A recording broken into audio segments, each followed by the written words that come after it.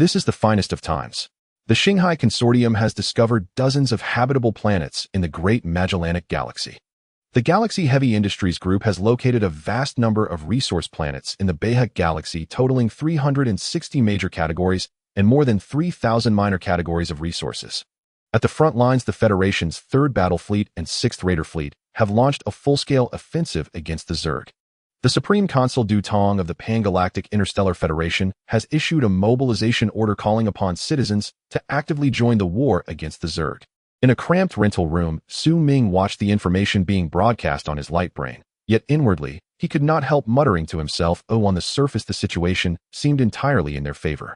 Whoever discovered a habitable planet would be entitled to enjoy 30% of that planet's permanent tax revenue, yet for ordinary people this was a path they could never realistically tread. Barring unforeseen miracles, a single Federation citizen would be hard-pressed over an entire lifespan of 270 years to earn enough to pay for even one warp engine. Yet a halfway decent starship needed at least 3 warp engines installed, and even if one managed to locate a habitable planet amid the boundless sea of stars, one still had to hold it until a righteous Federation warship arrived. It was nothing short of a fool's dream. Fortunately, I have a cheat. Otherwise, after finally completing all the courses at the Starship Academy, I still wouldn't even be able to pilot a basic interstellar cruiser. He did not truly belong to this era, or rather the era in which he had previously existed had already vanished. He had not transmigrated in the usual sense. Instead, under the preservation of a certain remnant page of the holoatome, he had undergone a perfectly ordinary reincarnation. Yet none of those melodramatic twists appeared in his life. In this lifetime, his parents had fallen on the front lines. His status as a 3-star citizen and his enrollment at the Starship Academy were both owed to them. Within the Pan-Galactic Interstellar Federation, the concept of citizenship had sunk deep into the hearts of the people. Once residents of the Star Federation reached adulthood, they automatically obtained citizen status. However, they began as 0-star citizens, for they had not yet rendered any service to the Federation. Children could inherit their parents' contribution points, but if a citizen refused to shoulder corresponding responsibilities, their citizen rank would be reduced. It was the best of times, and also the worst of times. Su Ming pushed open the window of his rented room and looked toward the 3 bright moons hanging in the distant sky. Xiao Luo, he said, analyze the Federation's various warship classes and select the optimal ratio. Liquidate all our stocks and calculate our best option. For a Sunta graduate student of the Starship Academy, the Sea of Stars was their destined homecoming.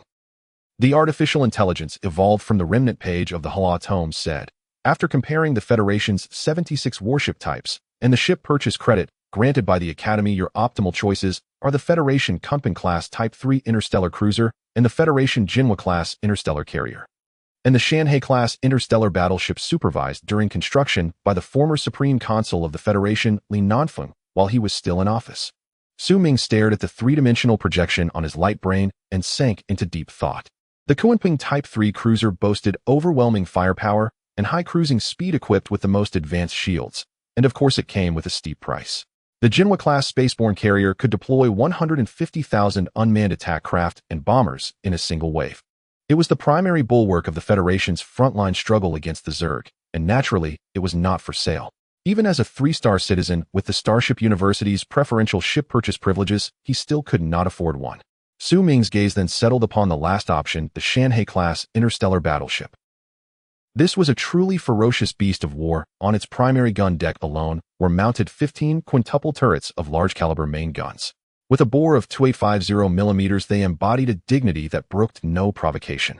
Back then, in order to cater to the preferences of Consul Li Nanfeng, who was forced out of office ahead of schedule, the designers of the Shanhai-class battleships endowed its main artillery with certain unique features. There were even 3 quintuple turrets that fired solid shells, and to counteract the immense recoil, the displacement of the Shanhai-class battleship had been driven relentlessly upward. Its final total tonnage hovered around more than 16 billion tons. Should such a colossal vessel descend upon a habitable world without activating its stabilizing regulators, it would trigger tides across the entire planet. Aluo checked the current price of a Shanhai-class space battleship and the shipyards responsible for its construction. Perhaps during the tenure of Consul Li Nanfeng, the Shanhai-class had been absolutely non-negotiable, never to be sold. Yet because of certain issues with his conduct, Li Nanfeng had been impeached by the council and ousted from office ahead of time. The newly appointed leader had little fondness for mounting gunpowder-driven main cannons on interstellar warships. In his view, such artillery should be swept into the dustbin of history. Yet in Su Ming's eyes, it was always solid shells that resolved the final problems. A 2850mm justice from the instant it left the barrel was destined for an extraordinary fate. Aluo replied calmly. 18 Shanhai-class interstellar battleships were built in total, most of which remain in active service. However, at the warship shipyard on Karen Star, one Shanhai-class battleship's hull is already largely complete. The remaining work has stalled because the Federation's 7th shipyard on Karen Star is short of funds and can no longer sustain construction. Gazing at Aluo's tranquil projection dressed in palace robes, Su Ming said, Aluo, contact the director of that shipyard. We can offer a little extra kickback. Find out how many credit points it will take to secure that battleship. To be sure, above a space battleship, there were still plank killers, interstellar mobile fortresses, and stellar arsenal ships. But warships tens of kilometers long were not the sort of toys a mere student could realistically attempt to acquire. Aluo smiled and said, Ming, the message has already been sent. The quantum computer is severely constraining my computations. I hope that the main control core cluster on the space battleship will allow me to exert my full processing capacity. She was after all a page torn from the holotome. Yet even as a single page, she had once been something Fushi himself had turned. Su Ming said, but after this liquidation we cannot make any large moves for quite some time. I suspect those consortia have already sensed that something is amiss. The old notion of money had already vanished, though only credit points remained working in tandem with contribution points. Yet the sheep remained sheep. When the time came, they would still be sheared. The Federation stock market was still fleecing people day after day. If not for the predictive capabilities of the holotome, he feared that at this point, not to mention a space battleship, even the purchase of an interstellar destroyer would require serious deliberation. Aluo said, oh, understood. Her projection then vanished from the rental room. Su Ming sighed helplessly. Aluo, you're going to love the main control core cluster on a space battleship. He had no idea how many ages had turned since his last life. He had been reborn, and the holotome had evolved into a true artificial intelligence. Yet in his eyes, Aluo resembled more a legendary spirit bound to an artifact. According to Aluo, in antiquity divine beings had governed the world, yet the Federation had found not a single trace of such deities. Now, however, human warships could casually annihilate a star. Cultivation in this era had been reduced to a means of prolonging life. No matter how profound one's cultivation, could anyone hope to punch through warship armor coated in strong force materials while under the barrage of main guns and various force fields. Warships were the true main theme beneath the starry sky. Several days later, Su Ming took a transport starship of the Kunping Transport Group and arrived at Karen Star. As an class habitable planet, all of Karen Star's conditions were roughly equivalent to those of Earth, save that its oceans were noticeably smaller in area. According to the records of the Starship Academy, about 300 years ago, Karen Star had been the most bountiful resource world in the southeastern starfield. Yet with the advent of the great shipbuilding era, this place had long since been riddled with scars. Aside from 3 battleship graveyards, only the 7th shipyard of Karen Star had not yet been dismantled. The former glory of the Federation, the 7th shipyard of Karen Star, the design cradle of the Shanhai-class interstellar battleships. It is a pity that all of that no longer exists. Gazing at the shabby gate before him, Su Ming could not help but sigh. No matter how resplendent the 7th shipyard of Karen Star had once been, the shipyard now teetered on the brink of complete shutdown. He truly ought to thank Lord Li Nanfeng. Without him, the notion of personally purchasing an interstellar battleship would have been nothing but a fool's dream. Those without the means could never afford one, and those with the means had long since used family backing to assemble their own development fleets. Battleships were exorbitantly expensive and far from cost-effective. Simply put, the investment and the return were grossly disproportionate. In a certain sense, once a privately owned interstellar battleship set sail, it became like a solitary wolf without any large interstellar destroyers or cruisers to escort it. As for the few 500-meter light destroyers it carried, meant only for in-system engagements. They were suitable for planetary strikes, but utterly incapable of matching a battleship in open engagement. The true everyday firepower of an interstellar battleship lay in its escort gunboats, starspace bombers, drones specialized for boarding actions, and the dense arrays of electromagnetic rail Closian guns and phased Closian guns it carried. These constituted the battleship's routine firepower. Its main guns were never fired lightly. Yet once they were brought to bear, it was never a trivial matter. Only another interstellar battleship had ever been capable of withstanding a battleship's main battery. However, at this moment, the 7th shipyard of Karen Star was roiling with noise and clamor inside. Lord Wu Chuanfeng, director of the 7th shipyard of Karen Star, was doing his utmost to maintain order. Yet the employees who had served the 7th shipyard of Karen Star for decades clearly had no intention of showing this Lord Wu Chuanfeng any pleasant expressions. Wu Brat, I watched you grow up back in the day. How is it that now you've grown wings and hardened your heart and actually want to dismantle the ship? Someone roared. Do you have any idea? For that vessel we gave everything we had. We finally completed the primary hull structure, and now you want to tear it apart. I curse your ancestors. Wu Chuanfeng, get down here. Wu Chuanming, get down here. Whoever dares to dismantle that ship, I'll fight him to the death. Wu Chuanfeng looked helplessly toward the technical director at his side and said, Wangan, is there any way we can still complete that ship? Wangan glanced at the furious employees outside the window and replied, Director, I understand how you feel. That Shanhai-class interstellar battleship may have its primary structure finished, but it still lacks the 15 quintuple-mounted 2850 caliber main guns produced by the Kirkle Company. The 360 electromagnetic rail Closian guns from Shanghai Heavy Industries' 16-phase Closian gun arrays the 156 40 caliber secondary guns distributed across the hull and the Central Command Core cluster. It also still needs several ammunition production lines, drone and bomber production lines, and most crucial of all, the auxiliary light brain system. In short, I would need a powerful 7th shipyard of Karen Star, but it is no longer that powerful. The construction of an interstellar battleship was never a simple matter, it was a weapon of the highest national importance. Had Lord Li Nanfeng not been forced out of office, this battleship would have become the bedrock of humanity's strength in the Starry Sea. Wu Chuanfeng could only sigh in resignation. I should have foreseen this. Rest assured, I have already found an owner for this interstellar battleship. Lord Wang, and the owed credit points for the employees will be settled after Lord Su Ming signs the contract with the 7th shipyard of Karen Star. By my authority as the 16th director of the 7th shipyard of Karen Star, I order the shipyard to enter wartime production mode. This was also Lord Su Ming's request. The 7th shipyard of Karen Star had been idle for far too long. It was time for it to become busy once more during these final days before the shipyard itself was scheduled for demolition. Wang bowed gravely and said, As you command, Director Wu Chuanfeng. But I still want to ask, what is the price of this ship? As technical director of the 7th shipyard of Karen Star, he was entitled to know the ship's price, and had the authority to submit a formal inquiry on this matter to the Federal Shipbuilding Industry Council. Listening to the curses echoing outside, Wu Chuanfeng said, excluding the 100 billion credits remitted by the Starship Academy, the remaining price of this ship is 276.2 billion credits. The final destination of this battleship should be the Sea of Stars, not gathering dust in a battleship graveyard on Karen Star. After all, in the eyes of many experts, this vessel is already severely outdated. A starship did not truly die, it only gradually withered away. Exhausted, Wu Chuanfeng left the office building and stepped into the square. The workers who had been shouting the loudest just moments ago all unconsciously retreated a few steps. As he walked forward, thousands of employees voluntarily opened a path for him. Looking at the distant young man, Wu Chuanfeng said, You must be Lord Su Ming. I am Wu Chuanfeng of the 7th shipyard of Karen Star. I have received your message. If you wish, we can proceed to sign the contract now. At this moment, an elderly man with snow-white hair stepped out from behind Wu Chuanfeng and demanded, Do you truly intend to dismantle that ship?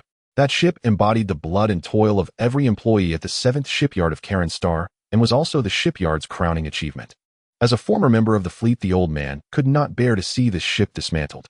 Noticing the badge on the old man's work clothes, washed almost colorless with age, Su Ming suddenly bowed respectfully and said, Starship Academy Battleship Command Department Class 3 of the 1765th cohort. Student Su Ming pays his respects to his senior. You are a warrior of human civilization. On behalf of all students of Class 3 1765th cohort of the Starship Academy, I offer you our highest respect. Those soldiers who bore the burden at the vanguard for human civilization should not pass into obscurity without a name. He recognized that badge. The dean of their academy also possessed one just like it. It was the commemorative medal awarded to the survivors of the suicide charge mission in the grand battle between human civilization and the Zerg 176 years ago. Out of a fleet of 700,000, fewer than 70 survived in the end. Yet it was precisely because of their heroic sacrifice that human civilization won that decisive engagement. The old man straightened his stooped back and returned the salute. Federal Interstellar Fleet 9th Fleet 16th Squadron Dreadnought Desperate. First Officer Chun Hu. Wu Chuanfeng stood there utterly stunned. Even the old man's son had never known that his seemingly idle father, who spent his days wandering about, carried such a past. He had never imagined his father's history to be like this. Not long after, the employees surrounding the front of the Karen Star's 7th shipyard gradually dispersed. In an instant, the shipyard seemed to return to the era of passionate fervor. And in a dock 300 kilometers away from the office building of the Karen Star's 7th shipyard, Su Ming, under the guidance of Wu Chuanfeng, passed through numerous audits and came face to face with the already completed hull structure of the Shanhai-class battleship. Standing at a height of 4,600 meters, a length of over 12,900 meters, and a width of 5,600 meters, the last Shanhai-class battleship slowly docked like a towering mountain in the shipyard. As a student of the Starship Academy, Su Ming had seen many warships and had even boarded the most advanced battleship of the Federation. However, standing so close to an interstellar battleship like this was a first for him. Even with 2 lifetimes behind him, Su Ming fell into deep thought. Su Ming gazed at the endlessly vast battleship and said, "Director Wu, I am just an ordinary student of the Starship Academy.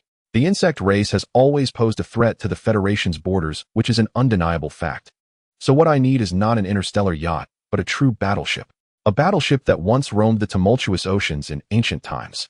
Great ships and mighty cannons. I have always believed that dignity lies only at the edge of the sword, and truth lies within the range of the cannons." This interstellar battleship was indeed large, but on this war fortress there was not an inch of spare space.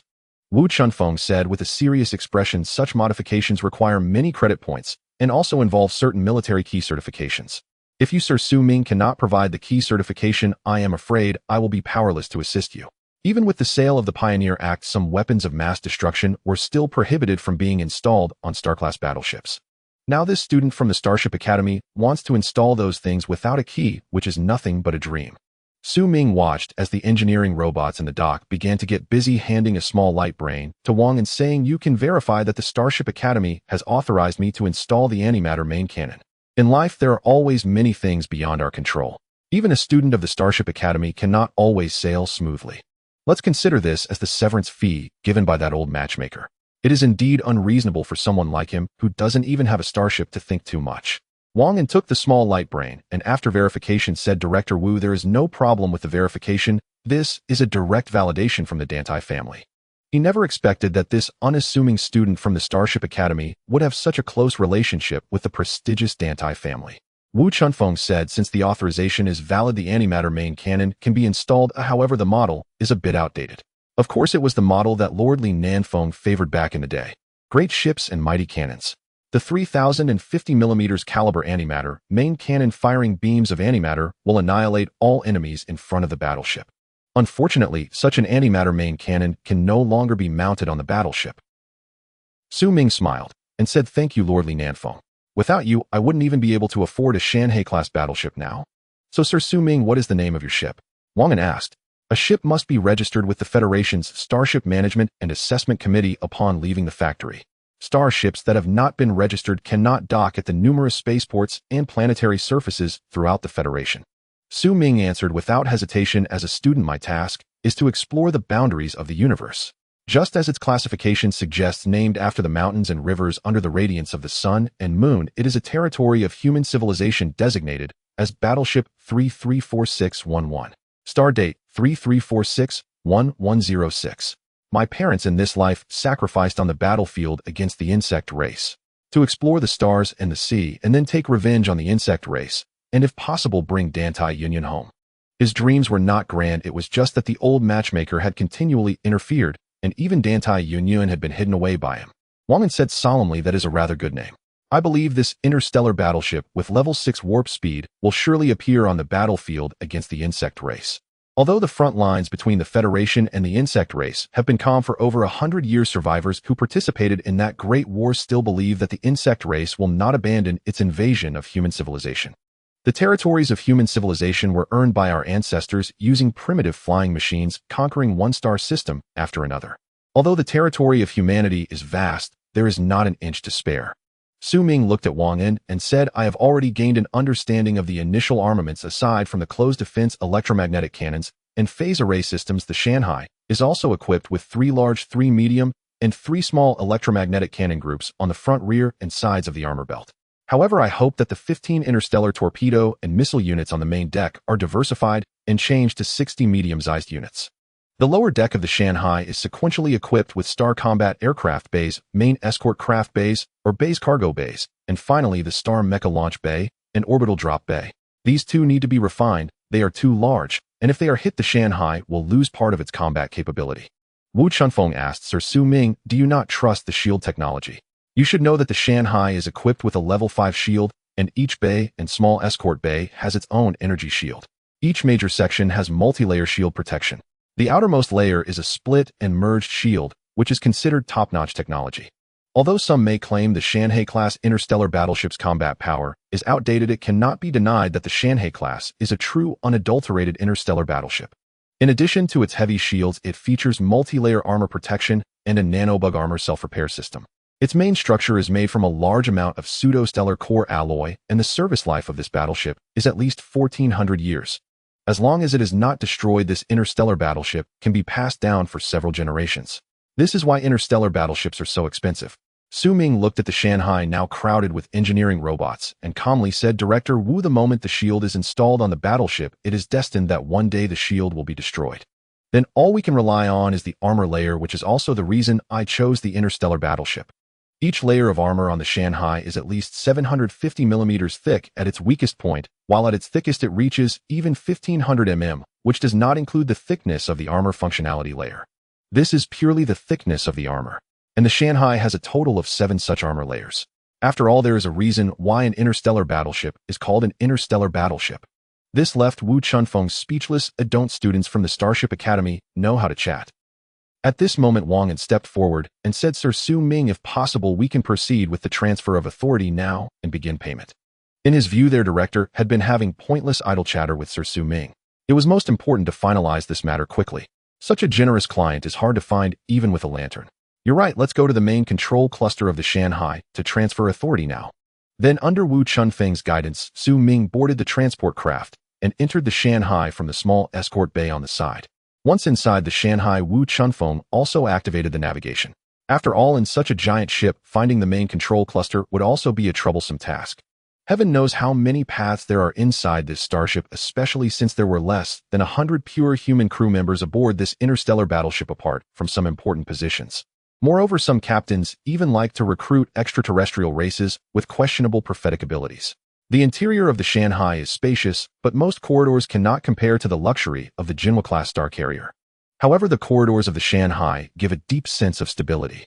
Su Ming loved this feeling, as it was almost certain from his notes that the Federation would certainly have a war with the insect race. A great battle is imminent. The time waits for no one. Inside the battleship Shanhai, after going through dozens of verification procedures, Su Ming and his companions finally arrived at the location of the main control center cluster of the battleship Shanhai. This is the core of the Shanhai battleship. If the battleship is the hardware, then the main control center cluster is the software. Without software, hardware is meaningless. Looking at the supermaterial computer only equipped with the main control quantum brain, Su Ming felt a sense of helplessness. In such a large shipyard, it was surprising that the supermaterial computer for the main control center cluster had not been fully installed. Aside from basic guarantees, all other auxiliary quantum brains were also missing. In a word, it was a disaster. Wu Chunfeng also smiled awkwardly and said, "Lord Su Ming, please rest assured. As soon as your credit points are received, Star Sea Heavy Industry will ship the goods immediately." Without credit points in hand, this factory director had no means to make things happen. Su Ming sighed and said, "Then let's get started as soon as possible. I can't wait any longer." Without a battleship, the students of the Starship Academy were like ground soldiers without their outer armor. Wu Chunfeng nodded and said, "The 18th Shanhai class battleship, starting the transfer of authority." Verifier Director Wu Chunfeng of the 7th Shipyard of Kalen Star. Verifier 7th Shipyard of Kalen Star. Technical Director of the Federation, Special Investigator of the Starship Affairs Committee. Then on the screen within the main control center cluster, an elderly man in military uniform appeared and said sternly, "According to the Pioneer Act, in accordance with the Interstellar Federation's combat laws against the insect race and the Citizen Rank Award Act, Federation 3-star citizen, Lord Su Ming, you will be awarded the rank of Reserve Major in the Federation. Your battleship may be summoned by the Federation Starship Command to the front lines against the insect race.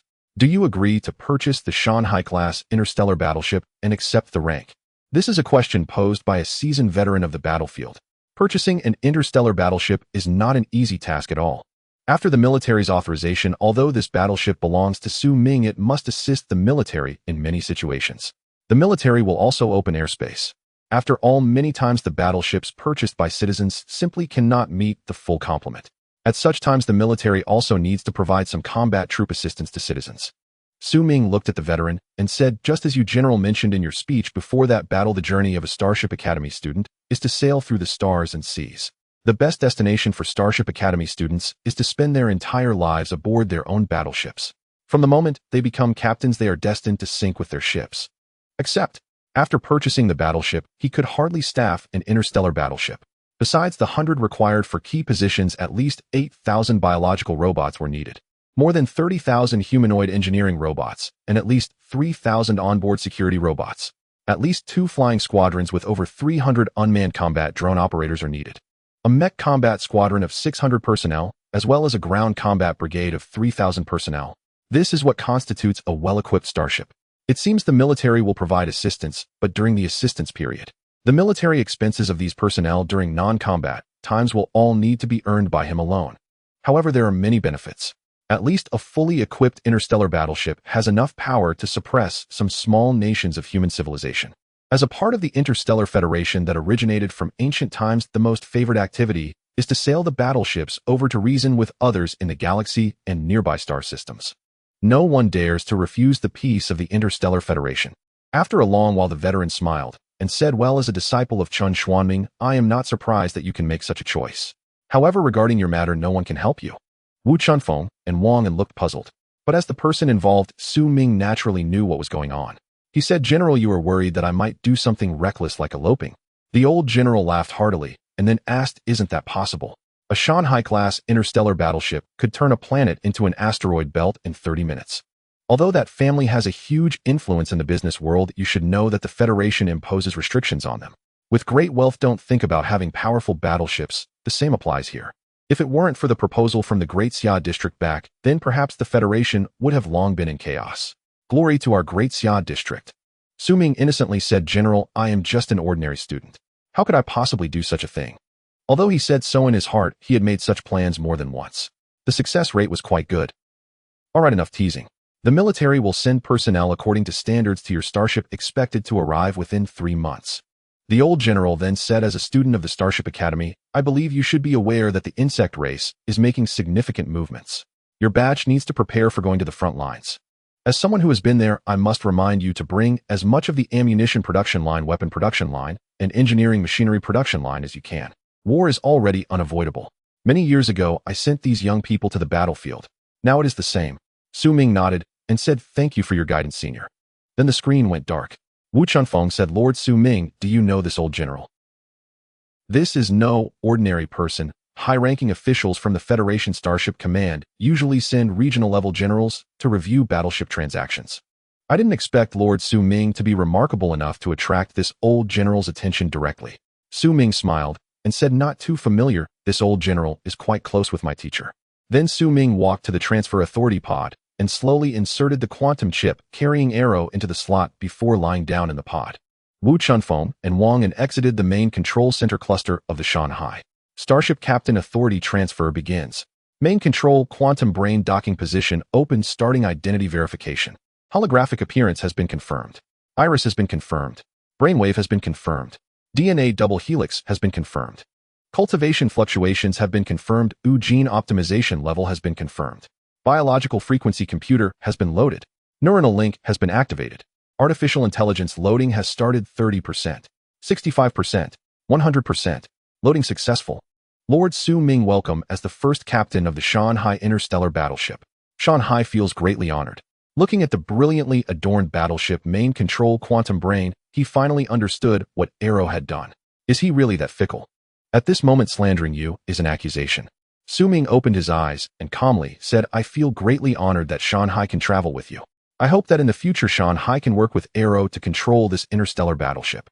As an interstellar battleship, in addition to the main control quantum brain, there should also be auxiliary quantum brains and think tanks. A battleship weighing 160 billion tons is not a simple matter in combat. Shanhai said Shanhai has already encountered Aro. The wisdom Aro possesses is beyond Shanhai's reach. As the main artificial intelligence of the Shanhai, she can sense Aro's intelligence. Su Ming replied, Shanhai, I have authorized my account password to you.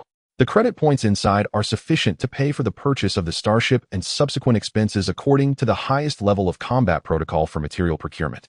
War is probably coming. As a student of the Starship Academy, he was always particularly sensitive to the arrival of war. Shanhai, as you command, Captain. On planet Kalen, the 7th shipyard, which had been barely surviving, suddenly sparked a wave of public opinion with the help of a certain generous benefactor. Although many media outlets wanted to interview that benefactor, they quickly extinguished their thoughts upon seeing the red line drawn by the Federal Landing Combat Maneuver Unit. These reporters immediately abandoned their intentions. Had it been any other situation, they might have dared to push the boundaries. However, in a military-restricted zone, any forced entry could lead to an immediate and lethal response without warning. As the 7th Special Operations Brigade, which had rotated on the front lines against the insect race, was suddenly transferred to reserve status, it was incredibly frustrating, even though he had been promoted from a school officer to a general. However, as the commander of the 7th Special Operations Brigade of the Federal Mobile Landing Forces, His Excellency Lin Yuan was particularly displeased. What kind of nonsense is this? We were doing well on the front lines, so why were we recalled? Lin Yuan vented his dissatisfaction. In his view, those people at the command center were just messing around. If they continued like this, the Federation would surely be brought down by their incompetence. The Chief of Staff Lu Kun, holding a cup of tea, remarked, "Things are not that simple. I conducted a brief investigation on that Su Ming. He's just a lucky student from the Starship Academy. Old Lin, the 7th Special Operations Brigade has had it tough over the years. You must think of your brothers." The 7th Special Operations Brigade dealt with the dirtiest and hardest tasks, while others took the glory. All of this was closely tied to their commander, who liked to defy orders on the battlefield. If it weren't for the protection of those old timers, he might have already been forced out of the military. Though I may be reckless, I am not foolish. Lin Yuan said gravely, "It's evident that His Excellency Su Ming is already prepared for war. The production lines of Star Sea Heavy Industries, the equipment from Kalukir, and the mining ships from the Diggers Industrial have all seen substantial shipments recently." He possessed a terrifyingly accurate intuition regarding warfare. His Excellency Su Ming has indeed prepared for war. However, the training outline sent by the secondary AI of the Shanha ship is somewhat strange.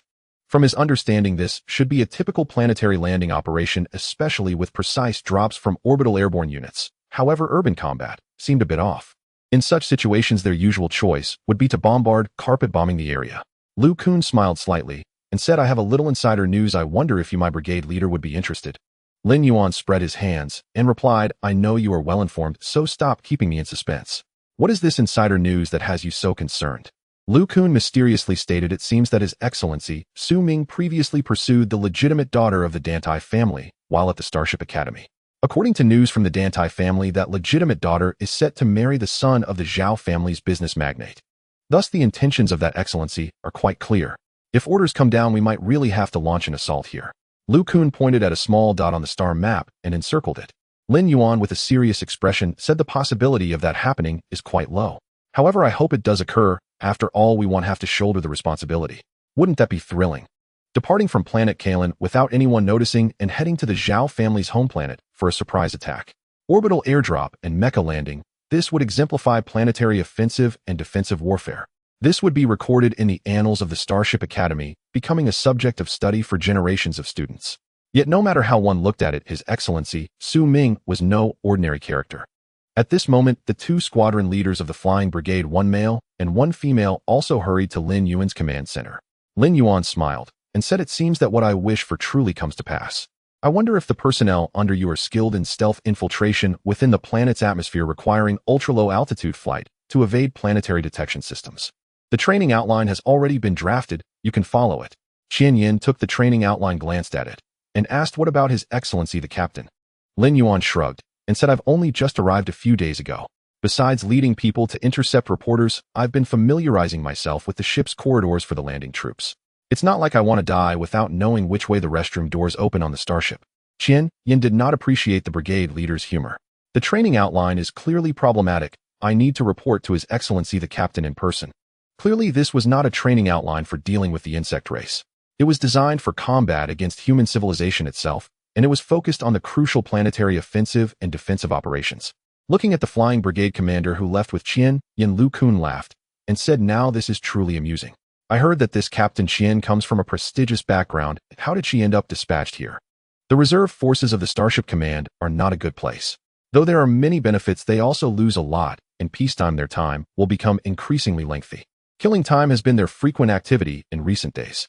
Lin Yuan stood up and said, "Being in a position entails responsibility. Since this is a compliant training outline, then it's time to get them moving. The garrison troops of planet Kalen have been complaining to us a lot these days. People cannot remain idle. Once they do, troubles are sure to arise." Lu Kun nodded and said, "However, I do not wish to see that scene. It would be a disaster." Lin Yuan shook his head and said, "The decision lies in the hands of His Excellency Su Ming. They were merely a mobile combat unit, and if the evidence was sufficient, they would assault the Zhao family's home planet. Naturally, it would not be a major issue, as those goods were hardly scrutinized. Meanwhile, outside the atmosphere of planet Kalen's 600 Federal Kyanka-class combat mechas had also separated from the transport ship. They directly delivered a mecha orbital airdrop to this planet, which had not witnessed war for many years. When 600 mechas transformed into shooting stars and entered the rear of planet Kalen, the defense forces of planet Kalen finally remembered to clarify the designation of that mecha unit. Please identify yourselves, otherwise we will take action. Please identify yourselves, otherwise we will take action. Please identify yourselves. The leader of the mecha brigade who personally directed this airdrop, Ninfeng, smiled and said, having enjoyed peace for so long, the defense forces of planet Kalen are no match for a fight. If war comes, the insect race could capture the capital of planet Kalen in 3 hours. At this moment, a drill authorized by the command center after this exercise, countless individuals will likely be dismissed and investigated. Inside the bridge of the Shanha ship, Su Ming sat in the captain's chair calmly observing the images appearing on the screen. Yet his heart was bleeding. After purchasing the battleship and its subsequent equipment, his already meager savings were undoubtedly worsened. Now he also had to make a cross-like-ear video call, which could really cost him his life. On the screen, an elderly man with silver hair said, "I was thinking that if you really couldn't buy a battleship, I could lend you one, but since you've managed to buy it, let's leave it at that. But you mustn't do anything foolish. If you start a planetary offensive and defensive war within the Federation's territory, you might end up becoming an interstellar pirate." Su Ming shrugged and replied, "Master, you are overthinking it. I was quite obedient back in the day. You are slandering me. How could I possibly be that kind of person? Although some training outlines indeed went beyond the norm and certain weaponry was indeed overpurchased, isn't it reasonable to prepare for the future war against the insect race? Isn't that reasonable?" On the screen, Xianming said, "All right, just keep it in mind. Your battleship will be completed in 3 months and the Starship Academy will begin enrolling students again. You can accompany old son to pick them up at Luoyang Star then. Isn't that the Academy's responsibility? Why has this heavy task fallen upon us, master and disciple? The Starship Academy utilizes graduates to pick up new students, but does not pay any fees. Purely manual labor." Chun Xianming looked at Su Ming with disappointment and said, "Don't blame me for not reminding you. Dan Tai Yunyan might be at Luoyang Star." At Kunping Star within the branch of the Starship Academy, Chun Xuanming, sitting in his office, understood his disciple's little thoughts. However, while his disciple and Dan Tai Yunyan were indeed mismatched, he was quite a good match for his granddaughter. "I hope Su Ming doesn't cause any trouble when he goes over." Meanwhile, within the Shanha ship, Su Ming calmly stated, "When I arrive, there may be complications, so I hope to conduct a real exercise with the defensive forces of Luoyang Star to simulate the onset of war. I will have Aluo upload the specific plan regarding the key points of planetary defense and the offensive and defensive operations of major cities. I hope the Academy can provide more support. He is not good at finding people, but he excels at sealing off planets. The exercise application will be submitted through the normal channels and approved by the Academy leadership. Luoyang Star will surely agree, as he will allow the defensive forces of Luoyang Star to save face." On the screen, Shin Xianming smiled and said, "You haven't changed at all. However, that girl from the Dan Tai family really doesn't match you. Isn't my granddaughter good enough? It's better not to mention this matter." Once it is mentioned, Su Ming feels speechless. He considers Chun Xianming as his teacher. But who would have thought that Chun Xianming wants to be his grandfather? Is that reasonable? Su Ming awkwardly smiled and said, "That joke of yours isn't funny, master, but there's something I hope you can help me investigate." "What is it?" Chun Xianming on the screen asked. Su Ming replied unhurriedly, "Help me investigate the whereabouts of the Zhao family's fleet that hasn't been filed with the Federation Starship Management and Evaluation Committee. I don't want to be directly confronted as I step out." The Federation indeed restricts the military power of those conglomerates and groups, but for thousands of years these conglomerates and groups have had their representatives in the military or have achieved connections through marriage. At the Starship Academy, many sons-in-law have been found. These older families are quite traditional, and their family ethos is still relatively good. However, the Zhao family, which has risen through the sale of aquatic products in the last century, has indeed taken a radical path. They not only went through the Starship Management and Evaluation Committee for filing, but also directly acquired second-hand starships for modification. Although their individual ship strength cannot compare to those old families' old groups, or old conglomerates, the Zhao family's escort fleet, which is disguised as interstellar pirates, is indeed quite disgusting. If they encounter them, he wouldn't mind sending the Zhao family's escort fleet to meet the Buddha in the West. Chun Xianming smiled mysteriously and said, "Revenge should not be delayed. That's good. As expected of my disciple, sinking the Zhao family's unfiled escort fleet directly counts as military merit. If you can engage in a battle with the new students afterward, I believe the students will quickly focus. Most of the students trained at the Starship Academy become starship captains. In the current era, battles between battleship clusters will only become live targets. An individual ship is now the main force, and the firepower of a current interstellar battleship is stronger than the combined firepower of hundreds of Federation starships from thousands of years ago. Su Ming nodded and said, Master, according to Aro and Shanhai's simulations, if the personnel equipped by the military can reach the expected combat power, we will silently submerge, open the hyperspace stance, and take the hyperspace route. Then I can approach the Zhao family's main star silently within 7 days. Although my old master is meddling with romance, I think the Federation's 3050mm antimatter main cannon hasn't appeared under this starry sky for a long time. As a student of the Starship Academy, he believes in the starships beneath his feet. He believes that caliber is justice and speed is truth. Coincidentally, the Zhao family lacks the strength to install hyperspace navigation interference devices within the main star's range. At most, they could only install warp disruptors or anti-stellar frog jump devices near the major lanes and planetary gravity wells. Su Ming said solemnly, Don't worry, it won't get to that point. Don't act recklessly, you are the captain, but to fire you still need military authorization. He couldn't imagine the kind of destruction that would result once the 3050mm antimatter main cannon fired. But he knew very well that this kid would definitely dare to fire. Su Ming looked at Su Ming and said flatly, Master, I am just a student. How could I possibly obtain that kind of authorization? He knew his teacher was right, but he never listened to his teacher's words. Being obedient is what good children do, but good children always suffer grievances. As the captain of the Shanha, he had the right to speak on certain matters.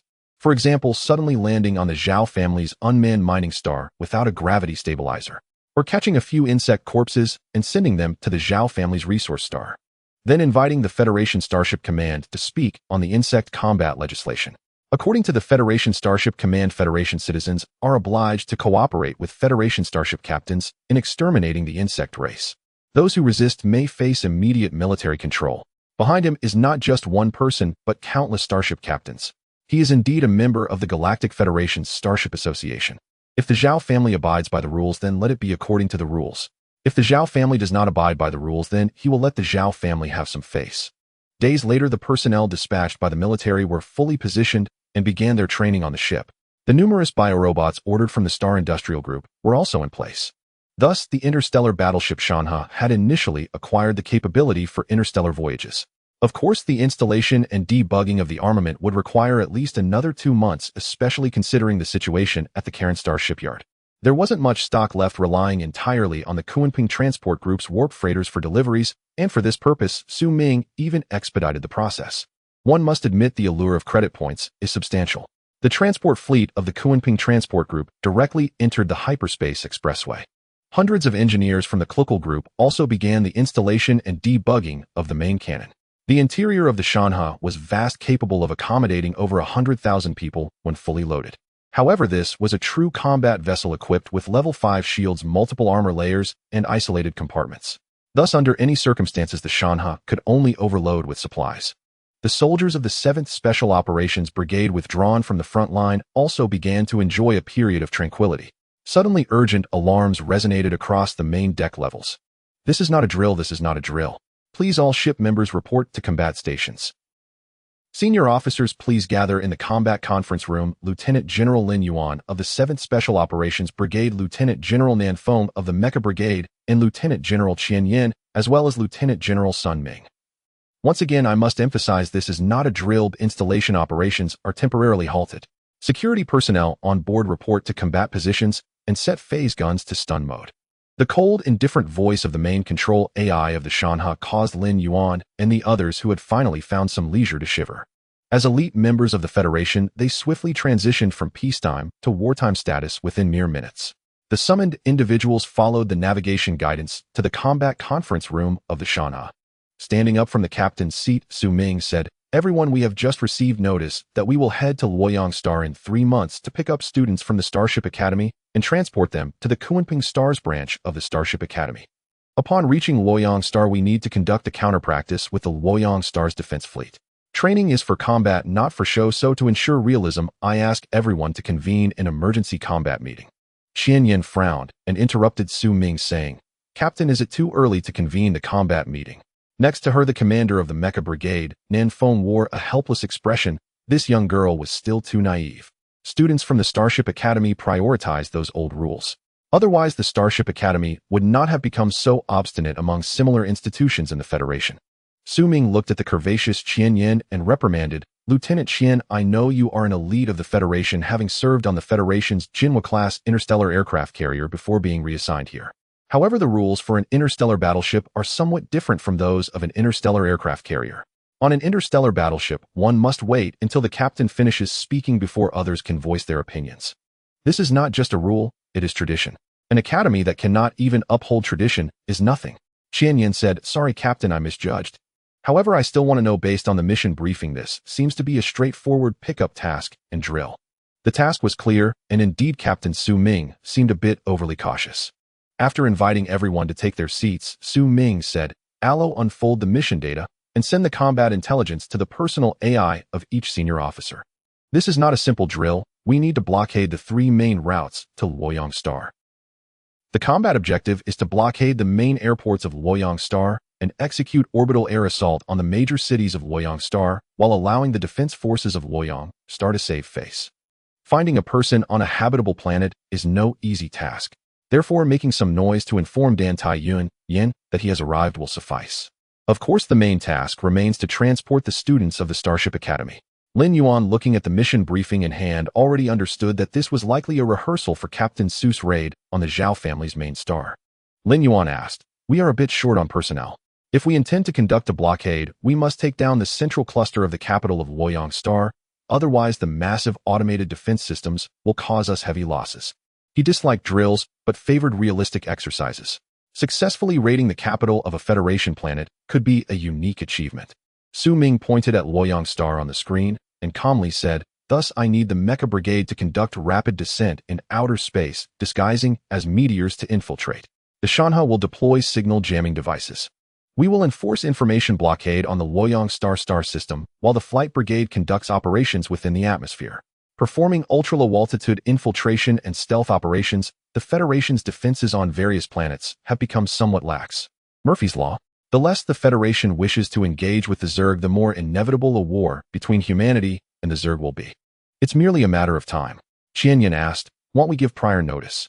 After all, it is a long-standing unspoken rule in the Federation for both sides to exchange information before drills." However, judging by Captain Su's demeanor, it was obvious he had no intention of exchanging information. Su Ming looked at everyone and said, "No need, I am merely holding a position at the Starship Command, and besides, the exercise is just incidental, though our primary mission is the transport."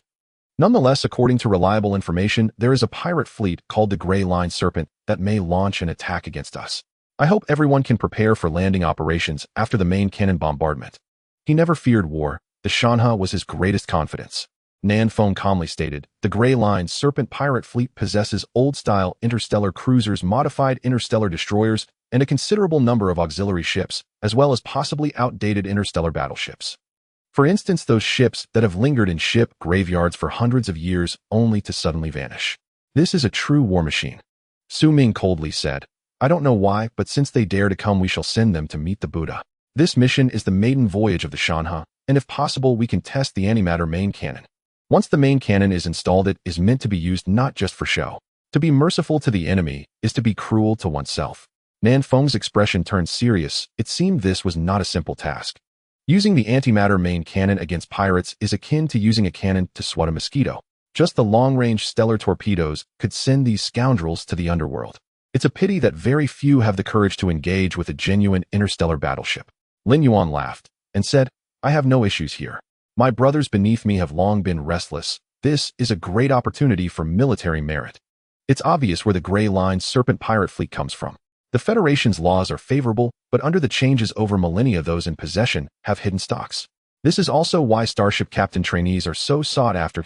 It can be compared to ancient historical records of selecting son-in-laws from the lists. Unfortunately, the situation of the Dan Tai family is quite complex with factions galore, while the Zhao family has also aligned themselves with that Lord Dutong. However, once Su Ming takes action, no one will stand with the Zhao family. After all, no one from the Zhao family could qualify as a Starship trainee. As a guarantee of the Federation's military strength, no one dares to play tricks in this regard." Nan Feng said, "I have no issues here. We can mobilize at any time." Qian Yin stood up and said, "The Flight Brigade has no issues. We will resolutely complete the drill task." Su Ming said, "Great, the training outline has been sent out, and the Shanha has procured a batch of combat equipment. I hope you can familiarize yourselves quickly. Our time waits for no one. Once the armaments are installed, we will set sail immediately. This will be my first battle, and it will also be the first appearance of the Shanha in the stars. We cannot afford to make any blunders. On Kalen Star at the 7th Shipyard, the atmosphere was bustling with activity, giving the impression that Kalen Star was once again on the rise. Yet only Wu Chuanfeng, the director of the 7th Shipyard, understood that once the Shanha ship was completed and launched, the shipyard would face a complete decline due to the lack of orders. Over the past month, numerous main cannons and close defense systems had been installed and were ready. The remaining 60,000 unmanned bombers and various weapons specifically for landing troops were also being constructed at the 7th Shipyard. Could it be that their prestigious shipyard would have to start manufacturing landing equipment in the future? Wu Chunfeng gazed at the distant and barely visible dock and asked Wang, and who was calculating consumption beside him, "What do you think about us manufacturing landing craft? The overall environment is poor. We can't let over 100,000 employees go hungry." Since the downfall of Lord Li Nanfeng, the military manufacturing industry had been in a dire state akin to Wang's shower during the new year, getting worse by the day. Of course, those shipyards specializing in interstellar yachts were thriving, but from his professional perspective, such starships were fundamentally unsuitable for warfare. Once they hit the battlefield, even interstellar destroyers could sink them within a certain time frame. Wang put down the report in his hand and said, "Director, the overall environment is unfavorable and there's nothing we can do. With the pacification of the Sanbu Guanstar region and the stabilization of the front line against the insect race, the military has little reason to build ships anymore. Moreover, the active starships of the Federal Interstellar Fleet might also face decommissioning. The stabbing in the Sanbu Guanstar region had greatly angered the military. Then those who were cleansed really did get away right under the fire of the Interstellar Battleship. The Federal Interstellar Fleet would never allow such scum to strut around as federal citizens. Even if the forces behind them were immense, they were no match for the Interstellar Fleet Command, with 70 million ship captains in a broad sense." Wu Chunfeng smiled and said, "Therefore, we need to leverage Lord Su Ming's influence to elevate the reputation of our Kalen Star 7th Shipyard and utilize those long-stored supplies. After all, those detection devices were originally prepared for this warship. Did they simply get robbed by interstellar pirates? Could I not learn from this?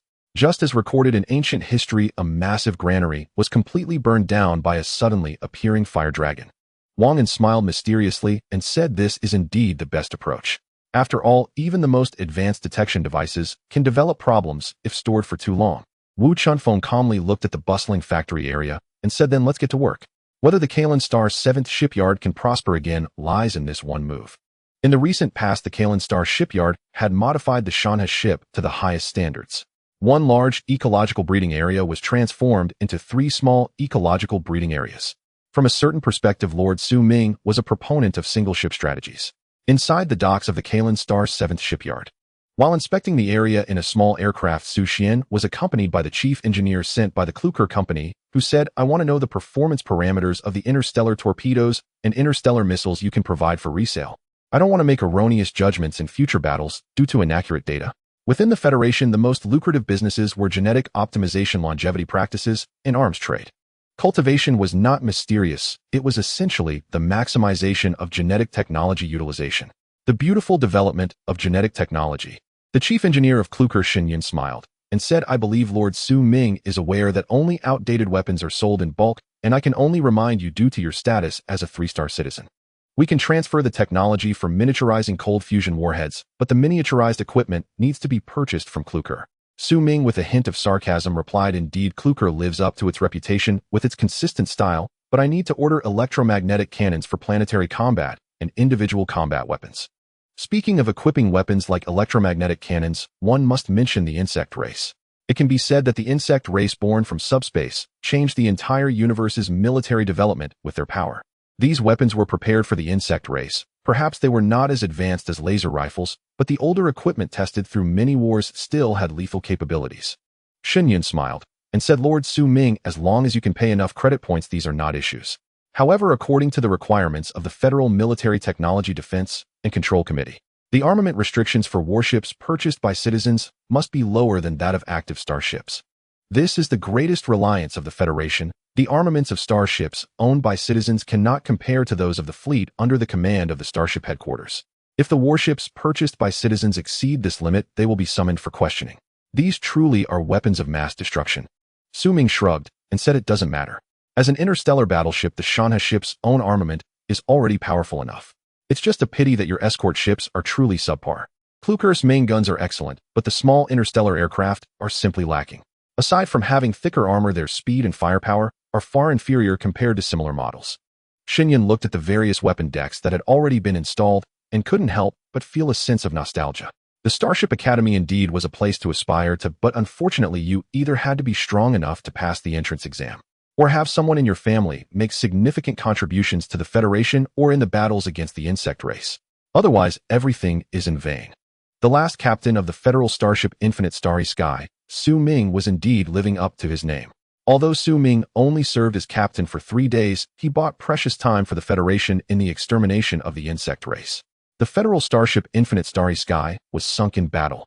516 crew members lost their lives. Oh, that depends on Bullock and Company. They are best known for their little tricks. Whether in wars with other civilizations or against the insect race, main guns are the most intimidating weapons. Shinyan, coming back to his senses, chattered on. Su Ming felt speechless. Indeed, discussing escort ships with someone who makes main guns was a terrible topic. The small aircraft landed in the main cannon area of the weapon deck after circling around. Stepping down, Su Ming looked at the 2,080mm main gun, which reached a length of 300 m, filled with confidence. The main cannon of a starship battleship is forever the most enchanting existence. This Kluker-made main gun could fire scorching laser beams and phase energy. Most importantly, it could adjust the energy input to alter the power of the main gun. The adjustable main gun could even launch kinetic weapons under certain conditions through energy propulsion. Shin, I need to add some gunpowder-powered weapons with a firing rate of at least 100,000 rounds per minute. I don't care about credit points, so what I need is a 75mm caliber, and the barrel can be coated with a thin layer of strong interaction material. Gunpowder-powered weapons, can't they kill insects now? Quite the opposite. With the new cold fusion miniaturized equipment, a firing rate of 100,000 rounds per minute is sufficient to create a barrage for the Shanha ship. This is the best solution for dealing with interstellar fighter harassment. Since we can't lock onto positions, we can only send that area to the sky. Although Shinyan felt helpless, he still had to meet the client's demands. Sure, these are not issues.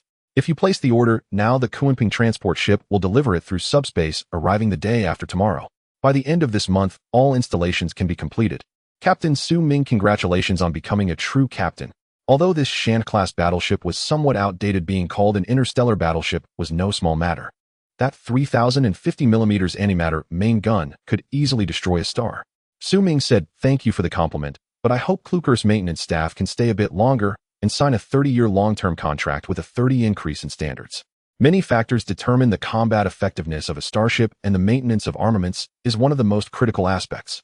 Shinyan smiled mysteriously and said, "Don't worry, we've already arranged for it to follow the last batch of goods totaling 300 personnel. Oh, it truly is a spirited endeavor. Very few can resist Kluker's sweet-talking. Lord Su Ming is indeed a valuable customer." Su Ming looked at the densely packed workers on the dock floor and said, "Lord Shinyan, as a VIP of Kluker, I should have the privilege to complete refueling at Kluker's branches throughout the universe, right? I received a mission, so I need to refuel at the Luoyang star system. I need you to grant access. Since we've decided to launch a surprise attack, nothing is more shocking than flying inside the atmosphere of an interstellar battleship." Fortunately, he had purchased many equipment from Kluker. Shinyan smiled and said, "No problem, shortly our company will send a dedicated liaison team to contact you." Lord Su Ming, do you have any special requests for the liaison team? Many captains have unique tastes. Su Ming smiled slightly and said, "I prefer something classical. Ancient historical ladies are quite nice. Being unconventional often leads to exclusion, so he chose to go with the flow." Moreover, this was not considered a style issue in the current Federation, as a starship captain would surely be fighting on the front lines against the insect race. Can't he enjoy it? Besides, looking at a group of graceful ladies is always more pleasant than gazing at a bunch of old men. Before having his own starship, seeing only old men was quite disheartening. Once he had his own starship, should he still be subjected to that? Shinyan laughed and said, "No problem. But Lord Su Ming, you need to catch up on your preparations. The people they send over will depend on their abilities. It's worth noting that most of those people are women from influential families in the business world, hoping to marry a starship captain one day. Having one's own starship is akin to having one's own house, as recorded in ancient history. Of course, the real estate industry in the Federation has essentially become basic infrastructure. Building a house isn't difficult, or just pick a habitable planet under the Federation, and it can be completed in 3 days. Every adult citizen of the Federation is forcibly allocated a building area of 1 hectare. Su Ming smiled lightly and said, "That makes sense. but I've always focused on cultivation, so I want need to catch up. At that moment, a small aircraft descended.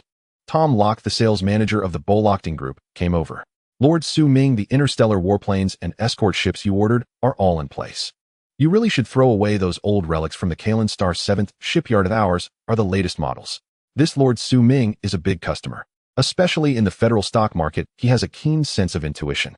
Su Ming smiled and said, Lord Locke, after all, the Kalen Star 7th shipyard is the manufacturer of the Shanha ship. They should get some benefits too, right?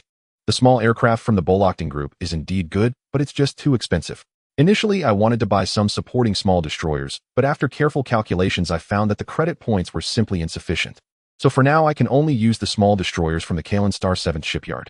Tom Locke said that absolutely makes sense, but Lord Su Ming, are you sure you don't want to purchase the latest starry warplanes? They are the most advanced starry warplanes available.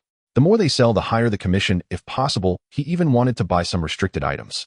Su Ming smiled and said, Lord Locke, I will make some purchases later. We can contact each other through the neural network. I have other matters to attend to, excuse me. Afterwards, Su Ming boarded the small aircraft, heading straight into the Shanha ship. He had no interest in listening to two old men bicker. On the weapons deck, Tom Locke and Shin Yun were eager to see a showdown. Peers are often the greatest rivals, and both sides believed that the other was making too much, causing their own side to earn much less. Especially in the arms sector. Starry warplanes, escort ships, and starry mechs are the future. Lord Shin Yun, your main guns can't fire a single shot in an entire year. What use are they? Locke, the things you sold to the White Elephant District sank 30,000 times last year. Not mentioning this was fine, but once brought up, Tom Locke would be furious. Damned White Elephant District. Can't they maintain their armaments?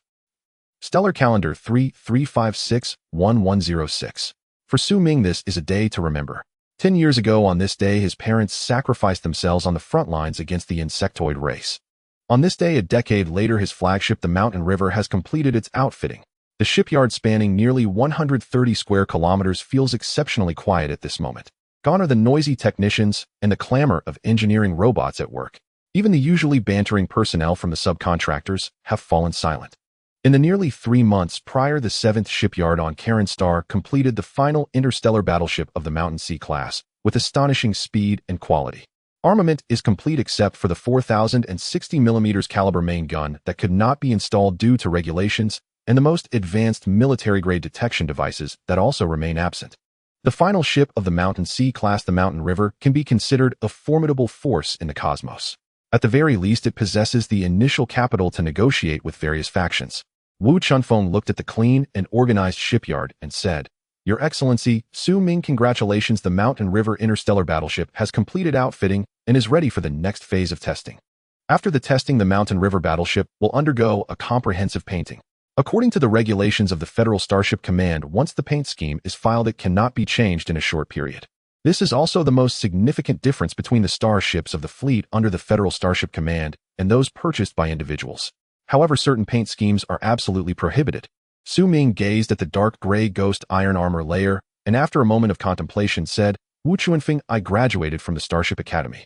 Although it may not compare to some top-tier academies, I had already prepared the design for the paint scheme before my graduation. This factory director is quite amusing. He just wants to earn some money from the painting. Unfortunately, the painting level of the 7th shipyard on Karen Star can only be considered above average. Painting a starship is not that simple. It is not just about applying a layer of paint. In the cosmos, the outermost layer serves as the first line of defense for the starship. It is also a symbol of the starship's prestige when venturing out. He does not want the starship's paint layer to be tattered immediately after a long voyage. When it comes to starship painting, the Starship Academy undoubtedly stands as the best. Wu Chunfeng did not dwell on this matter and directly changed the subject. Then, please, Your Excellency, Su Ming, proceed with the testing. We also need to do some filing.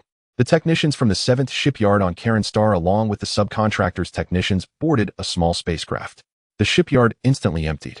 Su Ming also took the small spacecraft with Wu Chunfeng to the interior of the Mountain River. After spending a hefty sum of credit points, the comfort level inside the Mountain River was maximized. Of course, this enhancement is relative to starships of the same class. When compared to interstellar cruise-type warships, it still falls short. After all, those things serve as a facade used by various federal shipyards to deceive newly wealthy individuals. Judging by the figures on paper, they have exceeded the limits of a legitimate interstellar warship. However, in a real fight, those things are not significantly different from mere paper. They might be adequate for escorting vessels within the federal territory, as genuine interstellar pirates in the federal territory usually only operate small interstellar cruisers. But once they leave the federal territory or become deliberately targeted, that is another matter altogether. The bridge of the mountain river. Su Ming was already seated in the captain's position looking at the images displayed on the main screen. At the weapons control officer's position, Xin Yun from the Kluker faction temporarily served as the weapons control officer. Qian Yin was seated at the flight control officer's position and would soon conduct the maximum launch speed test of the onboard aircraft. As the commander-in-chief of staff of the Federal 7th Special Operations Brigade, Lin Yuan and Lu Qianming felt somewhat out of place on the bridge. They couldn't understand anything and were completely in the dark. They truly did not know why Su Ming had called them over. Besides Su Ming, an elegant woman dressed in retro attire said, "Captain, we have received communication from the shipyard. The shipyard personnel have left, and the shipyard has switched to automatic mode." Su Ming, sensing a faint fragrance, calmly gazed at the parameters on the main screen and said, "They then release the shipyard mooring system and activate the anti-gravity field within the planet." This is one of the daily communication personnel dispatched by Kluker Chen Ruwei, a legitimate daughter of the Chun family, a side branch of the third arm of the federal government. He had already researched all the information through the internal network of the Starship Academy. One must admit Xin Yun is quite incompetent. The Chun family is no ordinary entity, and Chun Ruwei is certainly not an ordinary individual. From the judgment, she came to the mountain river to avoid a family-arranged marriage. As the legitimate daughter of a minor shareholder in Kluker, hiding her identity to enter is quite straightforward. However, on the internal network of the Starship Academy, Chun Ruowei's identity cannot be concealed. This individual had applied to the Starship Academy's staff department years ago, but unfortunately missed the admission by 0.1 points. Chun Ruowei looked at the helmsman and commanded, "Open the anti-gravity field, activate the upper layer of the shipyard, and operate the pulse engine at 10 power. During planetary flight, please closely monitor critical factors such as altitude." At this point, Su Ming had already activated the ship-wide broadcast. "Brothers, I am Su Ming, captain of the Mountain River Interstellar Battleship, and I am now starting the ship-wide broadcast. Today is stellar calendar 33561106, marking the beginning of the Mountain River's navigation test. I hope all brothers will cooperate fully. End of communication." At this moment, the top layer of the shipyard slowly opened. The light of the star poured into the shipyard, draping the mountain river in a layer of golden radiance. This interstellar battleship, weighing over 10 billion tons, slowly lifted under the influence of its 36 anti-gravity generators distributed across its hull. 3 minutes later, the mountain river flew out of the shipyard. A ghostly blue pulse jet appeared at the bottom of the mountain river. Thus, the mountain river commenced its comprehensive testing. Meanwhile, on Karen Star, many dignitaries noticed the ascent of the mountain river. Numerous elders even reminisced about the glorious days of the 7th shipyard on Karen Star. Back then, almost every 7 or 8 days a starship would ascend from the shipyard of the 7th shipyard on Karen Star. Inside the mountain river, things were even busier. The biological robots equipped in the engine room with the assistance of Allo began intensive testing on the antimatter reactor, warp core, cold fusion reactor, and pulse energy converter. The quality of the engine room directly determines the performance of a starship. The technicians from the 7th shipyard on Karen Star began collecting data to upload to the Starship Command. They also installed an identification system for friend or foe on the mountain river. According to the regulations of the Starship Command, within the federal territory, any starship encountered without an identification system can be classified without warning. Then they can take the wreckage to claim military achievements. Many second-generation individuals quickly accumulated military achievements by purchasing warships and destroying them. Meanwhile, the mecha squads Nanfone conducted external tests on the main armor deck of the ship. Kalen Star, at an altitude of 30,000 meters. Under the powerful thrust of the pulse engine, the altitude of the Shanha has stabilized. Although the deck below the Shanha is not equipped with many weapons, this pulse engine is the best weapon. When the anti-gravity field is not activated, the jet length of the Shan's pulse engine can reach tens of thousands of meters. After all, for such a massive starship, overcoming planetary gravity is no simple task. However, few starships dare to conduct takeoff operations without activating anti-gravity devices. Such a takeoff could bring catastrophic disasters to the planet. This is also why interstellar battleships are so formidable. Simply put, it's about the tonnage. With over 100 billion tons of weight, getting an interstellar battleship to ascend using a pulse engine is an extremely challenging task. Shanha altitude stabilizer functioning normally. Stable altitude at 30,000 meters. Inertial dampers have been activated. Related parameters for planetary flight level have been incorporated. Weapon systems are online. All energy output circuits are functioning normally. Detection systems are operational. Friend or foe identification systems are running well. The condition of the mecha outside is good, and the mecha pilot's vital signs are stable. Shall we proceed with the test flight in a space environment? The main control room of the Shanha resonated with the melodious voice of its control AI Shanha. However, apart from Su Ming, all personnel in the bridge displayed signs of excitement. After all, such a comprehensive inspection of an interstellar battleship is a rare opportunity. Su Ming looked at the data displayed on the split screen and said, Shanha, prepare to enter space. After all, an interstellar battleship must conduct tests in outer space. Internal planetary tests can only indicate the stability of the ship. It is known that in the beginning, the Federation's starships did not dare to land lightly on planetary surfaces. Their greatest fear was being captured by the planet's gravity system, making them unable to ascend again. Command received. Main acceleration engine engaged. Pulse engine deactivated. From an external viewpoint, the Shan's speed within the planetary atmosphere already reached 300 times the speed of sound. This is the cruising speed of the starship within the planetary atmosphere, and the speed of the Shanha continues to gradually increase. Like a meteor soaring into the sky, the gradually increasing speed causes the dark iron armor layer to emit a ghostly blue glow. If this were the early days, the acceleration and deceleration of the starship would be unbearable for its crew. However, since the application of starship dampers, these issues are no longer a concern. The acceleration and deceleration of the starship rely entirely on these dampers. Otherwise, a starship just exiting warp speed could easily kill all its crew members. Only after escaping the gravitational confinement of Kalen started the speed of the Shanha gradually start to decrease. The pitch-black depths of the universe are filled with both visible and invisible dangers. Su Ming looked at the indicators on the main screen and commanded, all ships to battle readiness level 1, all personnel to combat positions, and begin the final tests. This is the first time our ship is conducting warp navigation. All crew members please enter the hibernation pods and prepare biological sample collection. With Su Ming's command, the Shanha was plunged into a flurry of activity. Federal defense robots began patrolling in various corridors. The bridge of the Shanha is also surrounded by protective devices. As the core of a starship, its bridge is not located in the most conspicuous position, but rather deep within the starship, protected by multiple layers of armor, ensuring safety in the absence of armaments. The starship's captain can still deliver a final blow to the enemy. A starship is the ultimate weapon, especially when it charges at full speed. Basically, very few can evade it.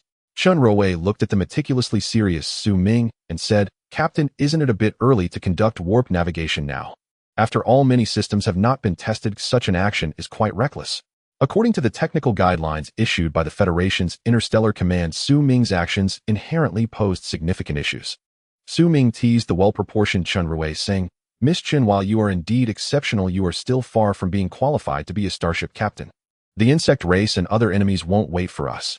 As a member of the Starship Academy, from the moment I purchased the starship, I have been bound to the Shanha in an unbreakable way. If I could retire, that would be best. Otherwise, my child will still pilot this starship, gallivanting in the Star Sea. The technical guidelines from the Starship Command have become outdated. A true captain never concerns themselves with trivial matters. After all, some system tests are merely rectifications made by the military for profit. According to the guidelines of the Starship Academy, the Shanha is undoubtedly in good condition, a reliable starship. Captain, the warp engine is ready. The antimatter reactor is operating at 15% power.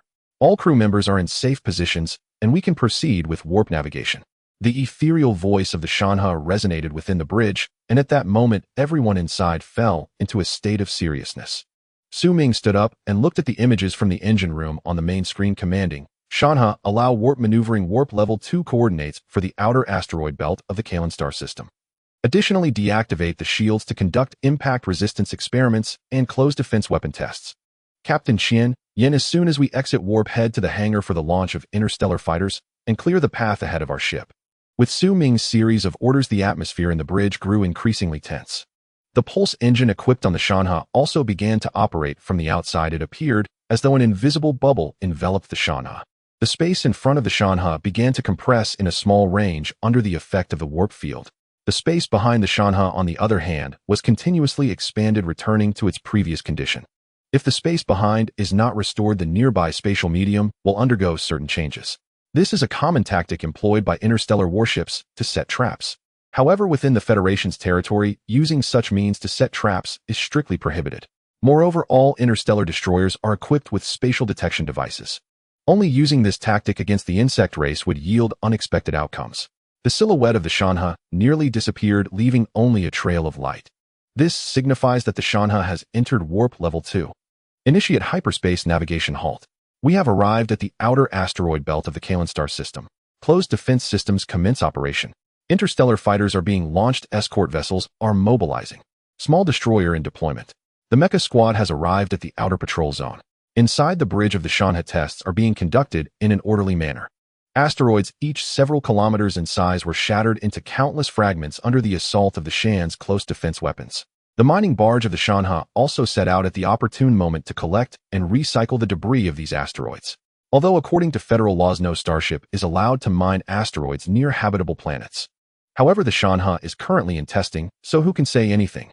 Su Ming turned to Chen Ruowei and said, Advisor Chen, lower the combat readiness level and play some music, preferably something energetic. In the distant ancient times, even the crew of star systems had very limited personal space. All available space had to be reserved for fuel storage. Music, especially upbeat music, became a powerful tool for psychological healing. This tradition has naturally continued to the present. As you command, Captain. Chen Ruowei sighed, feeling helpless. This was significantly different from the captain she had encountered before, if it weren't to avoid a forced marriage. How could she have listened to that useless Shen Yun and come aboard the Shanha? With Chen Ruowei entering her command, energetic music soon filled the entire interior of the Shanha. Many crew members who usually loved music nodded along to the rhythm. Meanwhile, outside the Shanha, the cleanup of the asteroid belt was proceeding in an orderly fashion. The starfighter utilized primitive explosive weapons, which were quite practical for demolishing asteroids. The mining barge followed closely behind, which left Duke Wu Chunfeng of the Kalan Shipyard feeling somewhat exasperated. Although Su Ming's actions skirted the edges of legality, no federal regulations could touch him. After all, his father was just a shipyard manager. Such significant matters should be left to the planetary governors to worry about. Nanfeng, piloting his mecha, watched as asteroids shattered continuously and shouted in the combat channel, "What a thrill. I didn't expect even the small destroyers to be deployed. It's just a shame the main cannon of the Shanha didn't fire, which is quite disappointing." Although he was a mecha pilot, he was still a man. Who doesn't harbor a dream of great warships and massive cannons? Unfortunately, he had missed the mark by 200 points and couldn't enroll in the Starship Academy. So he had to attend the Mecha Academy, but unexpectedly, he turned out to be quite talented. Qian Yin retorted in the combat channel, "A thrill. Nanfeng, can you be serious? This is the maiden test of the Shanha. If anything goes wrong, and something that shouldn't slip in does, you better not cry." Sitting in a starfighter with a wingspan reaching 100 meters, Qian Yin was systematically sending commands. She was analyzing the current battlefield situation because you never know when war or an accident might occur. All one can do is be cautious, more cautious. Bridge of the Shanha. Su Ming held a cup of Pepsi specifically designed for Starship crew enjoyment and said, "Advisor Chen, would you like a cup?" This is the latest version of Pepsi's happy drink, effective in dispelling fatigue brought on by interstellar travel. One must admit, no matter how times change, the taste remains the same, although it lacks a bit of carbonation. He still preferred that version of Pepsi with a lot of carbonation. Chen Ruowei shook her head, saying, "Captain, let's skip it. Don't you know that drinking too much Pepsi can cause weight gain?" Su Ming set down his cup and pulled out a small holographic device, stating blandly, "Chen Ruowei, the legitimate daughter of the Chun family's side branch. According to reports, you should be marrying the third son of the Ma family soon." Describing that third son as arrogant and unscrupulous would be a compliment. The Ma family, like the Zhao family, had risen as nouveau riche over the past 5 centuries. Their methods of operation were quite similar. Chen Ruowei said with a serious expression, "I can leave." As she spoke, she was about to leave the bridge. Su Ming stood up and grabbed Chen Ruowei's delicate hand, saying, "Advisor Chen, I only wish to confirm your identity. There's no need to be so tense. From the moment you boarded the Shanha, would the Ma family treat me with any goodwill? With an existence like the Ma family, do they need any reason to deal with me? Survival of the fittest is the law of the interstellar realm. But am I weak?" If given the chance, he wouldn't mind firing a shot from a matter cannon at the Ma family's home world. Meanwhile, the other crew members inside the bridge were focused on their own tasks. Regardless of what issues the captain and the advisor had, they were not matters for these subordinates to concern themselves with. Lin Yuan from the Federal 7th Special Operations Brigade remained unperturbed. After all, what could the Ma family do? Did they dare to intercept the Shanha with those outdated starships that had not been registered on file? Even though he was a brigade leader of ground combat troops, he knew that to sink a star-class battleship, at least a star fortress, would need to be deployed a massive weapon. But unfortunately, the interstellar fortresses of federal foreign trade move incredibly slowly. Even so, such makeshift interstellar fortresses are not something the nouveau riches like the Zhao and Ma families could afford. Chen Ruowei said that third son of the Ma family is indeed a calamity. No woman wants to marry him. Yet the Chun family had made up their minds to send her to the Ma family for the sake of their trade routes. Su Ming said calmly, Advisor Chen, although you have your own concerns, you have used me, so for the next 100 years you will serve on the Shanha without pay. I believe the Ma family wouldn't want to offend the captain of the Starship Academy. While there are many academies that offer Starship Command programs, only the Starship Academy is named after the starship. He could understand Chun Ruowei's predicament, so she too must understand his concerns. At the very least, she must work for him for 100 years. As for what happens after that, they would cross that bridge when they came to it. Chun Ruowei nodded and said, as you wish, Captain, but I hope you won't harbor any ill intentions. It's a common flaw among men to think with their lower halves. Su Ming smiled and said, Advisor Chen, you're overthinking it. I have a girlfriend, and compared to her, you don't even come close. This is the truth. In terms of appearance and temperament, Chun Ruowei could not compare to his girlfriend Dan Tai Yunyan.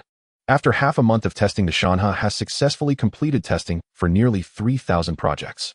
Moreover, all of Shan's records have been uploaded to the Federal Starship Command. Thus, the Shanha Interstellar Battleship has acquired the right of passage through all major routes of the Federation, as well as communication rights at various stargates, and the right to use the Federation's hyperspace highways. At the 7th Shipyard on Kalen Star within the dock of the Shanha, the dock has now had its top level removed, with even most of the walls on both sides taken down. It is evident that during the testing of the Shanha over the past half-month, the 7th Shipyard on Kalen Star has undergone significant renovations to this dock. On the viewing platform, Wu Chunfeng gazed at the towering giant ship and couldn't help but exclaim, Lord Su Ming, I sincerely thank you for allowing us to complete the construction of this interstellar battleship, otherwise it would have already been dismantled by now. Such an interstellar battleship should not lie in a battleship graveyard before it has even been completed. Looking at the bow of the Shanha towering tens of meters high like champagne, Su Ming said, but I must also thank Lord Li Nanfeng. If it weren't for his downfall, I might have been limited to commanding just an interstellar cruiser. The tradition of launching starships originates from ancient times during the age of great navigation. Back then, the warships of human civilization relied on wind power and were sailing vessels. Yet in just a few tens of thousands of years, the human race born in the solar system has already occupied a vast portion of the galaxy.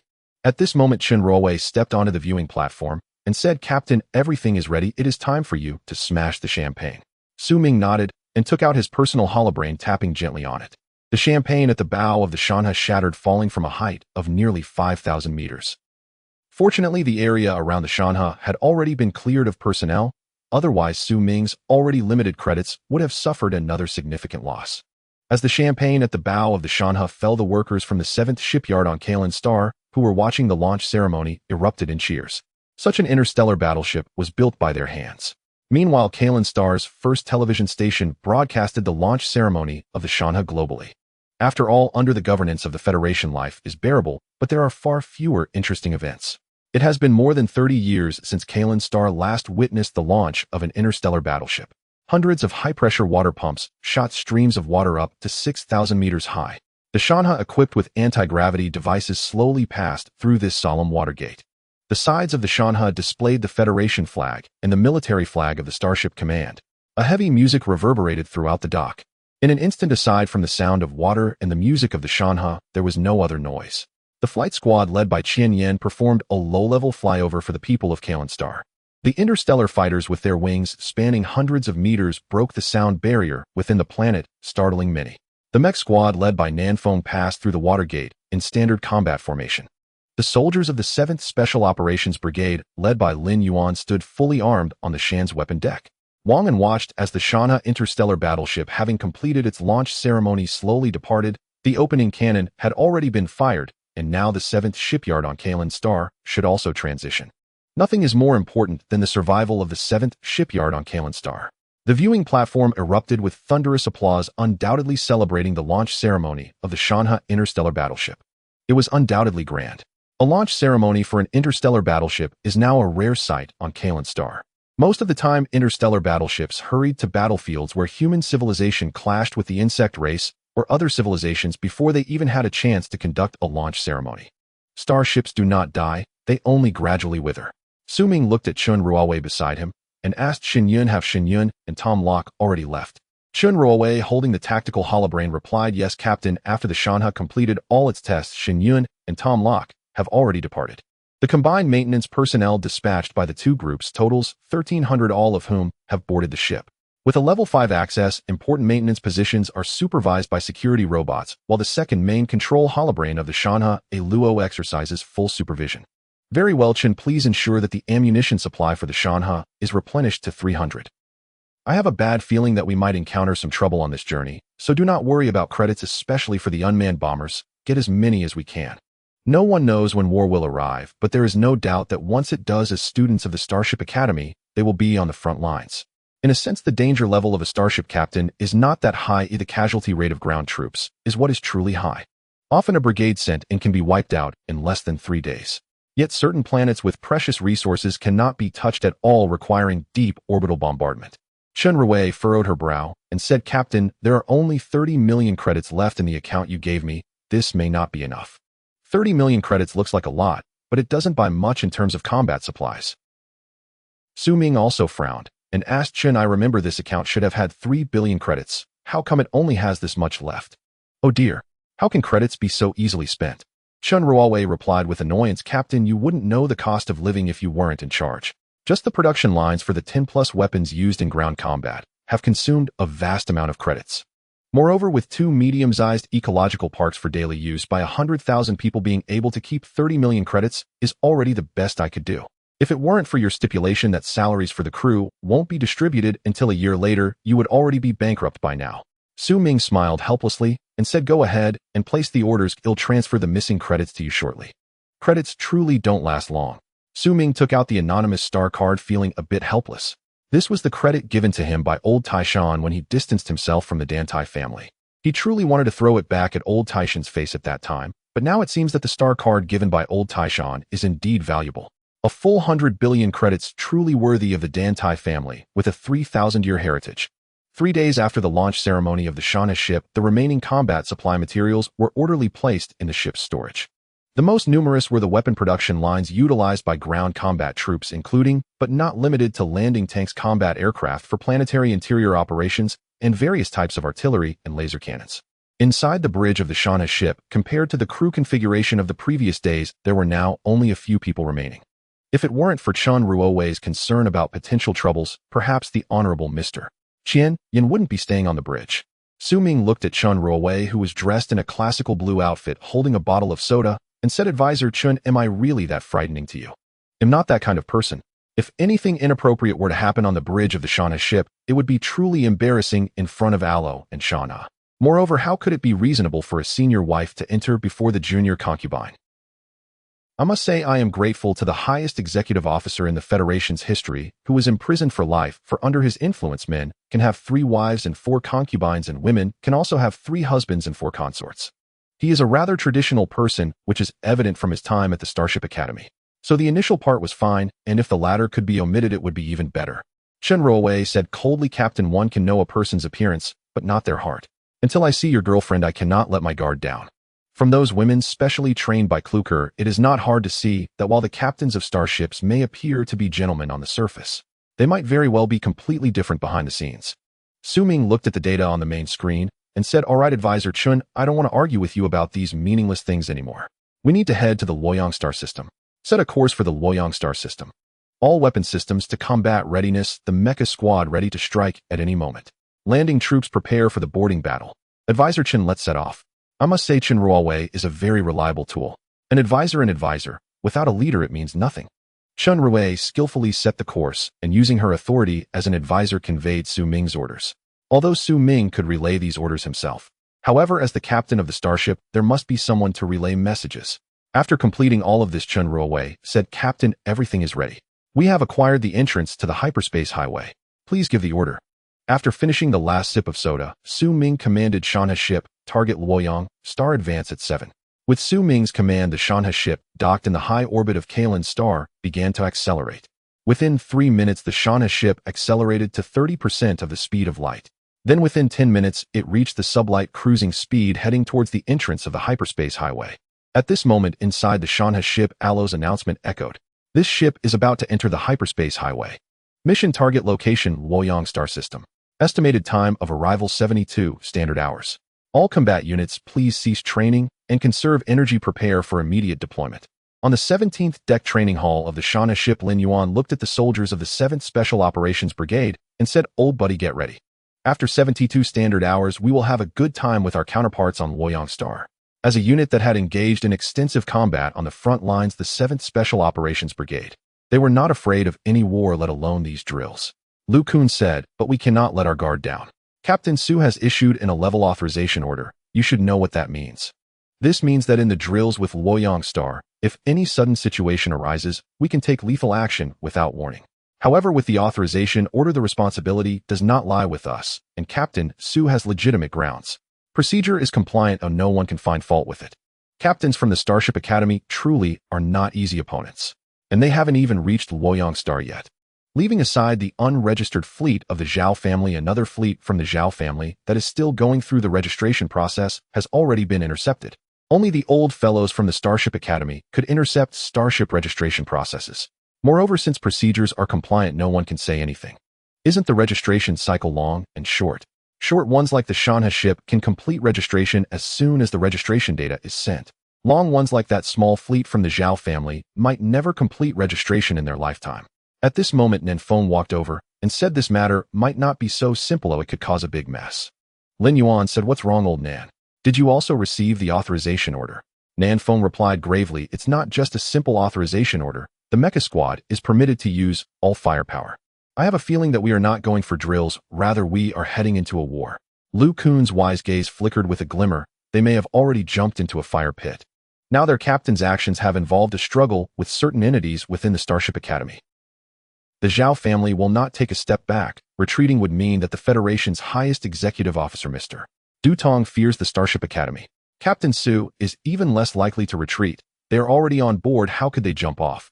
Lin Yuan calmly said, "Old Lu, don't worry too much. Things haven't gotten to that point yet.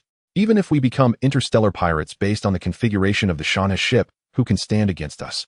If it comes to that, I might just make a name for myself in the annals of Federation history. There has never been a record of anyone piloting a star-class battleship as an interstellar pirate in the history of the Federation." Nanfeng smiled and said, "That's not wrong. It would definitely be thrilling and exhilarating. Regardless, we must be fully prepared to prevent any sudden situations. We must be ready for everything. It's time to distribute ammunition." The statement about distributing ammunition already indicates something. Nanfeng was somewhat puzzled by its meaning, but Lin Yuan, as the military commander of the 7th Special Operations Brigade, understood very well what it implied. Lin Yuan said solemnly, "We should go to Captain Su and submit a request. It's time to activate the cold fusion device. Before reaching the outskirts of the Luoyang Star system, we must launch the cold fusion tactical missiles. Such a wealthy battle I have never experienced in 8 lifetimes." In the Luoyang Star system, above the main star Luoyang Star, 3 Zukla-class cruisers belonging to the Luoyang Star Defense Fleet slowly dock in orbit. The Zukla-class cruiser, measuring 3 kilometers in length and over 700 meters in width with a height of 500 meters, has a remarkably elongated shape. However, no one dares to underestimate the combat power of the Zukla-class interstellar cruiser. As the longest-serving interstellar cruiser in the Federation, the Zukla-class cruiser can be described as resilient in its old age. The remaining 10 standard interstellar destroyers are stationed in low orbit inside the flagship of the Luoyang Star Defense Fleet, the Jianxiao. Fleet Commander Colonel Su Ming looked at the task report on his holographic device with a helpless expression, turning to his chief of staff and saying, "This is a hassle. The task report states that our mission for this drill is to intercept an interstellar battleship. Moreover, the higher-ups did not specify the exact landing point of this star-class battleship." In Su Ming's view, the higher-ups were completely making a mess of things this time. The Zukla-class interstellar cruiser indeed has formidable capabilities. However, against an interstellar battleship, the firepower of the Zukla class is hardly sufficient. He couldn't help but wonder which fool came up with such dirty tactics, having been reassigned to the defense fleet. Did they really think Yifeng had no temper? Since they intended to sound the alarm at the Federation's defense command, why must it start with him? Chief of Staff Ouyang Lei asked, "What if we can't stop it? At that point, what should we do?" "I can't stop it." Su Ming replied helplessly. "At that time, it will simply be the fall of the entire Luoyang Star, and the capital of Luoyang Star will be breached. The planetary governor of Luoyang Star will become a prisoner, which would be a tremendous disgrace. I order the entire fleet to navigate near the main route of Luoyang Star, with each destroyer utilizing the asteroid belt for staggered positioning, engaging in step-by-step resistance. I will personally lead the flagship to launch a desperate charge against the interstellar battleship. With their strength, attempting to intercept an interstellar battleship is akin to a fool's dream. However, with the interstellar battleship about to attack Luoyang Star, as the commander of the defense fleet, he had to do something. Ouyang Lei saluted, saying, "Commander, I will accompany the fleet and charge with you. Even if we are sunk in battle, we must let the captain of that interstellar battleship know that the Federation's Luoyang Star defense fleet still has warships capable of fighting. It is necessary to have a thorough defeat to rouse the long-dormant defense fleet. Since no one else is willing to take on such a task, we, the Luoyang Star defense fleet, are willing to take the lead for the sake of the world." Su Ming looked at the countdown on the battleship's main screen and said, "There are 3 standard hours left. Oh, prepare quickly." Additionally, in the name of the Federation's Luoyang Star Defense Fleet Command, issue an emergency evacuation order and inform the planetary governor that war has arrived. Since the higher-ups have decided to conduct this drill in a serious manner, the commander of this defense fleet naturally must help uphold the situation. Inside the bridge, the other crew members did not dare to breathe. Who would have thought that such a brutal drill would be looming over them? Usually it was just a matter of you launching a fighter and I launching an escort, right? How come this time it has turned serious? The fire control officer said, "Commander, the weapon systems are online, charged as per the drill at 100% power. The shields are up and all closed defense weapons are activated." Su Ming held a bottle of soda and said, "The entire fleet advance in a wedge-shaped attack formation centered around the flagship. Once the enemy's interstellar battleship is spotted, fire immediately without waiting for orders." In a sense, they still had some advantages. After all, they were waiting at ease. But the opponent was an interstellar battleship, and they absolutely could not let their guard down. If this were not a drill but a real war, they should already be on the brink of being sunk. Because if it were a real war, they could not predict when the interstellar battleship would arrive at the Luoyang Star system. The Luoyang Star defense fleet operates at full power. Even the escort vessels are fully mobilized, and interstellar fighters are patrolling in outer space. On the surface of Luoyang Star, in the capital within Luoyang State, suddenly the air raid sirens blared throughout Luoyang State, causing some elderly individuals to listen to the sirens ringing in their ears. The thoughts of those elderly seemed to drift back 200 years. At that time, the war between the Federation and the insect race had not yet ended, and war drills were frequently conducted on Luoyang Star. However, Luoyang Star now has not conducted a drill in years. On the massive projection screen, the spokesperson of Luoyang Star's first television station said with a grave expression, "According to the Luoyang Star System Defense Fleet Command, an unidentified interstellar battleship is about to enter the Luoyang Star system. Citizens, please orderly enter the shelters below for refuge. This is not a drill, this is a highest-level warning. Due to an error by the Luoyang Star System Defense Fleet, the situation is somewhat beyond expectations." However, with only 30 million people residing on Luoyang Star, and with the promotion of constructing personal underground shelters, there were no incidents of stampedes after the announcement. In Luoyang State, in the largest villa area at the foot of Qingyun Mountain, in the Yunshui No. 1 courtyard, "Miss, there are enemies invading the periphery of Luoyang Star. Please evacuate Luoyang Star as soon as possible. The Zhao family has a spaceship at the first spaceport of Luoyang Star." An elderly woman said, looking at the extraordinary woman seated before the Guqin. The extraordinary woman glanced at the elderly lady and said, "Aunt Fong, how many credit points did the Zhao family give you? Is the amount from the Dantai family not enough? Do you know the consequences of doing this?" Aunt Fang's lips trembled as she said this. "This is also the master's intention. Oh, just forget about that person. That one from the Zhao family is not inferior to that young man in any way. As a servant of the Dantai family, she naturally dared not betray them, but her young lattice engagement with someone from the Zhao family meant they were not exactly outsiders." Dantai Yunyan coldly snorted, "Then, Aunt Fong, you can stop following me. Su Ming won't like someone like you." Regardless of how loyal Aunt Fong had been in the past, once she was disloyal, there was no need for her anymore. Moreover, the person she liked was certainly 1,000 times better than the waste from the Zhao family. Aunt Fong said with a serious expression, "But now Luoyang Star is already unsafe. How can you continue to stay in such a perilous place?" Dantai Yunyan replied, while playing an ancient tune on the Guqin, "Aunt Fong, it's just a drill. I just wonder which member of the Federation is coming. You don't have enough authority, so naturally you won't have access to such information."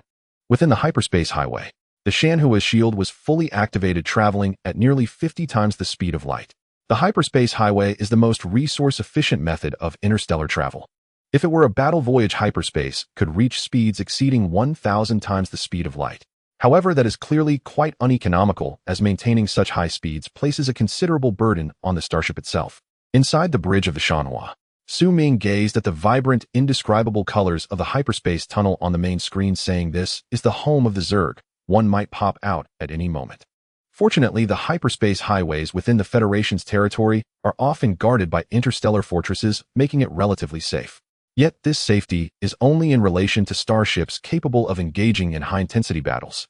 Civilian-grade starships generally prefer to use warp travel. After all, no one knows if a Zerg might suddenly appear while traversing the hyperspace highway. Chun Ruwei held a cup of coffee, savoring it, but even the Federation doesn't know which civilization established the hyperspace highways.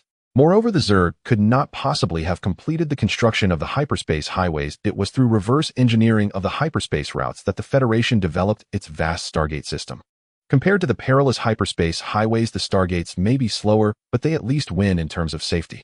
Qian Yin remarked, Chief Chin, the tolls for using the Stargates are charged based on the size of the vessel. For merchants traveling through the universe, if they use the Stargates, they end up giving all their earned credit points to the Federation throughout the year. She has relatives engaged in small businesses, but unfortunately, they often have to take risks by using the hyperspace routes. If they could have an interstellar battleship escort, they could save a considerable amount of money on each trip. However, those who did not graduate from the Starship Academy's command department had no opportunity to purchase a starship in the short term. Su Ming looked at the countdown on the main screen and said, Chief Chin, perhaps from your perspective, using the Stargates doesn't cost much in credit points, but for small businesses that represents their entire profit for a trip. Even within the Federation, some call it a living while others can only call it survival.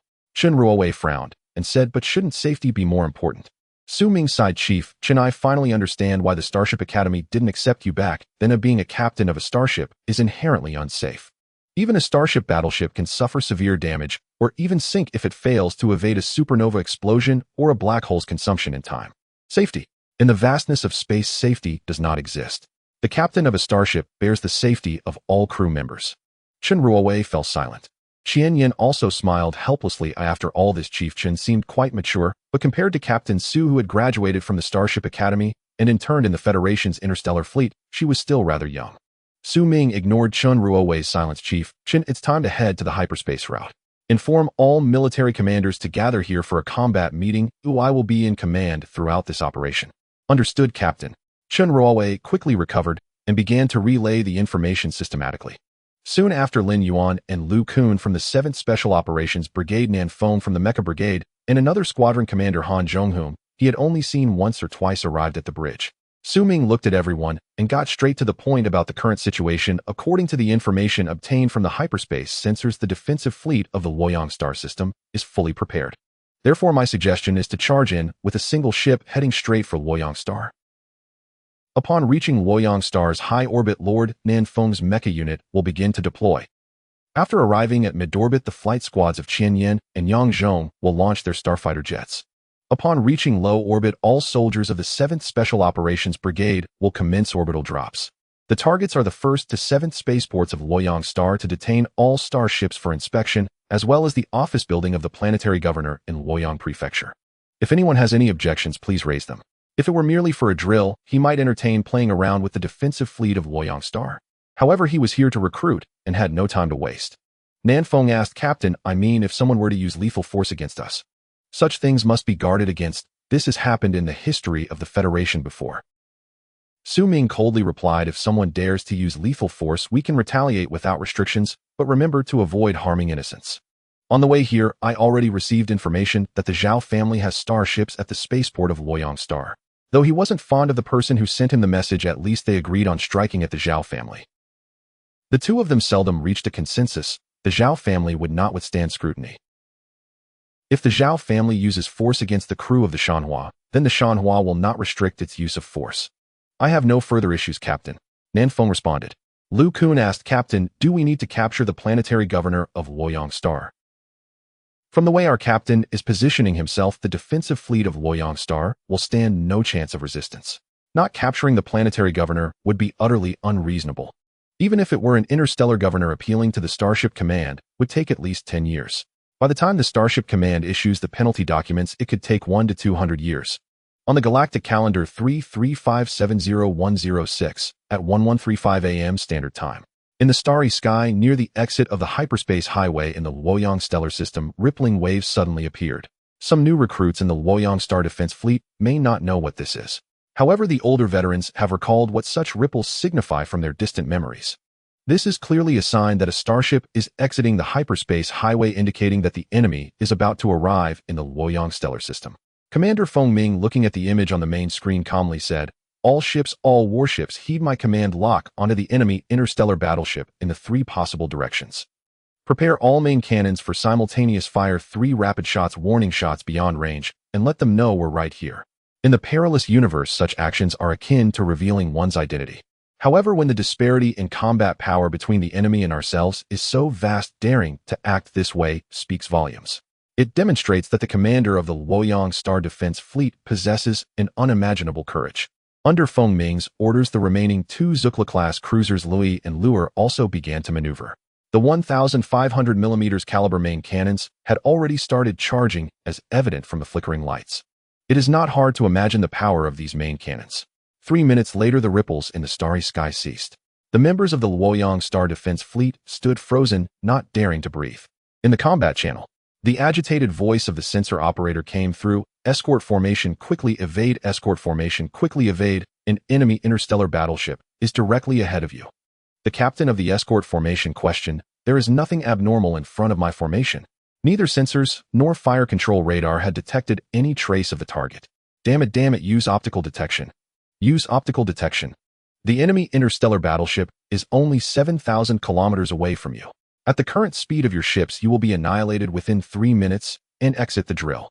An experienced observer who had previously participated in the battle against the Zerg chose not to use those flashy observation instruments.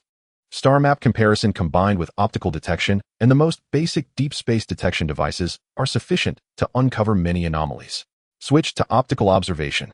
The captain of the escort formation quickly switched to optical observation mode without hesitation. However, this was not the main concern. He had seen interstellar battleships before, but had never encountered them at such close range.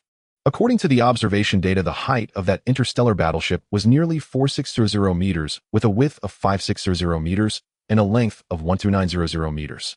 Even their flagship would seem like a small dinghy next to the enemy's interstellar battleship. "Everyone please pay attention. Immediately withdraw from the highway, clear the line of sight for the rear fleet, and upload the attack coordinates." Understood. With the clumsy cooperation of the entire Luoyang Star Defense Fleet, 3 minutes after the Shanha ship exited the hyperspace highway, the fleet's 3 Zukla-class interstellar cruisers began the first round of bombardment. Though this was a training exercise, the data obtained from the simulation software used by both sides would be analyzed and uploaded to the Starship Command. Inside the bridge of the Luoyang ship, Chief of Staff Ouyang Lei said, "Commander, there is no need to worry so much. Our first round of bombardment is quite accurate. Perhaps the enemy's interstellar battleship hasn't even noticed us yet. They were fighting on their home turf after all, which provided them with a significant advantage. Additionally, with some stealth measures, it is quite normal not to be detected." However, Su Ming's expression was unusually grave. "The enemy has already detected us in hyperspace, though our communications may have been suppressed."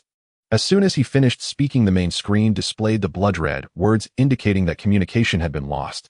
Ouyang Lei was somewhat at a loss, as they clearly had the advantage. Su Ming stood up dejectedly and said, "Our ships are outdated and our soldiers are old. We cannot withstand a battle." Ouyang dispatched the interstellar fighters back to Luoyang Star and informed the planetary governor to prepare for capture. "Now I must go to the front lines." The front line of the starship is the enemy's most advanced position, located in the main control room outside the ship. It is usually used to confuse the enemy or command operations in cases of significant advantage.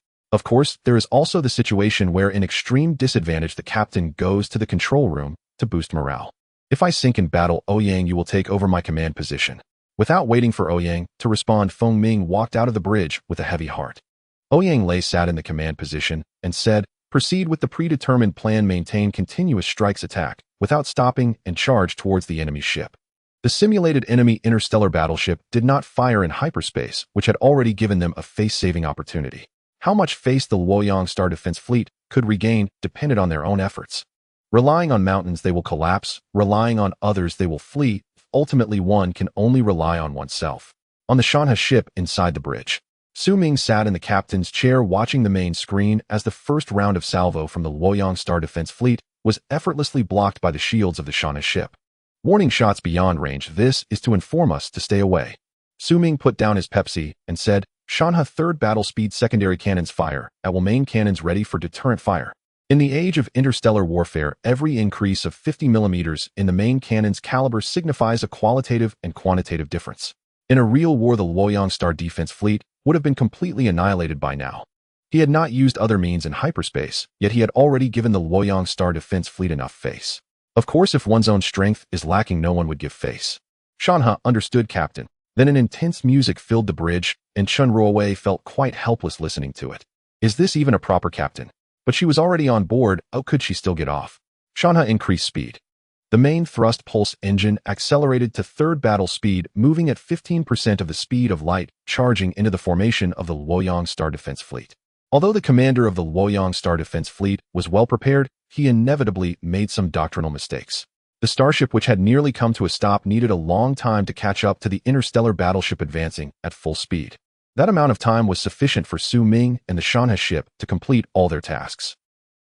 In the outer region of the Luoyang Star System, in the main control room of the flagship Luoyang of the Luoyang Star Defense Fleet, Feng Ming watched as the interstellar battleship swiftly crossed the interception line at third combat speed, feeling desolate. What happened to the promised drill? Why is there such a lack of martial ethics? Can't we spread out and have a proper battle? I command the entire fleet to turn and advance at second combat speed, intercept in conjunction with the destroyer fleet. The actions of the enemy's interstellar battleship have already exceeded their expectations prior to the drill. Now all they could do was to quickly catch up with that interstellar battleship moving at third combat speed, otherwise the Luoyang Star Defense Fleet would lose face this time. With Feng Ming's orders transmitted, the 3 Zukla-class destroyers of the Luoyang Star Defense Fleet quickly completed their turn and closely pursued the Shanha. Moreover, the main cannons fired continuously. However, the firepower of the Zukla-class interstellar cruisers was simply too weak against the shields of the Shanha. According to the drill software's assessment, the effective power of the shields had not even dropped by 0.1. Shanha. Inside the bridge, Su Ming looked at the data displayed on the main screen and said, "The commander of the Luoyang Star Defense Fleet is quite decent. Too bad we don't have time to play with them anymore. Drilling for battle, not for show. Advisor Chen, take your fire control position and take out the 2 Zukla-class cruisers opposite. Leave the flagship of the Luoyang Star Defense Fleet. Even if this was just a trivial drill, it must be treated as a real battle. Otherwise, if the Luoyang Star Defense Fleet was dispatched to the front lines to fight the insectoids, they would face complete annihilation in their first battle." As for Feng Ming of the Luoyang Star Defense Fleet, he may be quite clever, but on the battlefield it's uncertain how capable he truly is. Even though the interstellar war between the Federation and the insectoids had eased on the front lines where they faced each other, small-scale skirmishes still occurred daily. Compared to large-scale battles, although they were smaller, they were equally tragic. In fact, in terms of intensity and ferocity, they often exceeded that of large-scale conflicts. Chun Ruowei glanced at Su Ming before taking her seat in the fire control officer's position, beginning the preparations for targeting and firing the main cannon with the cooperation of the Shanha. Moments later, the 15 quintuple-barreled 2,850 main cannons on the Shanha began firing. The scorching beams were instantaneously shot across 7,000 kilometers. Drills can only use pure energy for illumination. In a real battlefield environment, other materials would be added. The true power of the starship's main cannon lies in the combination of multiple materials. The attack range of starships varies from at least 70,000 kilometers to up to 700,000 kilometers. If using an interstellar electromagnetic cannon for long-range strikes, it can target objects several light years away. However, that requires a long acceleration time, and using warp torpedoes, the attack range may vary. The main cannon is the primary weapon for starships, effective within 500,000 kilometers. 7,000 kilometers can be reached in the blink of an eye. Inside the main control room of the flagship Luoyang of the Luoyang Star Defense Fleet, a hurried voice from the main control computer reported, "The Luoyang Star Defense Fleet, Luoyang No. 1 battleship has sunk. Luoyang No. 2 battleship has sunk. The Interstellar Command and the Drill Command Center have determined that Luoyang No. 1 and Luoyang No. 2 have exited the drill." Feng Ming flipped his hat backwards and said, "Luoyang, first combat speed, full speed ahead. We must intercept the enemy battleship before it enters Luoyang Star." Actually, at this point in the drill, he could have withdrawn from the battle. However, for the dignity of the Luoyang Star Defense Fleet, as the commander, he could not shy away from battle. The tactical proficiency of the defense fleet may be lacking, but they would never shy away from combat. As the Luoyang entered first combat speed, the speeds of Luoyang and Shanha gradually closed in. 50 seconds later, the flagship Luoyang of the Luoyang Star Defense Fleet finally caught up with the Shanha. However, compared to the massive size of the Shanha, the Luoyang, an interstellar cruiser, appeared quite diminutive. Inside the bridge of the Shanha, Acting Fire Control Officer Chen Ruowei looked at the split-screen light signals displayed on the main screen and said, "Captain, the flagship Luoyang of the Luoyang Star Defense Fleet has sent a light signal. Our ship has raised the Z flag requesting a decisive battle." On the main screen of the bridge, the appearance of the Luoyang was displayed, and the symbol of the Z flag had already appeared at the left side of the Luoyang.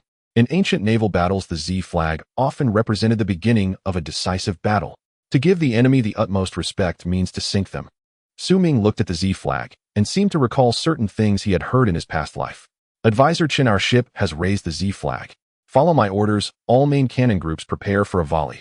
He gave the commander of the Luoyang Star Defense Fleet, Feng Ming, the utmost respect by sinking him with a volley from an interstellar battleship. The main cannon of the Shanha began to turn, and then a torrent of light beams precision struck the flagship Luoyang of the Luoyang Star Defense Fleet from a distance of 1,000 kilometers. In the main control room on the top deck of the Luoyang, Feng Ming, feeling a sense of relief, lit a cigar and began to smoke. The swirling smoke made it clear that he was smiling. He had completed his task, the rest depended on the ground forces. Meanwhile, the planetary governor received the news. He also promptly summoned the military commanders of the Luoyang Star Defense Brigade. Inside the residence of the Luoyang Star Governor, the planetary governor Gongsun Sun learned that it was a drill and looked at the rotund commander of the Luoyang Star Defense Brigade. Gongsun Sun said, "According to the information received, this is a drill. There was a transmission error on the part of the Luoyang Star Defense Fleet earlier. However, Lord Wu Eriang, do your subordinates have the capability to defend the capital of Luoyang State? Even if this is just a drill, he absolutely cannot be captured. As a planetary governor, to enter the Federal Assembly and become a star domain senator, one must have a flawless record. However, being captured in such a large-scale drill would be a tremendous disgrace on his record. Damn, the Interstellar Command, such a big move, and they didn't even notify us first." Wu Eriang, who rose from the front lines and had struggled for decades to reach the position of commander of the Luoyang Star Defense Brigade, said nervously, "Governor, if you don't want to be captured, you should leave quickly, otherwise you won't be able to escape later. Expecting the ground forces to intercept the enemy that the fleet couldn't stop is akin to dreaming. If it were possible, the Mobile Command would have long since suppressed the Starship Command. Unfortunately, the Starship Command remains high and mighty, while the Mobile Command seems more like a servant to the Starship Command." Gongsun Sun questioned, "What about you, Brigade Commander Wu? Do you have any battle plans?" Wu Eriang calmly puffed on his cigar and replied with a smile, "At this point, what battle plans are left? Only to fight to the death." Then Wu Eriang left with his adjutant. Inside the planetary governor's residence, the sound of furious shouting echoed. In the high orbit of Luoyang Star, 600 mechs from the mech detachment began landing from high orbit in the Luoyang Star. The signal jamming device on the Shanha also operated at full power, and within just a few minutes it had used technology to block the communication capabilities of Luoyang Star. Instantly, Luoyang Star returned to the ancient world before Marconis era. For the citizens of the Federation, losing communication truly meant losing everything.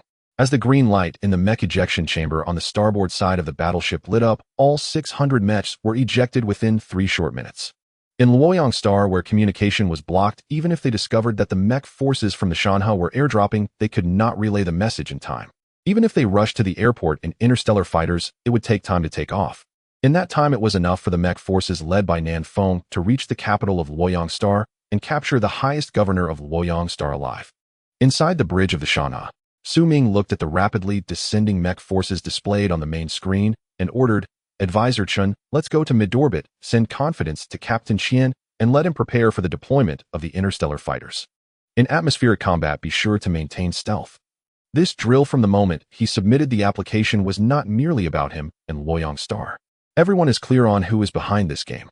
However, fortunately in this game, among the big players, he is just a blade. A blade to awaken the defense fleet, which is outnumbered by the starships, but equipped with sufficient biological robots. The defense fleet is capable of expanding rapidly in a short time. He seems to smell the smoke of war. Chen Ruowei nodded and said, "Understood, Captain. The Shanha is descending to mid-orbit of Luoyang Star and has informed Captain Qian." From the outside, the bow of the Shanha tilted down at least 30 degrees. The pulse engines have begun operating, and the scorching pulse jets are blasting towards the enemy several kilometers away. In the orbit of Luoyang Star, hundreds of interstellar fighter jets from the flight squadron, along with tens of thousands of unmanned interstellar fighter jets attached to the formation, were launched. The Shanha arrived at a low orbit above Luoyang Star. Through optical detection methods, the information and images were transmitted back to Su Ming and Chen Ruowei, who were situated on the bridge of the Shanha. The biological robot assisting in navigation also clearly displayed the distinct images of Luoyang Star's surface. At this moment, Lin Yuan, who was preparing for an orbital drop, connected to the ship's communications. On the main screen, Lin Yuan said, "Captain, you should devise a code name for this operation, as it is a tradition of the mobile troops. Generally, such code names are determined by the starship's captain. This is unavoidable, as often mobile troops find themselves deep in enemy territory. Without a starship to retrieve them, the mobile troops would surely perish." Seated in the captain's chair sipping his Pepsi, Su Ming gazed at the map of Luoyang Star displayed on the main screen and declared, "My mistake. I hereby order that this operation be codenamed Strike into Luoyang Prefecture, capture the governor alive." On the main screen, a mysterious smile appeared on Lin Yuan's face as he repeated the code name Strike into Luoyang Prefecture, capture the governor alive. Lin Yuan then cut the line and began waiting for the optimal drop trajectory. Compared to the orbital space of interstellar mechs and fighter jets, the orbital drop of the mobile troops was undoubtedly much more perilous. A slight miscalculation in the angle during the orbital drop could result in a deviation of over 100 kilometers upon reaching the surface. Inside the bridge of the Shanha, Su Ming was getting into the zone completely unburdened by his previous casual demeanor. Even though he had lived 2 lives, he had never personally commanded such a large operation. To say he wasn't excited would be a lie. However, as the captain of a starship, he couldn't let his fellow crew members see his excitement. He had to remain composed. "Captain, based on optical and combat radar observations, signs of combat aircraft taking off from the surface of Luoyang Star have been detected," reported the biological robot Shanha. Su Ming looked at the images synchronously displayed on the main screen and commanded sync the data link to the flight squadron, instructing them to eliminate these combat aircraft and ensure a clear path for the 7th Special Operations Brigade's orbital drop. Undoubtedly, the ground forces were crucial at all times. In ancient times, even when warfare was hardly related to ground forces, various nations still maintained a significant number of them. Let alone in the era of the Federation, the mobile troops continued to uphold peace across various star domains. Shanha replied, "Understood, Captain." The data link was being sent and the combat orders were being updated synchronously. All remaining orders related to the Shanha were being sent by Shanha prior to Alo's update. The firepower of the Shanha was not even close to being fully operational. Chen Roe asked, "Captain, why do you insist on capturing the governor of Luoyang Star as a prisoner when the Shanha has already achieved a great victory in this exercise?" She was perplexed, as there was no need to unnecessarily offend a planetary governor. Su Ming thought of that loathsome old Taishan and said, "There are so many reasons. If you want to capture someone, you simply capture them. Even members of the Star Domain Assembly and cadets from the Starship Academy have taken prisoners during exercises. This is just the beginning." As a captain hailing from the Starship Academy, he believed that his starship had to be large, and its main cannon needed to be a giant cannon. Large ships and giant cannons were the romance of men. This was the Starship Academy, where countless bloody lessons over the years had earned them this truth. Yet many people refused to believe it for various reasons. The development of interstellar cruisers continued, with some cruisers surpassing battleships in size. However, in terms of tonnage, they couldn't match the battleships. As for how far the tonnage has truly reached, it is likely that there have been kickbacks involved. In the Federation, this has almost formed an industrial chain. Building 1 battleship allows for the construction of 2 cruisers while receiving substantial kickbacks. Coupled with the policies promoted by the Honorable Du, it has led to a distortion in shipbuilding over the past few decades. One cannot be indifferent to governance if they are not in that position. As for Su, he could only vent a few words on the interstellar internet.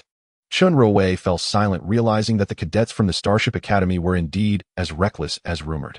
Had the captain been from the Starsea University, he would have likely gone to apologize to the interstellar governor of Luoyang Star by now. The bottom hatch of the Shanha slowly opened. A series of landing boats, each 30 meters long, 6 meters wide, and 4 meters high, were ready to deploy. Once the hatch opened, the control screens of the landing boats immediately pressed the launch button. Along the electromagnetic slide rails, the landing boats, specifically designed for orbital drops, were directly released into low orbit. In just 4 to 5 minutes, the 4 hatches of the Shanha designed for orbital drops delivered the entire 7th Special Operations Brigade, nearly 7,000 personnel down. After a period of gliding, the thrusters of nearly 200 landing boats ignited, heading towards Luoyang Prefecture, the capital of Luoyang Star. Lin Yuan, also seated in the heavily shaking landing boat, activated the combat channel.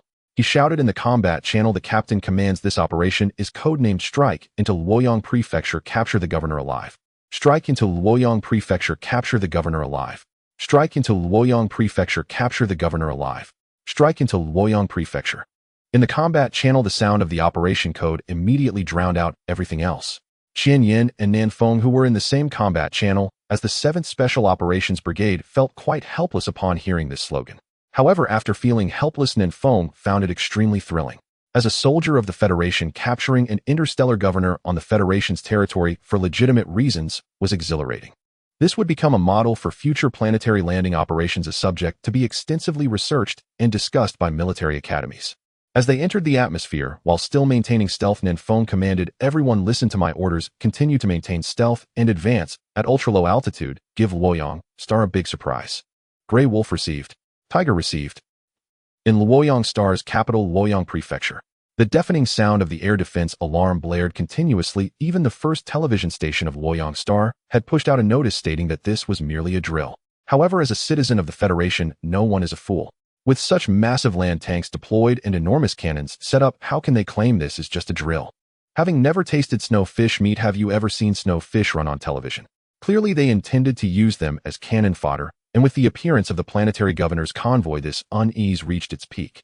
So much so that after much difficulty, the interstellar governor, who had just managed to exit the urban area, was blocked back by the furious citizens. Facing these citizens adorned with rows of medals, even an interstellar governor must retreat. Meanwhile, in the northern district of Luoyang Prefecture, at the admissions office of the Starship Academy, Sun Daqiang, responsible for the admissions, looked at the message sent by the director Chen Xuanming on his personal holographic device and said, "Damn it, all these fools using orbital drops with stealth. Their tactics are dirty. They intend to capture the interstellar governor as well." As a teacher at the Starship Academy, Sun Daqiang believed he had personally participated in numerous fleet drills of the Federation. Even in planetary offensive and defensive operations, there had been dozens of instances, but in every case both sides had exchanged tests multiple times. They gave each other face, proving that winning was not easy and losing was due to other reasons before things truly began. But evidently Chen Xuanming's disciple had no intention of following the usual protocols. Meanwhile, Shen Yin, who had accompanied Sun Daqiang, anxiously asked, "Teacher Sun, aren't you worried? I saw on the Wandu forum that this time it is very likely a premeditated ambush by the Zerg. Should we relocate these over 3,000 new students?" For Shen Yin, who had just entered the Starship Academy through connections, encountering such a major event on her first recruitment outing was overwhelming. Thus, this slender young lady Shen felt an inexplicable sense of panic. "Yes, Teacher Sun Xiaoshan is right, we really should relocate." The deputy director of security responsible for the safety of the new students also expressed concern. After all, among these new students, except for a few top scholars, most were the true descendants of the Federation's heroes. Most of their parents had died on the battlefield against the Zerg. Sun Daqiang stated, "You go tell the students those who want to stay can stay, and those who want to relocate can follow you."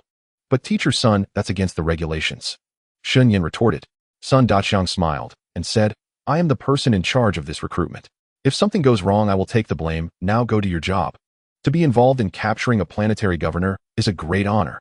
It all depends on whether these new students can handle it.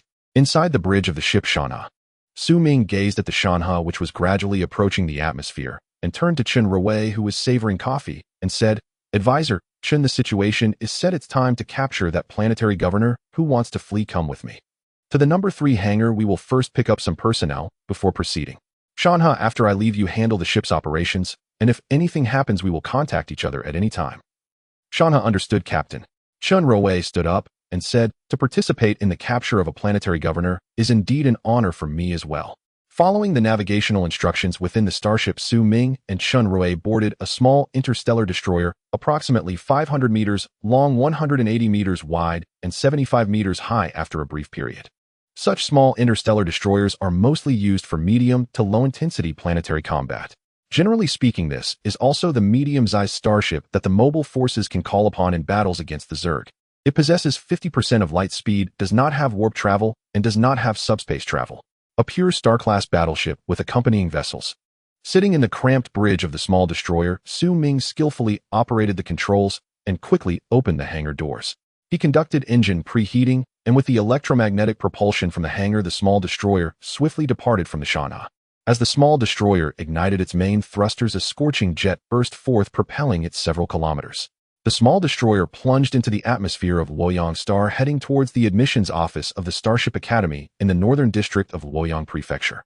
At this very moment, at the admissions office of the Starship Academy located in the northern district of Luoyang Prefecture, even without optical observation, one could see a large object descending towards their location with the naked eye. Having initially intended to persuade Sun Daqiang again, Shen Yin was now completely flustered. The Zerg were already attacking, and they were still claiming everything was fine. Teacher Sun, let's evacuate quickly. If we don't, we might end up getting crushed. Sun Daqiang, however, stood calmly on the high platform, his face showing no signs of panic. He was enjoying the adoring gazes of these new students unperturbed even as a mountain collapsed before him. However, as the object grew larger, Sun Daqiang began to lose his composure. Why isn't it slowing down? It's about to crash. Finally, when it was just 3 kilometers from the ground, the small destroyer completed its deceleration. It then slowly descended to the ground, at which point Shun Yin finally breathed a sigh of relief. She gently patted her constantly thumping chest. Su Ming stepped out of the hatch and shouted into the distance. Old Sun, I'm here to pick you up. Hurry up, we still need to go catch someone. Taking these new students from the Starship Academy to experience what it means to be part of the CERT program is quite a remarkable thing. At least it teaches them how to conduct captures in such drills in the future. Old Sun looked at the sweating Shun Yin beside him and said, I told you there's no problem, but you didn't believe me. This is just a joint drill between the graduates of the Starship Academy and the Luoyang Star Defense Fleet. It's only a bit too realistic. Then Old Sun turned to the 300 new students remaining there and said, little brats, your senior brother is giving you face to take you to catch the planetary governor, but you all have to get on the ship. The cargo bay doors of the small destroyer opened directly, and under Old Sun's lead, over 300 people boarded the ship within 3 minutes. The small destroyer then took off again, heading straight for the planetary governor's location. The new students were even more excited, having just enrolled and already participating in such a major event. What could be more exhilarating than personally capturing a planetary governor? This is the most thrilling thing, isn't it? In the past half hour, the 1st to 7th spaceports of Luoyang Star have all fallen. The garrison fleet of Luoyang Star has all been sunk and the drills have been aborted. The ground forces of Luoyang Star have suffered over 80% casualties, yet the garrison brigade commander, His Excellency Sun Aryang, continues to organize the fight. The convoy of the planetary governor of Luoyang Star in the western region of Luoyang Prefecture came to a halt once again. Gong Sun Sun looked at the halted convoy and said, Secretary Zhang, go check what happened ahead. Why have we stopped again? Zhang, sitting in the passenger seat, nodded and opened the car door, preparing to see what was happening ahead. But upon looking, he was nearly scared to death by what he saw, having served as secretary for over a decade at the governor's residence of Luoyang Star. He saw Sun Laosher, who had been drinking with their excellency at the governor's residence a few days ago, now clad in full combat armor, leading a ragtag group of several hundred people who had already surrounded them. Secretary Zhang hurried back to the hover vehicle, trembling as he reported to His Excellency Gong Sun, not good, Governor. We are surrounded. Holding a laser gun, they approached. This was indeed a siege. Meanwhile, a blinding light also shone on the hover vehicle where Gong Sun was located. Inside the small interstellar destroyer, Su Ming looked at the activated searchlight and announced over the ship's speakers, Honorable Planetary Governor, according to the regulations of the Interstellar Fleet Command's drills, you are now under arrest. Next, please do not resist, or we will be forced to take non-lethal measures. Subsequently, the battle robots aboard the small interstellar destroyer rushed forward, each armed with a laser gun. Compared to that group of new recruits, he preferred to trust these reliable battle robots. In fact, it has been proven that even though the Federation has developed AI technology to its peak, it cannot create true life. Thus, bringing him to this era, a Luo, is indeed a special case. This is also why he needed his own interstellar battleship. Only the main control center cluster of the interstellar ship could provide enough protection for a Luo. As for that planetary governor, he had given enough face. If he arrested someone personally, it would truly mean he was utterly ruthless. Over there, Sun Daqiang lifted the visor of his combat armor, holding a cigar in his mouth and a laser gun in his right hand, as he pried open the window of the hover vehicle, smiling, as he said, I say, Gong Sun, don't stay in the car. Today, I'll show you the world. Sitting inside the hover vehicle, Gong Sun displayed an expression of mixed feelings between laughter and tears. As the governor of a habitable planet in the Federation, he had seen his fair share of the world. Instead, he hoped that Sun Daqiang was joking or things could truly escalate. Gong Sun said, it seems this is indeed the work of your Starship Academy. Now my Star Systems counselor is most likely in trouble. The captains from the Starship Academy were all a bunch of reckless men.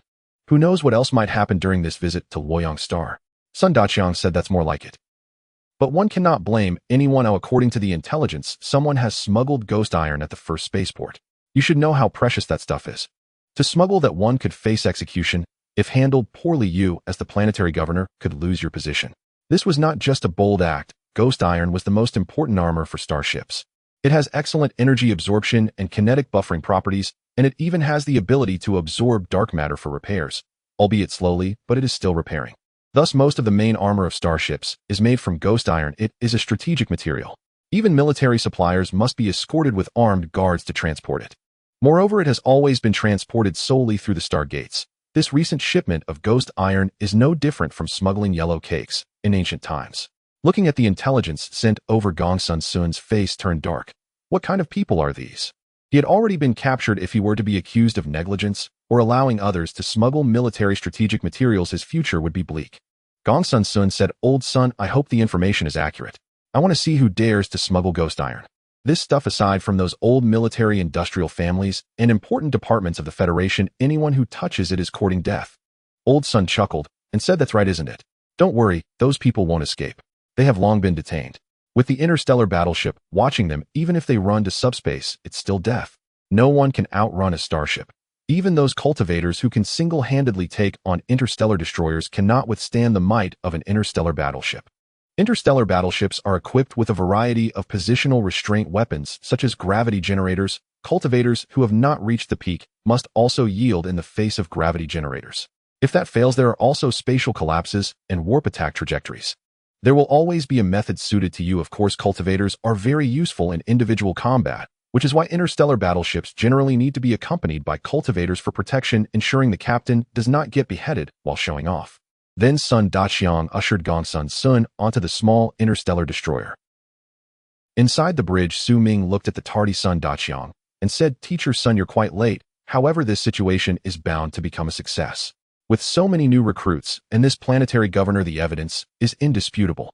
The Zhao family is large, but do they dare to forcefully intrude into the military port?" He hoped that someone from the Zhao family would try to break in, or it would make it easier to pin the blame. Deliberately attacking a military stronghold of the Federation with the intent to subvert it is a major crime of treason. The middle-aged Sun Daqiang said, "Little Su, as someone who has been through it, I must remind you that you are now a captain, and you should at least carry yourself like one. The ghost iron smuggled by the Zhao family should be completely confiscated. When we return to Kunping Star, the Academy will help you with it, at least getting you a gold star. This drill may only be considered an appetizer, but capturing the ghost iron smugglers is a significant achievement." Su Ming held a cup of Pepsi and said, "What I am more concerned about is the Zhao family's reaction and the whereabouts of the Huisian Snake interstellar pirate fleet. I thought they would ambush me, but they turned out to be so cowardly. I had made ample preparations, even readying the antimatter main cannon for immediate firing. Yet the stage was all set, and they never showed up." Sun Daqiang chuckled and said, "Little Su, don't worry. When the time comes, we'll use our connections to arrange for you to show off at the Zhao family's main star. Visit them under the name of the Starship Command to escort the observation group for the visit. These are all minor issues. The Federation promotes free love, and the Starship Academy also advocates for it. The actions of the Zhao family are a regression in the Federation. Whoever strikes against the Zhao family, son, will certainly lend a hand." On Luoyang Star, at the first spaceport within the management building, the Federal 7th Special Operations Brigade, affiliated with the Shanha, has successfully secured the first spaceport of Luoyang Star. Not to mention a starship, even a fly would have to ask the 7th Special Operations Brigade whether its laser guns would allow it to fly away. Lin Yuan looked at the restrained Zhao family member directly brandishing a laser gun and giving him a hit, saying, "You've got some nerve. Do you know what you're doing by smuggling dark iron? You are colluding with the insectoids." A crew from the temporarily summoned Luoyang Star first television station appropriately recorded the scene. Of course, under Lin Yuan's command, there would be no footage of him using a laser gun to hit someone. "Hey, you dare to hit me, you filthy scoundrel. Do you know who I am? How much money can a mobile unit like you make?" The severely beaten Zhao Wei threatened fiercely. He is a member of the Zhao family. No one in this area dares to provoke the Zhao family, not even a mobile unit. It's simply intolerable. Once his family member marries into the Dantai family, he will make this scoundrel pay. Lin Yuan remained unfazed, directly putting on the insignia issued by the Starship Command, saying, "That was then, and now I am the Supreme Commander of the landing troops under the Shanha Interstellar Battleship. I find you people are simply asking for trouble. Smuggling dark iron, how many lives would be lost if you were shot? Do you really think the Zhao family can escape this?" It cannot be denied that the Zhao family has been flourishing in recent decades. However, certain unspoken rules remain unbroken, such as possessing an interstellar battleship or a military version of an interstellar cruiser. These rules, which have been in place for thousands of years, will not be easily broken. Otherwise, how could those old aristocratic families and conglomerates maintain their overwhelming advantage? What of the highest ruling officer of the Federation? Isn't he constantly being challenged by the star system representatives and facing impeachment from the sector governors? If they push too hard, it would just lead to the next Li Nanfeng. Zhao Wei finally calmed down, but he hadn't heard of any interstellar battleships coming to this side recently. Just you wait, once I get out you'll be sorry. At that moment Lu Kun approached and said, Shanha has received orders. The Shanha is preparing to land at the first spaceport. Lin Yuan nodded and said, in response to the order, everything has been arranged. The spaceport is clear, and there are no obstacles ahead. A Shanha may land at will. With the landing of the Shanha, how far could the captured interstellar governor be from here? These fools still thought they could relay messages out completely unaware they had been intercepted by Shanha. To attempt to send information in front of an interstellar battleship is simply wishful thinking. Luoyang Star First Spaceport. The massive Shanha initiated its anti-gravity propulsion, slowly descending under the thrust of its pulse engine. Meanwhile, the starships stranded at the first spaceport were greatly startled. This is not a civilian interstellar cruiser, nor a beggar's version bought from a battleship graveyard. It appears to be an unpainted interstellar battleship. Some smugglers at this moment felt they had reached the peak of their lives. Smuggling some snowfish meat could lead to being caught by an interstellar battleship. Using an interstellar battleship to catch snowfish meat smugglers is a waste of the taxpayers' money. As the Shanha landed, the mech squad that completed the inspection mission surrounded the 7 transport starships of the Zhao family. The 7th Special Operations Brigade even took on the role of the federal security forces, beginning to identify these individuals. Only through Shan's verification could they be released. After all, this is the first spaceport of Luoyang Star, and it cannot be blocked for too long. Soon after, Su Ming also piloted a small interstellar destroyer to the first spaceport of Luoyang Star. When the new students from the Starship Academy saw their senior brother's starship, they were left dumbfounded. Why is that starship so large? Why are the gun barrels so thick and long? If one shot were to be fired, wouldn't it shatter a peak thousands of meters high? Sun Daqiang, looking at the excited new students, said, calm down, stay calm, you will be able to board the ship soon. At this moment, Shun Yin, who came along, did not forget to contact those new students who had already been relocated. Under the protection of the battle robots, Su Ming led the planetary governor of Luoyang Star into the management building of the first spaceport. Upon entering the building, Su Ming saw the bound Zhao family members. He approached and asked, Old Lin, how's the situation? Have the Zhao family members confessed? Is there a direct line involved? Lin Yuan shrugged and said, this kid is a bit stubborn. All he does is threaten. He had never seen such a thing. If it weren't for the fact that they were on Luoyang Star's territory, he would have made this kid understand a thing or two long ago. Su Ming coldly looked at the Zhao family member who was still cursing and said to the filming crew beside him, prepare to start recording. What is captured will be broadcast across all channels. But hasn't the communication already been blocked? The host asked, somewhat confused. Su Ming smiled slightly and said, that's right, I blocked the communication. Hurry up and record. He indeed did not know where Dantai Yunyan was, but he could let Dantai Yunyan know he was here. No one knew better than him how to find someone. The venue was cleared, leaving only the filming crew, Lin Yuan and the planetary governor. Moments later, the broadcast began. Su Ming stood at the forefront and said, good afternoon, comrades of Luoyang Star. I am the captain of the Shanha battleship of the Federation. In the past 3 hours, our ship has conducted friendly drills with the Luoyang Star Defense Fleet and the ground troops of Luoyang Star, and arrested criminals colluding with insectoids to sell dark iron. The evidence is overwhelming. The criminals have confessed without hesitation. Regardless of who stands behind these criminals, we will report them to the Starship Command and bring them to justice. Next, let's welcome the governor of the Federation, Luoyang Star, Gong Sun Sun, to speak. A planetary governor should still be given some face. After all, he is also a local influential figure. Gong Sun Sun energetically said, with the cooperation of the Luoyang Star Defense Forces and the Shanha Interstellar Battleship, we have fully demonstrated the spirit of the Federation, capturing the criminals with 0 casualties. We have made significant contributions to maintaining peace and stability on Luoyang Star. I hereby call on those criminals to turn themselves in quickly, otherwise do not say I did not warn you. Afterwards, the filming crew directed the camera to the already docked Shanha. Within the first spaceport of Luoyang Star, the footage meticulously captured by the Luoyang Star first television station rapidly fermented across the entire Luoyang Star after the modifications by the mountains and rivers. Now everyone knows that the Zhao family is smuggling ghost iron, gaining the reputation of being federal smugglers. With the cooperation of Su Ming and the planetary governor, who wished to leverage this incident to adjust his position, the case was firmly established. All information regarding the case has been uploaded to the Federal Supreme Council, the Starship Command, the Mobile Forces Command, and the Federal Supreme Court for record. Such a solid case within the current Federation may not be easily overturned. Chun Ruowei approached with a light brain and said, Captain, the Federal Supreme Court has issued a directive that we must execute these individuals immediately. Su Ming took the light brain from Chun Ruowei and remarked it seems some people are panicking. Indeed, killing to silence is a clever tactic. However, that works in our favor. They need to silence witnesses, and I need to make an example of them.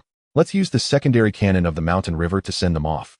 Smuggling ghost iron is undoubtedly a capital offense, but executing the death penalty in the Federation requires many procedures. The Federal Supreme Court's directive makes it evident that this matter is related to the current Supreme Governor Du Tong. However, since the Federal Supreme Court has issued the directive as a federal 3-star citizen, he can simply follow the directive. Chen Ruowei inquired, "Isn't this a bit too high profile?" Su Ming replied with a smile, "We already went out quite ostentatiously. Trying to be low-key is impossible. It's best to act high profile in business while being low profile in personal matters. Being excessively low-key will only make others think you are easy to bully. Look at this now. The mountain river is docked there, and who would think that I, Su, am just a freshly graduated student? The mountain river represents justice." "Understood, but you need to have that planetary governor arrange for someone to clean up the mess," Chen Ruowei stated. "Even if the secondary cannon of the mountain river fires at minimal power, it will cause damage to the ground."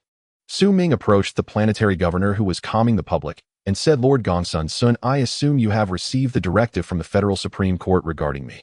Gongsun Sun nodded and said, "Indeed, I have received the directive from the Federal Supreme Court. It's simply the death penalty, right? Is there anything difficult about it?" This governor did not appear to be one filled with mercy, raising concerns about what tricks he might play. He had already been sufficiently startled by Su Ming these past few days, and he truly did not wish to be alarmed again. Su Ming seemed to sense his worry and directly stated, "Of course, there is nothing difficult. However, colluding with the insect race and trafficking ghost iron is far too lenient for these criminals. I plan to conduct an unprecedented execution. At that time, I will need you, Lord Gongsun Sun, to handle the aftermath." The smugglers from the Zhao family would be fortunate enough to be sent off by the secondary cannon of a star-class battleship. It should be known that the secondary cannon of a starship can already inflict significant damage on interstellar cruisers. Upon hearing this, Gongsun Sun suddenly understood why Su Ming required him to handle the aftermath. This kid's mentality has turned dark. He really intends to deal with the Zhao family ruthlessly. Although Su Ming appeared ordinary, anyone graduating from the Starship Academy would still have some connections. If he were truly pushed to his limits, he could easily rally friends and call forth a fleet. Moreover, it would be a fleet ready for combat, not the kind of superficial display used by newly rich individuals. After conveying the orders, Chen Ruowei was also taken aback. How had they ended up sending people onto the unmanned transport ship? Did unmanned transport ships not cost anything? This captain truly does not understand the costs of running a household. Su Ming looked at the nearly vanished unmanned transport ship and commanded all ships enter combat readiness. Any illegal smugglers of ghost iron attempting to escape from the first spaceport are to be exterminated without mercy. Indeed, he had revoked the earlier orders given to Chen Ruowei. Since he decided to act ostentatiously, he might as well do it boldly. The secondary cannon of the mountain river swiftly locked onto the unmanned transport ship as scorching laser beams appeared. The unmanned transport ship was vaporized on the spot into harmless gas, leaving no trace. Executing criminals using the starship's cannons is quite effective and also reduces pollution. Having reunited with the previously relocated new student Sun Daqiang, he was immediately confronted with this shocking scene. Sun Daqiang exclaimed in astonishment, "Xiao Su, impressive. You certainly have the style of your teacher from back then. Did you record this? It would definitely serve as a powerful deterrent for those criminals. Damn. This kid is definitely bolder than Chen Xinming back in the day. Chen Xinming at most would only act after the fact. This kid, however, took the directive from the Federal Supreme Court and directly executed it. Such executions are indeed rare, even in the history of the Federation." Su Ming looked at the more than 3,000 new students in the distance and smiled lightly. "Teacher Sun, that was not an execution. Rather, it was the Zhao family's ghost iron smugglers attempting to escape using an unmanned transport ship, which was directly hit by the secondary cannon of the mountain river. The information about the Zhao family smugglers fleeing in fear of punishment has been recorded, and all video footage has been uploaded to the Federal Star Network at full frequency. Impressive. You truly are clever." Sun Daqiang realized, understanding the depth of the strategy employed to execute that shot against the Zhao family. Su Ming stated, "New students can now board the ship. They must stay in the ecological park. Your temporary permissions have been updated to access the bridge, while the others should remain in the ecological park. A team of security robots will assist to prevent any unforeseen circumstances." After all, 3,000 individuals, even if they were 3,000 pigs placed in the ecological park, would still require some supervision. Alas, these new students are experiencing the best and worst of times. Many of their courses may have to be completed amidst the flames of war. Compared to these new students, he considered himself quite fortunate. Sun Daqiang performed a fleet salute and said, "Understood, Captain." Following Sun Daqiang's commands, over 3,000 new students began boarding the ship. The entire process was somewhat lengthy. The Special Operations Brigade of 7,000 people had finished boarding, yet the new students from the Starship Academy had not completed yet. Slow on the uptake. Inside the command bridge of the Shanhua, Lin Yuan, Qian Yin, and Chun Ruowei exchanged awkward smiles as they gazed at the empty captain's command seat. At this moment, the main screen on the bridge displayed that all ascent approvals for the Shanhua had been granted. The 5 directions around the Shanhua, front, back, left, right, and above, were all cleared. However, the captain was nowhere to be found. On an interstellar battleship, finding someone should be a simple matter. But to locate the captain who held the highest authority was nothing short of a fool's dream. Chun Ruowei couldn't help but smile bitterly as she rubbed her forehead.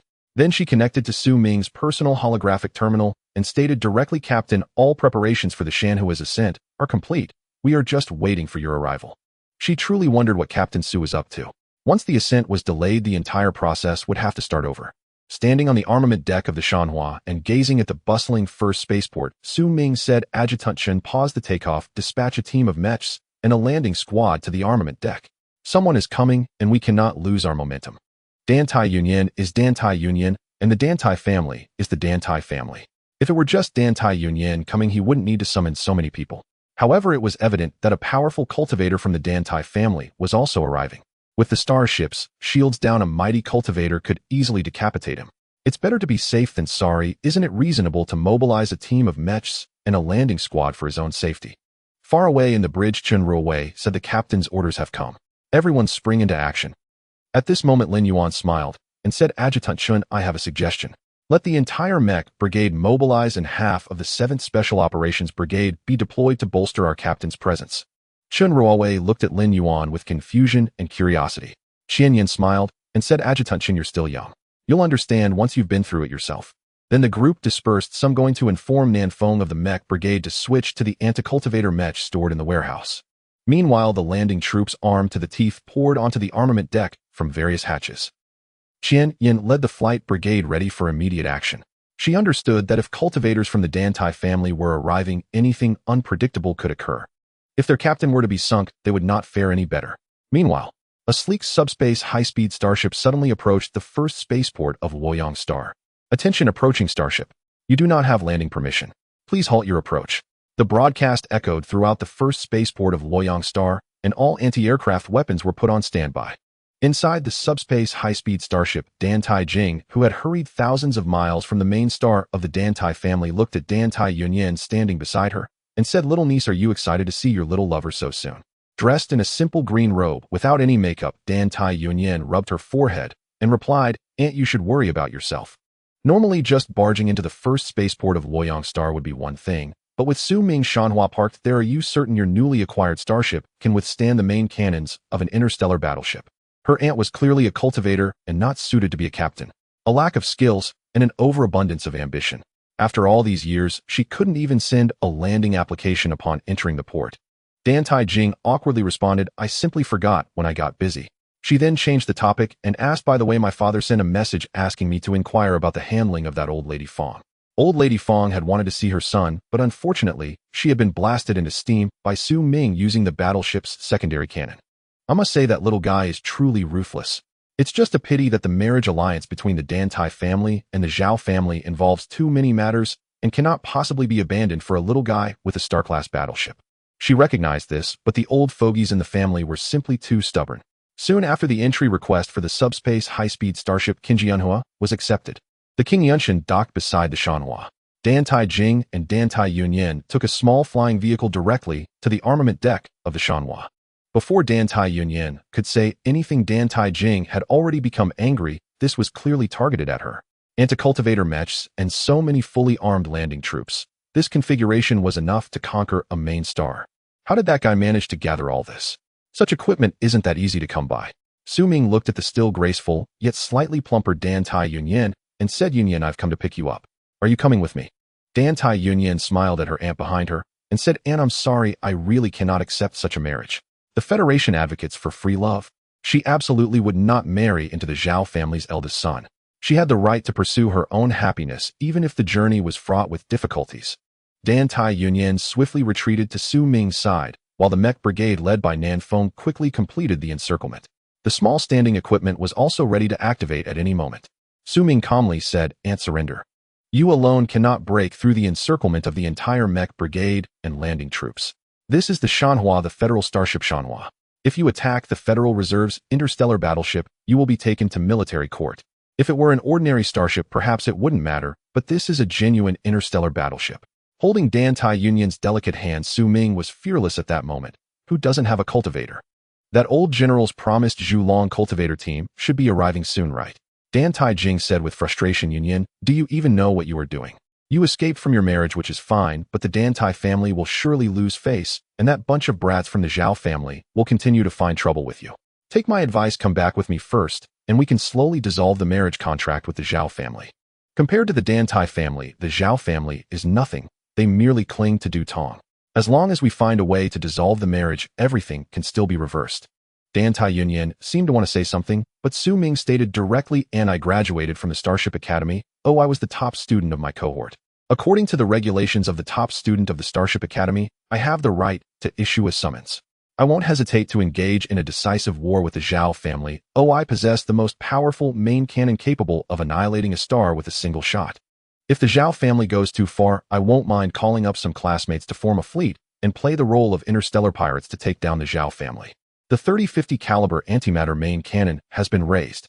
Dan Tai Jing looked at the raised cannon and extinguished her thoughts of taking Dan Tai Jing away.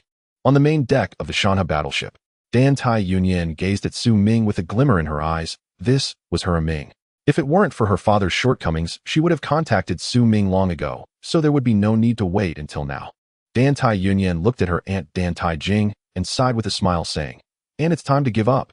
You have already been surrounded. You don't understand what it means to be the top student at the Starship Academy. Or rather, no student from the Starship Academy would spread such matters outside." Su Ming became the top student because he demonstrated the most composed decision during the simulated battle against the insect race at that moment. Faced with the army of the insect race, he resolutely executed a desperate charge. Meanwhile, their classmates were still somewhat bewildered at that time, so she was very worried about Su Ming. Dan Tai Jing, being threatened by a mecha's large sword, coldly said, "I am a Grand Cultivator certified by the Federal Cultivation Association. You cannot stop me with your strength." The situation was indeed dire, but if she wanted to leave, the mecha units and landing troops might not be able to stop her. Su Ming said, "And without the battleship's shield activated, they certainly cannot stop a Grand Cultivator, but what about the military's cultivator squad?" Following Su Ming's words, 12 cultivators cloaked in black robes suddenly appeared on the main deck of the Shanha battleship. The black robes were embroidered with a massive candle pattern fluttering in the wild wind on the weapons deck. The mecha units, led by Nan Feng, also retreated, clearing the view for the Zhulong cultivation squad.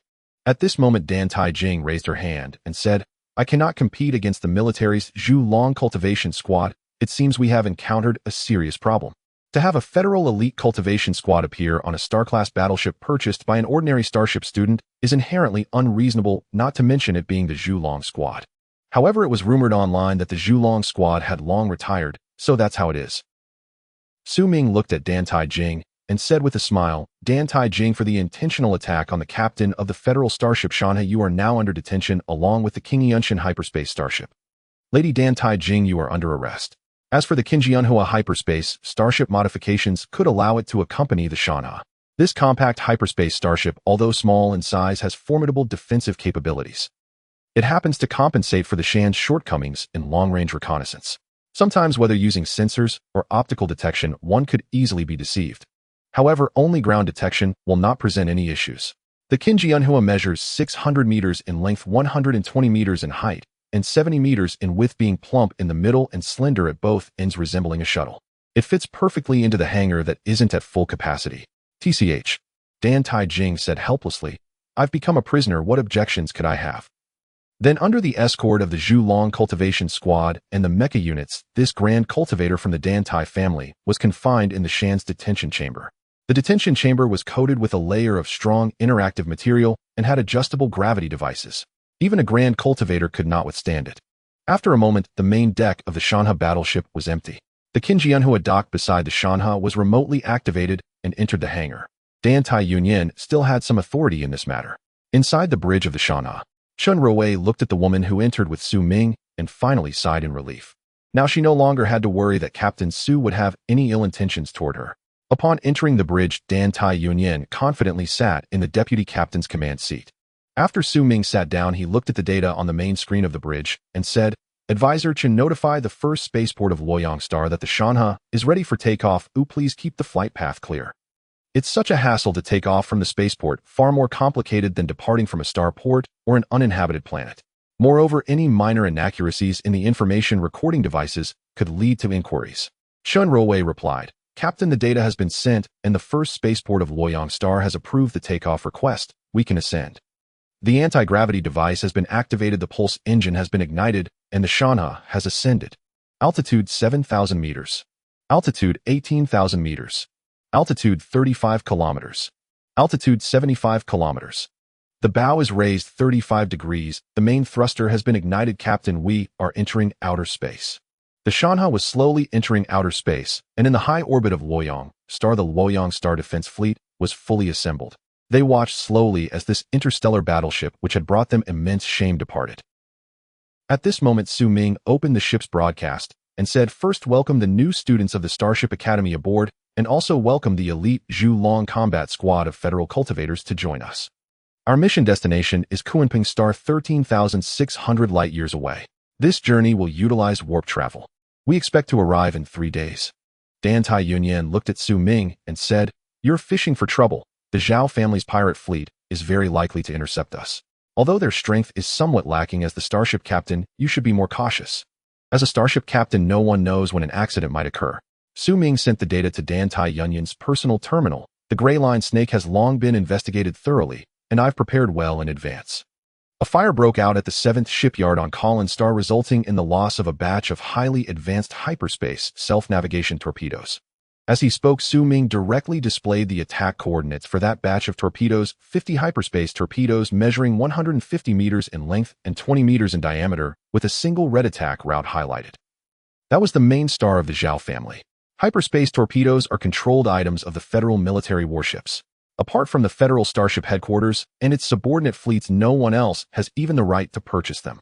Dan Tai Yunyan looked at the preset red attack route and said, "How could the 7th Shipyard on Colin Star sell this to you?"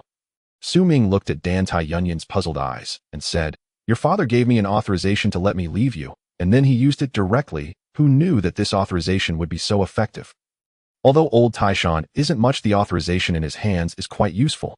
Now Dan Tai Yunyan finally understood how Su Ming obtained this authorization. Her father was truly a troublesome person. He probably gave it by mistake back then, and Su Ming never used it. Now her father's expression must be quite interesting. Meanwhile, Chen Ruowei felt a bit helpless. The captain and deputy captain were flirting, while she, the advisor without a partner, could only listen quietly. Aside from the three of them, the bridge was filled with biological robots. 2 days later, the Shan-class battleship remained in low-warp transit, having dropped out of warp multiple times along several major stellar routes. Yet the Gray Line Serpent pirate fleet, long anticipated by every crew member aboard the Shanha, still had not appeared. Inside the Shanha's bridge, Su Ming sat in the captain's command chair reviewing the continuously streaming data. The data confirms it. The big fish has taken the bait. It is only a matter of time before it strikes. In a broader sense, interstellar pirates operating within the Federation's territory are severely unprepared for combat against military-grade starships. Or rather, any pirate fleet or vessel capable of trading blows with a military starship has likely long since been buried, its grave overgrown with grass several zhang tall. Dan Tai Yunyan studied the telemetry and remarked, "Tracking us at 10,000 kilometers. They're treating us like fools. I wonder whether the Zhao family is simply reckless or merely overconfident." For a starship of battleship class, 10,000 kilometers constitutes the innermost defensive alert zone. To detection systems calibrated in light years, spotting a hidden intruder lurking directly beneath one's sensors requires no more effort than a mere puff of breath. Su Ming gazed at the vessels highlighted in the tactical display. That is precisely why we must unleash full firepower to deliver an overwhelming deterrent. By now, they're probably already scheming how to seize the Shanha. Still, I'd welcome even greater commotion. As I've said before, Yunyan, I truly wouldn't mind launching those unmarked subspace torpedoes. Within subspace, we move unseen, unmonitored. Fools remain fools. How could nouveau riche pirates possibly comprehend the staggering complexity involved in transferring starship authorization protocols? Do they genuinely believe it's as simple as swapping passwords on a civilian vessel? For military starships, initial binding occurs swiftly, But transferring operational authority demands no less than 6 or 7 days of rigorous sequential authentication. This is precisely why military starships rarely leave official service. Without the intervention of his mentor, the 7th Shipyard on Kalen Star would have dismantled this Shanhai-class battleship outright and sold its components for scrap. Exercising her authority as executive officer, Dantai Yunyan issued combat directives while remarking, "But if we do proceed and are exposed, we'll have no choice but to become interstellar pirates ourselves." Indeed, this would be a definitive solution, one and done. Yet it hardly seems worth it for the sake of the Zhao family alone. Moreover, tensions are flaring anew along the front lines between the Federation and the Xeno-insect swarm. Su Ming paused briefly, then said, "Yunyan, this time I defer to your judgment." Perhaps he had grown overly confident lately. So much so that contemplating the annihilation of an entire habitable world no longer stirred a flicker of hesitation across his features. At that moment, a crimson alert blazed across the main bridge display. Chun Ruowei announced, "Captain, unidentified warships have breached our rear sector at 7,000 kilometers. Analysis indicates 2 Qinglong-class cruisers, 7 Xuanhua-class shield frigates, plus numerous escort craft and autonomous drones." Dantai Yunyan remained silent. This decision belonged solely to the ship's captain. Even as Su Ming's partner, she would never usurp his command authority at such a critical juncture. Nor did she need to. Su Ming spoke with unwavering composure. "Crimson alert. Raise all shields, seal observation viewports, and bring the vessel to condition 1. All unit commanders, engage at discretion.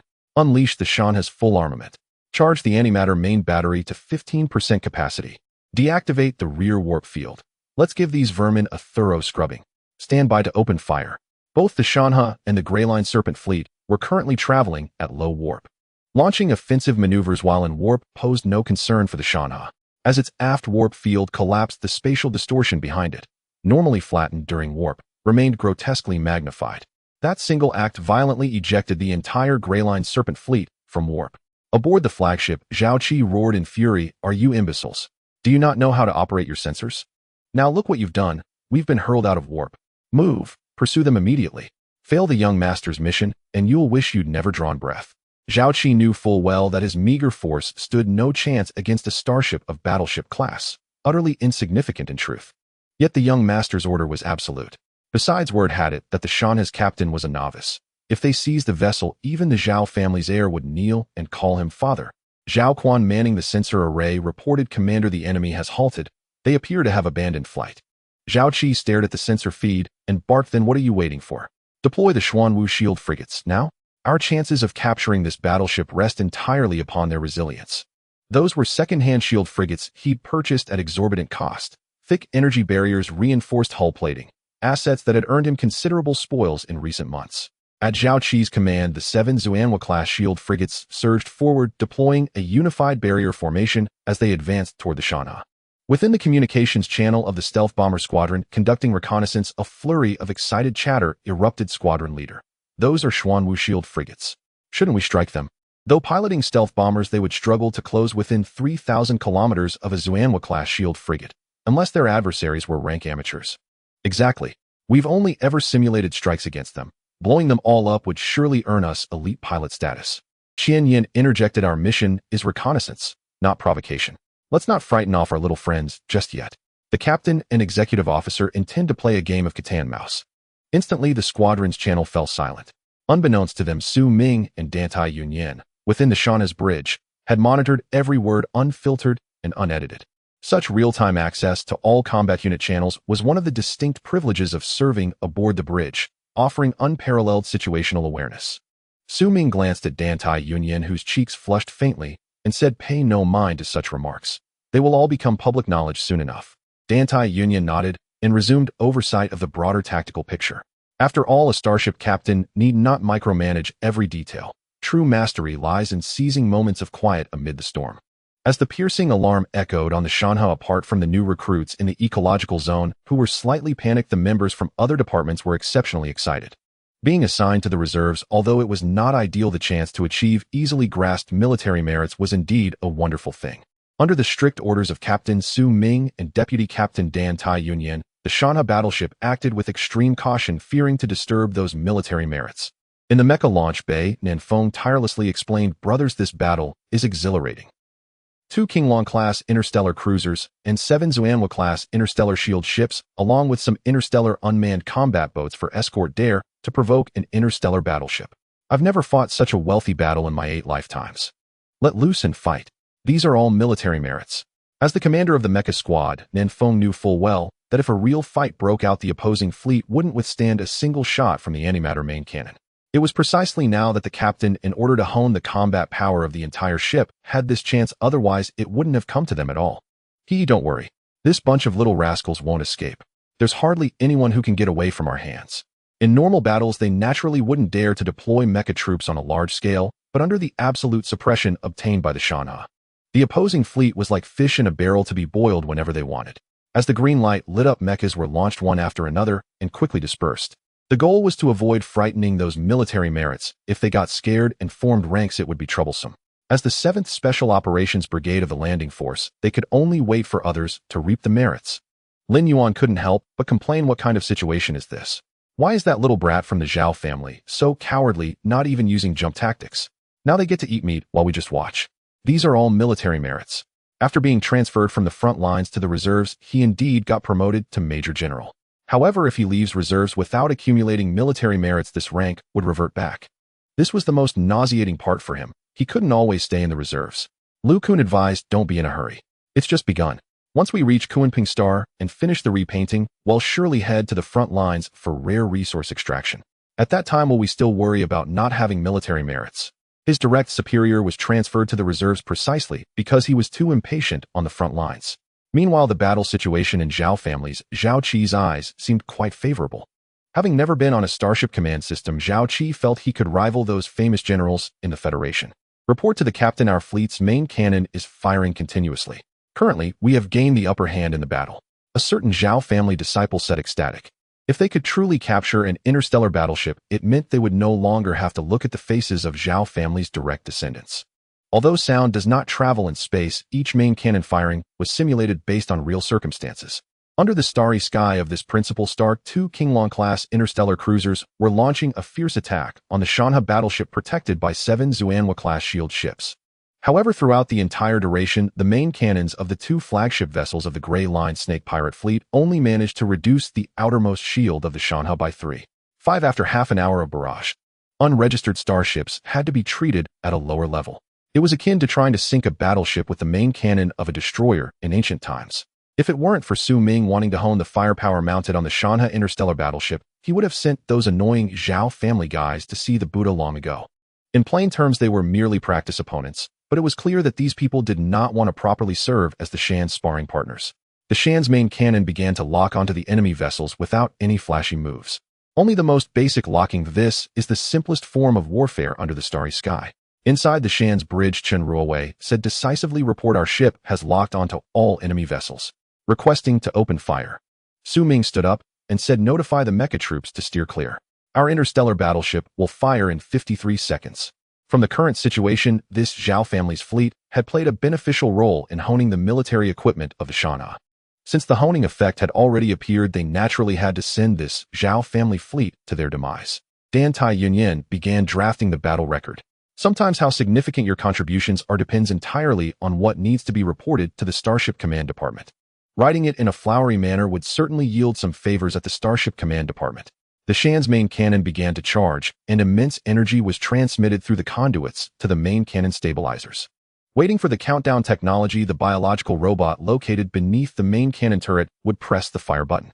And on the battlefield, Qian Yin, leading the stealth bombers back home, and the mecha squad under Nanfeng's leadership began their return after sinking several small destroyers.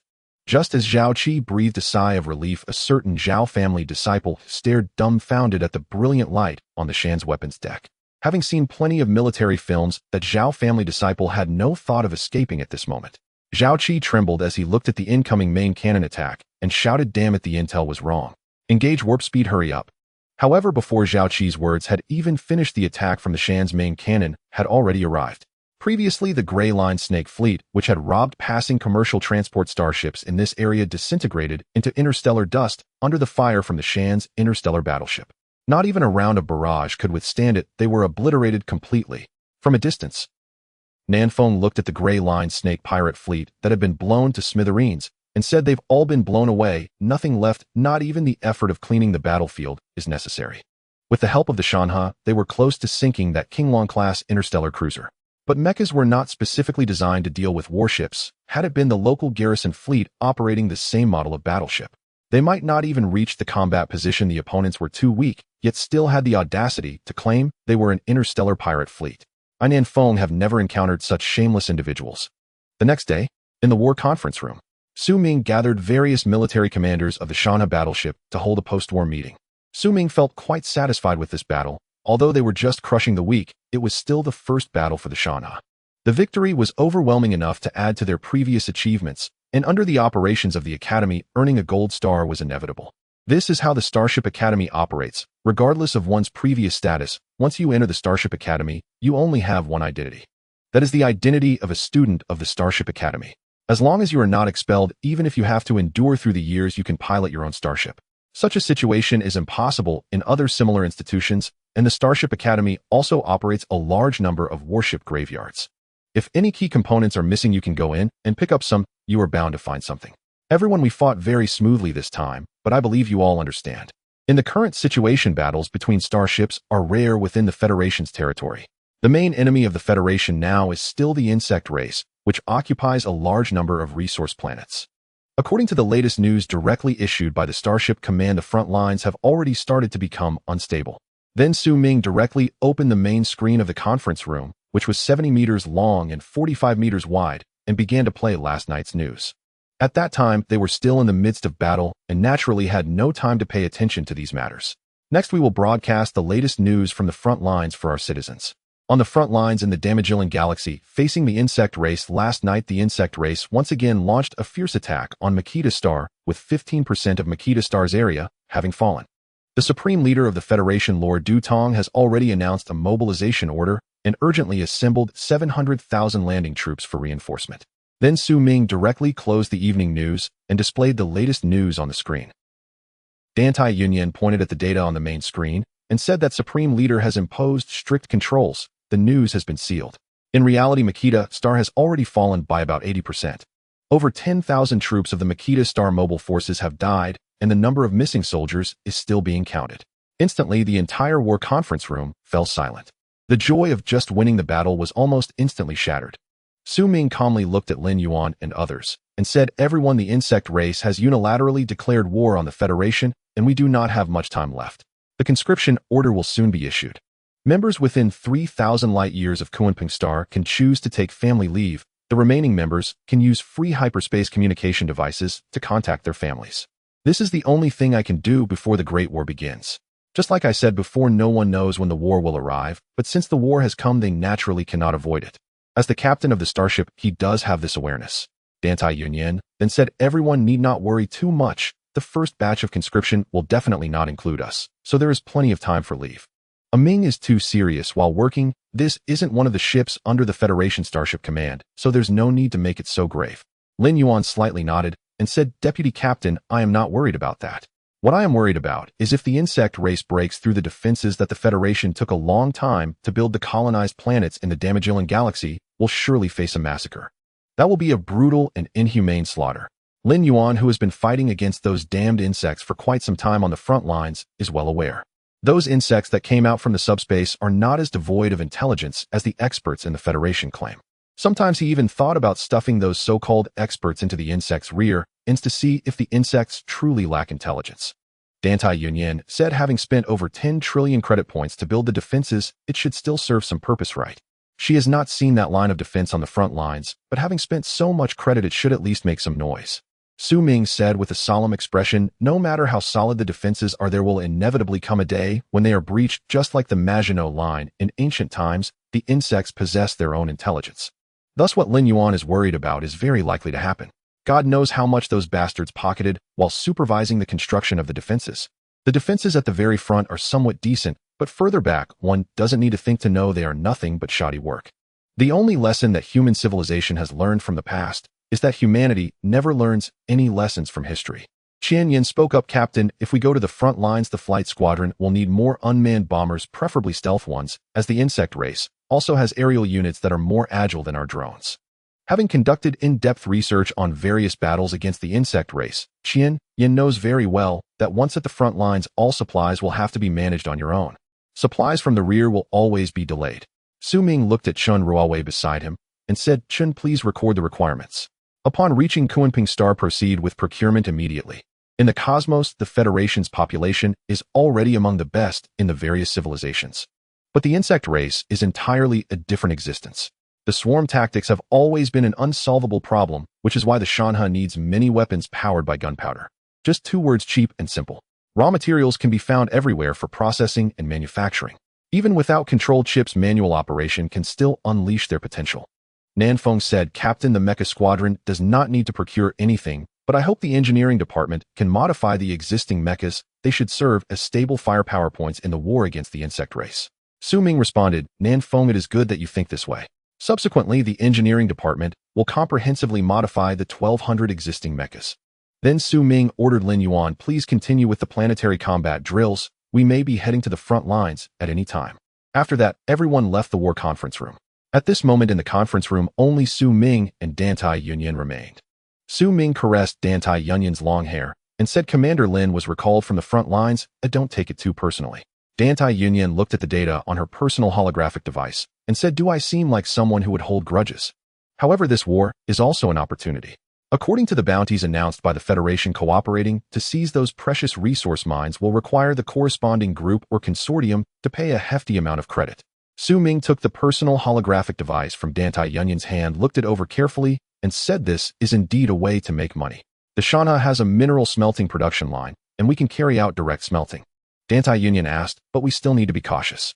Since that Lord Du has issued a mobilization order, it means that things are definitely not so simple. In the past history of the Federation, mobilization orders have only been issued a handful of times. Each time the Federation has been embroiled in wars lasting over 100 years. Su Ming said calmly, "That is why I bought the Interstellar Battleship. The teachers all think I am not afraid of death, but in fact I am the most afraid of death. Since ancient times, the only certainty in difficult times has been death, and because of the fear of death, one must charge to the front. War is a game for the brave."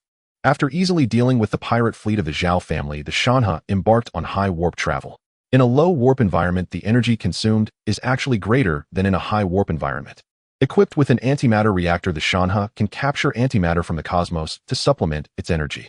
However, conserving every bit of energy on the starship is standard practice for a starship captain. On board the Shanha in the bridge, Shan Air said, "Captain, the first spaceport of Kunping Starship Academy has approved our landing request. Shall we land immediately?" Su Ming looked at the screen displaying the images and said, "Helmsman, you may land, but be cautious of the landing speed." He had relatively more trust in biological robots like Shan Air. They were not expensive. What was costly was the knowledge within the biological robot's brain, although they did not possess their own souls.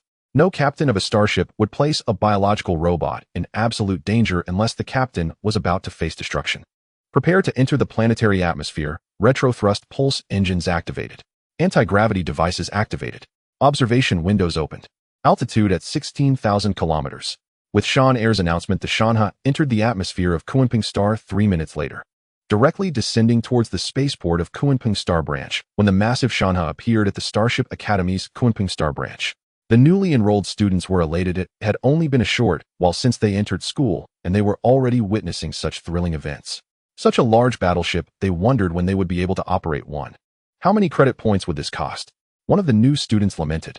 A haughty young man nearby scoffed, "This is an interstellar battleship. If nothing unexpected happens, just being able to pilot an interstellar destroyer in your lifetime would be a blessing." The new student felt a surge of anger and wanted to argue back, but was firmly held back by a companion. The arrogant young man looked disdainful. Indeed, they were just a bunch of bumpkins. That senior brother was at least a 3-star citizen. Oh, what about these bumpkins? They passed the entrance exam to the Starship Academy, but what great achievements could they expect? Anyway, his family had prepared an interstellar aircraft carrier for him, but now he felt that an interstellar battleship seemed far more impressive. That cannon truly looked enormous. At the top floor of the first teaching building adjacent to the spaceport of the Starship Academy, Chun Xianming stood by the window, watching the Shanha slowly descend, feeling a wave of helplessness. He had to admit that his disciple was much more capable than he was. He had lost his chance at love long ago, simply due to his lack of courage. If it were in the past, Chun Xianming would have worried about the Zhao family's potential retaliation against Su Ming. But now that war had come, everything had to serve the war. Any actions that disrupted the Federation's war against the Zerg would lead to severe punishment. Su Ming looked at the meticulously recorded video on his holographic device and said, Zhao family, you chose hell when you could have walked the path of paradise. Smuggling dark iron may seem trivial, but the timing you chose was too perfect. Although this is absurd, one cannot rule out the possibility of someone wanting to cover it up. At that moment, General Wei Xing entered accompanied by his secretary. Wei Xing looked at Chen Xianming and said, Chen Xuanming, long time no see. Chen Xianming smiled and replied, indeed, it has been a long time. Are those old geezers afraid to send you to the front lines for reinforcements? He was already aware of the dire situation at the front lines. Simply put, it was terrible. The defense line built with hundreds of trillions of credit points had turned out to be utterly futile as the Zerg conducted a large-scale stellar leap in a star system where the stellar interference device had not yet been completed. Suddenly, the Federation was caught completely off guard. The news was still under strict lockdown. Wei Xing shook his head and said, I indeed have to go to the front lines, but my primary mission for this detour is to confer a rank upon your proud disciple and officer under 25 years old, a 4-star citizen. Such an achievement is quite rare in the history of the Federation. Chen Xianming retorted, however, in the current Federation such achievements are not uncommon at all. Don't even mention a 25-year-old major general. There are even 20-year-old generals in the mobile forces. Moreover, the ranks in the Starship Command are inherently high. A standard interstellar battleship should indeed have a major general. But the mobile forces had gone too far with 20-year-olds being appointed as generals. Aren't they afraid of getting scared to death in the battlefield against the Zerg?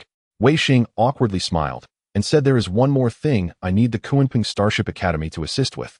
Chen Xianming seemed to have guessed what it was and asked seriously, Wei Xing, tell me, what is it? But don't even think about targeting these new students. Perhaps sending older students or graduates to patrol the front lines isn't a big issue. But asking new students to go would undoubtedly disregard the well-being of the Academy's cadets. Wei Xing shook his head and said, of course we won't let the new students of the Starship Academy take risks.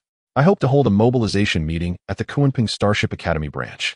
You should be aware of the current situation at the front lines, Chen Xianming. I need those graduates from wealthy families to help out.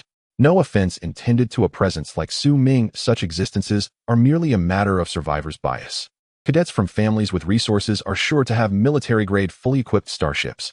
On the battlefield against the Zerg, keeping alive is not a significant concern. However, the starships of civilian students generally do not meet combat requirements, even though they are equally brave. After a moment of silence, Chen Xianming said, all right, but I do not wish to see any casualty notifications for these students. Regardless of their status, they are all students of the Starship Academy. Wei Xing stood up and said, then the rank conferral ceremony should be held simultaneously with the mobilization meeting. This is a great opportunity. Leveraging the name of Su Ming should attract quite a few people. At the first spaceport of Kunping Star, after the Shanha came to a halt, Su Ming and Dan Tai Yunyan jointly drove the Starry Sky vehicle that had been dragged down from the Qingyan Flower. They headed straight for the main teaching building next to the spaceport, while the new students, under the push of Sun Daqiang, slowly disembarked from the Shanha. This journey would be an unforgettable experience for these new students. A fully equipped star-class battleship transporting them for enrollment, they would have much to boast about later. On the Starry Sky vehicle. In just a moment, they arrived at the main teaching building next to the spaceport. They disembarked from the Starry Sky vehicle. Su Ming and Dan Tai Yunyan were surrounded by people, and the security robots attempting to block the crowd were unable to contain them. Just as Su Ming felt that even though he had been away from the Academy for a long time, the Academy still had its own legends. Su Ming heard a synchronized voice calling out Dan Tai Yunyan. Suddenly, Su Ming's expression darkened. Shanha, tell Lin Yuan to stop playing games, bring people over to maintain order, and bring the newly issued Gatling 100-barreled electromagnetic cannon tanks. I want to see if he can handle it. He had to admit that his girlfriend's reputation overshadowed his own. However, after today, such scenes would definitely not happen again. Dan Tai Yunyan also felt a headache. These fools, were they truly colorblind or just foolish? The landing troops of the Shanha, the 7th Special Operations Brigade, received their orders. Under the roar of Brigade Commander Lin Yuan, they rushed at full speed with heavy equipment towards the main teaching building next to the spaceport. They advanced in standard combat formation. This frightened the spaceport management personnel. Oh, were they not here to occupy Kunping Star? Commander of the 1st Battalion, don't hold back on ammunition for my sake. I don't need you economizing for me. 3rd and 4th Battalions, flank left and right, form a protective cordon. Attention, all personnel, non-lethal ordnance only, advance. Lin Yuan's thunderous voice roared across the combat channel of the Shanha landing force. The freshmen and upperclassmen, hired mercenaries who had surrounded Su Ming and Dan Tai Yunyan, stood frozen in place as the mechanized troops charged toward them. Though these future starship captains habitually scoffed at the mechanized forces the moment electromagnetic rifles pressed against their foreheads, all pretense vanished. Not one of those future captains dared to resist, each more cowed than the last. Su Ming surveyed the farcical scene and commanded, "Hands on your heads. Kneel down immediately. Any resistance will be treated as assault on Federal Reserve forces and theft of Starship classified intelligence." This was no mere spectacle. Someone had orchestrated it. Otherwise, why had no authority intervened? Empowered by Su Ming's order, the 7th Action Brigade advanced with unrestrained resolve. The future captains knelt obediently, hands locked behind their heads. Tan Tai Yunyan observed quietly, "They're just cannon fodder. Some unseen hand is pulling the strings. Who knows which wretch is truly behind this?" Su Ming gave a faint disdainful snort. "Then I demand an explanation. Whoever engineered this commotion, while concealing it even from our master, is no ordinary figure. Shanha trained main battery on Building 5, the so-called aristocrats, humph. Aristocracy. True nobles perished long ago charging headlong against the insectoid hordes. The fallen were never memorialized, yet their descendants alive and untested now style themselves as nobles. Starship Academy, first spaceport. The Shanha entered full alert status, its flight squadron deployed en masse. Mechanized armor units stood ready. Military commanders granted operational authorization would brook no interference. Obedience was their sacred duty. The Shanha's 2850mm Interstellar Battleship main battery elevated its barrel locking onto Building 5, 1,000 kilometers distant. At the command of their captain alone, the Shanha would unleash planetary surface warfare. Port authorities urgently contacted Dinshan. Xuanming, terrified the Shanha might go berserk over Kunping Prime. A Starship-class battleship firing at full capacity was no trivial matter. Who precisely had authorized such firepower? He thought he'd glimpsed the silhouette of an antimatter main cannon. Was that weapon ever meant to be authorized? Utter recklessness. In truth, Dinshan Xianming needed no notification. He already witnessed the unfolding scene. His disciple's decisive intervention was admittedly impressive. The plaza. Arriving belatedly, Chun Xianming surveyed the kneeling cadets and coldly ordered Secretary Liu, "Initiate identity verification. All non-cadets are to be transferred immediately to security for interrogation, and if circumstances warrant, executed on site." He trusted Starship Academy harbored no such abundance of fools. After all, the Academy maintained an open policy. During certain low-priority ceremonial windows, access was unrestricted, yet entry was never unconditional. This incident bore the unmistakable signature of deliberate sabotage. Su Ming frowned deeply. Had Starship Academy's security deteriorated so drastically in barely half a year since his departure? Turning to Chen Xuanming, he stated, "Master, a full account of this incident has been transmitted to the Starship Command headquarters. These fools have issued a direct challenge to the command. By broad definition, he himself was a member of that very command, and Su Ming intended to uncover precisely which shadowy figure was engineering these underhanded maneuvers." Chun Xianming offered a wry, resigned smile. "Blame your own rising stature. Besides, you know well how long Starship Command has suppressed the merchant factions. Civilian-grade starships can no longer satisfy their insatiable ambitions, so they seek to probe the command's limits, test how far they may push before facing consequence. Civilian starships differed little from military models in configuration, save that their main batteries lacked the strong interaction force material coating. Armor thickness was reduced by 80%, shield integrity diminished by 50%, and central optical computing speed degraded by 65%. Yet their price still vastly exceeded that of military variants. Though Starship Command had compensated elsewhere, civilian vessels boasted markedly enhanced comfort. Watching the detained culprits being led away, Su Ming remarked, "It matters not. Let soldiers meet soldiers, let floods meet dikes." Fools will never grasp that truth resides only within the range of a starship's main battery, and dignity only within its operational reach. If I choose to abide by rules, all proceeds smoothly. If I choose to disregard them, still all proceeds smoothly. With the Shanha at my command, the cosmos itself lies open to traverse. He would observe protocol, or cast it aside, entirely at his own discretion. Who then could possibly constrain him? Today, with the Shanha, an interstellar battleship, in hand, offense and defense had irrevocably reversed. Few shields in the known universe could withstand the detonation of an antimatter main cannon, the pinnacle of contemporary offensive capability. Higher-tier weaponry remained deliberately obscured, never deployed openly. Chun Xianming ignored Su Ming's self-assured demeanor and turned directly to Tan Tai Yunyan. "That you two have found each other was inevitable. Keep close watch on Su Ming. Don't let him impulsively shatter the glass. Shattering glass brings fleeting exhilaration, but what follows? drifting aimlessly through the void aboard a starship. Young people still fail to comprehend that Federation affairs hinge less on violence than on the intricate web of human relations.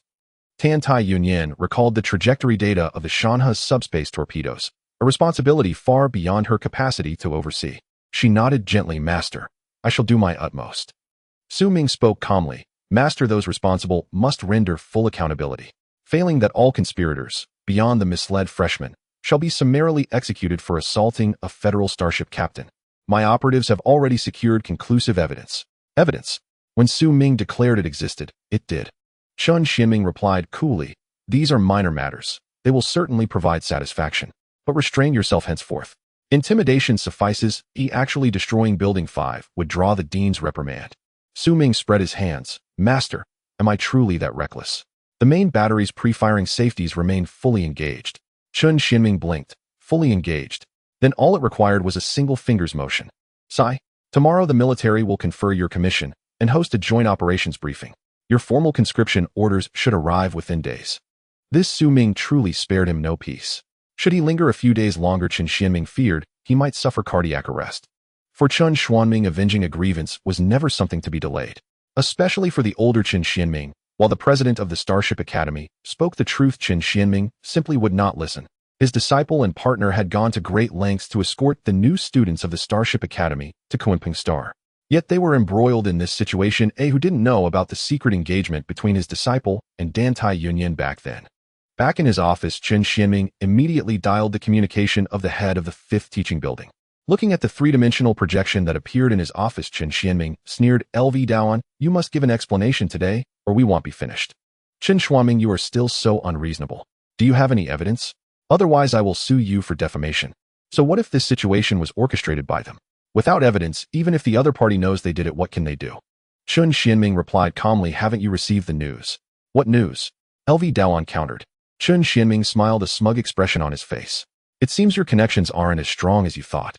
The main cannon of my disciple's starship, the Shanha, has already locked onto your area. My disciple said that if you don't give an explanation, you will truly be finished. Do you know what the firepower coverage of a star battleship means? Is it just a bluff? As if anyone wouldn't do the same. Regardless, my disciple doesn't mind having the main cannon of the Shanha star battleship disable its launch safety. Though it was a bit risky, the target wasn't him. At most, it would just be a misfire. After all, it's a federal star battleship. Which one hasn't experienced a few misfires? The three-dimensional projection of LV Dawan distorted slightly. Chun Xianming, are you crazy? Do you know what you're doing? You could be court-martialed for this, and you would find yourself on the gallows. Crazy folks are always crazy. Teachers are crazy and disciples are crazy too. As an old friend of the current head of the Zhao family, I thought I was just doing a small favor, but it seems I might end up in trouble too. If it were anyone else, it would be merely a show of force, but LV Dawan couldn't afford to gamble on the decisions of Chun Xianming's disciple. Could the choices made by a person like Chun Xianming's disciple be a gamble? Chun Xianming sat back, puffing on a cigar, and said, of course I know what I'm doing. On my disciple's Shanha battleship, there are reportedly a batch of warp missiles. Just imagine if I set their coordinates to your old friend's main star. That would not bode well. However, at this moment, Chun Xianming was apparently unaware that most of the coordinates for the superluminal weapons on the Shanha were set to the main star of the Zhao family. Thus, if anything unexpected happened to Su Ming, a star-class battleship loaded with long-range strike weapons would turn the Zhao family's main star into glass in the shortest possible time and reduce the entire star system of the Zhao family to ashes. At this moment, the three-dimensional projection of LV Dawan turned pale, for such a situation was indeed possible. The main star of the Zhao family did not have a complete defensive line like those of the established consortiums or corporations. The experience of targeted defense for a star system could not simply be bought with money. It was a complete defensive line built after countless lessons, yet the main star of the Zhao family simply did not have such defenses.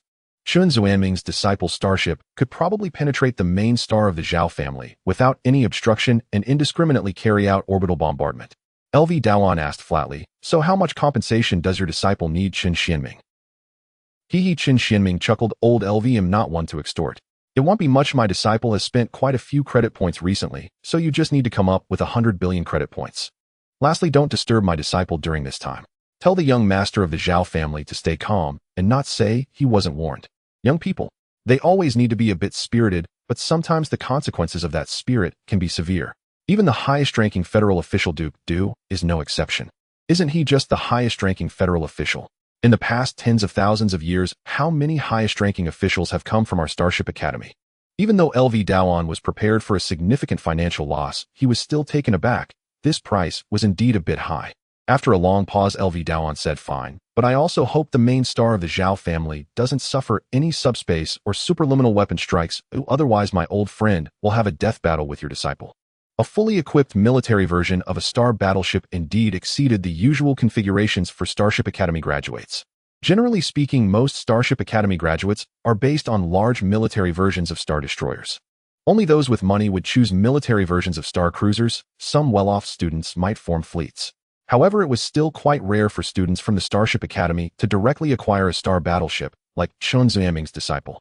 Damn, that Kalen Star's 7th Shipyard. Why not just dismantle the Shanhai-class star battleship earlier? Su Ming smiled indifferently, saying, "Old LV, stop with the nonsense, and quickly transfer the money to the account of the Shanhua, otherwise you might get blown up later, and I won't be lighting incense for you." The standards of these people are indeed getting lower and lower. They even resort to such underhanded tricks. He was certain that if Su Ming hadn't been so tough, who knows what kind of trouble might have ensued. Then LV Dawan directly cut the line.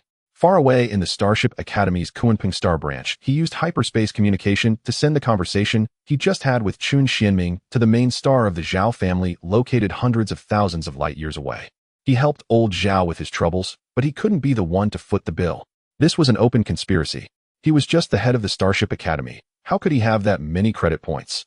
If things went poorly, he could be ousted. If he fell from power, those from the Zhao family certainly wouldn't help him rise again. Businessmen pursue profit, and in most cases they can only see immediate benefits. Moreover, with the war coming, there were many affairs in which the position of the head of the Starship Academy could get involved. I hope everything I do is the right choice. Since he had chosen to stand on the side of the Zhao family, there was no way to easily change sides. The Zhao family. After all, they had that highest-ranking official on their side. If they could win this war, that Duke Du would surely be able to retain his position. The next day, at the Kunping Star branch of the Starship Academy, nearly 30,000 students and faculty, along with over 3,000 new students, gathered together in the Grand Hall of the first main teaching building. However, due to certain considerations, Su Ming temporarily canceled the awarding ceremony in the Grand Hall of the first main teaching building. After all, Su Ming felt that he had been rather high-profile lately. Therefore, for his own safety as well as for the safety of Dan Tai Yunyan and the future of the entire Shan, and in light of the recent frontline reports he had received, he decided not to attend the mobilization speech. Su Ming chose to watch the speech of Wei Xing through a live broadcast in the operations conference room to prevent any unexpected situations, as some individuals had very low limits. As the massive screen in the operations conference room lit up, the scene in the Grand Hall of the first main teaching building appeared clearly before Su Ming's eyes. Before the mobilization meeting began, there would undoubtedly be long speeches from the Vice Dean of the Starship Academy and various leaders, so he just needed to say a few words. He had seen these scenes many times during his long years as a student. Looking at the gathered military leaders, Su Ming said, "Before the mobilization meeting of Wei Xing has started, I need to explain a few matters. First, I would like to thank my teacher Lord Chun Xuanming for securing 100 billion credit points for the Shan Hehao's operational budget. Therefore, we should conduct a large-scale procurement, whether in terms of armaments or mineral collection and refining. Once we reach the Magellanic star system, procuring supplies will not be so simple. The Kunping Transportation Group's exorbitant hyperspace transport fees could bankrupt us.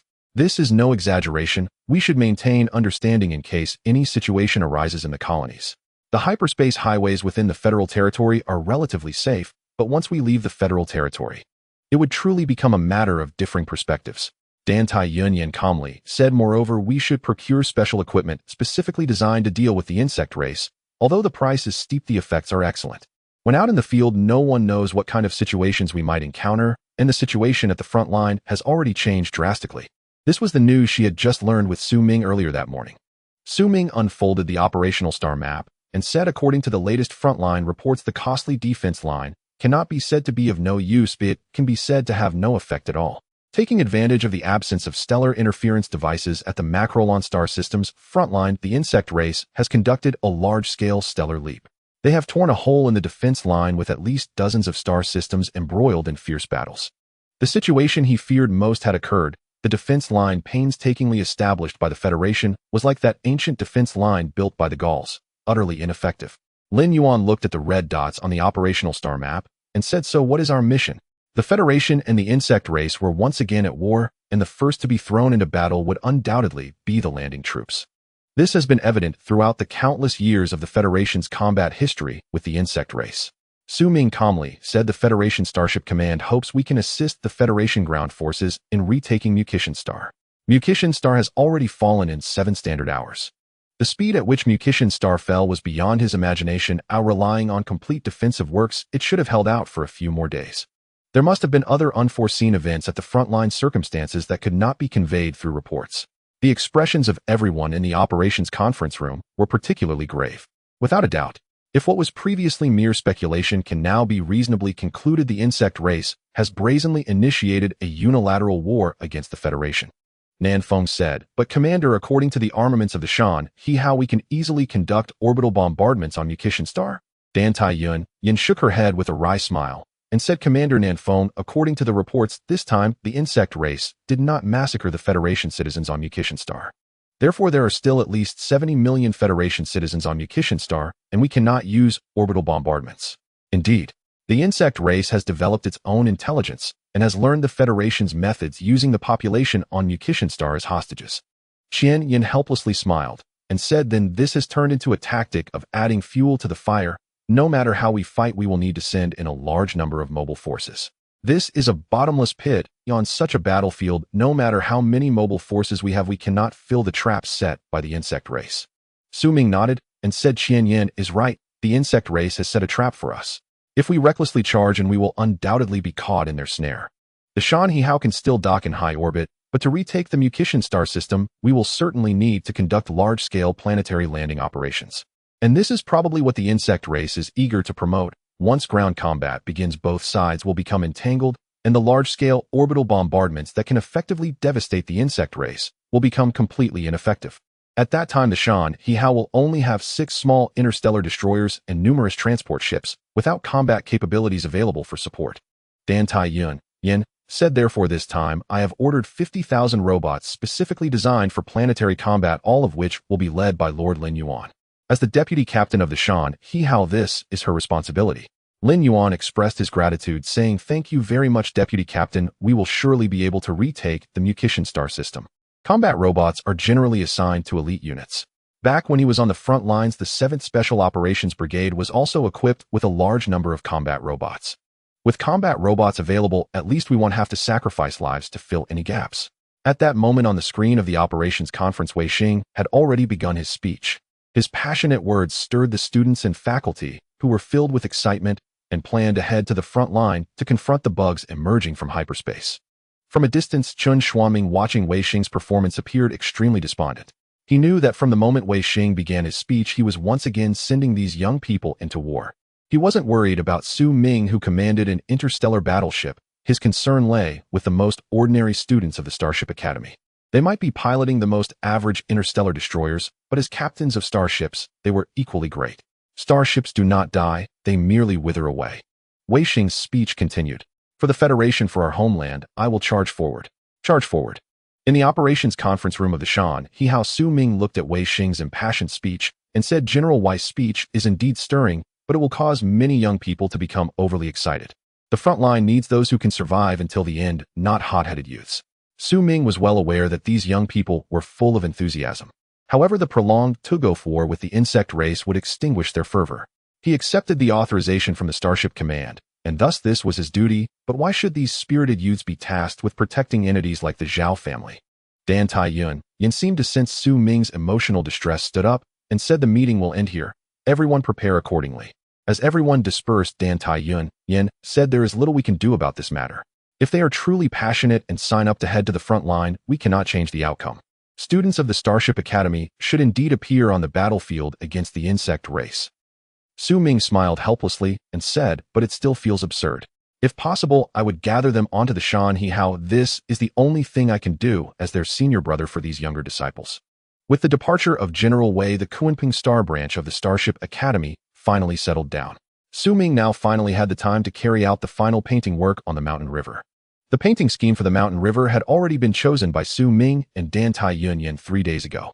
The pattern of the sun and moon mountains combined with the emblem of the Starship Academy along with various elements of the cosmic background was blended together by the main control light brain of the mountain river. The mountain river was clearly quite concerned about the painting issue. At the 7th dock of the Starship Academy, Hanong, the president of the Starship Academy's painting management committee, looked at Su Ming with warmth and said, "Su, you're really right to come here. For painting, our technology is absolutely top-notch, and even the fleets under the Starship Command cannot compare with us." As the only profit-making department supervisor at the Starship Academy, Hanong had not been happy at all in recent years. Since the departure of His Excellency Li Nanfeng, the warships coming here for painting had become increasingly rare. According to regulations, graduates of the Starship Academy, as well as starships below the interstellar training ship and interstellar cruiser, do not need to pay a single credit for painting. However, this gentleman before him was different. For such a large interstellar battleship, it would cost at least several million credits. Just having received 100 billion credits, Su Ming looked at the desolate dock and said, "President Han, credits are not a problem, but I hope the painting of the mountain river can utilize the latest strong interaction thick coating technology from the Starship Academy." In the Federation, many military-grade starship paints possess other functions. This is why some coatings only apply a layer of paint that cannot withstand harsh environments, while others can withstand the bombardment of starship main guns. According to certain rumors within the Federation, some particularly special insect races can even tear through a warship's armor. Therefore, one must be cautious. It's better to be safe than sorry. Hanong frowned and looked at the mountain river, saying, "Su Ming, we do have such technology, but it is generally used on starry sky vehicles. If you want to apply it to the mountain river battleship, it will require a large sum of credits. Even if this Su Ming is a disciple of His Excellency Qin Shi Huiming, he would still need to pay at least 3 billion credits. Even so, painting this Su Ming ship would still be a loss." Su Ming calmly said, "In that case, let's get it done. I need the painting of the mountain river to be absolutely reliable." He wasn't going to some child's play area. He was heading to a battlefield against the insect race. On such a battlefield, having more means to save one's life is equivalent to having another life. "No problem, Su Ming. As long as the credits are in place, these are not issues. Although 3 billion credits for painting an interstellar battleship might be a loss. But the loss wouldn't be too severe, as the paint itself was produced and sold by the Kunping Star branch of the Starship Academy." This President Han is clearly trying to take advantage. Dan Tai Yunyan in a light yellow dress came over and said. Su Ming shook his head and said that sum of money was obtained through clever means. "If I don't spend it quickly, I'll feel a bit uneasy." "Don't worry, this time it's a thick coating. This President Han is a smart person. He won't take too much profit, at most just breaking even. After all, his master, His Excellency Qin Shi Huiming, has a formidable reputation at the Starship Academy." "What's the situation with your little aunt now?" Suddenly, Su Ming remembered that rather arrogant Dan Tai Jing. Dan Tai Yunyan smiled and said, "My little aunt intends to return. She doesn't want the Qingyan flower anymore. Her little aunt is indeed quite troublesome. Daring to lay hands on the starship captain on her own ship, it's not unjust to be captured." Dan Tai Yun continued, "By the way, my father may have given you the wrong authorization back then. That authorization in your hands shouldn't be used lightly in the future. Use it only at critical moments." The authorization essentially refers to the command password along with a segment of the decryption key. Her father, who seems to have tricked his daughter, probably gave Su Ming a military-level secondary authorization that can be used 3 times. It's uncertain how many times are left now. Su Ming smiled and said, "I thought so. How could old Mount Tai be so kind?" It turns out he was confused back then. No wonder. How could old Mount Tai, who looked down upon him everywhere, possibly give Su a significant authorization? Dan Tai Yunyan's expression also changed as she said, "That's my dad. How can you say that and still have a clear conscience?" Su Ming, with his left hand exploring Dan Tai Yunyan's slender waist, laughed and said, "Next time, I'll definitely pay attention. When I see old Mount Tai, I won't just punch him." After all, he was about to marry the daughter of old Mount Tai. He couldn't just meet him and throw a punch, right? That sounds good. Inside the mountain river on the 5th deck in a large training ground, the 7th Special Operations Brigade also began to receive a large amount of equipment just delivered. Lin Yuan looked at the latest model of combat robots and said, "Our captain really is wealthy. Even this model of combat robots can be equipped in large numbers." "But Chief Chen, how did you find the channel?" "The latest model of combat robots produced by the Ku Klux Klan group has just been released, and there should be no purchasing authorization yet available in the Kunping Star system." Chun Ruowei calmly said, "My family holds a small stake in Ku Klux Klan, so you understand." Lin Yuan appropriately showed an enlightened expression, smiling and saying, "I understand, of course, but I still want to thank Chief Chun. Otherwise, many of my old brothers might have been lost again. In planetary landings fighting against the insect race for planets, it is inevitable that there will be casualties. Dying in battle is the norm. If one day no one dies in the war against the insect race, that would truly be surprising." Chun Ruowei smiled and said, "This is what I should do." "Commander Lin, you continue your work. I still need to go to the lower deck to authorize the flight squad. On a starship, unauthorized equipment is not allowed for others to use privately. Only equipment that has been authorized truly belongs to the combat units. Lin Yuan looked at Chun Ruawei, who was leaving, and said to Lu Kun beside him, this person is also not to be trifled with.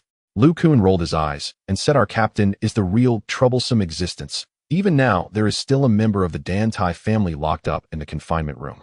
Kunping Star. Inside the office of the principal at the branch of the Starship Academy. The aged principal, dressed in military attire, squinted at the young man before him and said, young man, you are quite brave. As the principal of the branch of the Starship Academy, I am honored to meet you. However, I must make you aware of the brutal situation on the front lines.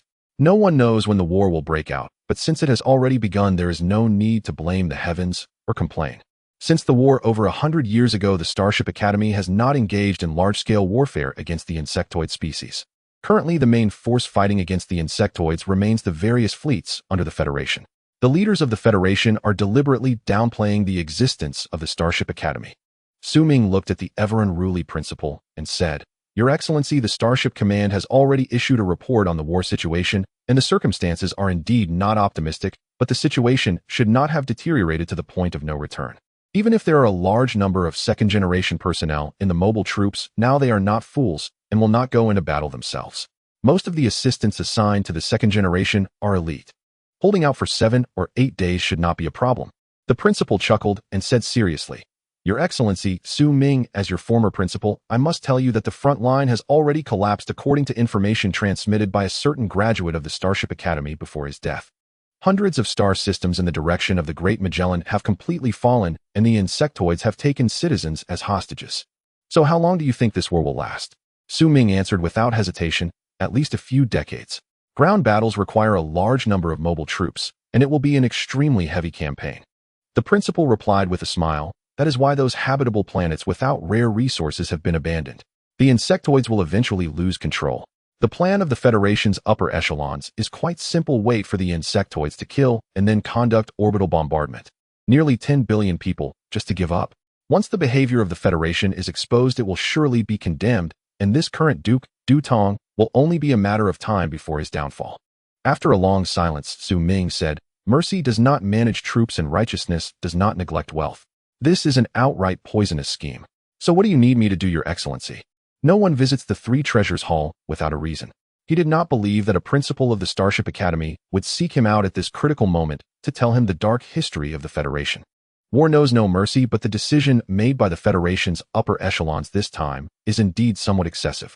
The Federation has the capacity to conduct offensive and defensive operations across hundreds of star systems simultaneously and can rescue over 100 billion people. The principal calmly looked at Su Ming and said, 7 years ago, the main campus of the Starship Academy dispatched a research team to the Great Magellan System for deep space research missions, and they are now trapped on the North Yuan star of the Great Magellan System. The main campus hopes that you can go rescue them. Su Ming showed a hint of confusion on his face and asked, Your Excellency, why is it me? Among the Starship Academy, there are plenty of captains of star fortresses. Why must a small character like me go? He could not understand why it had to be him. What kind of deep space research mission could they be conducting in the Great Magellan System? Who knows what kind of civilization's ruins they might have unearthed? Who knows if they brought back any viruses? A slight misstep could lead to his demise. The principal said, Your Excellency, Su Ming, the main campus is willing to pay a substantial amount of credit points and contribution points for this rescue mission, which involves multiple rescue operations. Before you, 6-star cruisers and 3-star battleships have already undertaken rescue missions. This disciple of Chun Xianming, truly hard to fool, unlike those old graduates who could be easily manipulated with a little provocation. Originally, the main campus planned to request the Starship Command to go for the rescue, but who would have thought that the research team unearthed something extraordinary? As a result, they could not let the fleets under the Starship Command go for rescue anymore. It would be more convenient to use their own graduates. Su Ming nodded and said, So what is the reward? Your Excellency should know that I have a fully equipped star battleship with landing troops, mecha troops, flight teams, and tactical squads of cultivators, none missing. Without sufficient credit points, convincing them to take risks would be quite difficult even if I am the captain. He had enough confidence as the Mountain C-class battleship left over from the era of Duke Li Nanfang's rule during the era of heavy artillery and giant ships. It possessed the most powerful shields and the thickest armor plates, and naturally, it was also the most expensive. Various rare materials were crammed onto it like credit points, which in the words of others was simply wasteful. With the ascension of Duke Du Tong, this series of warship productions was quickly halted and converted into balanced development. Although starships were being launched faster and in greater numbers, everyone was happy, but in Su Ming's eyes there would come a day when these people would have to pay the corresponding historical price. The principal smiled and said, 200 billion credit points and the highest authorization to control the research team. If you find the research team, there's no need to rush them back. You can first seal the ancient artifacts unearthed from those ruins. Although he did not know what the research team had unearthed, curiosity killed the cat. He did not want to be silenced for knowing too much, only the dead would not speak. Su Ming nodded and said, Your Excellency, although this price is somewhat low for the sake of being a graduate of the Starship Academy, I am willing to take the risk and go. By the way, Your Excellency, please transfer the credit points and contribution points directly to the public account of the Shanha ship. If possible, I hope it arrives tonight. Whether from major groups, financial consortiums, the Federation, or the research team of the Starship Academy, all like to conduct deep space explorations and then excavate some ancient ruins of civilizations. The current development of technology in the Federation is inseparable from the excavations of major ancient civilization ruins in past history, all relying on digging graves to climb the technological tree. After Su Ming left, the principal picked up his personal light brain and directly transferred the permissions and credit points. As for Chun Xuanming's disciple, it's best not to offend him. Although Chun Xuanming's Star Fortress is still under repair, that Star Fortress remains a nightmare for many. So it's better to keep Chun Xianming in Kunping Star. Otherwise, all the ancient artifacts obtained by this research team would surely be taken away by him without a trace. Days later, with various supplies boarding the ship and the painting work of the Shanha completed, the Shanha was fully prepared for departure. The majestic Shanha released the mooring lines and began activating the anti-gravity devices and ship regulators, slowly sailing out of the dock towards Kunping Star, the first spaceport of the Starship Academy branch. The Shanha was adorned with flags on both sides, playing the Starship March as it sailed forth in a triumphant melody. As Su Ming was bidding farewell to Chun Xuanming, he looked at the slowly approaching Shanha and said, Master, please take care of yourself. I shall take my leave now. Without looking back, Su Ming turned and flew towards the Shanha in a small aircraft, entering the ship through the hangar. On the ground, Chun Xianming murmured, The journey of the graduates from the Starship Academy should be the vast stars and seas. Reactor ignition start. Propulsion engines activate. With a smile on his face, Chun Xianming walked into the main teaching building. On the bridge of the Shanha. Captain, we have reached the bridge. The voice of the main control AI of the Shanha echoed throughout the bridge. Su Ming looked at the many eyes upon him and said, Commander Chun, what is the situation? Chun Ruowei replied, Captain, all systems of the Shanha are ready and can set sail at any time. Su Ming, seated in the captain's command seat, looked at the working Dantai Yunyan and said, Order Shanha set sail destination towards the Make Star system, high warp navigation. Currently, the Make Star system was engulfed in flames of war. If the Zerg could cause trouble through stellar jumping, why wouldn't they create mischief through hyperspace? He did not believe that a race born from hyperspace would refrain from stirring up trouble within it. Caution and bravery were the qualities that a starship captain must possess. Every cautious decision of a starship captain could potentially save a starship that was sailing at full speed. Helmsman Shan, while performing complex operations, said, Captain, we have obtained permission from the Kunping Star Starship Academy branch to set sail. The anti-gravity device is operating normally, and the main thrusters have ignited. The antimatter reactor is functioning well.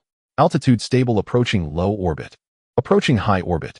We have reached the warp maneuvering position, Captain. Please give the order. Su Ming calmly stated, Shanha warp 5. In the next moment, as the warp core activated, the silhouette of the Shanha elongated and vanished at the periphery of Kunping Star. Similar events were occurring in various locations around Kunping Star, as numerous students from the Starship Academy had some reason to support those heading towards the Make Star system. Families trapped, lovers trapped, or perhaps the allure of high rewards. As starships entered warp, the warp trace detection device in high orbit around Kunping Star began to function. It began to clear the navigation traces left by these starships during their warp travel. Not every starship possessed the sensitive warp systems of interstellar battleships. Most starships would leave behind some traces during the initial segment of warp travel. Based on these traces, the enemy could deploy missiles far superior to the starship's warp capabilities for precise attacks. Inside the Shan's operations conference room, Deputy Captain Dantai Yunyan delivered a situation report. It was evident that the military officials and aides present felt great sorrow for the actions of the Federation. After all, it involved hundreds of billions of lives. To simply abandon them was indeed hard to justify. Su Ming looked at the agitated crowd and said, "Everyone, I apologize for our inability to assist in this matter. However, regardless of which member of the Shanha has family trapped in the Make star system, the Shanha can conduct precise rescue operations." This was the only thing he could do, as it was a dark chapter in the Federation's history prior to entering the operations conference room. All the military officials and aides aboard the Shanha had signed confidentiality agreements, so Su Ming was not worried about this matter being leaked. After all, it was a dark chapter in the Federation's history. If it became widely known, they would all be sidelined. Dantai Yunyan also said, "I have some connections at home.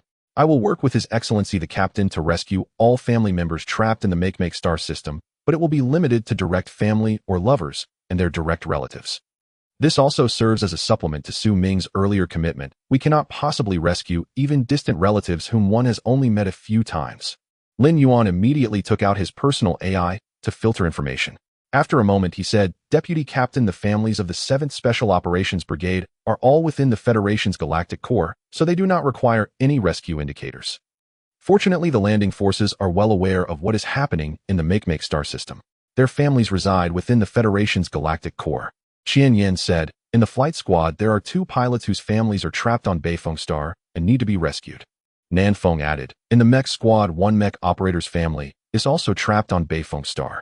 At this time, Su Ming said, "Good, I will contact the starships deployed around Beifeng Star to coordinate a landing rescue."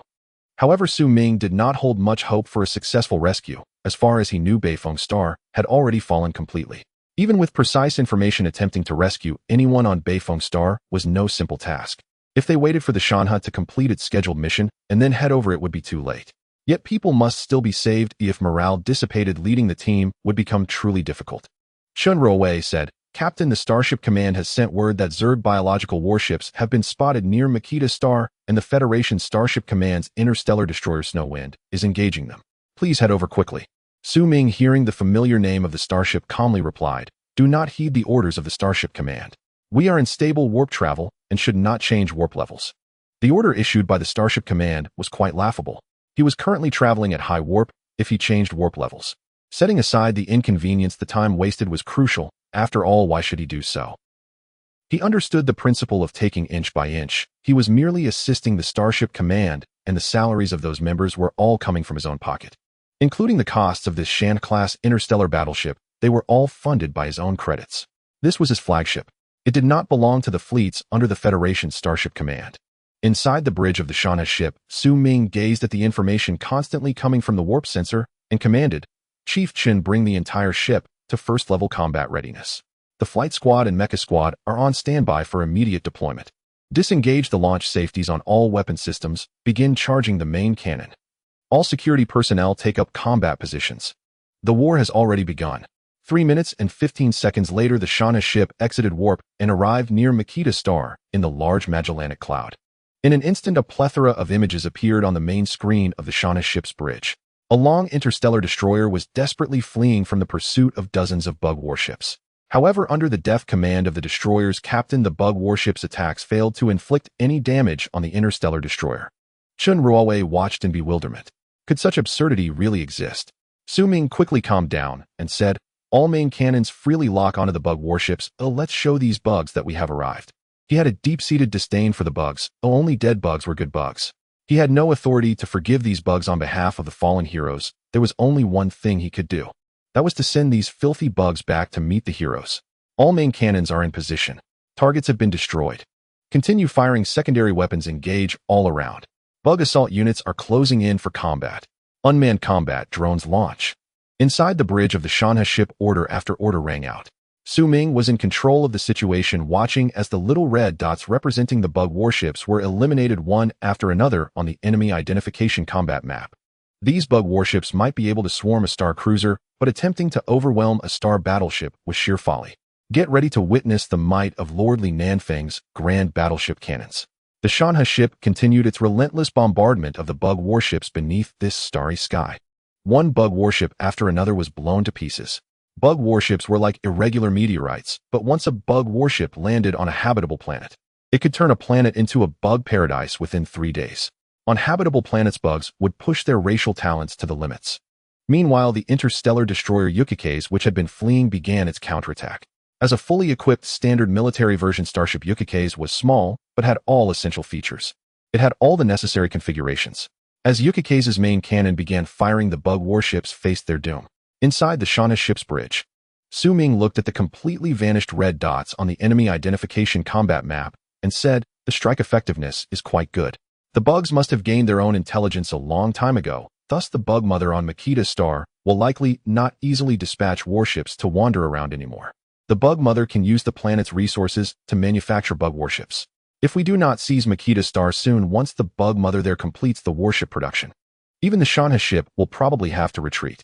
Dantai Yunyan looked at the compiled information and said, "According to the main sensor analysis of the Shanha ship, there are numerous high-energy reaction points on Makita's star suspected to be bug nests.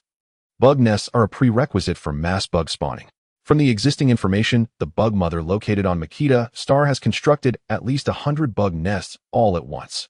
Su Ming looked at the information on the main screen and said, "Approaching Makita star in high orbit, stabilizing at 1700 kilometers.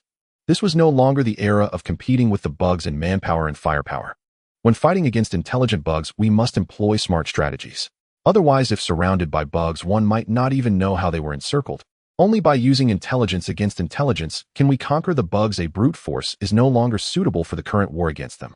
If this had happened thousands of years ago, charging indirectly would have been no problem, but in today's situation, charging indirectly presents significant issues."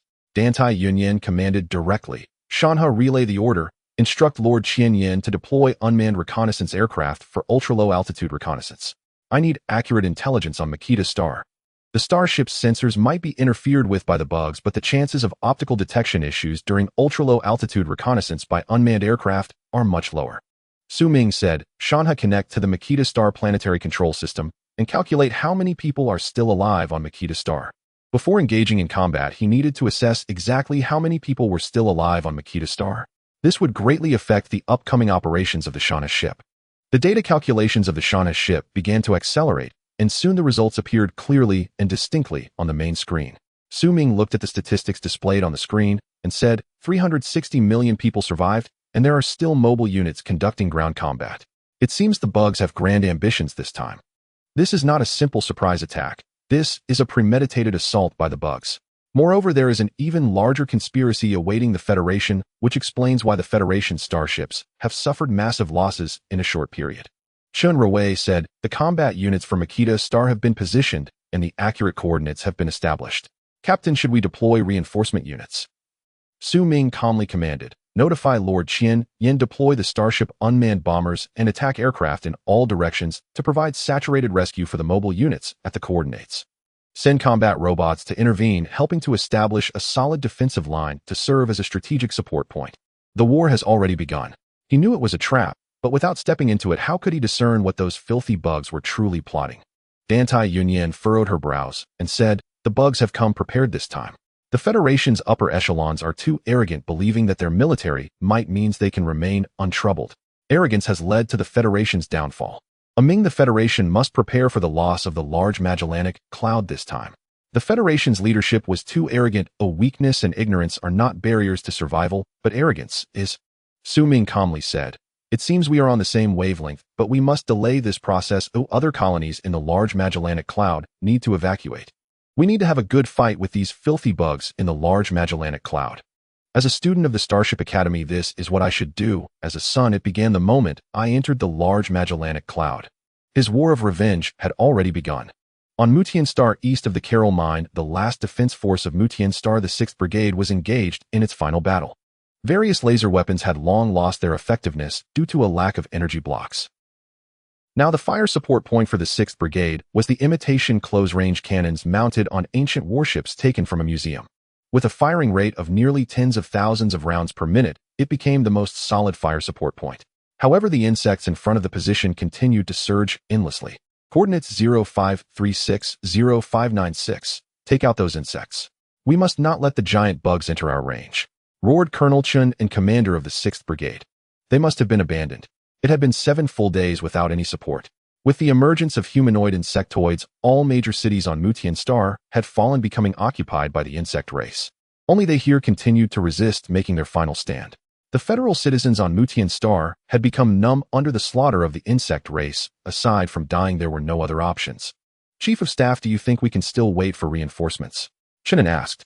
The Chief of Staff, Lord Shun Qingfeng, who had not closed his eyes for 7 days and nights, shook his head and said on the first day of the insect attack on Mucian Star, a distress signal was already sent. The Federation Starship Command dispatched a destroyer fleet for reinforcement, but unfortunately the insect warships have already shredded their armor. We are now out of ammunition and supplies. There are no reinforcements left. From the very beginning of this battle, they knew such an outcome would come. The Starship Command requires time to deploy interstellar cruisers, and by the time the cruisers arrive, they should all be dead. Citizens on Mucian Star could hide at home, but as federal soldiers from the moment they became soldiers, they were ready to go anywhere. Shunin said with a bitter smile, we are out of ammunition for the electromagnetic weapons, and the gunpowder-based ammunition won't hold out for long. Their supplies were ample, but the sudden attack of the insect race destroyed their storage warehouses. Ultimately, it was their negligence, and the other brother units were not much better off. At this moment, a messenger rushed into the forward command post and said, report. In front of our position, insect tanks have appeared. We request to launch a desperate charge. Shunin said with a serious expression, Lord Shin Qingfeng, you should leave. The 6th Defense Brigade of Mucian Star should not perish completely. Dying on the battlefield is simple. One can rush out of the forward trenches and engage in bloody combat with the insect race. However, the difficult part is to live on with humiliation. Shin Qingfeng saluted with a maneuver unit gesture and said, where the people are, there the position is. Then Shin Qingfeng followed Chun into the forward position. On the star calendar 335-70206, the commander of the 6th Defense Brigade arrived at the forward position. Looking at the insects continuously surging towards the position, he picked up the rifle of a fallen soldier in imitation from ancient times. Shannon checked the magazine and found it empty. He pulled out the bayonet from the soldier's body, firmly placing it on the muzzle, and with all his strength Chun and shouted hoarsely, Mucian Star 6th Defense Brigade, fix bayonets. Just like the soldiers charging against the fierce Japanese invaders during the National Defense War in ancient times. All soldiers of the Federal 6th Defense Brigade on Mucian Star drew their unfamiliar bayonets, just like their ancient predecessors. They charged out of the trenches, launching a counteroffensive against the insect race. In this less than 3 square kilometer position, the 6th Defense Brigade of Mucian Star attacked the countless insect race. They were not defending, they were attacking. 1 minute and 15 seconds later, hundreds of unmanned interstellar attack ships unleashed searing laser energy beams, turning the insects at the front into ashes. Chunks of insect corpses splattered onto Chun An's face. Then thousands of interstellar bombers appeared in Chun An's line of sight. That was the most beautiful scene Chun An had seen since the war began. A wave of heat surged, carrying the scent of roasted meat, but the soldiers of the 6th Action Brigade of Mucian Star felt no sorrow, nor were they ecstatic. They were only left in prolonged silence. In the Joint Combat Channel, Qian Yin said the commander has ordered to focus on eliminating the insect race's strong units. Indiscriminate strikes, saturation bombing. These bombs, modeled after ancient designs, unleashed unimaginable power. This was a path never envisioned before, and the bombs equipped with accelerants became a disaster for the insect race. Inside the bridge of the ship Shanha, Su Ming looked at the image on the main screen and commanded, prepare for material delivery, send the mech units to assist, and the landing troops will go first. 3 battalions will go down, led by Lord Lin Yuan in person. The war could no longer be avoided. No one could escape. If the insect queen hidden on this planet was not eliminated, there would be no peace on Mucian Star. Dantai Yunya said on the Shanha, anyone can go to the surface, but you cannot go to the surface. As the starship captain, your task is to stay on this starship. The captain of the starship should remain with the starship. Su Ming said the battle situation is unclear. I definitely won't go down. However, I need to understand what exactly has happened on Mucian Star that forced a mobile unit to resort to using gunpowder weapons. This is unreasonable. What about the other units on Mucian Star? Does the Federation's emergency conscription order not work on Mucian Star? The Shanha has gained management rights over Mucian Star through technical means and detected a large number of citizens' survival information. Dantai Yunya said, indeed, we should ask properly. After all, there are valuable minerals on Mucian Star which are important to the Starship Command. We need to clarify what has happened in each of the major cities on Mucian Star. I hope it is not as I suspect, otherwise the Federation may directly conduct orbital bombing. The bottom hatch of the Shanhai opened. The transport ships began to operate at full power, delivering personnel and supplies to Mucian Star. The mech units began their orbital airdrop, directly conducting low-altitude infiltration from high orbit. The unmanned starship drones that had previously executed strike missions also began to return, resupplying ammunition, and then resumed their strike missions. Continuous strikes. As time passed with the assistance of the Shanhua and the mech units, a solid defense line was once again established thanks to the abundant resources near the Carol mine. The mining barges and mining robots of the Shanhua were deployed in batches to collect and utilize the resources around the Carol mine in order to establish an even more robust defense line.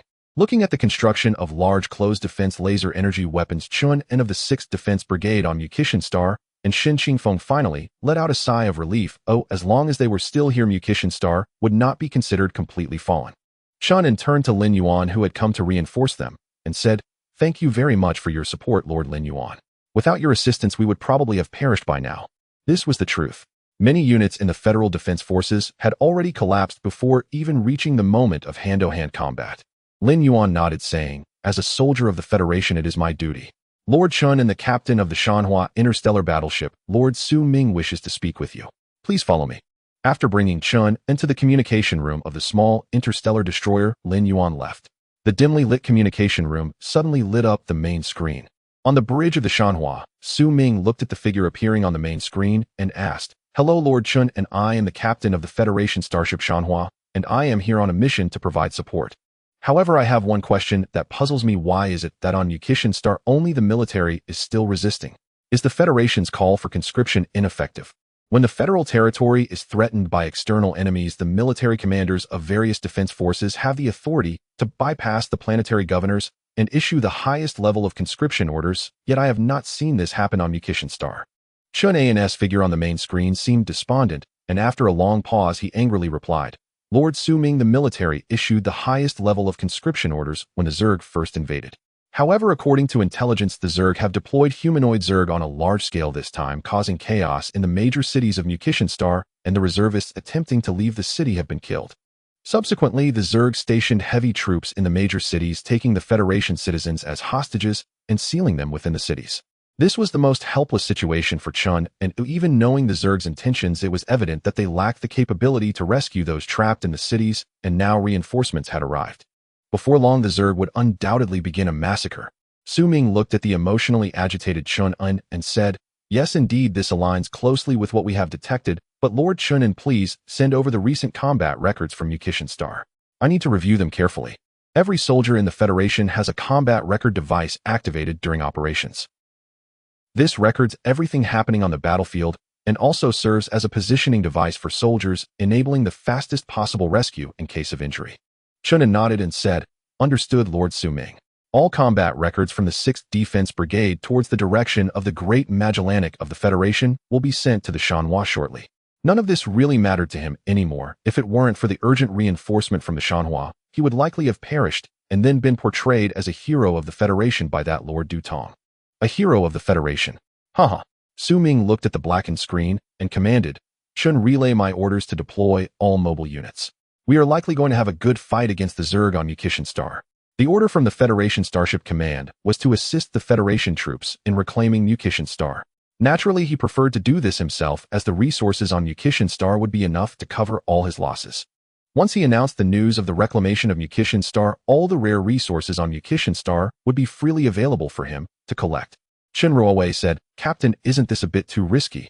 According to the information obtained from the sensors of the Shanhua, there were significant signs of Zerg activity on Mucian Star.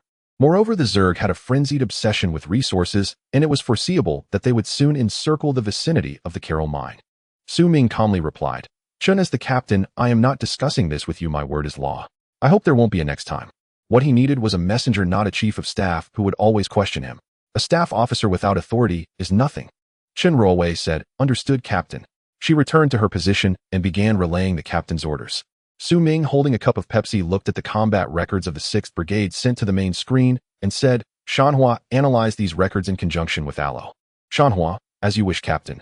"Alo, as you wish, Captain."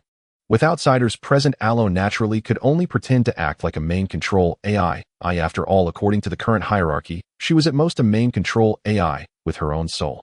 Moreover, this phenomenon was affecting Shanhua as well. Dantai Yunyan walked onto the bridge and said, "My captain, according to the statistics from the logistics department, our current supplies can support large-scale warfare for a long time. However, unfortunately, starting this month, you will have to begin paying salaries to over 10,000 personnel." Su Ming spread his hands and said, This is indeed bad news, but the minerals on Mucian Star and the bounties from those corporate groups are enough to compensate for all losses incurred on this trip. I have already ordered that the status of the Mucian stellar system be raised to a military control level.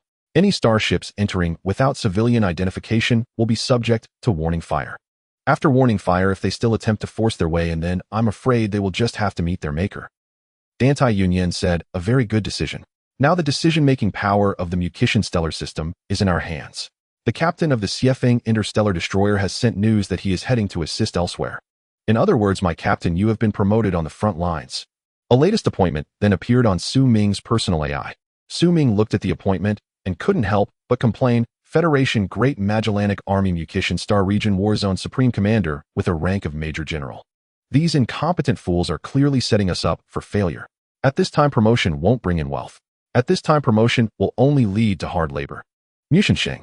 The federal position near the Carroll mining area is no longer the crude and primitive outpost it once was. The current position resembles a true federal stronghold equipped with various laser energy weapons, electromagnetic weapons, and the latest energy cannons, all allocated by the optical brain. The outpost now resembles a ferocious beast waiting for the foolish insectoid swarm to charge in. Standing atop a lookout tower over 100 meters high, Chun and observe the insectoid swarm stirring 100 kilometers away through the optical observation system, disdainfully stating the insectoids are preparing to attack again. There are rumors that they have gained intelligence. But why do their methods of attack remain the same as before? In Chun An's view, even if the insectoids had gained intelligence, it could not compare to human civilization. Over the long years, the predecessors and successors of the Federation have turned warfare into an art, a bloody and fiery art. Beside him, Lin Yuan also leaned over the optical observation system, retorting, Old Chun, don't underestimate the insectoids. We still can't fully grasp their intelligence, so we must remain cautious, especially regarding the burrowing worms.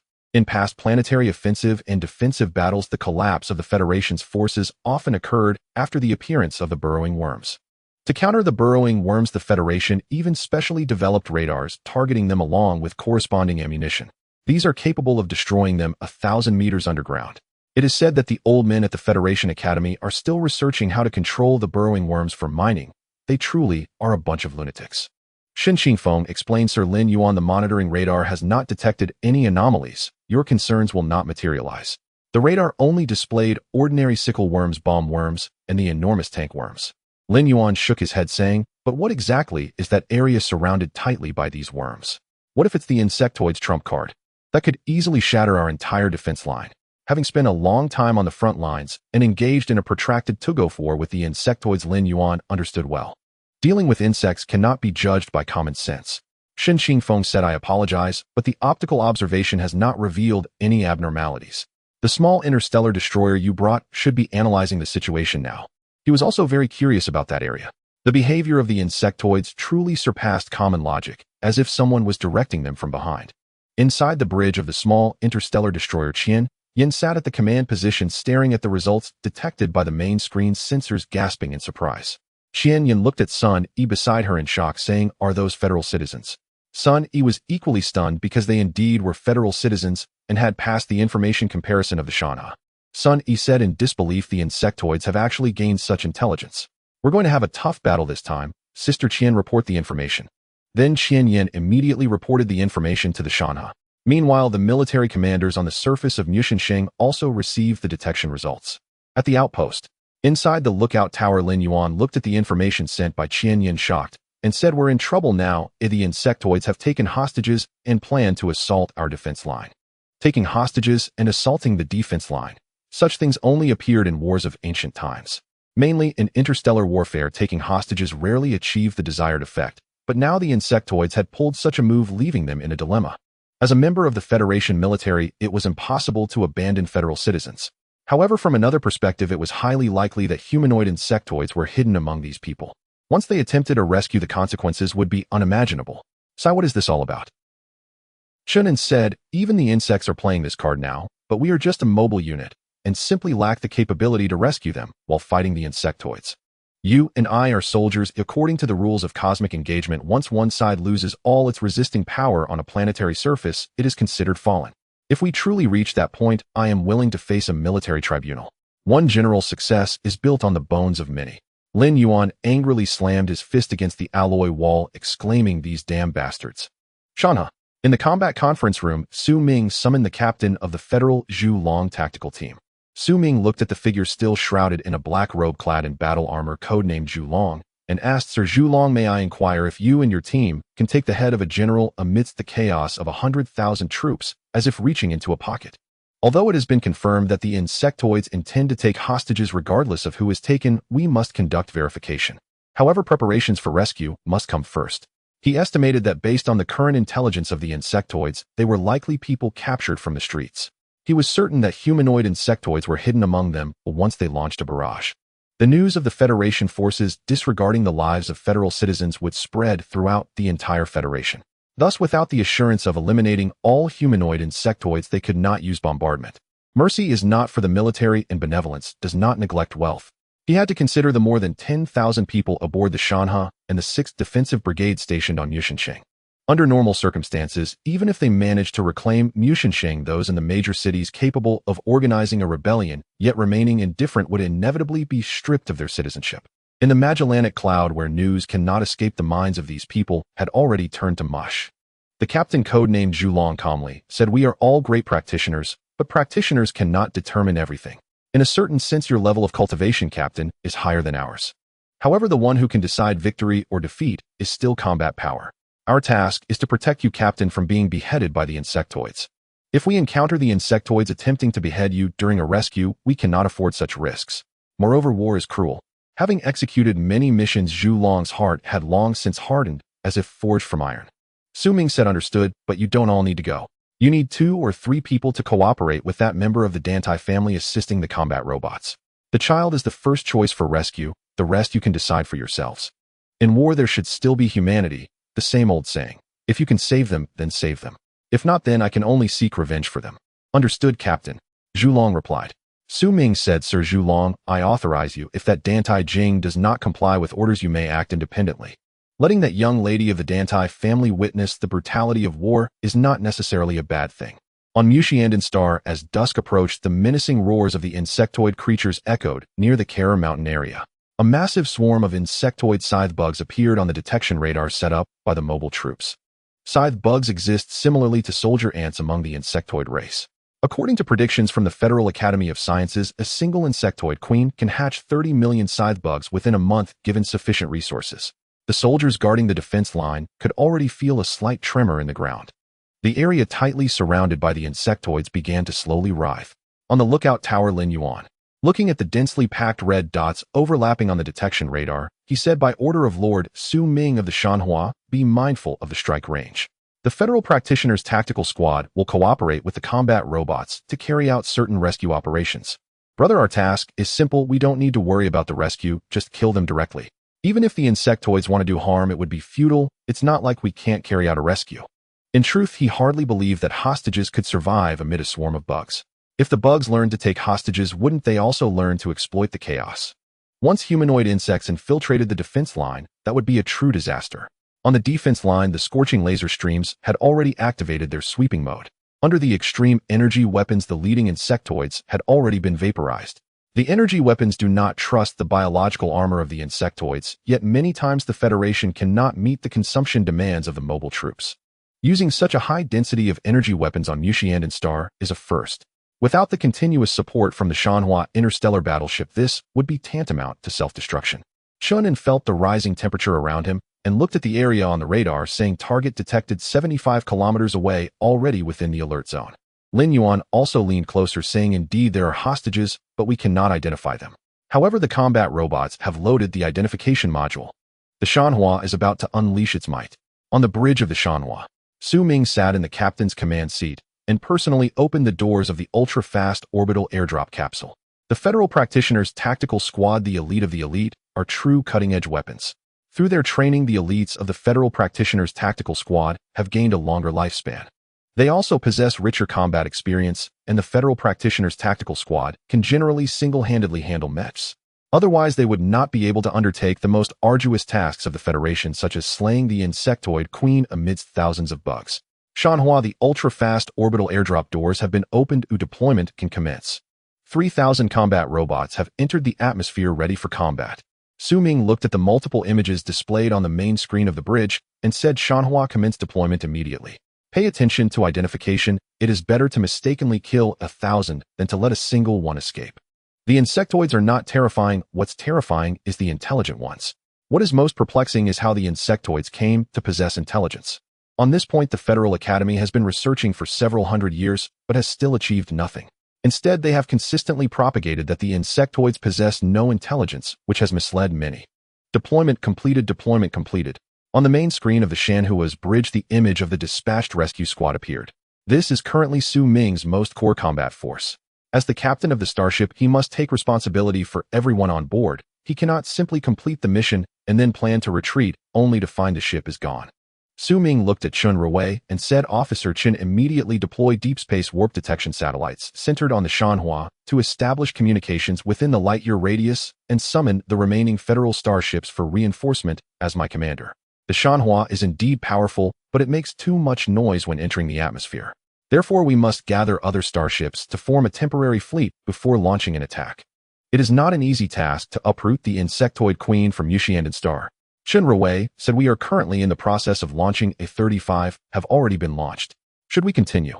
Once these deep space warp detection satellites are launched, they will travel at ultra-low warp speeds. The insectoid ships have no means to deal with satellites traveling at ultra-low warp speeds. They can only watch them slip away. Simultaneously, after reaching the designated orbit, the deep space warp detection satellites will network together, forming a communication system that passes through the Federal Enemy Identification System to summon the starships. Su Ming calmly said, continue sending, the denser the better. The insectoids have placed this juicy piece of meat right in front of me. They surely will not let me rest easy. Although the known intelligence indicates that the insectoid queen does not possess means against interstellar battleships, it is undeniable that the threat level of the insectoid queen has long been ranked the highest in the Starship Command. He cannot afford to gamble with the Shanhua, so at this stage the Shanhua will remain in a high orbit around Mucian star. At this moment, Dantai Yunyan arrived at the bridge. Dantai Yunyan sent a piece of intelligence to Su Ming's personal light brain and said, my captain, your speculation is entirely correct. The insectoids are massively reinforcing their numbers. Lord Du Tong's little plans have been thwarted. However, it will still take some time for the Starship Command to gather the battleships from other directions. After all, the insectoids have begun large-scale actions throughout the universe. This is not a good phenomenon, or it might very well lead to another millennium-long war as recorded. Su Ming smiled and said, war is cruel. Fortunately, the Shanhua is equipped with large-caliber antimatter main cannons. While the insectoid queen is fishing, I have undoubtedly hooked her. By the way, what does the Starship Command have to say about the appearance of fully developed humanoid insectoids in this war? According to the records in previous wars against the insectoids, there were indeed many humanoid insectoids. However, at that time, those humanoid insectoids still retained characteristics of the insectoids. However, from the battlefield records of the 6th Defense Brigade on Mucian star, the humanoid insectoids have now appeared in their complete forms. They are basically identical to humans, which is the most terrifying aspect. When did the insectoids begin to exhibit such humanoid forms? A grand conspiracy has already unfolded before Su Ming. Dantai Yunyan shook her head and smiled bitterly, saying the federal high-ups are eagerly preparing to topple the highest ruler. Such matters are at most handled through internal investigations by the Starship Command. Su Ming sighed, saying, human nature, huh? Even at this moment, they are still busy vying for power and profit. The battle robots have completed their scheduled airborne mission. They have detected the presence of the Zhu Long cultivation tactical team and have ceased extending fire. Maintain combat vigilance. Snipers are free to eliminate the insectoid enemies. Coordinate to rescue the hostages. Undoubtedly, this will be an unprecedented rescue operation amidst the overwhelming swarm of insects. This is an exceedingly difficult task, as it requires powerful firepower for cover support. Additionally, top-tier federal weaponry is necessary for strategic support, otherwise it would be sheer nonsense. The battle robots have deployed a barrage of fire-high-energy laser beams raining down to deliver lethal strikes against the surrounding insectoid enemies. Meanwhile, 75 kilometers away, the sniper is also using an ultra-long-range electromagnetic railgun to eliminate high-threat targets among the insectoids. No insectoid can withstand such firepower. After Zhu Long and Dan Taijing landed, they wielded lightsabers to slay the insectoids, breaching the temporary defensive perimeter. Zhu Long reported hostage detected, estimated around 100,000. The battle robots are currently identifying.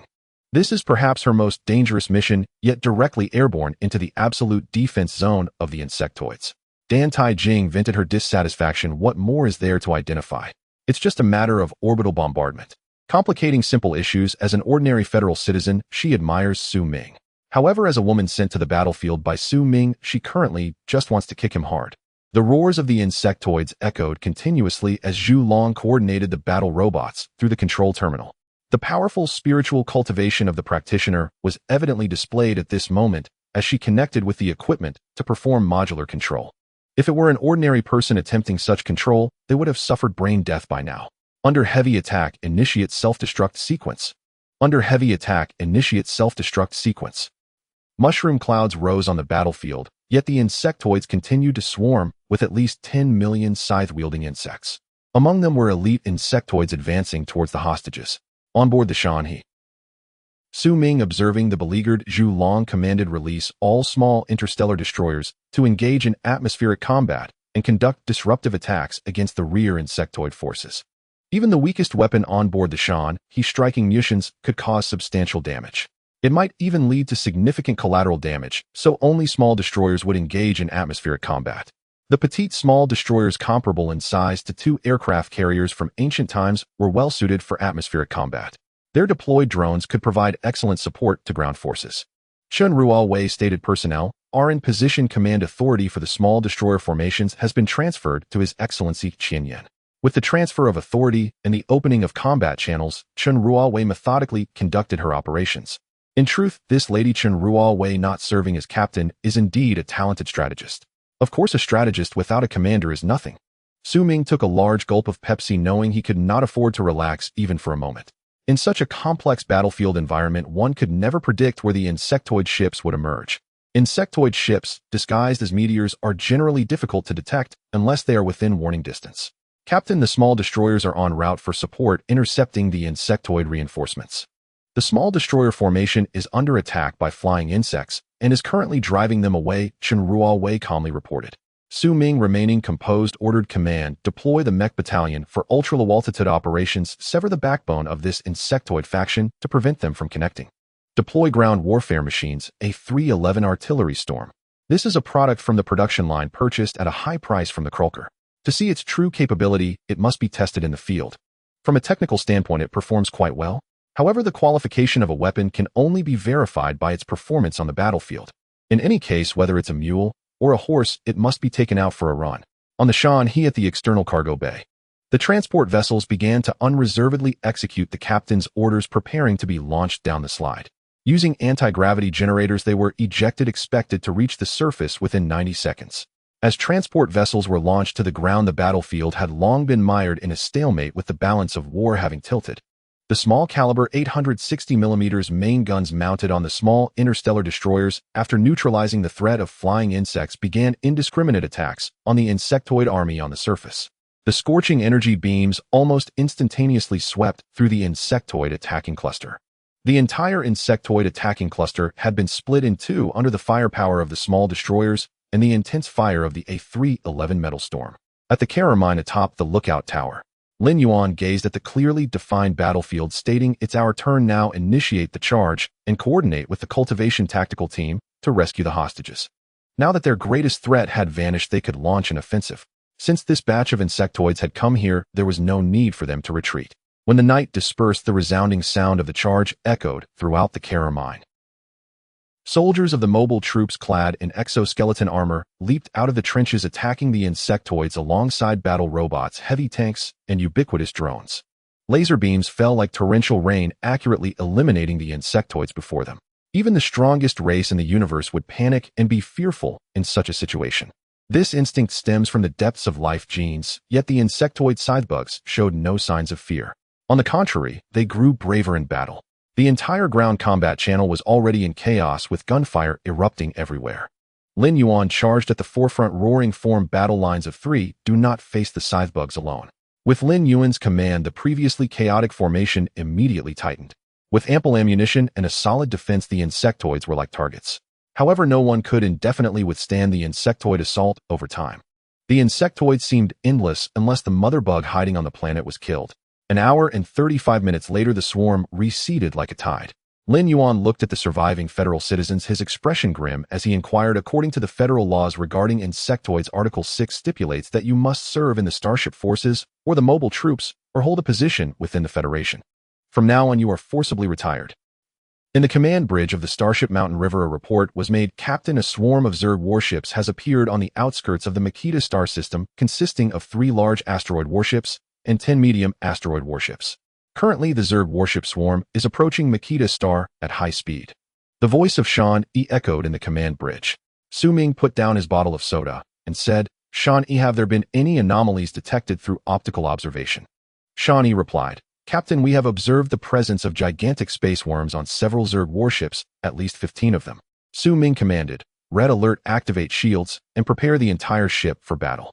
Leave the high orbit, adjust course, and prepare to engage the enemy." The Zerg warship swarm arrived in a rather peculiar fashion. Their configuration was not particularly strong, but it wasn't weak either. Zerg warships are generally developed from modified asteroids, and typically, with just the biological armor of the Zerg, they cannot withstand the concentrated fire from a starship's main cannon. However, the Zerg had not used any other means, and had directly appeared right before his eyes. Either this swarm of Zerg warships had gone mad, or they had some kind of backing. Daring to face the main cannon of an interstellar battleship, Shanha said, "We have left high orbit. The main propulsion pulse engine is at full power and coordinates have been adjusted for a favorable position." Shan E reported, "The Zerg warship swarm is now 900,000 kilometers away, continuously closing in." Su Ming directly commanded, "Disengage the main cannon safety, and as soon as the Zerg warships enter firing range according to the pre-locked coordinates, fire at will. Let's give these bugs a taste of some warp speed missiles." Antimatter, main cannon entering pre-launch procedures. Even a hawk hunting a rabbit must exert all its strength, let alone facing a swarm of Zerg warships. No one could know the exact specifications of a Zerg warship before the battle. In the depths of space, dozens of warp speed missiles had already been launched from the weapon deck of the Mountain River starship. The warp speed missiles activated their stabilizers, transforming into dozens of beams of light as they raced towards the Zerg warships. Warp speed missiles are among the most advanced armaments of the Federation, one of the most potent long-range attack methods of starships. In an instant, the missiles traveling at subwarp speeds struck the rapidly moving swarm of Zerg warships. The antimatter payload exploded instantly. Back in the command bridge of the Mountain River, real-time images were also transmitted back. Su Ming looked at the lightly damaged Zerg warships and the blue glow emanating from the Zerg swarm, frowning as he said, "Advisor Chen, upload the battlefield records to the Starship Command. Union, our troubles have arrived." Judging from the current situation, this swarm of Zerg warships was still no match for the Mountain River. As an interstellar battleship, the Mountain River possesses the most powerful shields and the thickest armor. However, for the Federation, the Zerg had escalated into a significant threat. In previous wars, the Zerg had never demonstrated the technology of shields. A shield capable of withstanding warp-speed missile attacks from battleship-level vessels must be at least of the interstellar cruiser level. While analyzing the data, Dan Tai Yunyan said, "Based on the data obtained from the recent attack, the Zerg warship swarm we are facing possesses shields that are no weaker than those of the Federation's interstellar cruisers. However, this level of shield strength is achieved through the combination of shields from each Zerg warship, which means we are in even greater trouble. In other words, as long as the Zerg are determined to take down the Mountain River, they can simply keep stacking shields. From the information we have so far, we still do not know the upper limit of the Zerg's shield combination capabilities." Su Ming said, "Those incompetent fools at the Starship Command didn't reveal any information before the battle. This is a death sentence." Mountain River opened the Federation Star Network and the Cosmic Star Network and upload the combat footage. "So they are covering it up, huh? Then let's not play along. Covering up other matters is one thing, but in a situation like this, it's absolutely unacceptable to cover it up. This is detrimental to everyone. Facing the current strength of the Zerg interstellar cruisers must form fleets to engage. In this situation, only interstellar battleships can enter solo."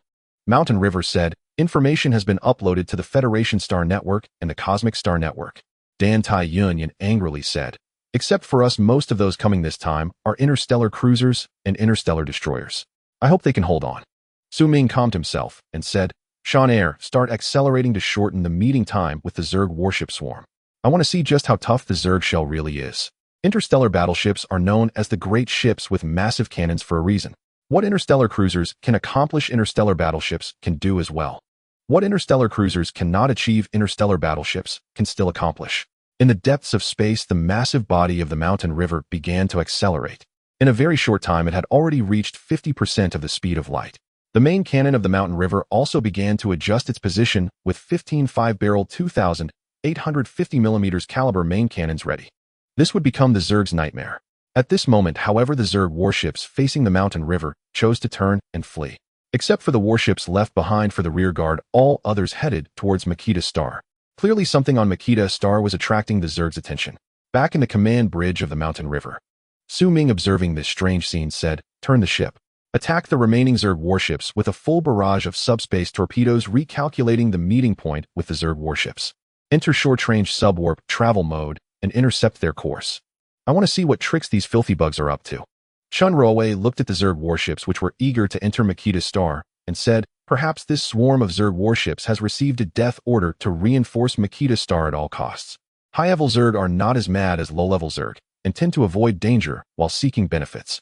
This well explains why the Zerg are so determined to enter Makita Star."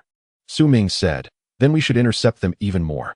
Since the Zerg's target is so clear, there must be a significant figure among them on Makita Star.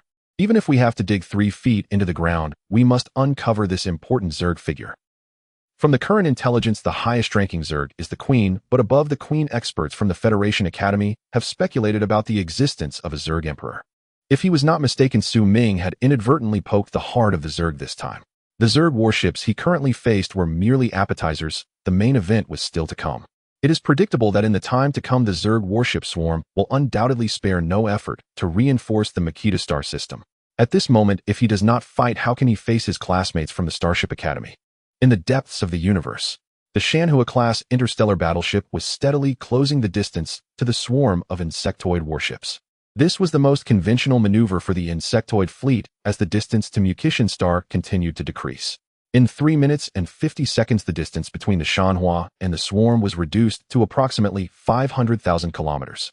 This was an excellent range. At this distance, the 2,850 mm main cannon of the Shanhua could fire energy beams that, while possibly experiencing some attenuation, still held formidable power. Inside the bridge of the Shanhua, Commander Su Ming gazed at the enemy and friendly situation displayed on the screen, commanding Shan Air disengage from warp speed. All main cannon units prepare for a simultaneous strike at 60% power. In any battle involving anomalous starships, one must always retain certain trump cards. Shan Air replied, "Captain, the main cannon is firing." At this moment, the 15 5-barreled 2,850 mm main cannons installed on the Shanhua unleashed scorching energy beams. Crossing nearly 480,000 kilometers, the beams accurately struck the insectoid fleet. This was the judgment of death from the Shanhua. Inside the bridge of the Shanhua, Su Ming observed the insectoid warships engulfed in energy beams on the main screen, showing no signs of relaxation.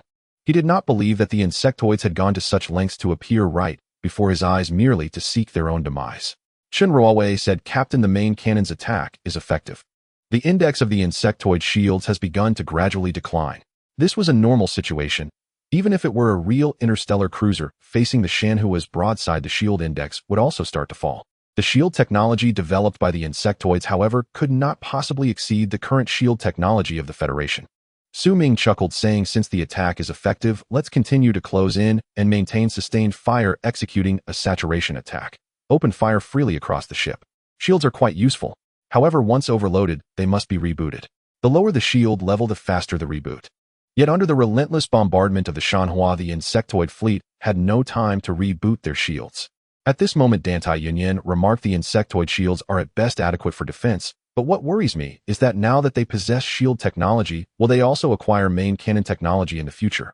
This is the true hidden danger. Compared to the defensive shield technology, the offensive main cannon technology is far more concerning.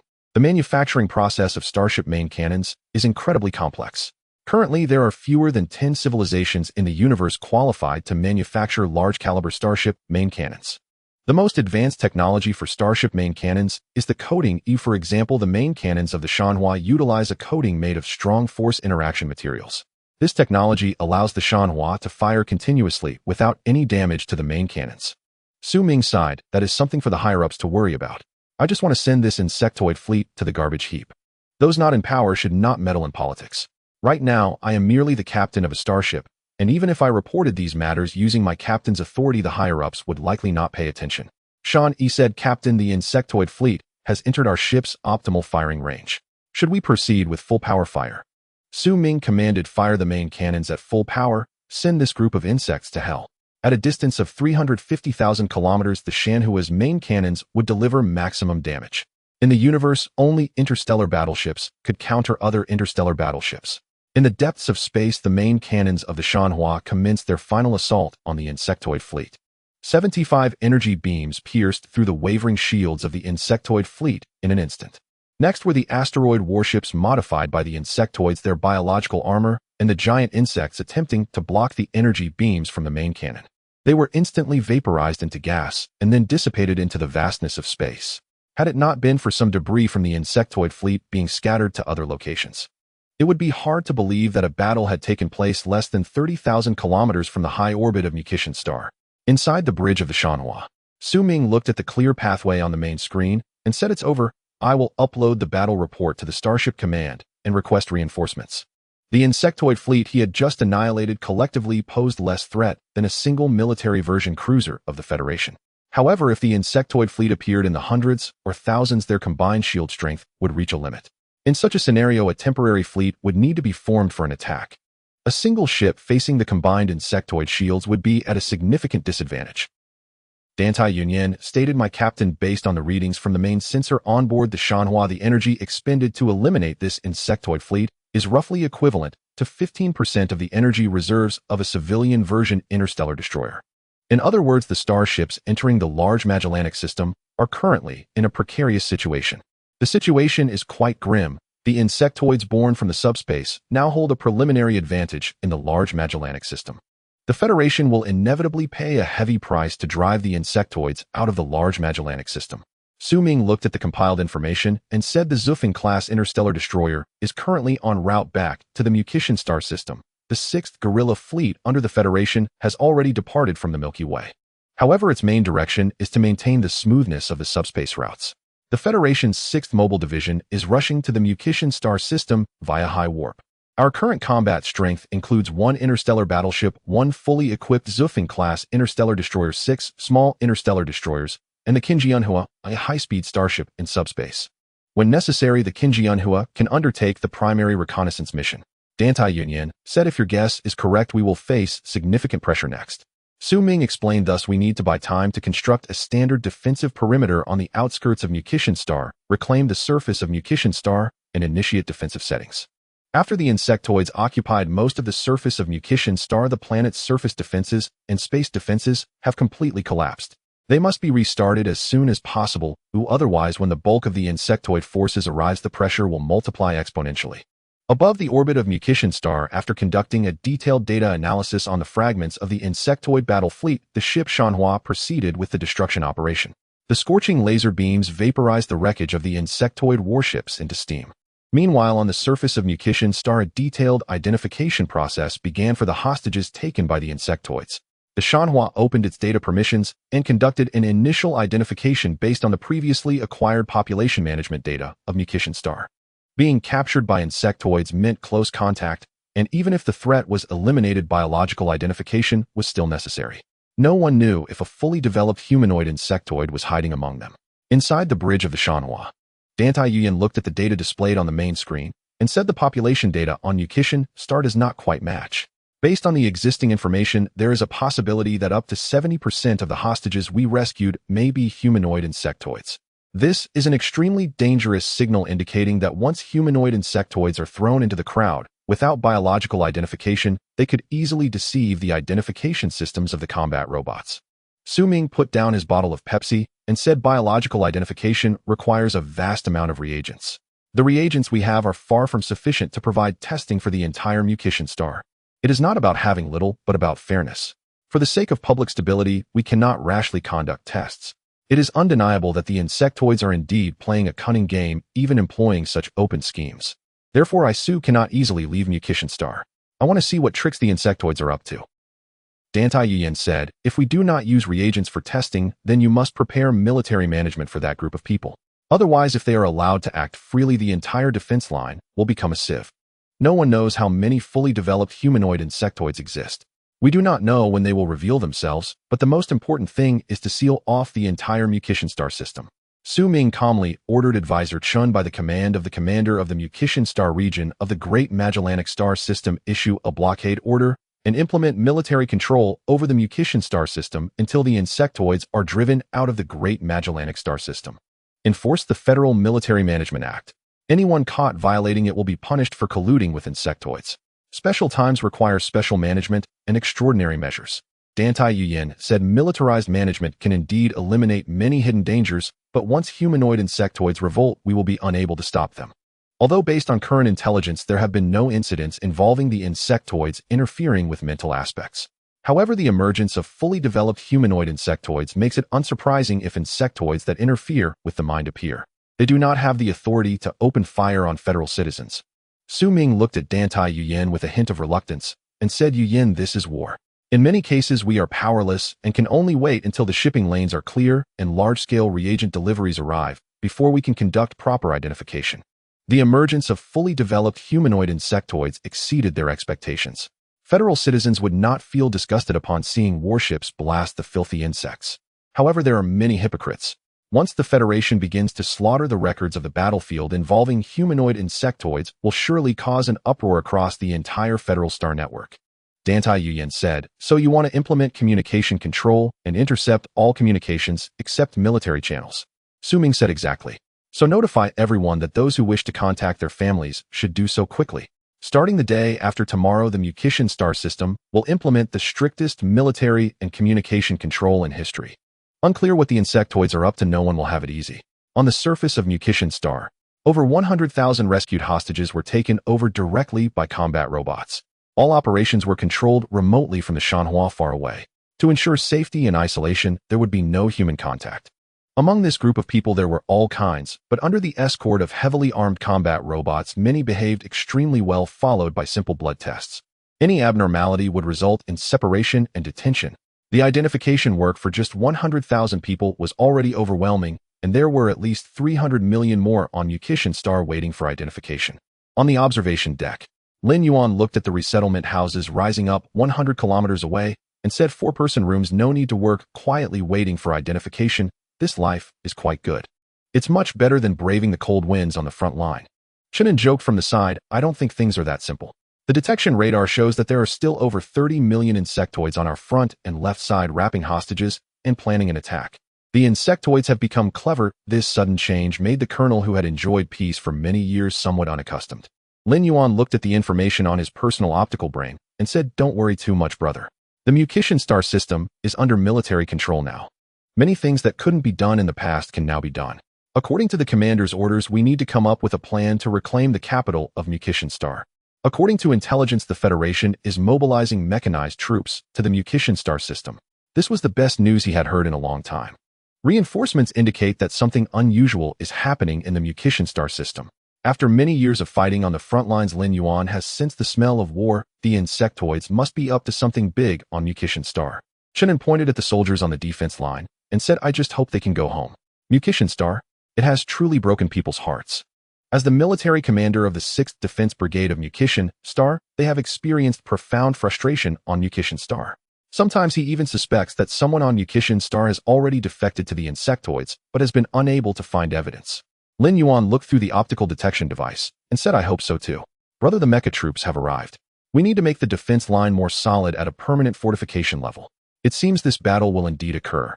Undoubtedly, Mucian star will become a thorough outpost, providing supplies and personnel for the Federation's counteroffensive against the great Magellanic star system.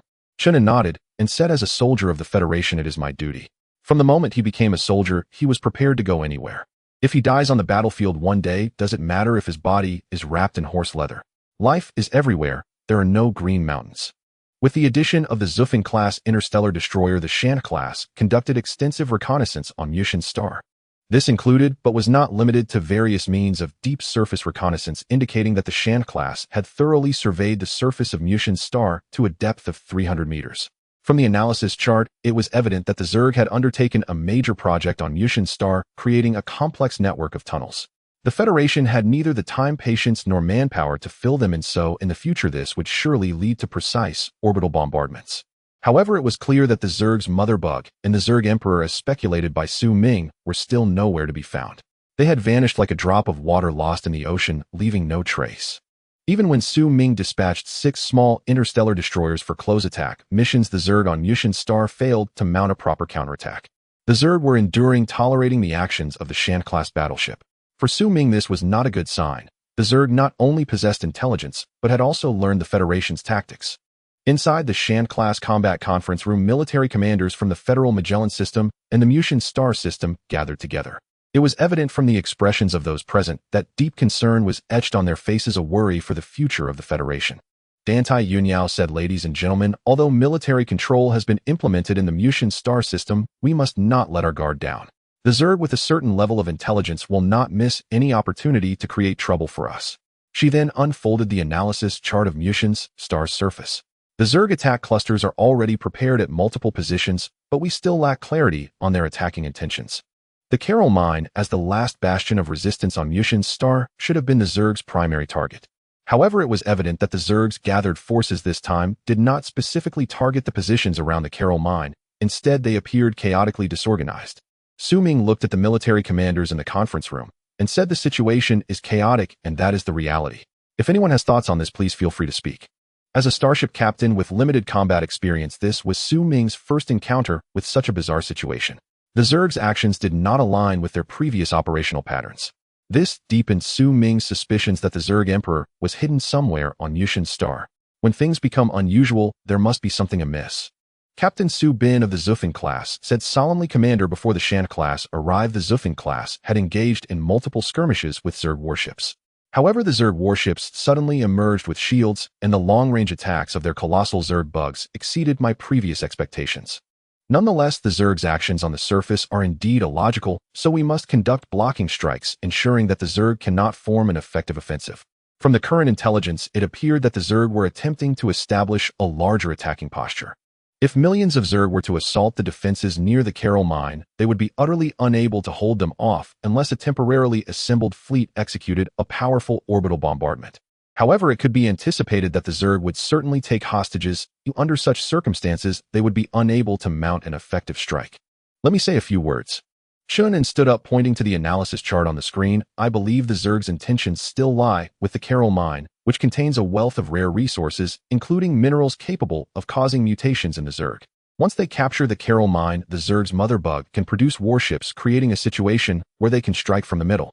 At that point, there will be Zerg warships causing chaos on the outskirts of the Mucian star system, while there will also be Zerg causing havoc on Mucian star.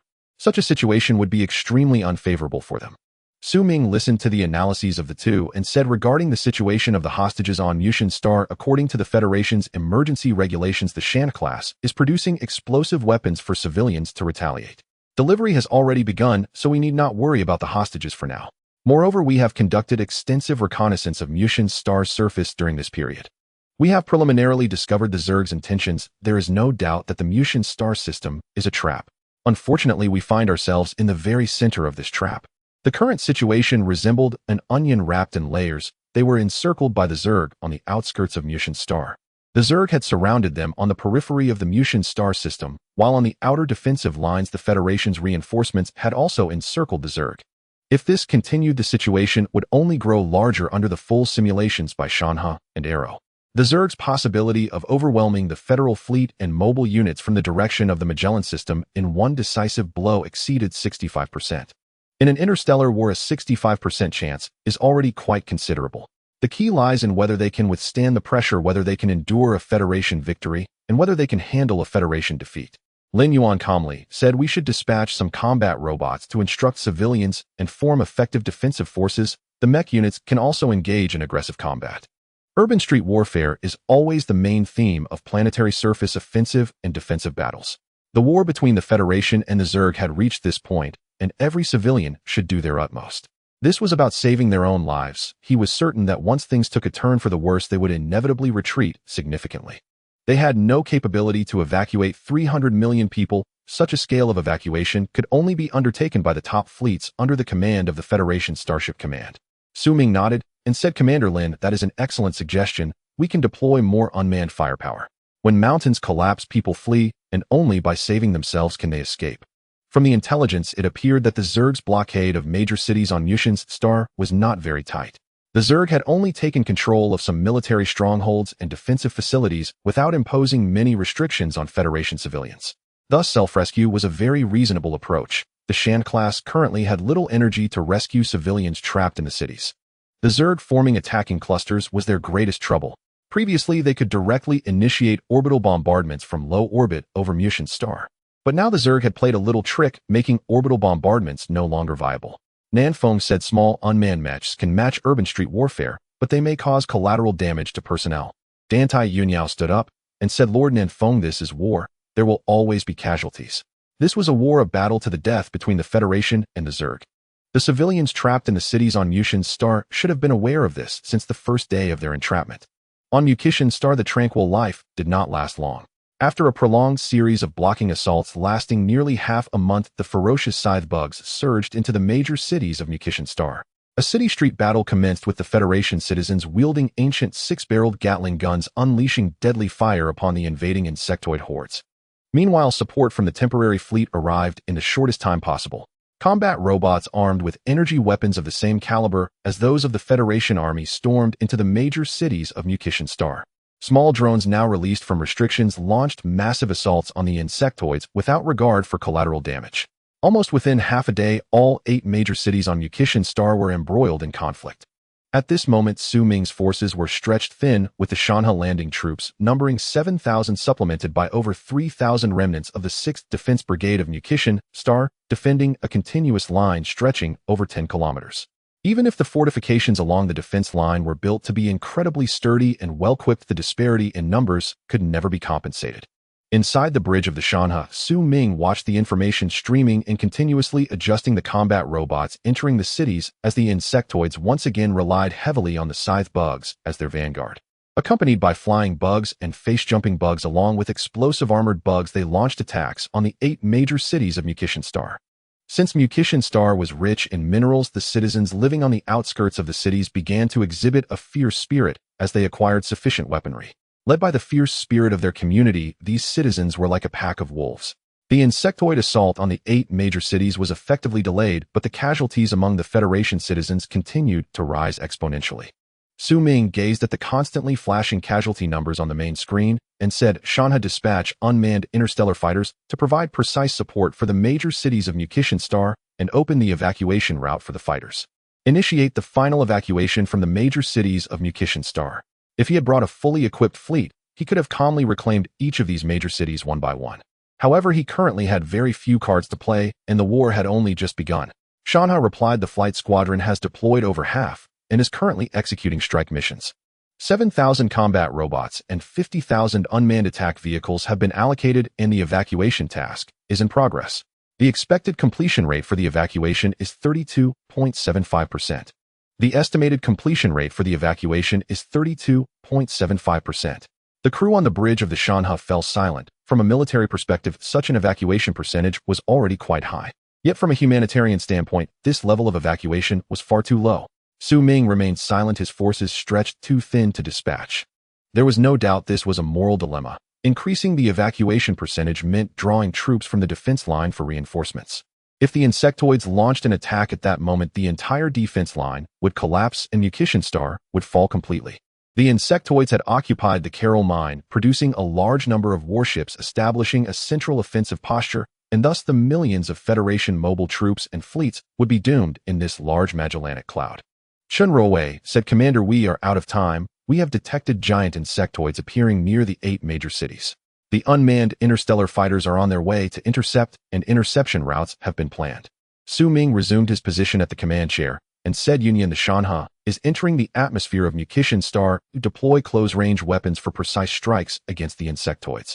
Dantai Union, who was reallocating resources and optimizing evacuation and retreat plans, looked at Su Ming and said, orders have been re-entered as you command, Captain. Shanair said, Shanha primary engines are starting, preparing to enter the atmosphere of Mucian's star. Shield levels have been elevated to maximum, and the mech squad is deploying for external protection. Shansen said, Shanha close defense systems are ready, all units are prepared to fire and can shoot at any moment. With everything in place, the Shanha entered the atmosphere of Mucian's star. From an altitude of 5,000 kilometers, targeted assaults were launched against the insectoid attack clusters. The combat robots assisting in the evacuation provided escort for the retreat routes of the Federation citizens. Searing energy beams rained down upon the insectoids on the surface with devastating effect. Citizens emerging from the cities armed with light machine guns cheered as they witnessed the starship's cleansing assault. Blast these filthy pests. It's time to let these dirty bugs taste our power. The insectoids pressed on with their reckless assault, yet they faced the close-range strikes of an interstellar battleship. No matter how fierce the insectoid onslaught was, it could not withstand the bombardment of energy beams. The mech squad executing escort duties around the Shanha breathed a sigh of relief as they watched the energy beams burst forth on the surface. They could not stand by as so many compatriots were slaughtered by the filthy insects. More unmanned attack drones fired scorching electromagnetic projectiles, beginning to suppress the armored insects. In summary, the current battlefield situation was a tangled mess, with the major cities of Mucian stars spaced hundreds of kilometers apart at the shortest distance. Evacuating such a large population was a troublesome task, but fortunately the Shanha only needed to clear a path for them. For the remaining matters, Su Ming trusted that the planetary governor would organize these people. On the bridge of the Shanha, Su Ming anxiously stared at the detection results on the main sensor, ready to respond at the slightest anomaly. He would not hesitate to take the Shanha back to high orbit over Mucian star. Chun Ruowei said the data percentage has risen to 87.6. Su Ming looked at Chun Ruowei and said, have them expedite the evacuation. The Shanha cannot maintain its current altitude much longer. To ensure the success rate of this evacuation, all unmanned attack drones on the Shanha had already been dispatched. There would be a 15-minute interval between each wave of support, which posed a significant challenge for the armed citizens carrying gunpowder weapons. So if they slowed down, the insects would press forward. Chun Ruowei did not dare hesitate and quickly conveyed the orders. Su Ming said, Shanha Allo, conduct a comprehensive geological analysis of Mucian star, calculate its current mass and any potential anomalies. Since they had already taken the risk to enter the atmosphere of Mucian star, how could Su Ming return empty-handed? According to the intelligence relayed from the Starship Command, 3 fleets of insectoids were heading towards Mucian star. The 6th guerrilla fleet of the Federation was in hot pursuit, and there was definitely a big figure on Mucian star. Shanha said analysis has commenced, estimated completion time 1,300 seconds. The countdown appeared on the main screen. Su Ming felt a slight relief, but then anxiety returned. He was one step closer to uncovering the truth. I hope my speculation is wrong. At the Carol mine position, Chun looked at the towering warships clearly displayed in the optical observation system and said, the saturation rescue. This commander has directly ordered the flagship to enter the atmosphere of Mucian star. This is quite a risky move. However, as a Federation soldier, I must thank this commander for saving many lives. If conventional rescue methods were followed, it would undoubtedly result in significant casualties. A rescue index of 30% would be considered a great success, but now it could definitely save the majority of people. This was also the reason they had been hesitant to act rashly before. If the mobile troops had been sent to carry out the evacuation, they would have stirred up a big splash. Shen Qingfeng looked at the endless retreating line displayed in the optical observation system and said, however, sir, we need the Starship Command to send some military rations over. This is a good thing for the Mobile Troops Command. After all these years, the Federation has stockpiled a large amount of wartime food. This is definitely a good time to deplete the inventory. A large interstellar transport ship can deliver supplies sufficient for millions of people for half a month in one trip. Under wartime conditions, ensuring that citizens do not go hungry is the priority. Eating to satisfaction is a pipe dream. Only combat personnel can afford to stay full. Chunin said, they are retreating towards our perimeter. Long-range firepower needs to cooperate. We truly need to be prepared for decades of war. Brother, don't say decades. Even if it takes us to fight to our ancestors' 18th generation, we must continue. From the moment they arrived at Mucian star, it was already destined that they could not leave the large Magellanic Cloud in a short time. Leaving would be simple. Either become a deserter or eliminate all the insects.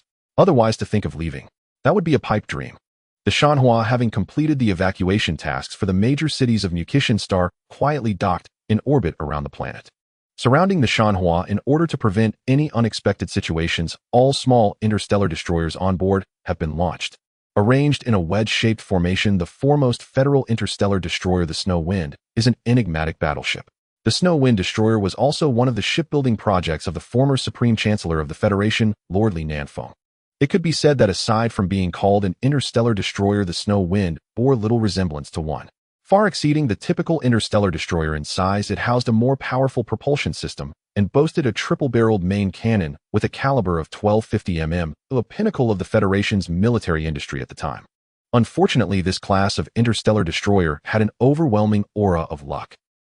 Almost no one was willing to undertake missions alongside the Snow Wind, as throughout nearly a century of the Federation, only a few individuals could suppress the luck of this class of ships. But let's not mention the rest. Within the bridge of the Shanhua, the spacious bridge had been cleared, leaving only Su Ming and Dan Tai Yunyan. On the main screen, someone appeared who was very familiar to Su Ming, someone he wanted to rush forward and embrace with his old fists. It was his old mentor Dan Tai Chung, one of the pillars of the Dan Tai family.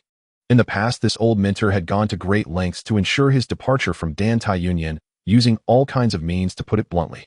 On the main screen, Dan Tai Chung looked at Su Ming with an unfriendly expression and said, "Su Ming, bring my daughter back on your flagship. Do you know where you've taken her?" According to the latest intelligence, the Mucian star system has become an outbreak point. Entering is simple, but getting out requires a powerful warship capable of withstanding the Zerg's firepower.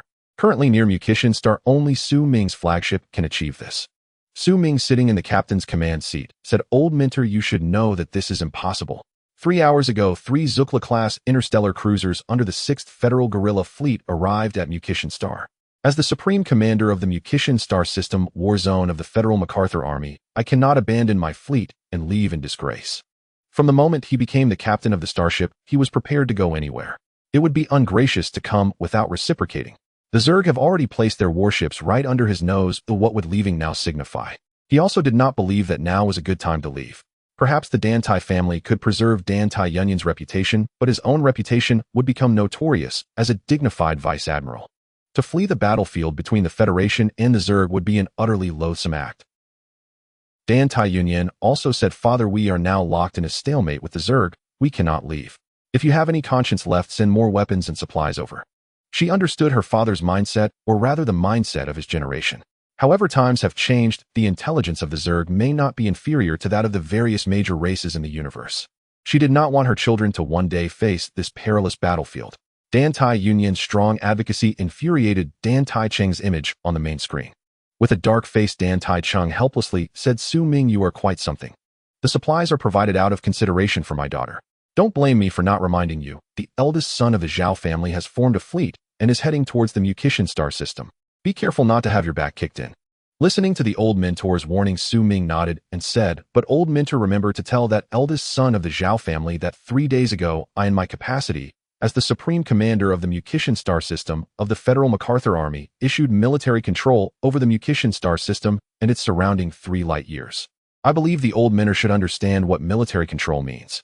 On the main screen, Dan Tai Cheng's expression darkened significantly. "You are impressive, very impressive. You all figure it out." In a fit of rage, Dan Tai Chung directly ended the hyperspace communication. Military control meant that all civilian starships entering the Mucian star system would be forcibly requisitioned. Anyone daring to disagree would have the label of colluding with the Zerg placed upon them. For Dan Tai Chung, as long as Su Ming could withstand this wave, he would be his son-in-law. Moments later, within the bridge of the Shanha, the scene before Dan Tai Cheng's communication was restored. On the 3-dimensional projection, combat map annotations had been made for each warship under the temporary fleet. He also issued directives regarding the fleet that the Zhao family may deploy, as at this critical moment, he had no qualms about using the Zhao family as a target. Su Ming said, "Advisor Chen, the Shanhua is heavily armed and doesn't require the Snow Wind for escort. Deploy 2 small destroyers alongside the Snow Wind to form a combat formation and scout the direction where the Zhao family may appear. A ship's name is its shadow." He did not dare to underestimate the Snow Wind interstellar destroyer, but he believed that the luck aura of the Snow Wind would bring him good fortune during this reconnaissance mission. After Chen Ruowei skillfully issued the orders, she said, "The Snow Wind has received the command and the small destroyers have been dispatched. The combat formation is heading to the designated location." There was no doubt that the Zhao family was coming again, and they would undoubtedly be smashed to pieces. The Zhao family might believe Su Ming would adhere to certain rules, but having never had connections in the military, they might not realize that the biggest rule of the Starship Academy is to disregard rules. If there were 3 parts of reason, when ignoring, how much more so now that the Shanhua holds the reason. Su Ming held a cup of Pepsi and said, "Shan, display the attack patterns of the Zerg on the surface of Mucian star on the main screen and identify and label all high-energy reaction points on Mucian star, displaying them in split screens." The Zerg had been quiet for 3 to 4 days, further deepening Su Ming's suspicion that they were devising some cunning plot. The fully evolved humanoid Zerg are indeed a substantial hidden danger. Before the Federation's next batch of supplies arrives, the only option is to monitor them in batches. However, such a massive number also poses a significant pressure. Shan said, "Understood, Captain. According to the Shanhua's main sensors, we have detected the Zerg's current attack patterns. Only 15 standard hours remain until the Zerg can form an effective attack pattern. On the surface of Mucian star, 75 high-energy reactions have been detected, of which 43 have been confirmed as Zerg units. Sean Ayre's voice echoed in the bridge, and the images displayed on the main screen appeared exceptionally grim. The horns of war continue to sound. Outside the Makita star system, the Xiefeng is accompanied by two small interstellar destroyers cruising at a low warp speed, slowly conducting reconnaissance on a suspicious location along the main route of the Makita star system. As the captain of the Xiefeng, Su Bin is well aware of the reputation of the Xiefeng interstellar destroyer. However, he now believes that Commander Su can suppress the lucky aura surrounding the Xiefeng. This time they can finally engage in a grand operation. Su Bin stood in the main control room of the Xiefeng, looking through the armored window over a meter thick at the faint starlight outside the ship. He waved his hand and said, "Full speed ahead. This time we are going to set an ambush." He is a soldier, and as a soldier he must obey orders. Entering the Makita star system without notifying the Federal Great Magellanic Army and the Makita star system's combat command is equivalent to colluding with the Zerg. They do not have time to identify civilian starships, so executing a deterrent strike is the most effective method. Old Su, the command from the commander is for reconnaissance. If you charge in like this, can our destroyer's firepower hold up? As the first officer Shui, who tirelessly advised, the three small destroyers are operated by biorobots and can only engage in harassment tactics. They cannot withstand the main cannon fire of a starship. In reality, only the Xiefeng interstellar destroyer is capable of combat. Su Bin carelessly said, "We are currently in the main control room. Generally, no starship captain would stay here during combat. But I so believe in the glorious history of the Xiefeng interstellar destroyer, so I stand here to watch enemy ships explode into fragments." Undoubtedly, the main control room is an extremely dangerous place. This is especially true in interstellar warfare, where the main control room is the most vulnerable to attacks during starship exchanges. This most conspicuous command unit, the main control room, generally does not have personnel present during starship combat. This is also to avoid casualties. All command operations of the starship are conducted in the bridge, protected by heavy armor. A starship may sink, but the bridge remains unharmed. Shui, who looked at the battle report with a helpless smile, and said, "Commander Su has already sent the battle report. 3 Xuanhua-class interstellar shield ships and 2 fully equipped Qinglong-class interstellar cruisers. In addition to a varying number of standard interstellar destroyers, this is a standard small fleet, and our combat power is insufficient to support such a level of engagement. Undoubtedly, the firepower on the opposite side is quite formidable, and their firepower cannot be countered. However, as a military version of a starship, the Xiefeng is indeed a war machine." Su Bin looked at the information on the battle report and said, "Calm down, old Shui. We don't need to engage them, we only need to lure them into the main cannon's firing range of the Shanha. Don't forget that the starships under the Federal Starship Command have sensor frequency jamming devices against civilian starships. The combat effectiveness of starships of the same level also depends on command capabilities. If the command level is inadequate, even if you operate an interstellar fortress, you will be worn down by the enemy." Shuepan said, "In that case, we will need to conduct harassment operations in a high warp environment. Civilian starships cannot engage in offensive actions while maneuvering at warp speed. They can only defend. This is also the limitation imposed by the Federation on civilian starships, which is why graduates of the Starship Academy are so coveted. Civilian starships and military starships are entirely different entities. Many within the Federation are well aware of this fact, yet very few have witnessed the scene of civilian starships engaging military starships. Most often it is the testing data released by various shipyards in the Federation that suggests 2 civilian version interstellar cruisers can take down 1 military version interstellar cruiser. And in combination with shield ships, civilian version interstellar cruisers are promoted as comparable to interstellar battleships. When it comes to the sales of civilian version starships, this promotion is indeed quite effective. Aside from the old conglomerates or noble families of the Federation, the newly rich are truly being misled. Sometimes until the moment of actual combat, you cannot distinguish where the differences lie between civilian and military version starships." Su Bin smiled and said, "That's right, the hunt begins. However, be careful not to truly sink those warships. In the upcoming battle, these civilian starships can serve as excellent artillery. For instance, military version interstellar cruisers can engage directly with large caliber starship main cannons. However, civilian version starships cannot withstand such intense exchanges. Their armor strength and hull integrity cannot endure prolonged engagements." "Understood, Captain. Our ship is ready and prepared to enter warp combat mode." Shui, who said happily, as few starships in the Federation can match the Xiefeng in warp combat. Su Bin commanded Xiefeng Battle Readiness Level 1. All personnel to their combat positions, hoist the charge flag, and play the Starship March. When the Starship March resounded through the Xiefeng, a grand hunt commenced. The Xiefeng, accompanied by 2 small destroyers, began to accelerate towards the target location of the Zhao family fleet. The actions of the Xiefeng were quite skilled, evidently this was not the first time it had performed such tasks. Relevant combat intelligence was transmitted to the Shanhua at the earliest opportunity. Inside the bridge of the Shanhua, Su Ming looked at the battle situation report sent by Su Bin and said, Shan adjust the position of the Shanhua, turn the main cannon. Activate all-round suppression of sensors against civilian starships, jamming their detection on 370 frequencies. We aim to win this battle without fighting. In the Federation, there are many generals almost to an unimaginable extent. However, the Admiral has significant authority as they can disable the shields of civilian starships, which is perhaps the only good thing done by the shipyards under the Federal Starship Command. Unfortunately, it takes considerable time for a Major General to be promoted to Admiral. Shan said course adjustment completed, main cannon turned ready. Full frequency jamming against civilian starships has been initiated. On the Shanhua, the jamming device moves forward at a warp speed of level 2.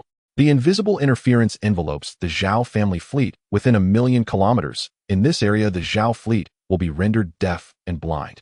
The outer region of the Mucian star system. The Zhao family's fleet consists of 3 Xuanhua-class shield ships, 2 Qinglong-class interstellar cruisers, and several standard interstellar destroyers. It boldly entered the asteroid belt of the Mucian star system. If this were a fleet under the command of the Federal Starship Command, such reckless behavior would certainly not pose any issues. After all, military-grade starships are incomparable to civilian-grade starships. However, as a fleet composed entirely of civilian-grade starships, this reckless intrusion into the small belt seemed exceptionally foolish.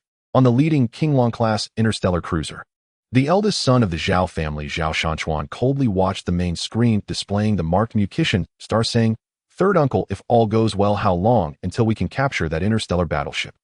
This time, he wanted to show those graduates from the Starship Academy that the Zhao family is not to be trifled with. Zhao Wei, who was coordinating the warships, looked at the vague intelligence. Although he felt uncertain, he thought to himself, how capable can a rookie really be? And how much power can an interstellar battleship unleash? This time, he had brought a fully equipped shield ship, not the shabby configuration typical of the Zhao family's plunder fleets. Zhao Wei chuckled and said, "Young master, according to the main control AI simulations, if the battle goes smoothly, we can capture that interstellar battleship in no more than 7 standard hours." Zhao Shanchuan nodded and said, "This time we received directives from that influential figure, so we must teach that ignorant creature a lesson. This is no longer just a matter for the Zhao family, it has become a struggle among various factions within the Federation. Unfortunately, he has become the blade in the hands of the highest executive officer. Report, Captain. An interstellar destroyer has appeared behind our ship, approaching at medium warp speed, heading straight for the fleet. Should we issue a warning?" Even though the fleet is made up of civilian starships under the deliberate exposure of the Xiefeng, this civilian fleet quickly detected the Xiefeng, which was in warp. Zhao Wei said, "What's the hurry? Currently in this area of Mucian star, aside from Su Ming's ship, there shouldn't be anyone else. Perhaps someone is trying to fish in troubled waters. We are all in warp. There's no way any weapons could reach us." Zhao Wei, who had long been active in starship battles, was quick to judge the situation regarding the tracking of the Xiefeng. Inside the control room of the Xiefeng, Captain Su Bin of the Xiefeng, looking at the enemy flagship locked on by the fire control radar, commanded, "I order the main cannon to fire at 100 power, targeting the flagship of the enemy fleet for a standard strike. After the strike, we will exit warp and switch to sublight, cruising heading straight for Mucian star's high orbit. This is a standard strike order from a military captain, one that would not provoke anger from another military captain. However, how could the opponent possibly recruit a captain from the Starship Command? Once retired, those captains are quickly snatched up by major corporations or noble families. Such prime resources are not something an upstart could easily seize." In the medium warp state, the concentrated fire from the Xiefeng's main cannon achieved unexpectedly impressive results. The energy beams that originally required 35 seconds to reach now arrived at the flagship of the Zhao family in just 15 seconds. Strike completed. Effects are good. The enemy flagship's main shield has been damaged. Shuehu looked at the three-dimensional projection that appeared in the control room and said, "It seems the Federal Shipyard sold subpar goods again. These bastards really know how to choose their targets. But we can't really blame them. Who told the Zhao family not to have the strength to inspect a starship?" In other words, the perception between civilian-grade starships and military-grade starships is not as negligible as one might think. Not long after, the Xiefeng, accompanied by 2 small destroyers, exited warp and sped away. During the warp navigation, Zhao Wei, who was suddenly attacked, felt bewildered. He looked incredulously at the information appearing on the main screen, saying, "Damn it, this is an attack from a starship subordinate to the Federal Starship Command. Damn it, exit warp, retaliate, retaliate." This time they were tasked with additional missions, so they naturally could not allow a starship subordinate to the Federal Starship Command to escape. For a standard fleet, exiting warp is not so simple. By the time the Zhao family's fleet exited warp, the Xiefeng had already distanced itself from them. Zhao Shanchuan looked at the Xiefeng racing on the main screen and said, "Just a jumping clown, full speed ahead, let this interstellar destroyer sink here." His flagship had been specially modified, although the shield was weakened, its firepower had been greatly enhanced. As for defense issues, assistance from the Xuanhua-class shield ships was sufficient. 3 Xuanhua-class shield ships led the way, followed by 2 Qinglong-class cruisers, with several interstellar destroyers scattered in formation. They formed a long serpentine formation chasing after the Xiefeng. However, within the Zhao family fleet, no one noticed that their starship's main sensor had lost normal operation and was in a non-standard state.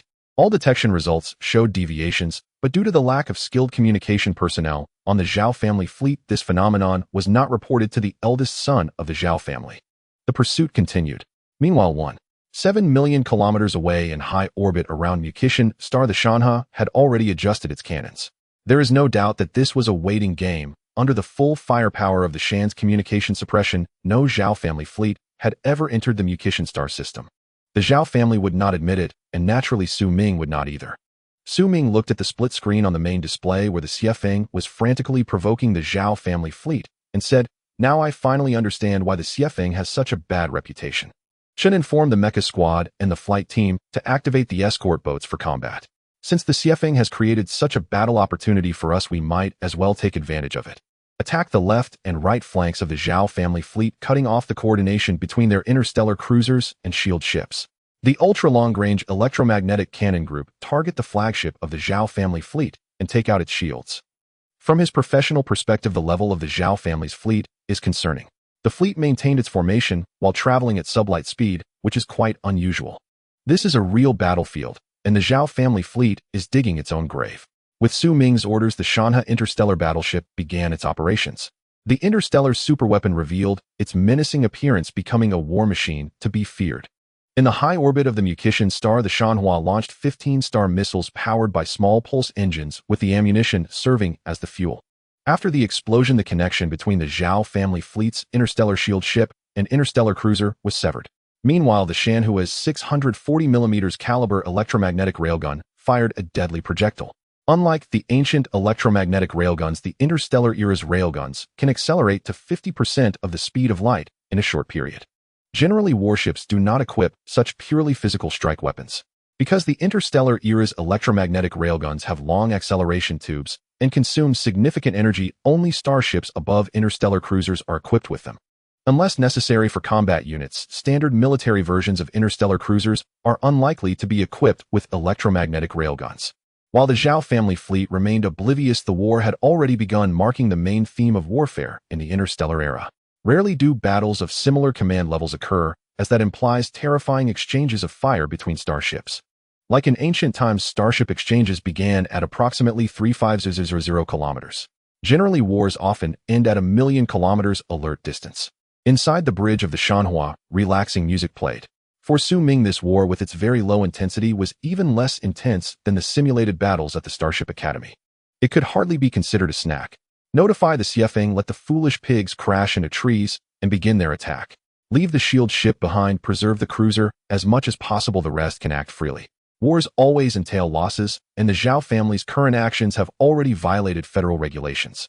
Therefore, the Zhao family, or those behind them, will not acknowledge that their fleet ever appeared in the Mucian star system. Chen Ruowei asked, "Captain, isn't the Xiefeng interstellar destroyers somewhat outnumbered?" After all, even if the Zhao family's fleet suffered from the Shanhua's strikes, most of their combat power would still survive. Rushing in alone could easily lead to significant problems. Su Ming looked at Chen Ruowei and said, "Advisor Chen, you still do not understand warfare. In battle, we have no choice, only the choice of being chosen exists. At the same time, you should also trust the Xiefeng. As a starship under the Federal Starship Command, the Xiefeng has survived numerous battles, which is not mere luck, it is due to the skilled command of its captain. In interstellar warfare, luck may exist in various forms, but I have never seen a ship as fortunate as the Xiefeng. It once served as a vanguard in an exploratory mission. However, while the vanguard was safe, the entire following exploratory fleet was annihilated. No one knew what had happened, and from then on, the Xiefeng became a starship directly under the Starship Command." Chen Ruowei said, "Captain, the Xiefeng has sent a message stating they are dancing with pigs. Su Ming smiled knowingly and ordered Shanhua Inter-Combat Readiness Level 1 all personnel to battle positions. Conduct uninterrupted strikes on the predetermined coordinates, driving the foolish pigs into full power range. Energy beams will decay. Even if compressed, they will experience attenuation after leaving the muzzle.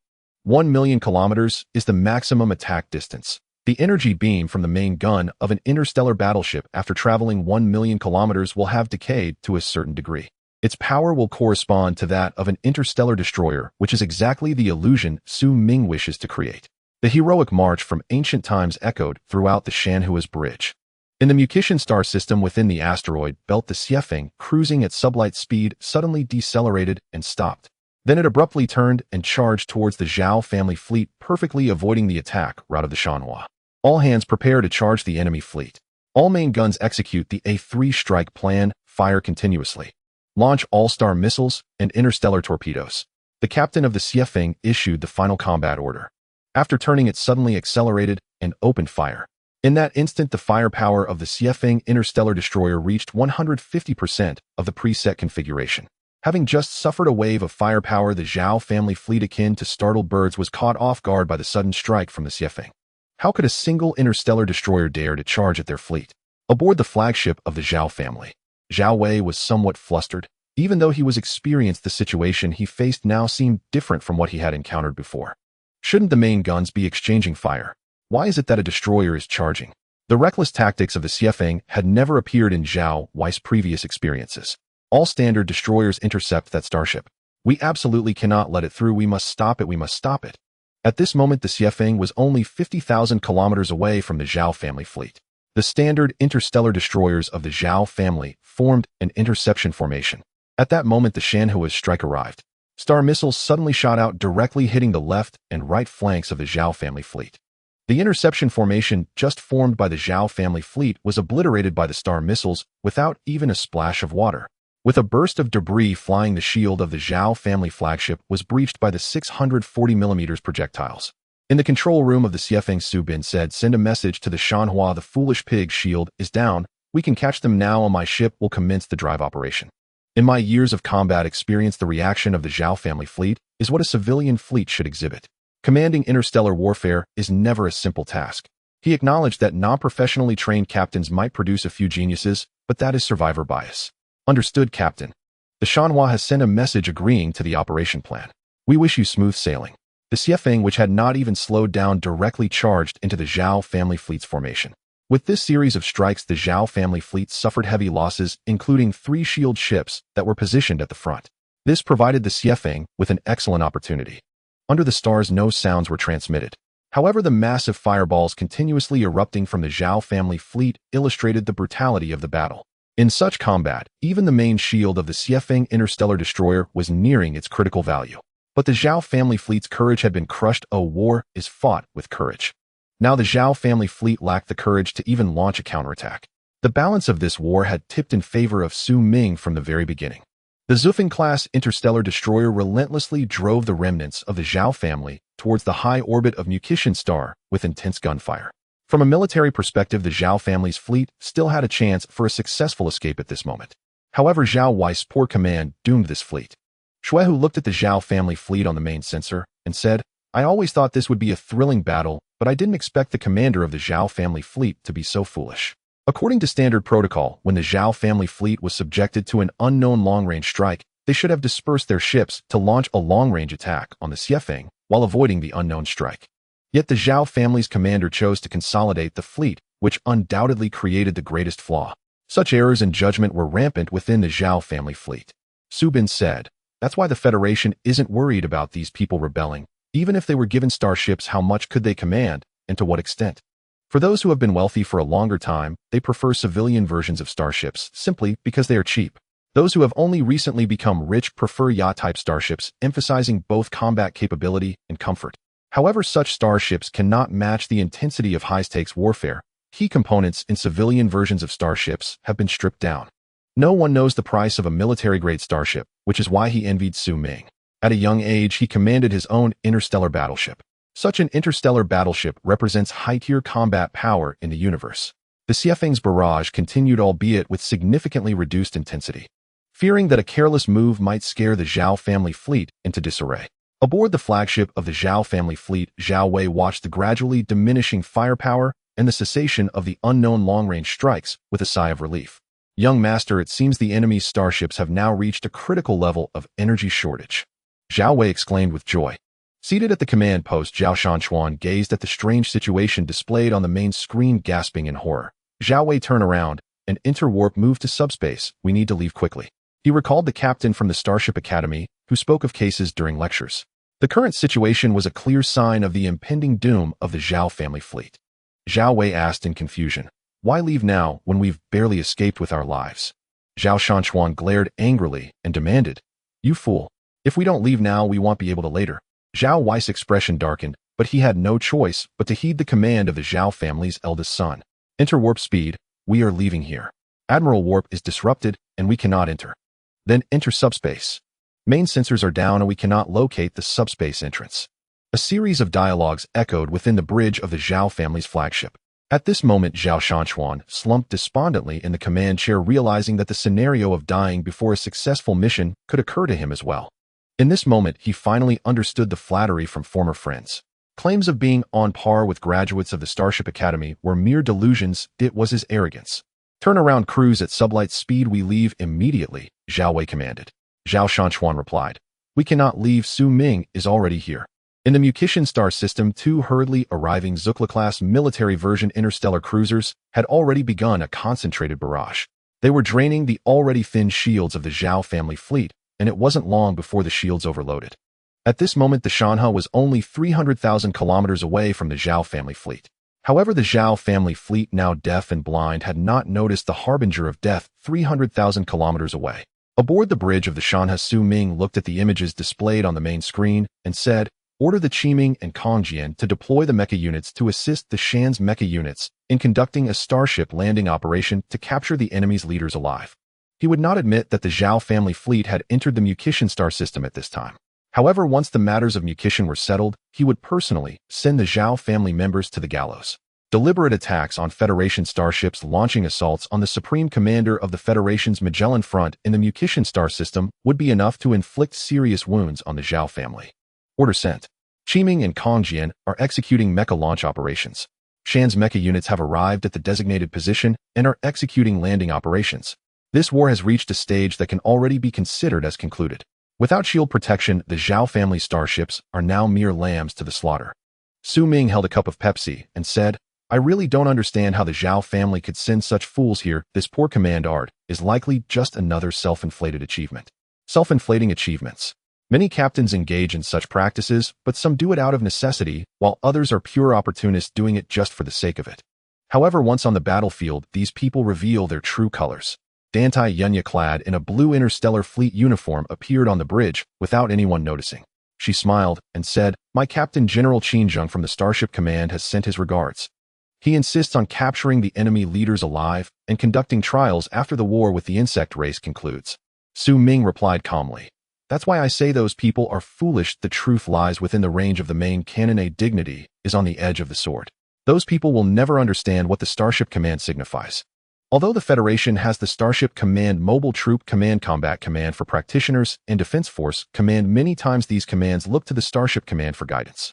After all, without the assistance of starships, whether the subordinate forces of these commands can leave the planet remains a question." Dantai Yunya looked at the mission progress on the main screen and said, "The landing of the mecha units is going quite smoothly. If it goes quickly, the mission can be completed within a standard hour." In this era, mechas are not the main combat force. They are primarily used to assist in combat. For example, during starship docking for alert tasks, cleaning up the battlefield after a war, or executing precise point missions like now. Aside from this, mecha units, which should operate under the stars, often find their enemies on the ground supporting mobile troop operations.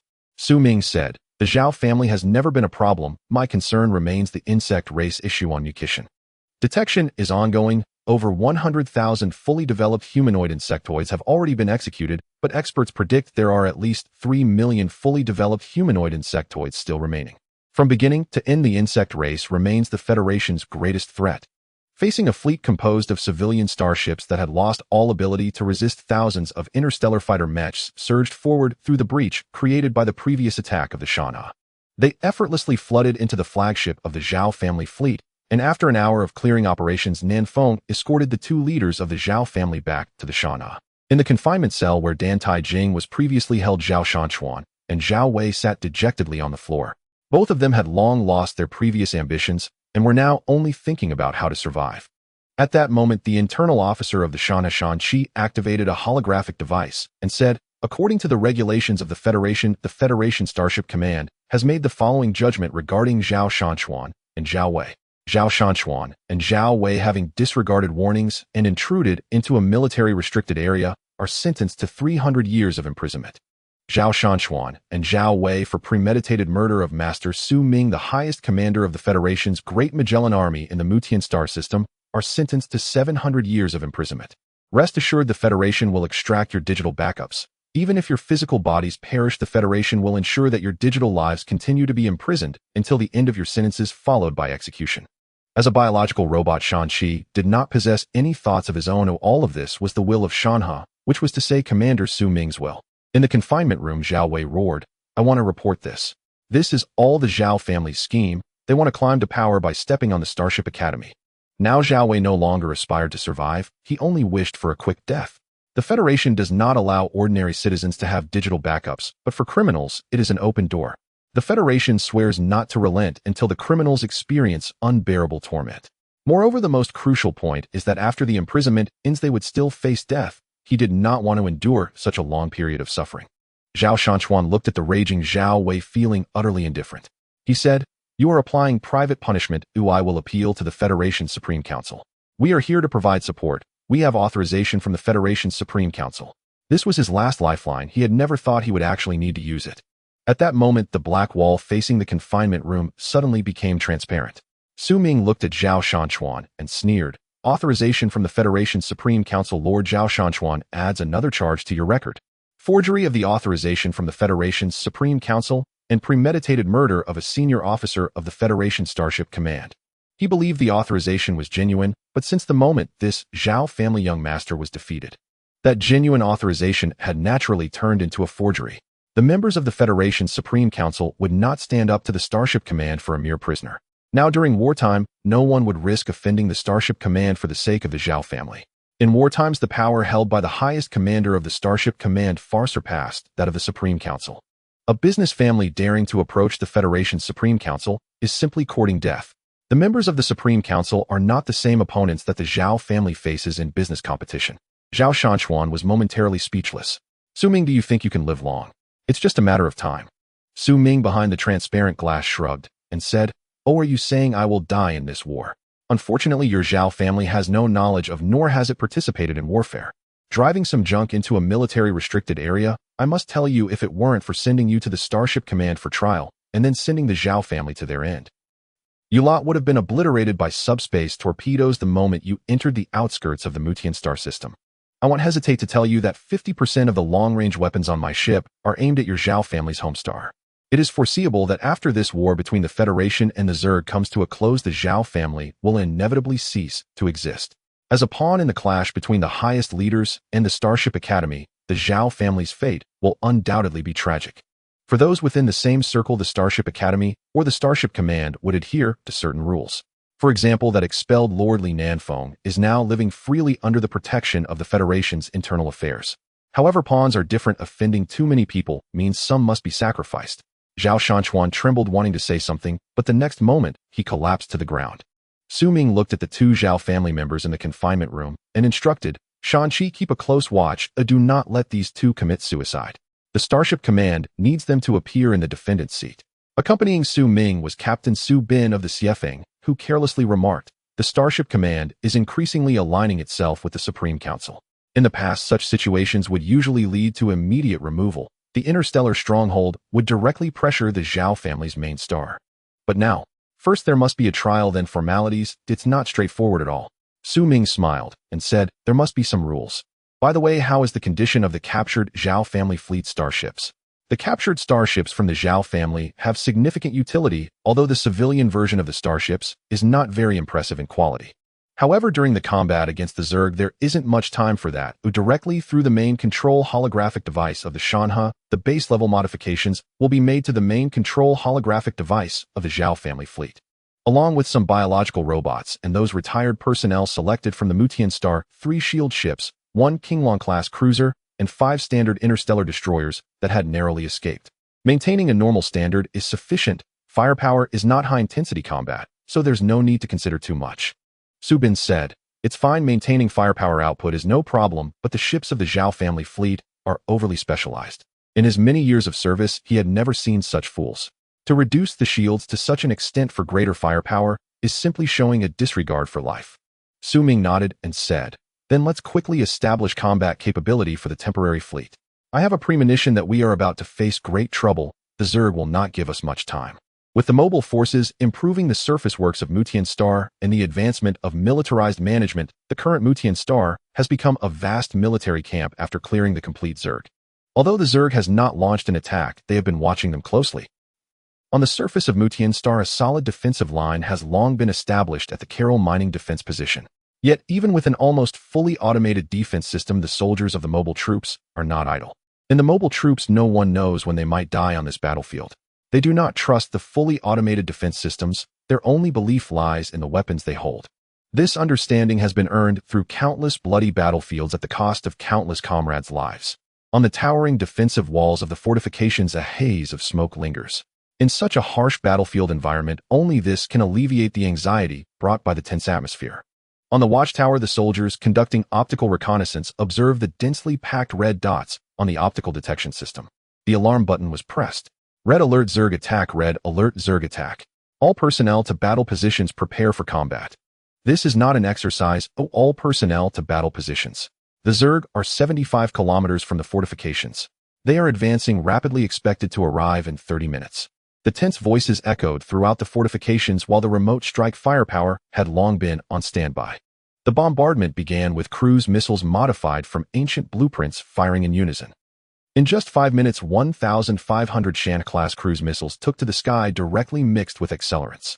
This would be a massive nightmare for the Zerg, but their attacking formation spanned a full 300 kilometers. Moreover, they were merely a horde of cannon fodder, making it difficult to imagine where the Zerg's long-range strike units were hiding. Next to speak was a long-range sniper controlling the electromagnetic railgun in the remote gathering chamber, beginning to designate targets among the Zerg armored units. In past wars, if the Zerg armored units got too close, it would spell disaster for the mobile troops.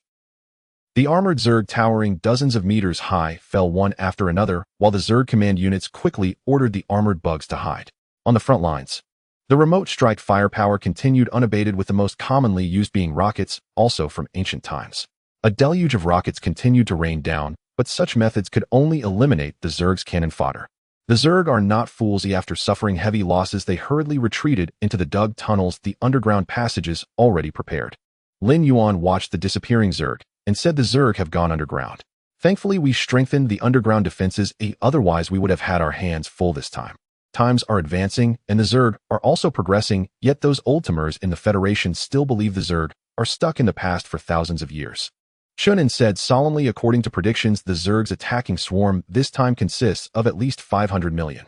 Our remote firepower, sustained as it is, will not be enough to intercept them more than 10 kilometers from the defense line. The Zerg swarm tactic is an unsolvable existence. Even if the Shan class is producing day and night, it cannot meet the demand for exterminating 500 million Zerg with long-range firepower. The recent remote strikes have already consumed 15% of the long-range firepower produced by the Shan class in recent days.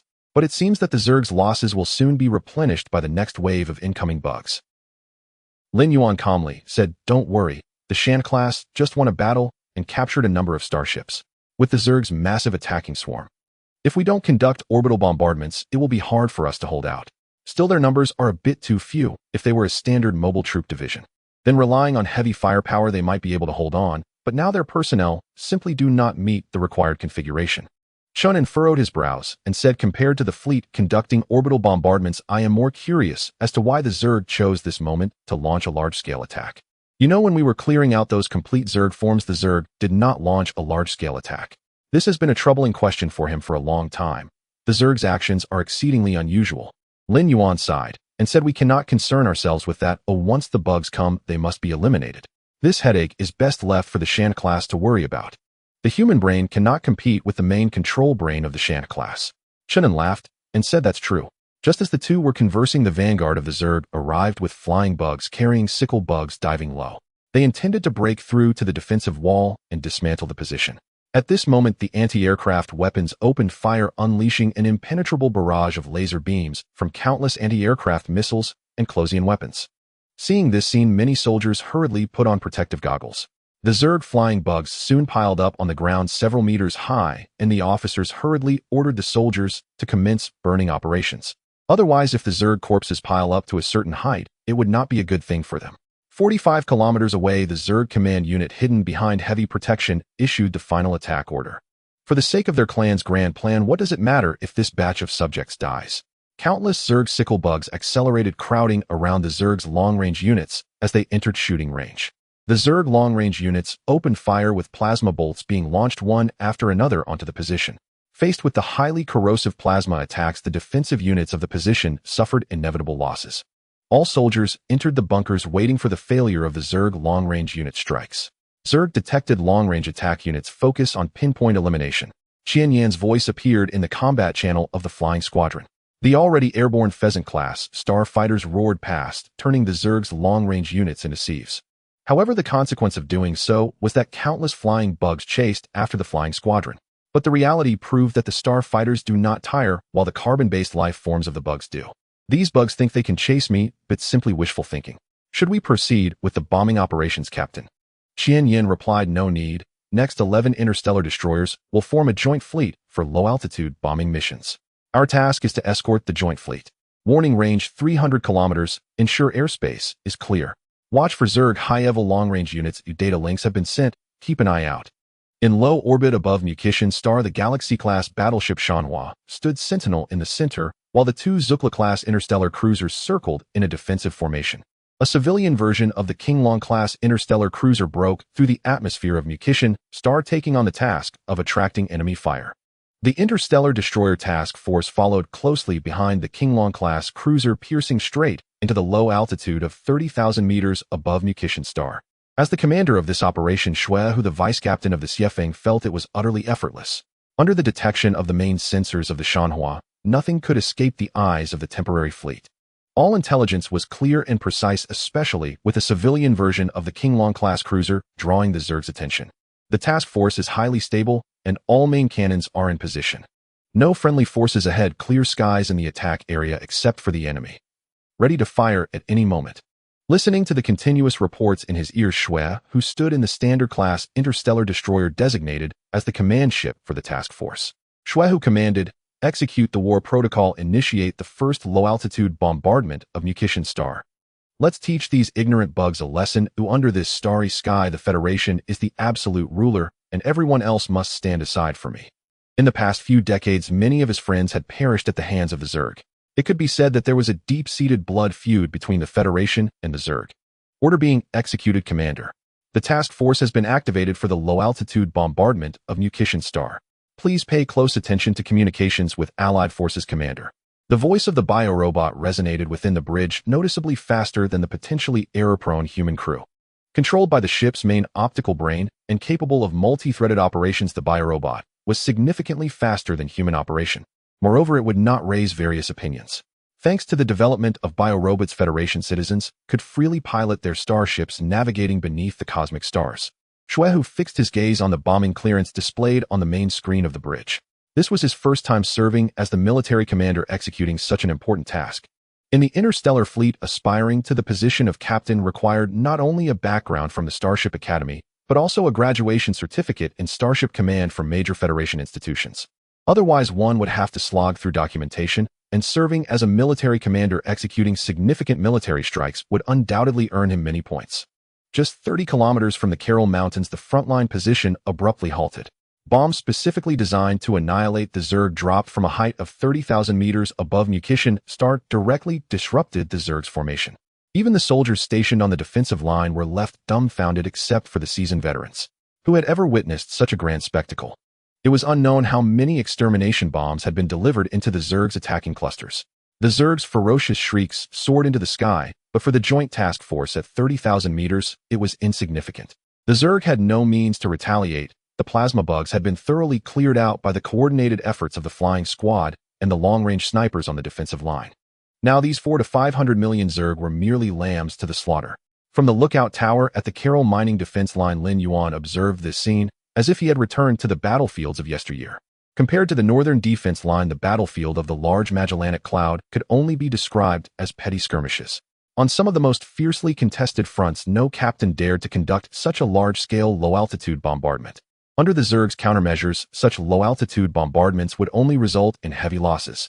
The Zerg has gathered so many of their kind, their intentions must be far from simple, and no one knows what exactly they plan to do. But I am certain that the Zerg on Mucian Star definitely has countermeasures.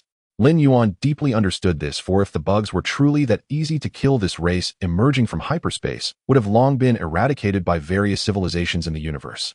There is no way they would have become a scourge to be hunted by all major civilizations in such a short time. The Zerg were far from simple. Shonen left the optical observation system and looked at the vaguely visible soldiers on the defensive wall, saying, "I have the same premonition, so we will definitely fight to the death in this battle. Fight to the death. Fight to the death without retreating." At that moment, behind the Zerg's attacking cluster, countless bugs emerged from the tunnels. These bugs were covered in armor, and a new type of bug appeared on the battlefield of Mucian Star 1 that had never been seen before. Hundreds of plasma bombs hurtled toward the Joint Task Force. Fortunately, those standard-class interstellar destroyers activated their shields. Otherwise, the consequences would have been unimaginable. Shuehu looked at the suddenly appearing Zerg on the main screen, saying, "Send a message to the Shanha. The Joint Task Force is under attack by unknown Zerg while executing a low-altitude bombardment, requesting withdrawal from the atmosphere of Mucian Star." Having served as a military aide for over a decade, Shuehu was quite cautious. This sudden appearance of bugs had evaded the sensors of all ships in the task force. Moreover, the plasma bombs launched by this batch of unknown Zerg had caused significant damage to the shields of the standard-class interstellar destroyers. "Commander, the Shanha orders the Joint Task Force to retreat to the edge of the Mucian Star atmosphere. The mech forces will carry out extermination operations against this batch of unknown Zerg." Shuehu nodded, saying, "After delivering the last batch of extermination bombs, immediately return to the atmosphere of Mucian Star. The next steps would depend on the mech forces, as this was their area of expertise." Although the Joint Task Force executing the low-altitude bombardment had retreated to the atmosphere of Mucian Star under the threat of the unknown plasma bugs, the Zerg's attacking formation had already developed significant gaps due to the overwhelming bombardment. In such circumstances, the Zerg not gathered into a swarm would not recklessly launch attacks.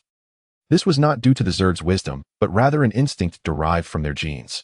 Without a Zerg command unit, they would wait until they amassed into an attacking formation before launching an assault. On the bridge of the Arc of Mountains and Rivers, Su Ming looked at the transmitted intelligence and said, "These are not mere insects. They are covered in armor, and it is forged armor.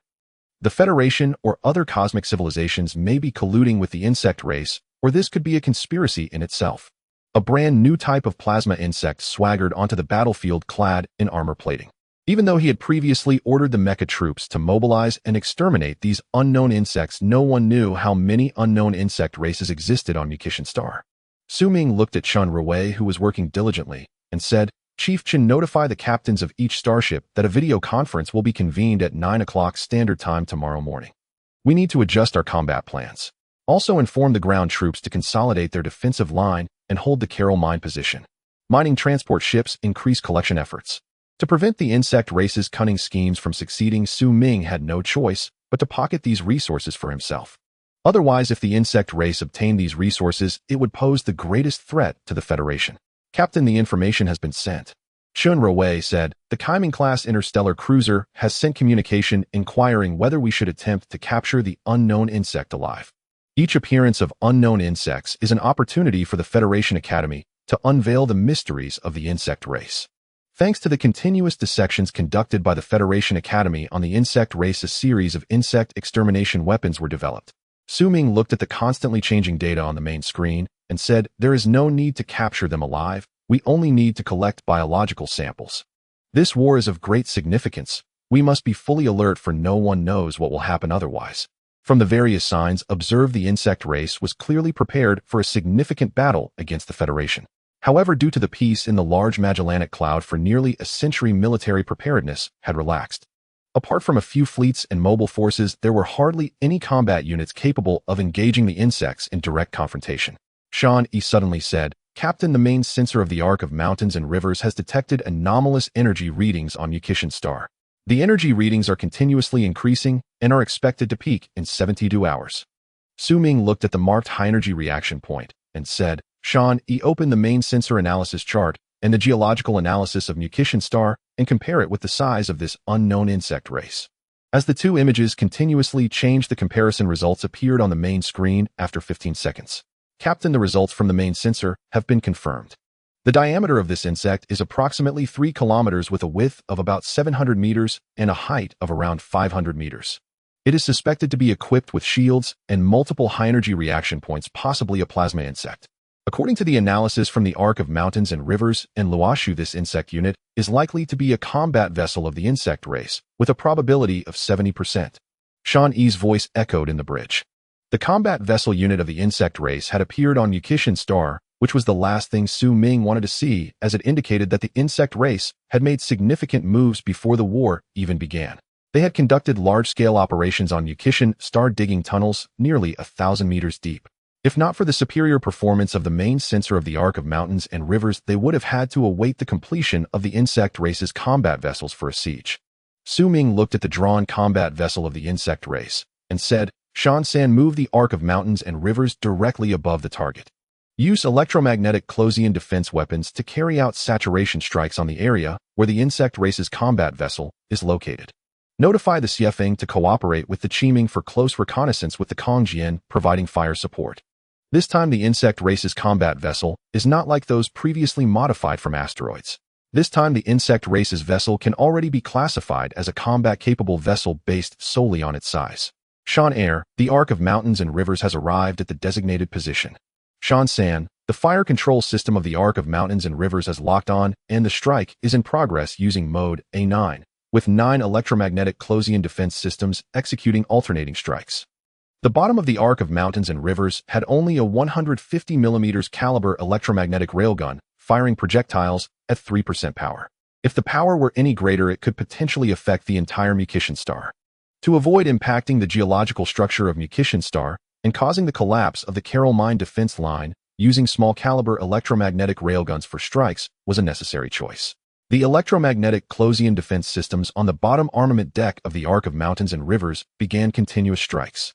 With increased speed, the deadly projectiles constantly struck the insect race's combat vessels being constructed 1,000 meters underground. From the analysis of the Arc of Mountains and Rivers, this batch of insect race combat vessels still belonged to biological vessels. They were several levels more advanced than the previous insect asteroid vessels and had initially gained the capability for starship bombardment. On the surface of Mucian star, as the penetrating shells from the Arc of Mountains and Rivers drilled down the insect race's combat vessels at a depth of 1,000 meters, released piercing shrieks. But beneath the layers of rock over 1,000 meters thick, no one could hear the desperate cries of the insects before their death. Meanwhile, the overseeing mother insect of the insect race, upon realizing that its combat vessels were suffering fatal strikes, immediately halted the production of its biological warships and ceased the release of new insect types, entering a state of deep despair. In their place, countless sickle insects surged from the tunnels like an overwhelming tide, charging towards the Federation's Carol Mine defense positions without the coordinated orbital bombardment. With only a limited number of interstellar bombers, the insect race's assault did not cause significant impact. The insect race's attack quickly approached the warning zone of the Carol Mine defense positions. Insect race has reached the alert position. All weapon units, open fire. With this command from above, the fully automated defense positions, which had long been on standby, revealed their ferocity. Long-range firepower, mid-range firepower, and the firepower of mobile units formed a deadly barrier. In just a few minutes, the bodies of the insects piled up to form a small mountain. Looking at the soldiers on the defense line, they all had equipped the latest air filtration devices. No one could withstand the stench wafting from the air. The odor of the insect race's corpses carried a neurotoxic potency, and prolonged exposure could easily lead to non-combat casualties. However, the true battle had only just begun. Insectoid aerial swarms approaching 5 kilometers. Among all insectoid species, the flying variants have long posed the gravest threat to federal mobile forces in planetary defense operations. Mobile forces cannot indefinitely deploy unmanned fighters across a planet's atmosphere, and insectoid flyers too rely on overwhelming numerical superiority to prevail. This time the flyers carried no Reaper beetles, instead they bore explosive-laden bomb beetles, accelerating, climbing, then diving, fluid and relentless. Even with anti-air batteries firing at full capacity, numerous flyers breached the sprawling multi-kilometer-long defensive wall of Carol Mine. As detonations echoed across the battlefield, mobile forces suffered their first major casualties of the engagement. At the forward observation post, Lin Yuan paid no heed to the dense curtain of incoming fire. He stared instead at the sky blotted out by swarming flyers, then urgently patched into the wartime channel. Air wing, air wing. Hostile flyers are already upon us. What in the void are you doing? War grants no second chances. Once the insectoid flyers punched through the defensive wall and shattered Carol Mine's defensive perimeter, the makeshift defenses of Muta Station, the rearward civilian settlement, would be utterly incapable of halting the swarm. In wartime, not everyone possesses the courage to take up arms in self-defense. Our forces, 300 starfighters and 10,000 unmanned attack craft, now at designated strike coordinates. Qian Yan's voice cut coldly through the wartime channel. With the combined task force now wholly dependent on the air wing for precision strikes and area suppression, the air wing was stretched beyond endurance. Beneath the azure sky, the roar of engines surged. Then came the torrential descent of chitinous orbs like monsoon rain. After completing their strike run, the starfighters withdrew. Unmanned fighters and bombers jettisoned their ordnance and screamed away into the distance. The insectoid assault continued, but with their aerial units decimated, the momentum of this coordinated offensive had visibly faltered. At the observation tower, Chun and studied the radar display, where insectoid signatures still poured in unceasingly. How, within mere months, could they amass such a colossal assault formation? Muta's stellar system had fallen only recently, yet the scale of this incursion defied comprehension. It lay utterly beyond rational expectation, logically impossible. Lin Yuan spoke grimly. In wartime, nothing follows ordinary logic, not when facing the insectoid hive. Even if the large Magellanic Cloud is not their primary front, how could they possibly withhold reinforcements from this sector? This is merely their weakest vanguard, yet even these lesser hosts press us relentlessly. The provisional fleet now orbited Muta Star at midorbit, having converged there after detecting hidden insectoid assets. Bloodshot eyes gleaming faintly, Chun and murmured, but what if the hive arrived at Muta Star far earlier than we suspected? We once theorized they infiltrated before this battle, but now I suspect they landed over a century ago. The labyrinthine mine tunnels beneath Muta Star's surface offer perfect concealment. The war began long ago. We simply failed to notice. Watching mobile forces sustain mounting losses, Lin Yuan ordered this cannot continue. Deploy the newly formed reserve units immediately. War brooks no mercy. Until we locate their concealed assets, the Shan-class cruiser will commit no more than a single star destroyer. Mercy has no place in war, especially not in the conflict between the Federation and the Hive. Though the reserves were poorly trained and ill-equipped, on this battlefield precision mattered little. Merely pulling the trigger sufficed. Even blind fire would find its mark. We have no choice but to proceed thus. The order rippled outward, to Carol Mine's rear and across several adjacent settlements. Lu Kun received the directive and swiftly marshaled tens of thousands of reservists onto armored transports escorted by starfighters carving paths through the vast, desolate expanse. On the bridge of the Shanha, Su Ming studied sensor imagery relayed from the flagship and cross-referenced it with Alo's predictive models, already forming a hypothesis. Of late, the Shanha had deliberately avoided orbital bombardment, a policy consistently upheld by both the Stellar Academy and the Federation given the rarity and irreplaceability of habitable worlds. Shanha, conduct a comprehensive layered subsurface analysis of Muta Star focusing on high-energy signatures within all major mining complexes. Their prior scans had been fragmented, never systematic. No full planet survey had ever been attempted. This was a full-spectrum habitable world deep geological stereoscopic tomographic scan, the kind reserved exclusively for initial exoplanet habitability assessments. From the Shanha's hull extended a massive sensor array. At midorbit, the vessel initiated a procedure employed only during planetary viability surveys. Instantly, the main bridge display erupted in rapid-fire streams of imagery, tens of thousands of frames per second. Dantai Yunyan observed 7 million images, each covering just 300 kilometers. At this resolution, where could the hive possibly hide? 3 minutes later, a colossal, three-dimensional hologram materialized across the bridge. Su Ming studied the crimson markers scattered across the projection. Shanha, connect all high-energy points into continuous vectors. Let us see precisely what game the hive is playing. But in the next breath, he cursed aloud, damn it. The Hive Queen has matured beyond all precedent. Half of Mutastar is already her nest. She must have seized total control at the conclusion of the last war, and the Federation remained utterly oblivious. A world with an equatorial circumference of 90,000 kilometers now hosts a Hive Queen 3,000 kilometers in diameter. Such a creature would never appear in the large Magellanic Cloud theater. Based on decades of observed assault patterns, the largest Hive Queens encountered along that front measured no more than 500 kilometers. This rendered all ground combat futile. Only evacuation remained. The Federal Main Star. In the emergency conference room of the Federal Supreme Council, high-ranking officials of the Federation, who were just sleeping at home, hurriedly arrived at this emergency meeting room. The Federal Supreme Leader Du Tong looked at the many high-ranking officials and said, "Our operations in the large Magellanic Galaxy have been proceeding very smoothly. However, in the direction of the Mucian star system, a significant hidden danger has emerged. An unknown Zerg mother insect has reached a size of 3,000 kilometers. I believe everyone knows what this means." It must be said that this Supreme Leader has handled his position quite well. An unknown threat allows him to wash his hands of all responsibility. It's just unknown. Everyone understands this kind of situation. Even if they usually do not see eye to eye at this moment, no one would intentionally pick at flaws. The Supreme Commander of the Federal Starship Command, General Chin, looked at the battle report on the light brain and said, "Therefore, we must quickly eliminate the unknown Zerg mother insect on Mucian Star. As far as I know, Minister Dantai's son-in-law's flagship is equipped with a 30-50 caliber antimatter main cannon, which is a powerful weapon. The Zerg are still carbon-based life forms, and once the planet is destroyed, the Zerg mother insect will naturally perish as well. War does not allow for mercy. This is an unambiguous conflict." Dantai Chung said, "That is correct. The Shan-class interstellar battleship is equipped with antimatter main cannons, but there are still 230 million Federation citizens on Mucian Star. According to predictions, we need at least 800 Kunpin-class large transport starships to complete the evacuation." As the Minister of the Federal Military Transport Department, he understands these people's thoughts very well. If this were not an emergency meeting, some people would probably plan to directly blow up Mucian Star. Du Tong said, "The war in the large Magellanic Galaxy has stabilized, and this is the last high-intensity war node. Therefore, Minister Wang, please organize the evacuation quickly. The Federation will not abandon any citizen. General Chin, please continue to stabilize the Northern Star System's defense line. That is the Federation's top priority." The Zerg appearing in the direction of the large Magellanic Galaxy seems more like a testing ground, a trivial testing ground. However, the battlefield in the Northern Star System is the real meat grinder, even though there have been no large-scale battles for decades. All battles have been below the fleet level, which is why he has been desperately constructing fixed interstellar fortresses in the Northern Star System.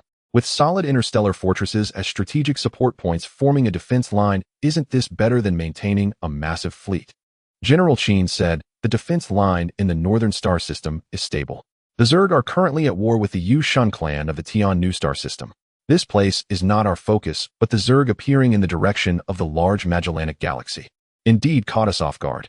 Some interference devices must be deployed quickly or the consequences will be unimaginable. Additionally, families like the Zhao family have violated the Federal Military Code and should be swiftly dealt with. In this regard, the Internal Affairs Unit under the Starship Command has already mobilized and begun a comprehensive inspection. They are the military and have never gotten along with the heads of the Federation. This has been the case since the establishment of the Federation's defense, and it remains so. If one day they are no longer opposed, that would be a true disaster for the Federation." The face of Du Tong, the Federal Supreme Leader sitting in the first position, looked a bit grim, but who let the Zhao family cross the line? Other members of the Federal Supreme Council and Cabinet also fell silent. No one knows how many of the advanced superluminal and subspace long-range weapons developed by the Starship Command are aimed at their homeland. No one dares to take that gamble. I agree, but I believe we should implement a confiscation system to set an example, to deter those lawbreakers.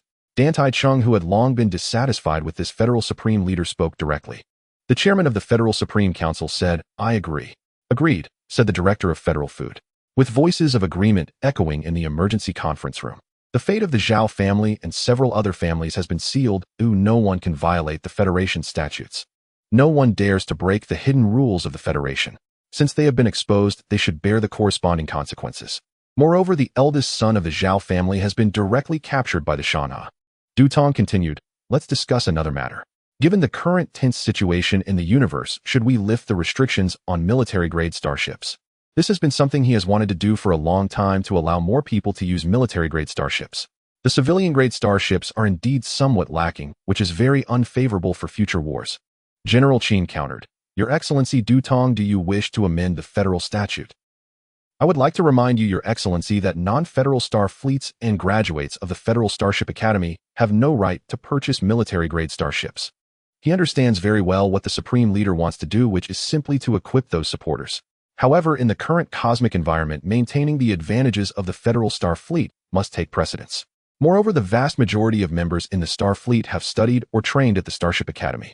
As long as you join the Star Fleet, you will have the opportunity to learn at the Starship Academy. It can be said that the Starship Academy is the cradle of the Star Fleet. As for other Starship universities that offer Starship Command programs, they have long been able to purchase civilian-grade starships with a 30% reduction in specifications.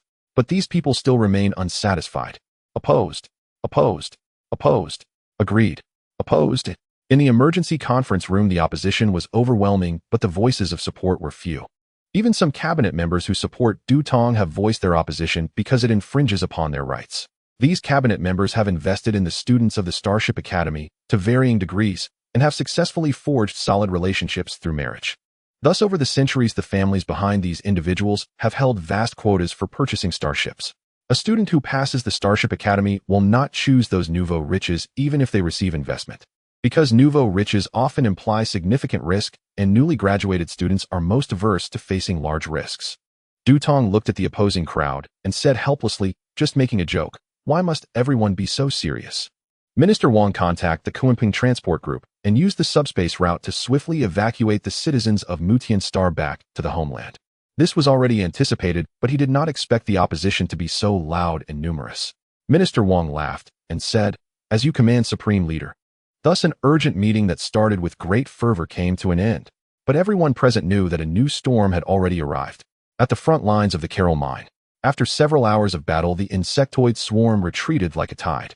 The vast land outside the defensive position of the Carol mine was strewn with the bodies of the insectoids.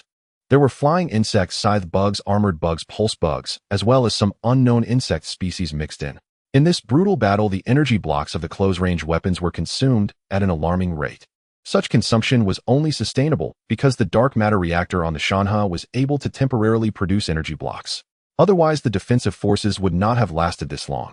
On the lookout tower, Lin Yuan looked at the combat report on the light brain and said, Old Chun, the real major operation is beginning. We will be fortunate this time to witness a truly interstellar battleship unleashing its full firepower. Even though I have been on the front lines before, I have never seen the interstellar battleship unleash its full firepower. Chun An's expression was somewhat melancholic.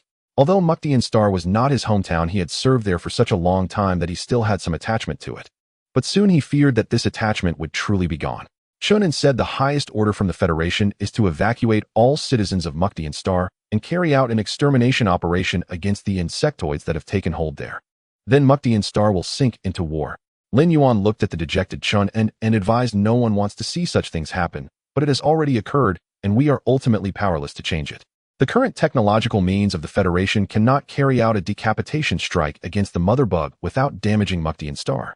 Such means might only be possessed by the Yushin clan and a few other cosmic civilizations. The Federation may have some trump cards, but they would certainly not be used against a mining planet that holds no strategic value. The war progress in the large Magellanic galaxy was relatively smooth. Even without Muktian Star as a strategic support point, there were no issues. Chun inside, it's just a bit of sentiment. Lin looked at the interstellar cruiser appearing in the optical observation system and said the interstellar cruiser group has begun entering the atmosphere. The point-to-point orbital bombardment is about to begin. We should head to the underground shelter. At this moment, on the defensive wall of the Carol mine position, apart from the automated defense robots and combat robots, there was already no one present. According to the mobile force regulations, when the fleet was conducting point-to-point orbital bombardment, the mobile forces should enter the underground shelter. In the combat channel, the mobile forces have entered the underground shelter. The Shanha battleship is positioned at the boundary between the atmosphere of Muktian Star and outer space. The CFing has no anomalies detected. All ships, please coordinate and follow the prescribed strike coordinates to initiate inducive strikes. The current situation is that for the Federation citizens on Muktian Star, it is not an easy task to retreat in an orderly manner. From some classical histories of ancient times, it is not difficult to see similar situations. Striking during a retreat is a strategy that is quite easy to understand. Even if the insectoids are unaware of such strategies, they will instinctively make such choices based on their genetic instincts. When a retreat is launched on Muktian Star, the insectoids will launch a surprise attack, and no one can guarantee that under such circumstances. The emotions of the Federation citizens can remain normal, so it is necessary to conduct orbital bombardments against the insectoids while not appearing overly targeted at them. Inside the bridge of the Shanha, the biorobot with the Shan character was coordinating the orbital bombardment according to the commands of the main control light brain Shanha. In many cases, precise orbital bombardment has always been the privilege of the Federation fleet without a main control light brain unleashing full firepower. Orbital bombardment can easily lead to various other situations. Xiefeng, please pay attention to the escort position. Retreat 30 kilometers to maintain distance. The Interstellar Destroyer Joint Group, please prepare to descend 15 kilometers and maintain a height of 7 kilometers to initiate bombardment. Su Ming and Kongjian, please maintain your current altitude and conduct sustained strikes on both flanks of the Starship 3,000 kilometers away, with the main cannon firing at 3% power in unison. Escort fleet, pay attention to escort. Flying squad, remain vigilant against flying insects and unknown insectoids. All mobile forces, please maintain a state of high alert. Su Ming sat in the captain's command seat looking at the long string of authorization keys on his personal light brain and said, I never expected that as soon as I boarded the Starship, I would have to blow up a Federation planet. Although during simulations in the Academy, we often blow up planets to delay enemy attacks. But that was merely a simulation, and now we are about to personally destroy a habitable planet rich in minerals. I am not really coveting the resources on Muktian Star. Although the mining transport ships of the Vanguard coming and going from the Shanha have not stopped to protect the Federation's assets. I am simply trying to protect the Federation's assets and prevent its important properties from falling into the hands of the insectoids. Chun Ruowei said, Captain, the joint evacuation fleet of the Kunping Transport Group and the Federation Transport Department will arrive at Muktian Star the day after tomorrow, accompanied by Deputy Minister Ma from the Federation Transport Department and Vice President Lu Yun from the Kunping Transport Group. Su Ming smiled indifferently and said there will certainly be a large number of Federation reporters arriving, but this is a military-restricted area. Notify the ground forces to increase control. This is a war zone. Before I, the highest commander of the Muktian Stellar System war zone in the large Magellanic army, resign, this is still my territory. Though this nominal territory is about to turn to ashes. Chun Ruowei said, isn't what we are doing a bit excessive? Su Ming carelessly replied, excessive. We have the right to be a bit excessive now.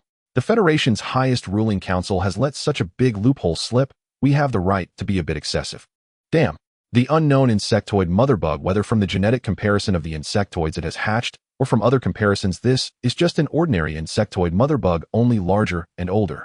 As for why this ordinary insectoid motherbug has survived until now, that should be thoroughly questioned. The previous planetary governor of Muktian Star let such a major oversight slip away. But what worries Su Ming the most are those fully developed humanoid insectoids. An ordinary insectoid motherbug cannot hatch such beings. Relevant genetic comparison results have never been reported. He only submitted them to his teacher Chen Xianming. Outside the Makita star system, a massive evacuation fleet has disengaged from high warp travel and has switched to sublight speed. They immediately sent an entry application to the commander of the Makita star system battle zone, Su Ming, of the Great Magellanic Army. As the deputy minister in charge of the evacuation from Makita Star, he understood very well what military control meant. He also knew that their current safety concerns were entirely in the hands of the temporary fleet of Makita Star. Although their evacuation fleet was escorted by starships from the Federation Starship, command time was of the essence. Only the first special mobile fleet of the Federation, which was conducting a cleanup mission in the Hyperspace highway, was deployed for escort.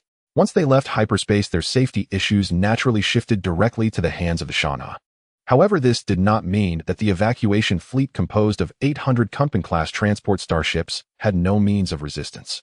In fact, as the design and manufacturing company of the Kunping-class starships, the Kunping Group's transport fleet consisted entirely of proper military-grade transport starships.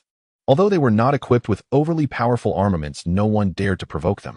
In these times, any fool daring to do so would be dealt with accordingly.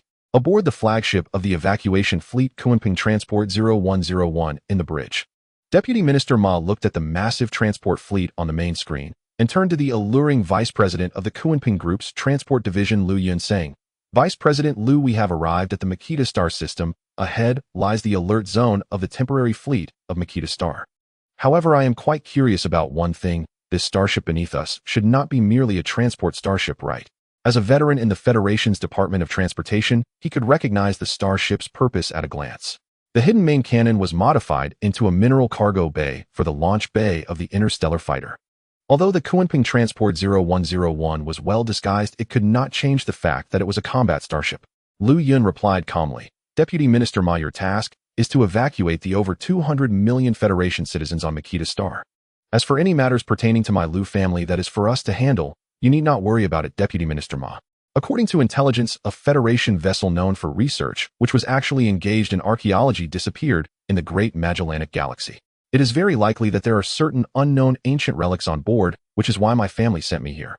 Deputy Minister Ma smiled indifferently, saying, But please be careful, Vice President Lu. The universe is perilous and the waters of the Great Magellanic Galaxy are very deep. Even if this ship of yours, Vice President Lu, is built well, it cannot compare to the Interstellar Battleship that Lord Li Nanfeng invested heavily in back then. As the Deputy Minister of the Federation's Department of Transportation, he could not be oblivious to the movements of certain forces. A simple check of the registration records at the Hyperspace highway entrance from that day would suffice. Lu Yun was not in the mood to waste words with Deputy Minister Ma and directly issued the order. According to the Shan's instructions, prepare to land on the surface of Makita Star and execute the evacuation mission. With the order given, the fleet, which had paused for less than 10 minutes, once again headed towards Makita Star. Each Kunping-class transport starship is 8,000 meters long, 5,000 meters high, and over 4,000 meters wide.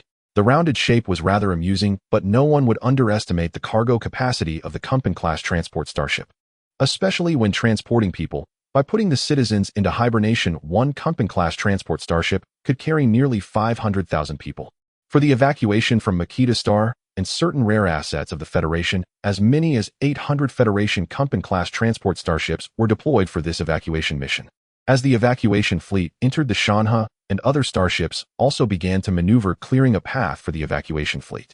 On the bridge of the Shanha, Shan Yi said, Captain, according to the main sensor scan results, one starship in the transport fleet has not lowered its anti-detection shield, and the main sensors of the Shanha experienced some interference while scanning.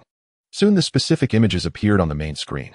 Chen Ruwei said, at least over 60 locations have shadow zones clearly covered by shielded positions. According to the regulations of the Federation Starship Command, in such situations the evacuation fleet should lower all shielding devices after identifying themselves to allow the receiving starships to conduct a risk assessment.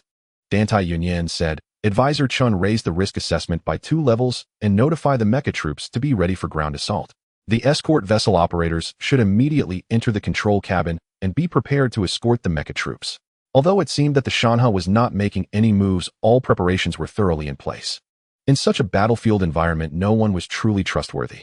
The only people they could rely on were themselves. At that moment, Su Ming walked in with a glass of Pepsi, glancing at the images on the main screen. He instantly understood the situation, calmly stating, switch to live ammunition cold nuclear fusion warheads and lock the target with fire control radar. Reverse warp, reverse hyperspace, and reverse stellar jump interference systems to operate at full power. Advisor Chen notified the CFing to escort this starship with questionable safety levels. Without a doubt, the actions of the starship on the opposite side were unreasonable, if it weren't for the fact that it was a high-ranking official from the Federation on the other side. And with the current situation on Makita Star reaching a point where it needed resolution, he would have to send an interstellar battleship to accompany them closely. And it would be one where all the main cannons were aimed directly at them for a close-range engagement. Captain, all systems are operating normally. Based on the images scanned by the main sensors, we can determine the location of the opposite bridge. In the case of a close-range, full-power barrage from the main cannons, we could overload their shields within 10 seconds, and kinetic weapons could penetrate the flagship of the opposing starship within 5 seconds. However, precious strong interaction force projectiles would be needed for a single effective strike. Shan Air directly formulated a somewhat inappropriate attack plan, but both Su Ming and Dantai Yunyan were well aware that such a situation would never occur. Su Ming nodded, saying, Shan Air did well to connect with the captain of that starship and also notify the ground troops on Makita Star to take that minister to the front lines for a tour. Inside the bridge of the Shanhai, a voice echoed, Captain, the communication has been established. On the split-screen display appeared a charming woman, her conservative attire failing to conceal her alluring aura. Su Ming set down the bottle of soda in his hand and casually inquired, Lady Lu Yun, my crew informed me that there are many shadow zones on your ship. According to the Federal Military Control Act, your flagship is clearly not adhering to the regulations. Therefore, to avoid any unnecessary misunderstandings, I hope Lady Lu Yun can lower the ship's internal shielding. I have no prior interactions with Vice President Lu, and even if there were, we must follow protocol. This is a bloody lesson learned at the cost of countless captains' lives. On the split-screen display, Lu Yun's expression darkened as she said, "Commander Su, I am here at the invitation of the Federal High Council to carry out an evacuation task, and you have no authority to command me." Starship Academy's Su Ming, the proud disciple of Qin Xuanming, does she not know what kind of person Qin Xianming was back in the day? Where there is a master, there are disciples. Moreover, this is no longer a matter of face, so she cannot lower the ship's internal shielding. Most of the areas covered by the shielding are weapon positions on her flagship. Su Ming smiled lightly and continued, "Lady Lu Yun, as the highest commander of the Federal MacArthur Army in the Makita star system, I have the authority to take command of any starship entering the Makita star system. Furthermore, I am quite suspicious of the purpose of your flagship as it does not match the records I have retrieved. Once again, to avoid unnecessary misunderstandings, please lower the ship's internal shielding." If it weren't for Lu Yun and this starship appearing in the Makita star system, he wouldn't want to deal with this troublesome matter. On the split-screen display, Lu Yun replied, "Commander Su, this is a secret of the Kunping Transport Group, and you do not have the authority to know. The investigation into that archaeological research team must not be made public. Although the Lu family is a veteran of the Kunping Transport Group, they are not the only elders in the group. There are at least dozens of vice presidents like her in the Kunping Transport Group." Lu Yun then abruptly ended the communication, staring at the suddenly blackened split-screen display. Su Ming calmly commanded, "Red alert, raise the shield level to war grade and target the main cannon. Left flank 300 kilometers, right flank 300 kilometers, live ammunition, loaded cold fusion warheads. The other main cannons should disengage their firing safeties and prepare for precision strikes, calculating the enemy ship's shield strength. Contact the Starship Command, ensure no starships are mixed within the evacuation fleet, and my ship is ready to take strong measures. In the battlefield environment, especially under military control, all starships entering his defensive zone must maintain sufficient safety." However, the starship under Lu Yun's command posed a significant threat to him. In the depths of space, the Shanhai suddenly adjusted its posture. Two cold fusion projectiles completed their final position acceleration and suddenly appeared within the predetermined distance of the Shanhai. As two flashes appeared 300 kilometers on either side of the Kunping Transport 0101 starship, there was no sound. Such explosions would not cause any substantial harm to the Kunping Transport 0101. But for Lu Yun, who was on the bridge of the Kunping Transport 0101, this was the greatest humiliation. Lu Yun looked at the split-screen display on the main screen and the three-dimensional projection of the Shanhai Interstellar Battleship. Warning shot. This bastard, does she not know we are here to assist with the evacuation? Lu Yun's words were filled with anger. If looks could kill, Su Ming would have been sliced in half by her gaze. Beside her, Lu Chong said, "Miss, the enemy has launched cold fusion bombs at us with position acceleration at 300 kilometers on both sides. Our ship has no casualties and the shields are intact, but miss, should we lower the internal shielding? The person's name carries weight, and in this situation, they were in the wrong. In other circumstances, they could rely on their background, but given this situation, it was clearly impossible. Just the presence of Dantai Union alone was enough to increase their pressure, not to mention Chen Zuanming's disciple. No one wanted to see Qin Xianming once again sailing through the universe in his flagship. At this moment, the three-dimensional projection changed and the Shanhai adjusted its position once again, with all main cannons targeting the Kunping Transport 0101. Lu Yun said with a serious expression, "Connect with Su Ming." Shortly after, the Kunping Transport 0101 starship re-established communication with Su Ming. Inside the bridge of the Shanhai, Su Ming, sitting at the command seat, looked at the reappearing charming Lu Yun and said, "Lady Lu Yun, have you come to terms with it?" On the split-screen display, Lu Yun gritted her teeth and said, "Su Ming, you madman, I agree to lower the internal shielding, but I hope what just happened does not occur again." Su Ming smiled indifferently and said, "Lady Lu Yun, then please lower the internal shielding as soon as possible, or what just happened is just the beginning." Su Ming directly ended the communication. Daring to hang up on him was simply disrespectful. Shanhai, continue scanning, make all scan data public, and upload it to the Star Network and the Starship Command. Additionally, report to the manufacturer that the biological robot exhibited anomalies causing the Shanhai scan results to accidentally upload to the Star Network. Undeniably, the Kunping Transport Group was indeed a massive entity to him. However, even a giant must adhere to certain rules in this era, unlike some nouveau riche. They had been fixated on those credit points all day, but now this Lu Yun had broken the rules, and if anyone were to suffer, it would be Lu Yun. Soon the Kunping Transport 0101 lowered its shields, and the Shanhai began scanning once more. This scan produced very clear results, revealing many items that should have been detected. However, such results indeed surprised Su Ming. So many armaments, was this some kind of joke? Union, confirmed the registration information of this starship, check if there are any discrepancies. Dantai Yunyan quickly retrieved the registration information and said, Kunping Transport Group, the most advanced transport vessel under its command Kunping Transport 0101, but it is evidently modified illegally without proper registration. This starship belongs to the established Kunping Transport Group, and if it were the Zhao family or the like, they could have sunk this starship by now. On the surface of Mucian Star, the evacuation operation was proceeding in an orderly manner. The first to evacuate were those citizens with little wealth, as aside from the construction area forcibly planned by the Federation, most of their resources existed in their accounts. In any case, upon reaching other habitable planets, the construction area and planting area would remain the same. This is the best of times and also the worst of times. For the citizens of Mucian Star who had experienced a great battle followed by numerous hardships, their demands were not high. They only wished to leave Mucian Star as soon as possible. Under the protection of the Xiefeng, the Joint Task Force continued its bombardment, albeit at a significantly reduced intensity. Under the continuous bombardment of various firepower, the evacuation operation of Mucian Star was relatively smooth. However, those with mining shares were unwilling to evacuate, planning to use the starships of the Kunping Transport Group to transport the reserves in their warehouses and wait for the rare resources to appear after Mucian Star was destroyed. At the evacuation point, Deputy Minister Ma cheerfully reassured the elites from the Mucian Star's business sector, saying, although your conditions are quite generous, as the Deputy Minister of the Federal Transport Department, I am powerless. It is all for the citizens. How can we exploit our power for personal gain? This group of nouveau riche may not be clear on this, but this is federal property. The mining shares they purchased are merely rights to the mining veins, with no stipulation that they retain any rights after the star explodes.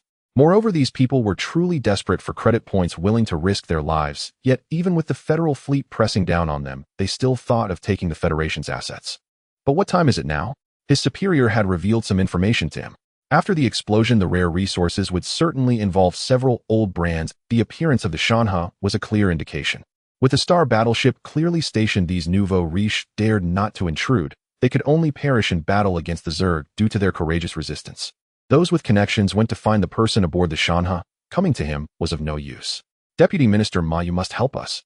I still have over 100 tons of rare resources in my warehouse. That is worth billions of credit points. Deputy Minister Ma, my mine has not been fully exploited yet. Those mobile units have been mining day in and day out. You are a high-ranking member of the Federation, so you must take care of this. The nouveau riche of Mucian Star chattered incessantly. These nouveau riche, who were well known in the nearby star regions, would become worthless once they left this area. However, Deputy Minister Ma understood very well what the Shanha represented.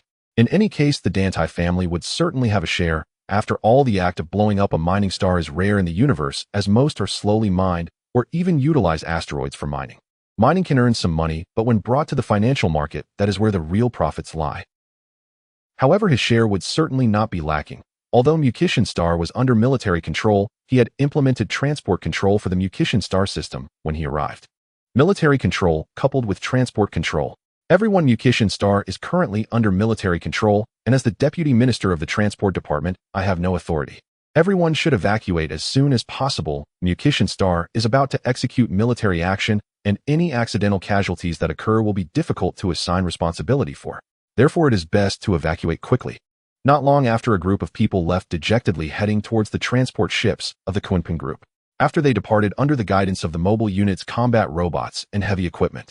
Under the ultra-low altitude cover of 2 standard destroyers, the transfer of federal assets began, and of course some were inevitably transported to the storage of the Shanha. These matters were inexplicable. Being on the Shanha Star battleship was certainly much safer than the Kunping Transport Group's vessels. At the Kaler mining defense position, the smoke had now cleared. The Zerg's attacks had dwindled to sporadic night raids, but for combat robots there is no distinction between day and night. At the observation tower, Lin Yuan, through the optical detection system, observed those executing the asset evacuation tasks, saying, Chun, stop frowning. This is what we should do. If we weren't guarding this place, these resources would have been taken by the Zerg, and these people wouldn't be able to survive. These resources are life-saving money. This is nearly a universal rule, although they have always acted in the name of the Federation. In reality, he is now just in reserve, serving an auxiliary role, while the Shanha is a blatant personal starship. It's merely a name in the Federation. The background is just a bit more profound. Shanha said, I am not worried about those matters. I am just thinking that this group of nouveau riche are not good people. On Mucian Star, they are known for their wickedness and have done numerous outrageous things, but all have been suppressed. As a ground force stationed on Mucian Star, he knew very well what kind of people those who were fawning over Deputy Minister Ma were. At this moment, Lu Kun came over and patted Chen In's shoulder, saying they won't be able to leave. They lost that chance when they approached Deputy Minister Ma with their demands. I just saw that group of people boarded the same transport ship. According to federal law, killing them 10 times would not be enough, even though that Deputy Minister Ma is not a good character either. Chen In smiled calmly, saying a rough trick, but very effective. Lin Yuan laughed, saying not rough. This Deputy Minister Ma is quite clever, and it seems the maintenance team of that transport ship is elite from the White Elephant Star region. Thus this would only be a mishap, a real accident. And as everyone expected, the transport ship carrying that group of people suddenly began a rapid descent from a height of 3,000 meters above the surface. All personnel on the transport ship perished due to a malfunction in the escape system. According to the investigation results, the maintenance team of the transport ship forgot to install the control chip for the escape system after conducting maintenance, rendering it useless. In response to the deaths of this batch of Mucian Star elites, the Deputy Minister of the Federal Transport Department expressed deep condolences and awarded them honorary medals for their struggles on Mucian Star. Meanwhile, the members of the mobile units on Mucian Star watched with great interest. This Deputy Minister Ma is truly a good person. When he cried, it was genuine, not fake. The evacuation mission continued, with over 200 million people to evacuate. A maximum of 20 million could be evacuated in a day. The evacuation of all citizens and federal assets lasted for more than 15 days. This far exceeded their previous expectations, but fortunately, they witnessed the continuous influx of rare resources and certain local specialties. Su Ming tacitly accepted this behavior. Surviving in the Federation involved more than just violence. While one could get by in the mobile troops through fighting in the Federation, it ultimately depended on interpersonal relationships. During the entire evacuation operation, due to the temporary fleet formation, sustained low-altitude bombings were conducted. The insectoids had not managed to organize any substantial attacks during this period. This was undoubtedly good news for the subsequent retreat, but the shipbuilding progress of the insectoid mothership in the kilometers-deep tunnels of Mucian Star accelerated by several magnitudes. According to the reconnaissance results from the main sensor, the insectoid mothership has now entered its metamorphosis phase. The metamorphosis phase of the insectoid mothership can last anywhere from more than 10 years to as short as 3 to 5 months. During this period, the activity cycle of the mothership will diminish by several magnitudes. This is the best time to execute a planet-destroying operation on Mucian Star. Inside the bridge of the Shanha, the main screen surrounding the bridge displayed the figure of Deputy Minister Ma, who was calming the citizens. As a high-ranking official of the Federation, how to deceive the lower-class citizens of the Federation is something he has complete control over, as long as benefits are improved, reducing the workweek from 5 days to 3 days over 7 years and providing a bit more credit points. These citizens will become steadfast supporters of Deputy Minister Ma. Sitting in the command position, Su Ming looked at the split-screen data on the main screen and said, Yin, these people are indeed quick to arrive. They took the subspace high-speed route directly for the rare resources at the planet's core. The conventional speed of 10,000 times light in subspace is not as simple as 1 + 1 = 1. It is not an exaggeration to call it instantaneous. Tantai Yunyan raised her delicate head, looking at the names of several companies, and said they are all established groups, not a single new group in sight. Every planet-destroying event in the Federation's history has triggered a frenzied scramble. There are many rare resources deep in the planet's core, most of which are used for key components of military-grade interstellar battleships, interstellar fortresses, and mobile strongholds. Moreover, the rare resources produced from planet destruction are often easy to mine, highly efficient, and extremely low in cost. She was confident that those companies probably brought their or smelting centers along. They would arrive as empty ships, and on the way back they could directly sell the finished products. How many credit points are all the rare resources of a planet worth? One could refer to the annual tax revenue on Mucian Star, which amounts to 18 trillion credit points. This does not include the credit points extorted by the group of officials on Mucian Star. Su Ming said flatly, those new groups are a bit too aggressive. Of course, we can't entirely blame some new groups. With the old groups wielding the whip from behind, these new groups have no choice but to be aggressive. However, the armed cruise ships they produce are somewhat exploitative. The Shanha has 7 layers of shadow iron armor, each layer equipped with functional and maintenance levels. Even the civilian version of the destroyer, while reduced in configuration, still has 2 layers of armor protection. However, those armed cruise ships promote themselves as being capable of both fighting and fleeing and incredibly comfortable.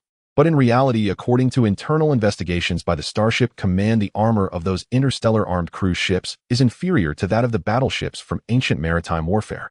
Once their shields are overloaded, the so-called interstellar armed cruise ship becomes a live target. Tantai Yunyan smiled and said, war is coming. This is an opportunity. Although I don't know which established group will be swallowed, many new groups will undoubtedly rise. War is the best and most terrifying catalyst. However, following the group route inevitably leads to confrontation with those established conglomerates that integrate manufacturing and sales.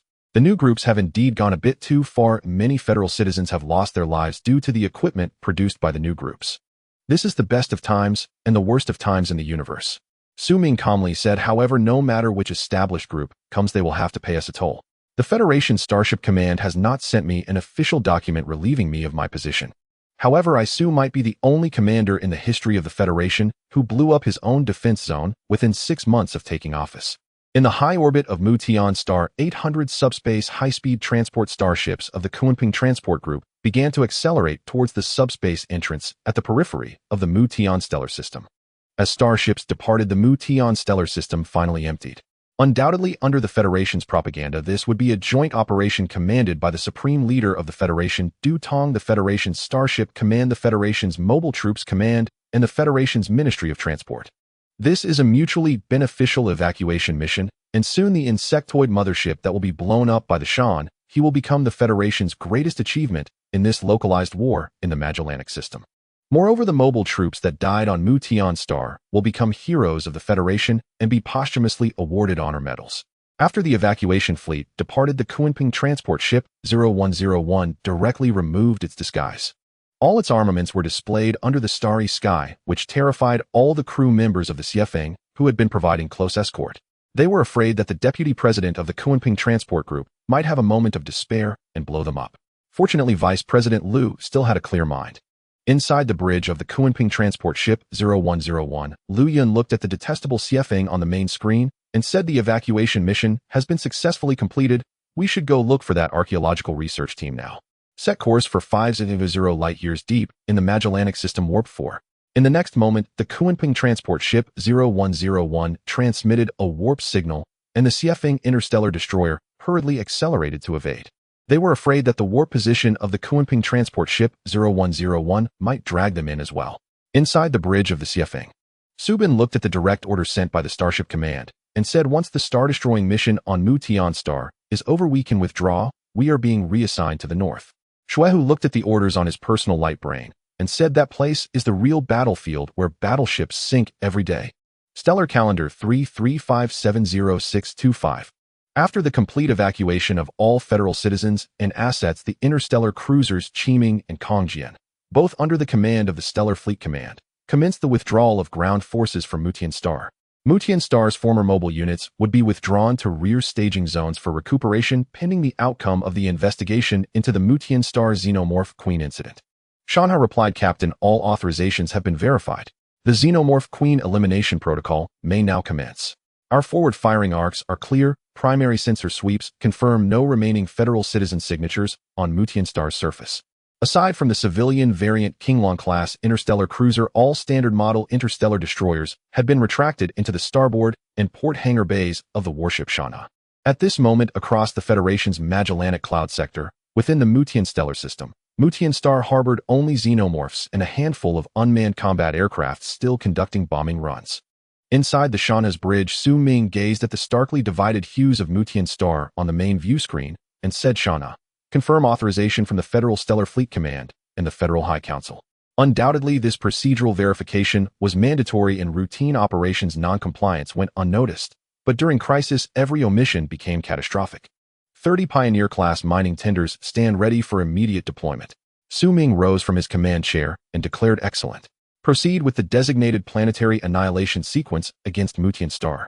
All main batteries shall engage the Xenomorph Queen at precalculated coordinates with maximum destructive yield. Electromagnetic rail weapons will execute deep penetration strikes. Shanha main batteries primed. Electromagnetic rail launch initiated. Main battery firing sequence commencing. Capacitor charge at 56%. In an instant, ultra-hardened alloy projectiles disengage from their acceleration rails, hurtling toward the Xenomorph Queen, buried at least 2 kilometers beneath Mucian Star's crust at 0. Free light speed. The moment those projectiles struck Mucian Star's surface, a muffled subterranean thunder reverberated across the planet's crust. Hundreds of bottomless craters scarred the landscape. Then came the shrieks, countless agonized. Yet xenomorphs remained carbon-based life forms. Surface-dwelling variants were utterly incapable of atmospheric escape, let alone spaceflight. Mucian star's crust fractured violently, the xenomorph queen straining, convulsing, attempting to wrench itself free from its subterranean tomb. But in the next breath, the Shanha's final judgment descended. 15 quintuple-barreled 2,850mm main batteries unveiled their terrible visage. Concentrated energy beams slammed uniformly across a 3,000 square kilometer zone. At their outer periphery, searing heat flash melted the terrain into vast expanses of glass. A continuous vitrified swath, 10,000 kilometers long, now spanned the region directly above the xenomorph queen. Where the beam's core impacted, nothing remained, not even vapor, despite the queen's formidable natural resilience.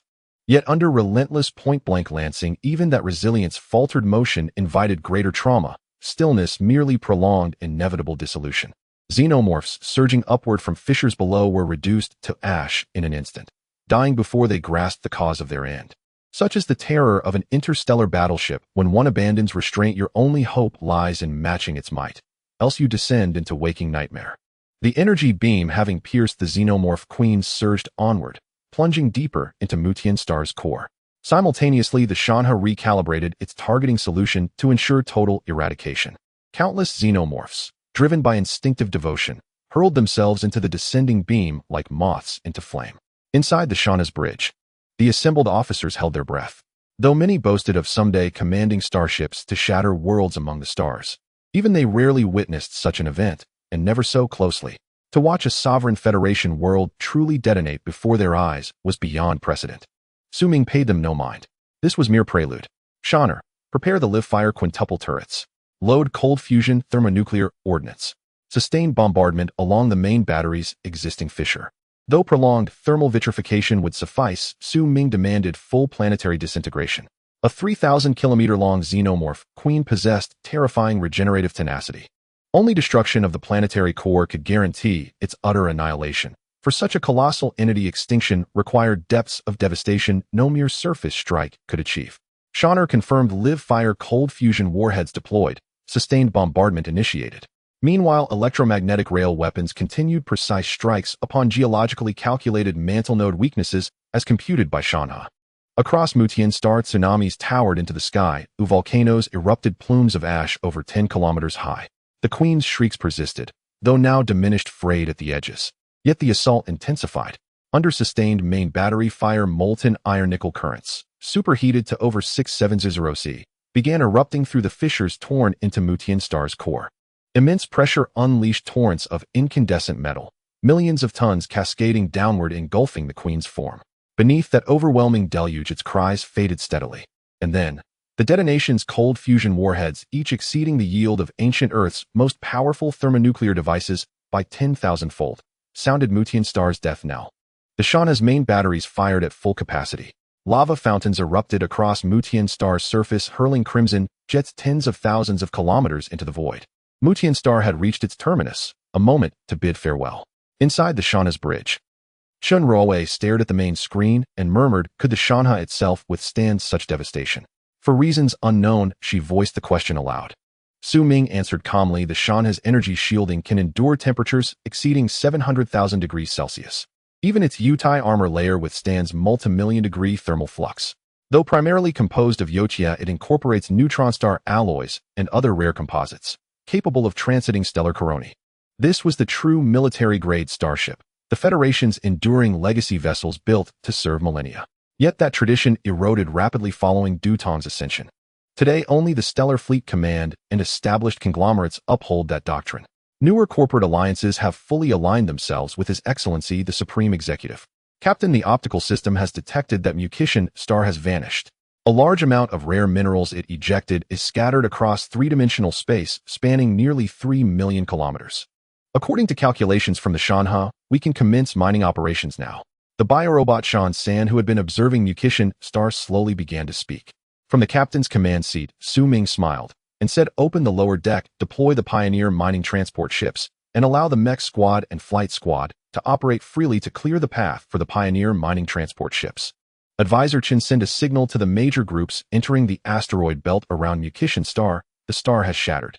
Instruct them to execute the cleanup operations as planned. He had already seized the initiative, even though the starships sent by the Federation had just begun to leave one after another. But this was also a good thing after all. It was the Snow Wind-class interstellar destroyer, a ship name that had been inherited for many generations, but still had its pitfalls. At this moment, Dantai Yuyen arrived at the bridge and said the Starship Command has sent new orders stating that we are to continue our exploration deep into the large Magellanic Cloud. Perhaps the disappearance of that research archaeological team is not so simple. That vice president of the Kunping Transport Group, Liu, should also be involved with that research archaeological team. This was a message sent in real time via hyperspace communication from her father. Su Ming nodded and said, I anticipated this. That ship is not ordinary, considered a military version of a transport ship modified into a combat vessel. However, for galactic exploration, it either requires a fleet or an interstellar battleship. In the battle for Mucian star, the Shanha had accumulated a significant amount of rare minerals. According to calculations, each standard hour of the Pioneer mining transport ship could bring him nearly 5 million credit points in revenue. He had 30 such mining transport ships, and it was still unknown how many battles awaited them on the front line. Therefore, it was essential to ensure ample mineral reserves to allow the weapon production lines on the Shanha to produce enough weapons. The military version of the ammunition standard equipped on the Shanha could still be reduced in usage. Dantai Yuyen sat in the vice captain's command seat and said the major groups have already entered the cleanup area and commenced their operations. What are your plans regarding that civilian version of the Qinglong-class cruiser? The civilian version of the Qinglong-class interstellar cruiser, while incomparable to the military version, still possessed capabilities for warp travel and subspace navigation equipped with a main cannon. Su Ming shrugged and said, what else can we do? Everything that should be dismantled has already been taken apart, leaving just an empty shell. I've entrusted the people from the Kunping Transport Group to take it back and sell it. After all, that rickety ship isn't worth many credit points. Not to mention the damage to that civilian version of the Qinglong-class cruiser, even the things he had dismantled were worth over 10 billion credit points. What remained was purely an empty shell equipped with a warp engine. Dantai Yuyen smiled and said, that's best. The furthest habitable planet in the Federation's direction towards the large Magellanic Cloud is about 3,600 light-years away. Beyond that lies the true expanse of the Starry Sea. According to the latest news, that research archaeological team seems to have ventured deep into the large Magellanic Cloud. We cannot ascertain the situation there apart from a few lucky individuals who emerge from there to become overnight millionaires. The rest of the unlucky ones have perished there.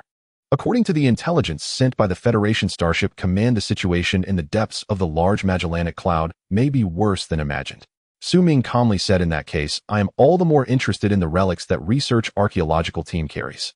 Even the vice president of the Kunping Transport Group has mobilized one of the elders of the Liu family Kunping Transport Group. The Federation's technological development relies on archaeological research, and the Federation's cultivation also relies on archaeological research. The average lifespan of ordinary citizens in the Federation is about 270 years, but the Federation also offers gene optimization surgeries that can significantly enhance the activity of telomerase and the number of cell divisions. As for how much longer it can extend life, that is subjective.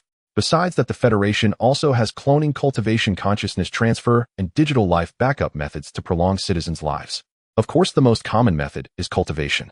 While cultivation may not be able to destroy the world, it can significantly extend one's lifespan. In conjunction with certain special equipment executing decapitation operations, few can withstand it. Among these existences, relics play a crucial role.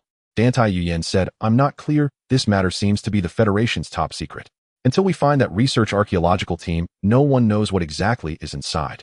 The operational orbit that once existed for Mucian star is now entirely empty. In its place are numerous fragments of varying sizes, and the influx of various groups of mining ships has commenced the most exhilarating collection operations. This might be the most exhilarating collection operation of their lives. They don't need to pilot mining mechas into bottomless pits, nor do they need to maneuver mining ships to play hide and seek with the Zerg battleships. All they need to do is sail their ships over. A planet of the Federation was blown up, and it was done by their own people. Is that reasonable? The key is that they are still responsible for the final cleanup. On the Shanha, the temporary operations channel is now bustling with over 300 members of the flight squad having a blast. Massive interstellar fighters are flying around the fragments of Mucian star, recording everything. Witnessing a planet of their own Federation being blown up is indeed a once-in-a-lifetime experience. Awesome. Is there anything more exhilarating in the Federation? Right? Don't look at those leaders of the Federation who always talk about blowing up the opposing planet. How many times have they really done it? Others in the channel silently understand. The high-ups of the Federation. Just talking about it is enough. If they really blow up the opposing star, they would then have to face an endless series of star-blowing battles. In the age of interstellar travel, if one simply wants to blow up a star, it's the easiest thing to do. If it were not for the prospect of harvesting massive amounts of minerals, the Shanha interstellar battleship would have at least dozens of methods to quickly explode Mucian's star. For example, antimatter cannons, space collapse bombs, and using warp speed on the planet's surface. Meanwhile, the mech squad is assisting the pioneer mining transport ships in their operations. They are all mech combat units. Can't they also do the work of mining mechas? The 800 hyperspace transport ships under the Kuanping Transportation Group have remained within the hyperspace highway since leaving Mucian star. To avoid unexpected management issues and the report regarding the fully developed humanoid insectoid species from the Shanha, all citizens from Mucian star aboard the 800 transport ships have entered a dormant state. Moreover, based on the previous evaluation report from the Shanha, combat robots have been deployed, accordingly evacuating from the flagship of the fleet. Deputy Minister Ma looked at the data compiled by his secretary and asked Secretary Chun, have there been any anomalies in the evacuation fleet? This is what concerns me the most. Although the citizens of Mucian star have undergone several rounds of testing. However, one can never be too careful. That captain of the interstellar battleship Shanha is not a starship captain within the federal system. If anything were to happen upon returning to the federal homeland, many would undoubtedly rise up to impeach him. Secretary Chen pulled up the data on his personal holographic device and said currently there are no significant issues. During entry into the hyperspace highway, 13,000 individuals exhibited symptoms of high fever. Combat robots have been assigned to monitor their dormant pods. Additionally, 532 individuals exhibited signs of insectoid transformation and have been neutralized. Deputy Minister Ma sighed, keep a close watch on those 13,000 people. If any show signs of insectoid transformation, do not forget to clean up thoroughly after neutralization. Such data is already considered good. He had seen the battle report sent by the Shanha, so he had some understanding of the fully developed humanoid insectoids that had appeared on Mucian star. Those fools at the Federal Academy of Sciences are nothing but useless. All they do is budget, and budget. They have yet to develop a method to detect fully developed humanoid insectoids. This left a hint of unease in the heart of this long-standing official in the Federal Transportation Department. Secretary Chun continued, the Federal Bureau of Architecture has sent communications stating that the habitable planet for temporary settlement is in place, and the Federal Health Department requires a minimum 3-year quarantine for the citizens of Mucian star. Deputy Minister Ma replied, calmly, following their request, we will need to extend the quarantine. As a high-ranking federal official, he naturally understood that the insectoids lack intelligence. This was merely self-deception. There will always be some bleeding hearts in the Federation who won't feel anything when killing mindless insects. However, once those bleeding hearts learn that the Federation is killing insects that possess equal intelligence to theirs, there will certainly be a massive uproar. For example, videos of the Federal Mobile Forces executing fully developed humanoid insectoids must not leak out. Secretary Chun turned and left the bridge to handle the bodies that had already transformed. The simplest method was to directly eject the bodies into the hyperspace highway. In hyperspace, insectoids also exist, but under the continuous cleanup by the federal mobile fortresses, the federal territories and major space routes remain relatively safe. Under the safety protocols established by the Cosmic Civilization Council and the 7 major civilizations, the universe is considered relatively peaceful. As one of the 7 major civilizations, the Federation frequently dispatches elite fleets to execute hyperspace escort and cleanup missions. The goal is to maintain peace in the hotspots of the universe for the sake of cosmic development. However, no plan is without flaws during the past time within the 800 hyperspace transport ships.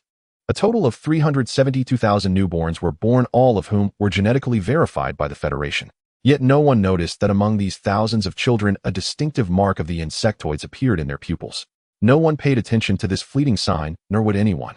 According to the Federal Academy of Sciences, insectoids cannot inject genetic viruses into fetuses still in the womb. Meanwhile, 13,000 federal citizens who exhibited high fevers suddenly began transforming into insectoids, viciously trying to destroy their dormant pods. The combat robots, already on high alert, almost simultaneously activated their laser guns. To prevent cross-infection, Deputy Minister Ma decided not to send the mobile forces, but directly deployed all combat robots. Half an hour later, all transformed federal citizens had been neutralized. However, the tension within the evacuation fleet remained taut. The communication channels of the fleet had descended into chaos.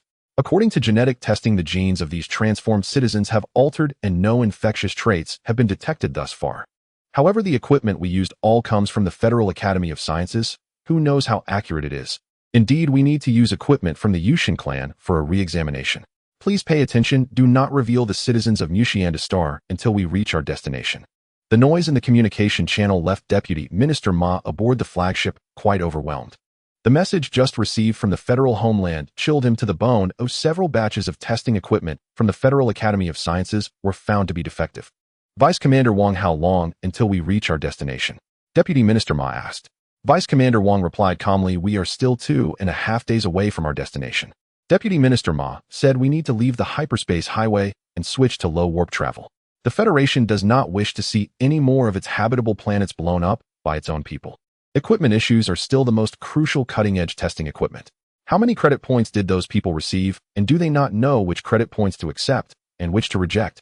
If fully developed humanoid insectoids were to infiltrate the Federation's home star system, then Deputy Minister Ma would have enough heads to be executed. Vice Commander Wang frowned and said, if we switch to low warp now, we estimate arrival in 15 days, which gives us enough time to procure equipment from the Mucian clan. He had not anticipated that the Federation, one of the 7 major civilizations of the Cosmic Civilization Council, would make such a blunder. With the issuance of orders, the 800 hyperspace transport ships belonging to the Kunping Transportation Group left hyperspace and transitioned to low warp travel. However, Deputy Minister Ma was still unaware that they had missed the last opportunity for a remedy. In the hyperspace highway, no matter how perfect the fully developed humanoid insectoids may be, they would gradually reveal their insectoid characteristics due to hyperspace factors. Yet they missed the final opportunity. In the low warp environment, the fully developed humanoid insectoids entered a genetic dormancy state, awaiting the final awakening procedure. The aftermath work for Mucian Star has been ongoing for nearly 2 months. During the past 2 months, all valuable minerals on Mucian Star have been cleared. The remaining lower-value minerals were handed over to the largest blind box group in the Federation, which divided the entire 3 million kilometers of three-dimensional space into several mineral blind boxes for sale. Many buyers of the mineral blind boxes believed they could become rich overnight. Little did they know the high-value minerals had long been cleared, and the remaining low-value minerals would not bring overnight wealth, but at least they would suffice for basic needs. In the battle conference room of the Shanha ship, all abnormal situations that occurred in the evacuation fleet have been presented before everyone through three-dimensional projections in space. Su Ming looked at the increasingly insectified Federation citizens and said, Deputy Minister Ma, we should have exited the hyperspace highway and entered low warp speed by now. It is expected to arrive in the Federation's home star system in half a month, executing isolation tasks for more than 10 years. However, there was a significant loophole in the detection equipment of the Federation Academy of Sciences, so the Shanha ship entered an emergency state, and all crew members who had contact with the citizens of Mucian Star began isolation. This time, we will take the hyperspace highway. Alo had informed him about some predictions regarding the insect race, which emerged from hyperspace. Therefore, once Federation citizens infected with insect genes stay in the hyperspace highway for a long time, an inevitable ancestral regression phenomenon will occur. Gene science is not that simple. If it were, the universe would have long been ruled by the insect race. Qianyan nodded and said, I have no objections. It will take some time to reach the depths of the large Magellanic Cloud, perhaps allowing crew members who had contact with citizens of Mucian Star to enter a state of dormancy. It seems the Federation's evacuation fleet for citizens of Mucian Star also exhibited abnormal insectification during the citizens' dormancy. They were just unsure how many complete humanoid insects had been released. Fortunately, the Federation citizens evacuated from Mucian Star will undergo isolation for up to 10 years, otherwise the Federation's home star system would likely be thrown into chaos. Dan Tai Yunyan nodded and said they should indeed enter dormancy. The dormancy area of the Shanha ship has entered an emergency state.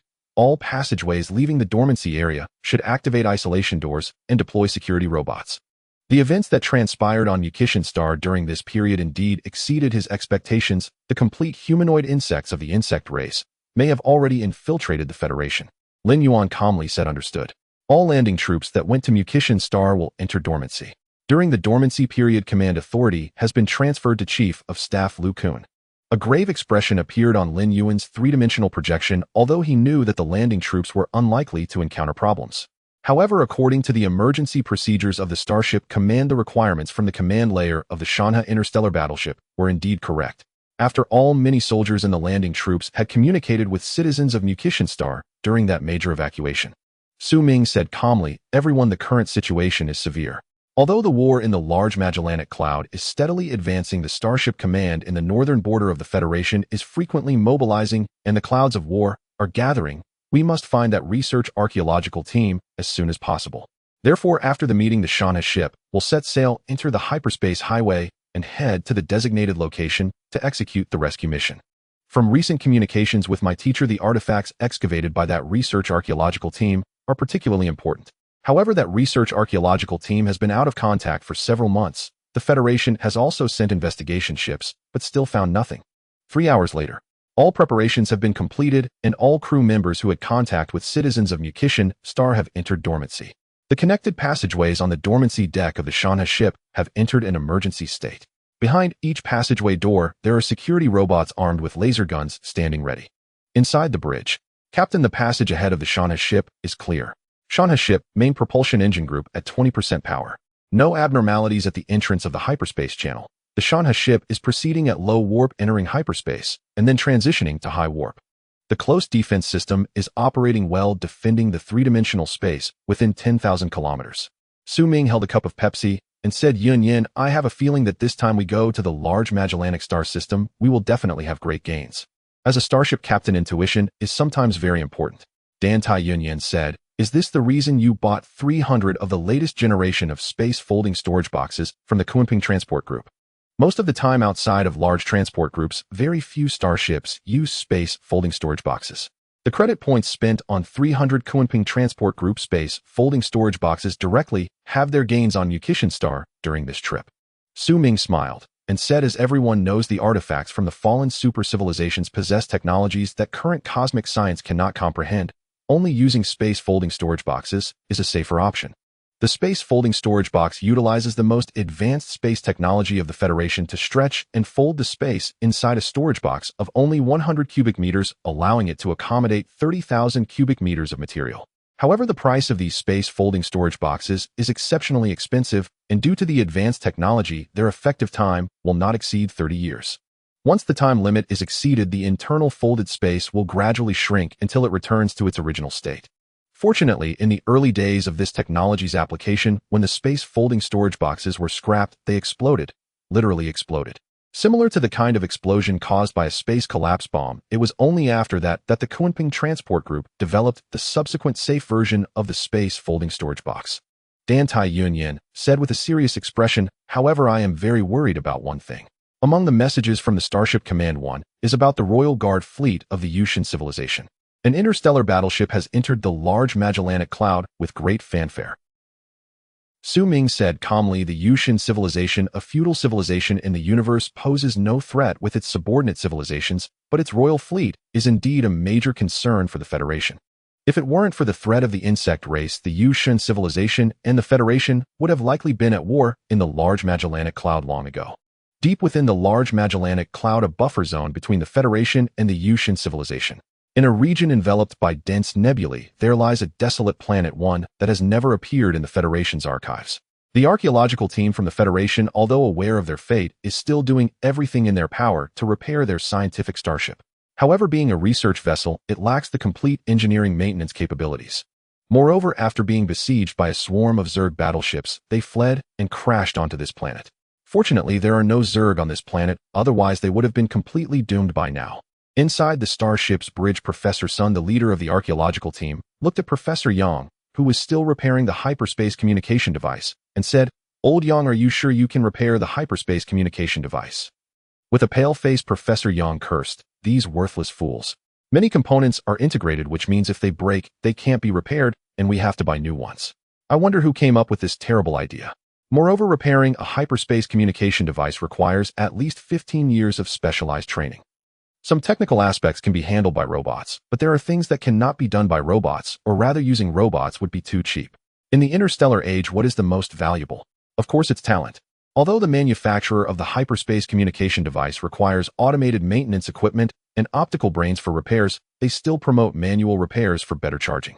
Professor Sun sighed helplessly and said, the forward starship, although repaired, is far from ready for takeoff. Furthermore, its shield is gone.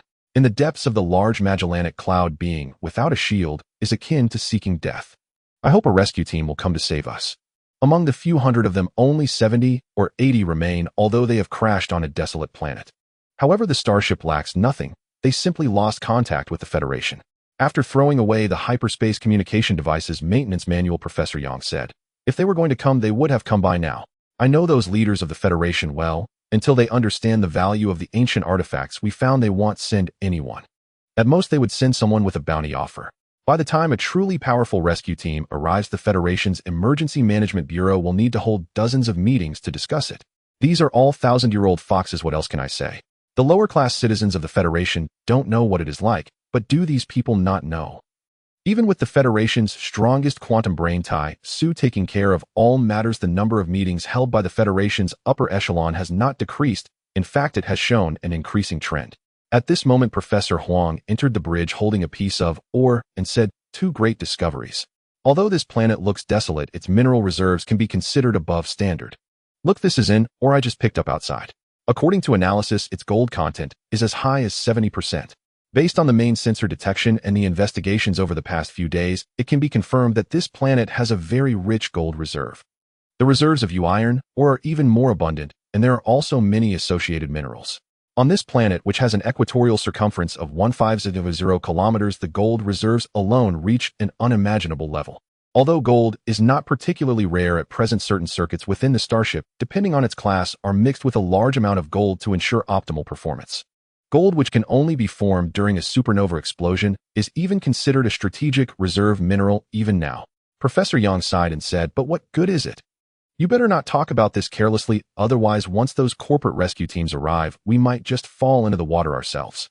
Money can move hearts, especially when it comes to mineral-rich planets. As the first discoverers, they could enjoy 30% of the permanent tax revenue. But what if they are already dead? Then the discovery of this planet would not belong to them." Yang have never overestimated the lower limits of those corporations, especially those nouveau riche groups. Upon hearing this, Professor Huang's face changed instantly as he realized they had already lost contact with the Federation. If anything unexpected happens, it would genuinely be an unexpected incident. Professor Huang said, "Even if we hide, what if they directly scan with their sensors?" Professor Sun chuckled and replied, "Old Huang, are you joking with me? When those corporations see us, the first thing they will do is dig up the ancient artifacts from those cultural relics. As long as it's not a military ship, who would have the spare time to scan the entire planet? Are they so idle? This is a matter of first impressions, but they currently have no means to decipher the hundreds of ancient artifacts. Only after returning to the Federation Academy can they use the equipment for deciphering, and the corporate groups involved in the rescue will enjoy 40% of the profits generated by the artifacts. Such enormous benefits also provide great assurance for interstellar exploration and the excavation of cultural relics." Professor Huang said, "That's true. If the military is really the one coming, we wouldn't have to worry about those matters. Military personnel are the best. Once they arrive, their safety would be absolutely guaranteed. Meanwhile, the other scientific archaeological team members are not idle, rapidly operating detection boats across the planet, collecting mineral and biological samples to preserve first-hand data for future planetary development. Regardless of the reasons for their arrival on this planet, from the moment they crash-landed here, this planet automatically belonged to the Federation, an inseparable territory of the Federation.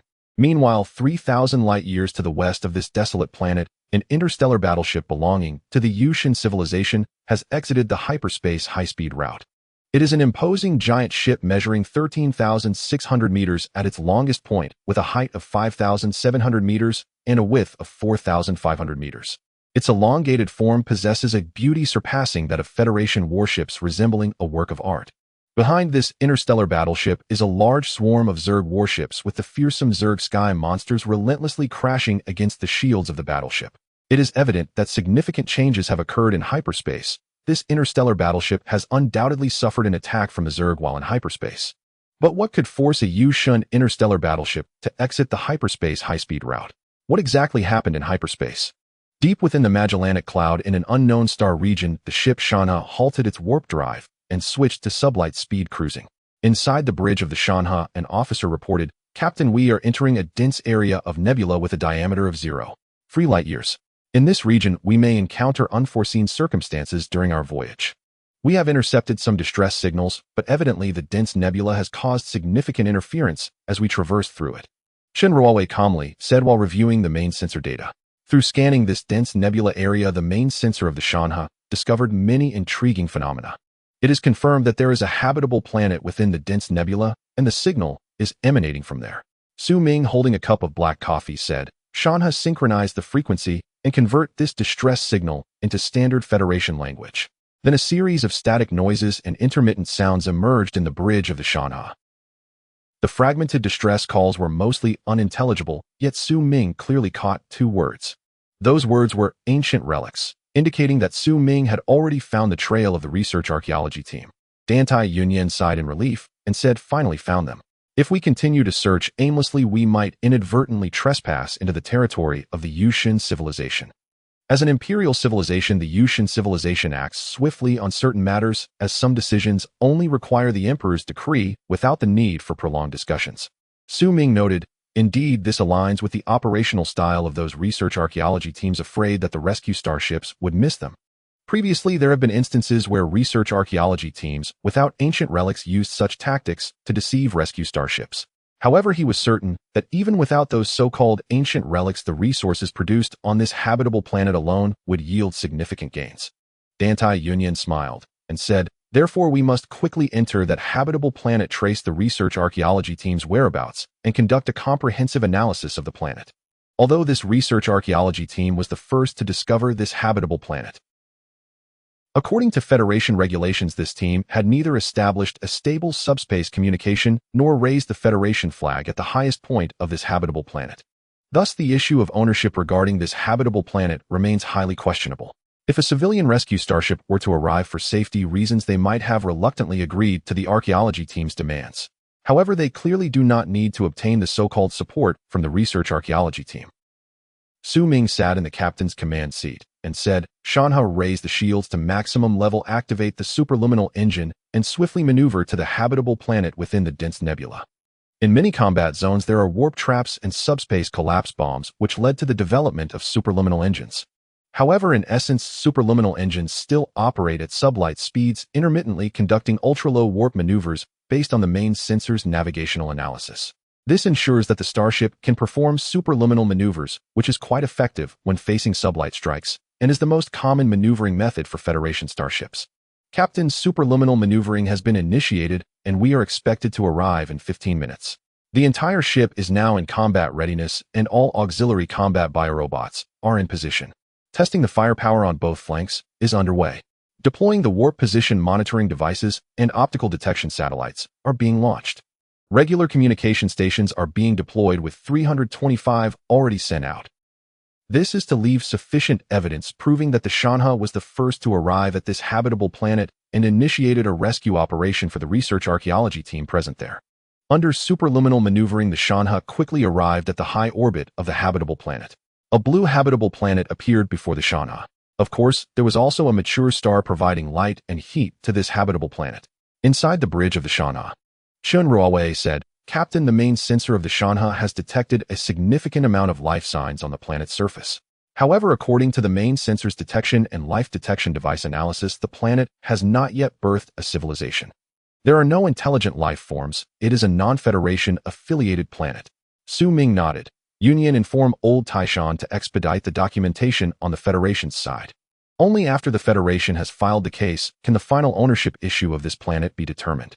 However, it is evident that the research archaeology team currently lacks the ability to communicate with the Federation, let alone applying for record filing with the Federation." Anti-Union nodded and smiled, saying, "Well, remember to raise the flag at the highest point of the habitable planet and document it." Then Anti-Union headed directly to the subspace communication room outside the bridge to conduct interstellar subspace communications, which are typically absent in civilian starships. Su Ming looked at the data displayed on the main sensor's split screen and said, "Advisor Chun, conduct a comprehensive scan of this habitable planet to confirm whether there are traces of the bug species present.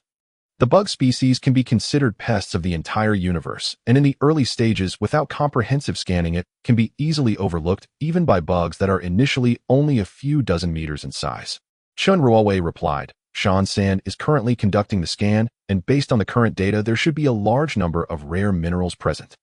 Certain identified minerals include gold, ghost, iron, and heavy element, ores among hundreds of other types of minerals. The value assessment may take some time to complete." Su Ming smiled lightly and said, "Notify the mech squadron and the flight squadron to deploy 2 standard destroyers for planetary landing. The Shanha will move to low orbit around the planet to oversee the operation." With Su Ming's command, the hangars on both flanks of the Shanha opened, and 2 standard interstellar destroyers carrying over 100 mechs and dozens of interstellar fighters flew towards the planet's surface. The Shanha began to descend towards the low orbit of the planet.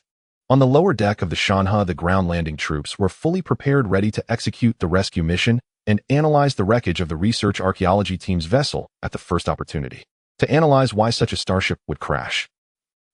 Half an hour later, 2 standard interstellar destroyers pierced the planet's atmosphere, followed by over 100 fully armed combat mechs. The mechs leapt from the hulls of the 2 civilian-class destroyers and sped toward the crash site of the archaeological research team's starship. Blue thermal exhaust flared from their thrusters, propelling them forward at high velocity. Qian Yin, commanding from aboard one of the civilian destroyers, spoke over the tactical channel. Nanfeng, the captain, emphasized, "This is a rescue mission. Under no circumstances must we frighten the Federation's elite researchers into a nervous breakdown." Though now officially assigned to the reserve forces, they maintained close operational ties with the military. As the Federation flag, the Starship Command flag, the Starship Academy flag, and the Shan-class flag were raised atop the planet's highest peak. Sovereignty over the planet became indisputable. Relax. I'm really that kind of person. I'll protect the archaeological research team's elite, carefully, thoroughly, and without fail. Nanfeng's voice echoed indifferently across the tactical channel. Once the mech detachment vanished beyond the horizon, Qian Yin swiftly ordered all interstellar fighters carried aboard the 2 civilian destroyers to launch, providing aerial escort for the ground mechs. On such an uncharted habitable world, no degree of caution was excessive. Unit 1 systems nominal visual contact, clear radar functional. Estimated arrival in 3 minutes. Unit 2 and 3 left-wing escort engaged. Unit 5 and 6 right-wing escort engaged. Unit 7 and 8 conducting fire reconnaissance. Ammunition reserve at 75%. As they neared the crash site of the Federation's archaeological research vessel, every crew member, whether aboard the 2 civilian destroyers, the interstellar fighters, or the combat mechs, broadcasted repeated calls across all frequencies to the research team. "This is the Shan-class Interstellar Battleship Rescue Task Force calling the Federation Archaeological Research Team. Please respond if you hear this. This is the Shan-class Interstellar Battleship Rescue Task Force calling. Crash site of the Qianjin-class research starship." Inside the shattered bridge, Professor Yang, who was still repairing the hyperspace comm system, exclaimed with elation, "It's an interstellar battleship, undoubtedly Federation military. Every transmission protocol matches official military standards." Yet his jubilation quickly gave way to deep skepticism. He had never heard of the Shan-class battleship before. How could that be?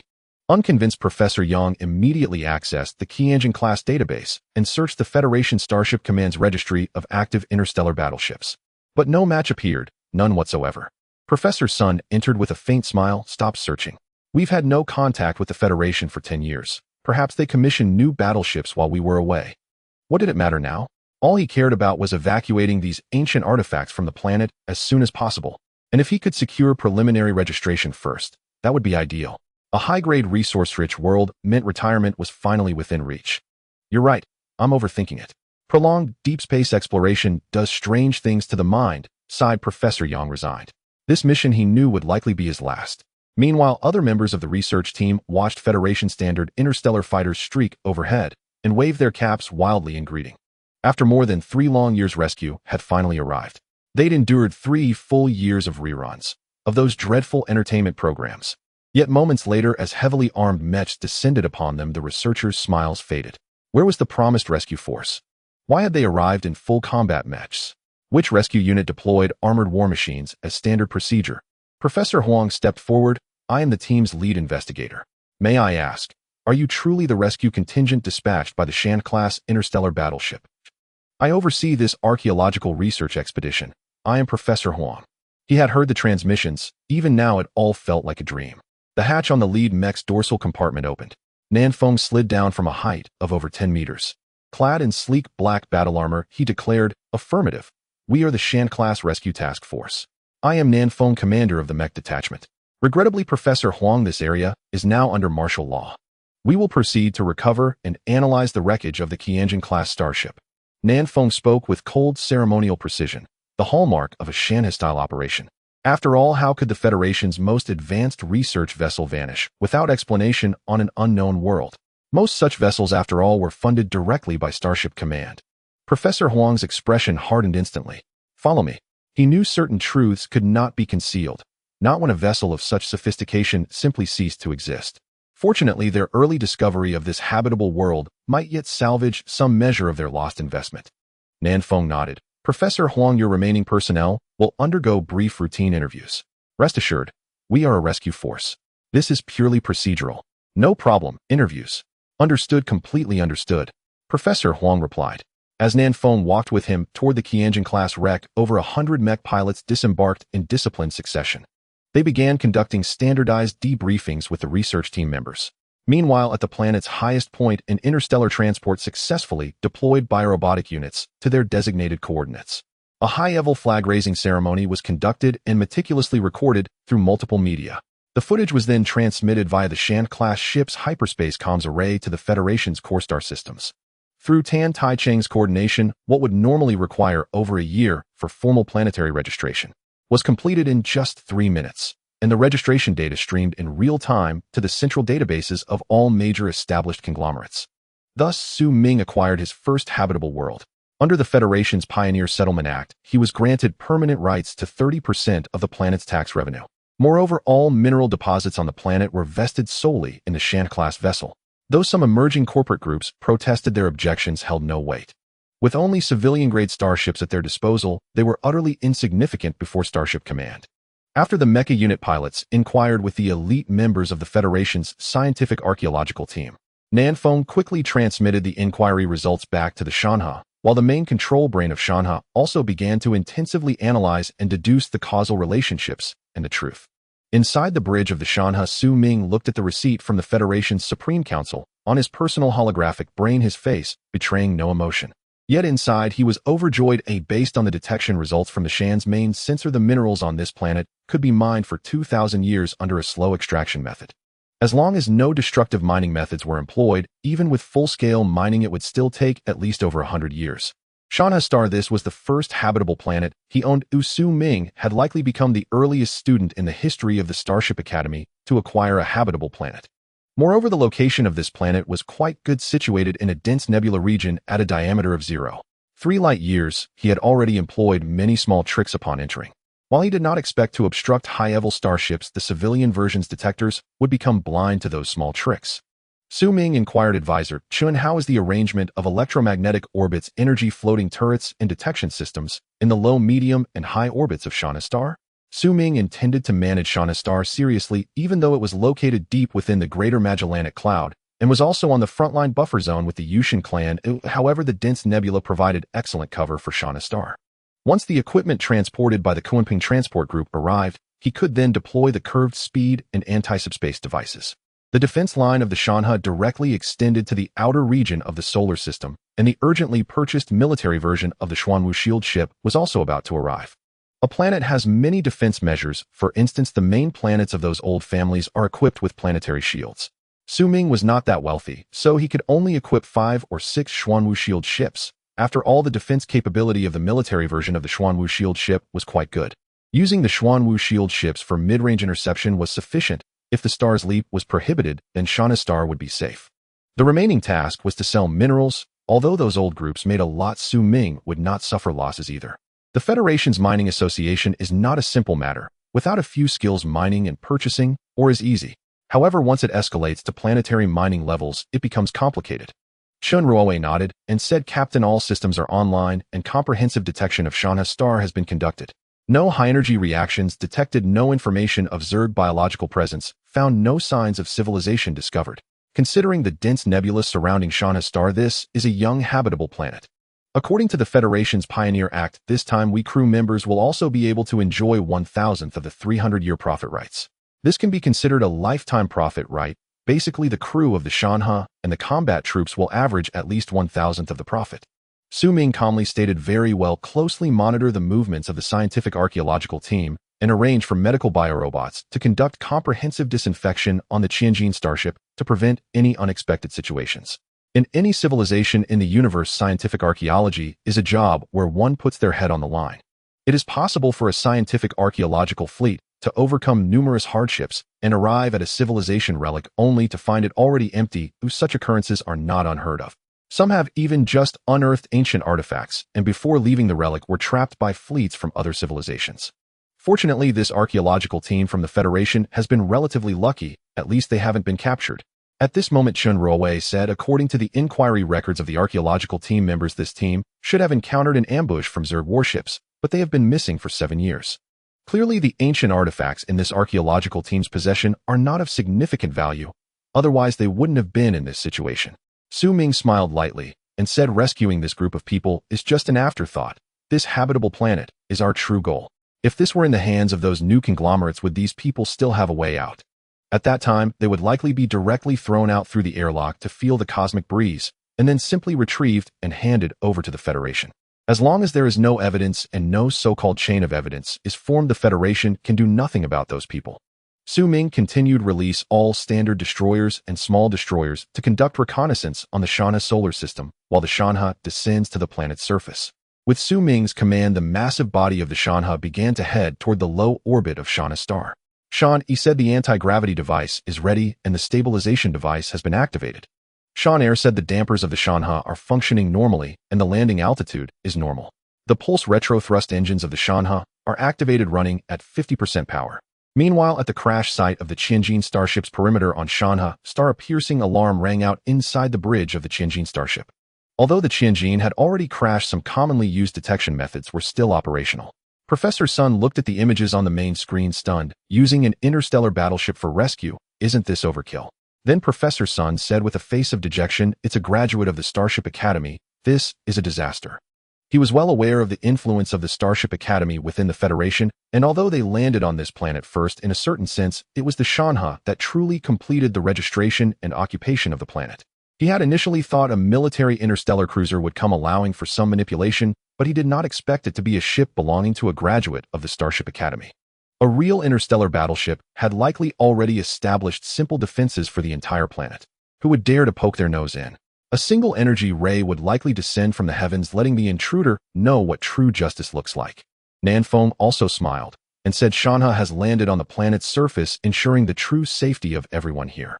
I, the captain, have issued a military control order in the capacity of a rear admiral of the Federation Starship Command, and the medical ships coming to disinfect the Tianjin are already on the way. Clearly, this wave of the Federation's archaeological team had already lost big. But what did that have to do with him? After all, he held 1/30th of the rights to this planet for 300 years.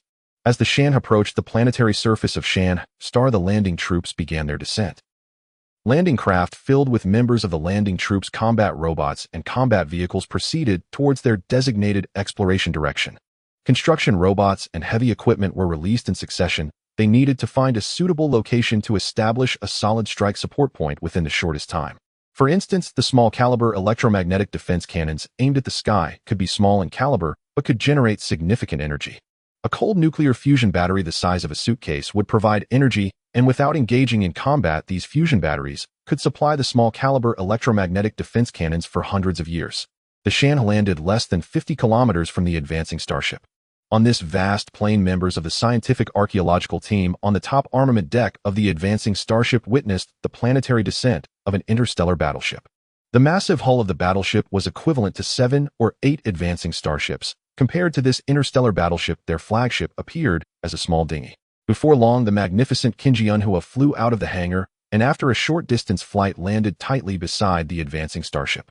The Zhulong combat tactics team donned black battle armor, blending in among the security robots. Professor Sun, who came out to greet them, frowned upon seeing the group descending from the Qinjianhua. A major from the Starship Command was not the same as a major from the mobile troops. In these times, old aristocratic families did not favor sending their descendants into mobile troops. It was not just about the labor, but the danger was high. Starship troops were hard to mix in, so they generally assisted the operational command. However, a student from the Starship Academy, holding the rank of major, was no small figure even within the Federation. Such an existence could be considered a middle-tier power within the Federation, especially since their flagship was a Shanhai-class interstellar battleship. During the period when Lord Li Nanfeng was in power, the Shanhai-class interstellar battleships had never developed civilian versions. Upon reaching the surface, Su Ming looked at the person in front of him, compared the information, and said, Professor Sun, the Federation has dispatched us to rescue you. You are now safe. The security robots, which had long been prepared, recorded this scene. Tomorrow, the Federation's headlines would read Starship Academy Graduate Federation. Major Su Ming traveled light years to rescue the Federation's scientific archaeological team. With the Shan interstellar battleship in the background, this would greatly inspire public investment in scientific archaeology. Professor Sun, being quite experienced, naturally knew what to say and what not to say. Thank you for the Federation's rescue. Everything is for the future of the Federation citizens. After recording this scene, Su Ming added, Professor Sun, the registration of this planet has been completed. According to the agreement, you, as the actual discoverers of the unregistered planet, can receive a permanent share of 300ths. As for how you distribute it, I cannot intervene. It is always good to leave a line for future encounters. He is not a new conglomerate, and they are all part of the Federation, so they might meet again someday.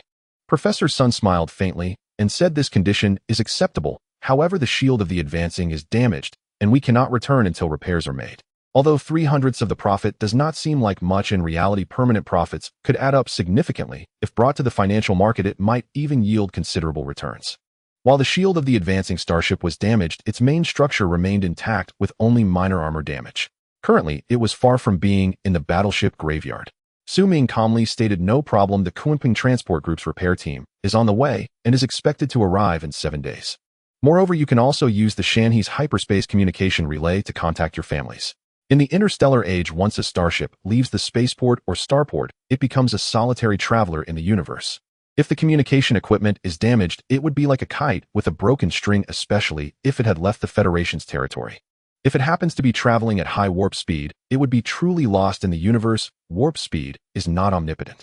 There may even be reverse warp settings on the warp routes, and many star regions are filled with reverse warp traps. As for the hyperspace highways, unless they are combat-type starships who would dare to easily venture into hyperspace routes outside the Federation's territory. Professor Sun nodded and said, thank you very much. However, some of those ancient artifacts seem unusual. According to preliminary analysis, they contain the manufacturing of advanced weapons, but based on the current progress, they resemble the advanced troops of the universe. However, in current cosmic warfare, advanced troops are rarely used. If they had the money to manufacture advanced troops, the Federation fleet could clear out the opposing star region. Su Ming calmly stated, I hope there is technology to extend lifespan, otherwise this time will truly be a loss. An advanced research starship of the Federation, although its price was inflated even after a discount, it still cost nearly 200 billion credit points. The advancing starship itself is not expensive, but the laboratories on board are truly worth a fortune. Professor Sun said that is true. However, this batch of ancient artifacts is quite large, and it will take some time to complete the research. The advancing's processing speed is insufficient. Su Ming smiled faintly and said, I can provide the Shanhai's computing power, but until results are produced, you will need to stay here. Don't worry, the Federation's territory is just ahead. As long as communication is possible, where is not the Federation? After that, Su Ming led the team away. Since purchasing the Shan, he had not set foot on the surface for nearly half a year. The feeling of being grounded is truly wonderful. If he retires, he might sell this planet and buy an agricultural planet from the Federation to live out his old age. At this moment, Dan Tai Yunyan approached and said the Kunpeng branch of the Starship Academy has transferred the rescue funds. The teacher's intention is to stay here for now, as battleships have already begun to clash in the northern frontier.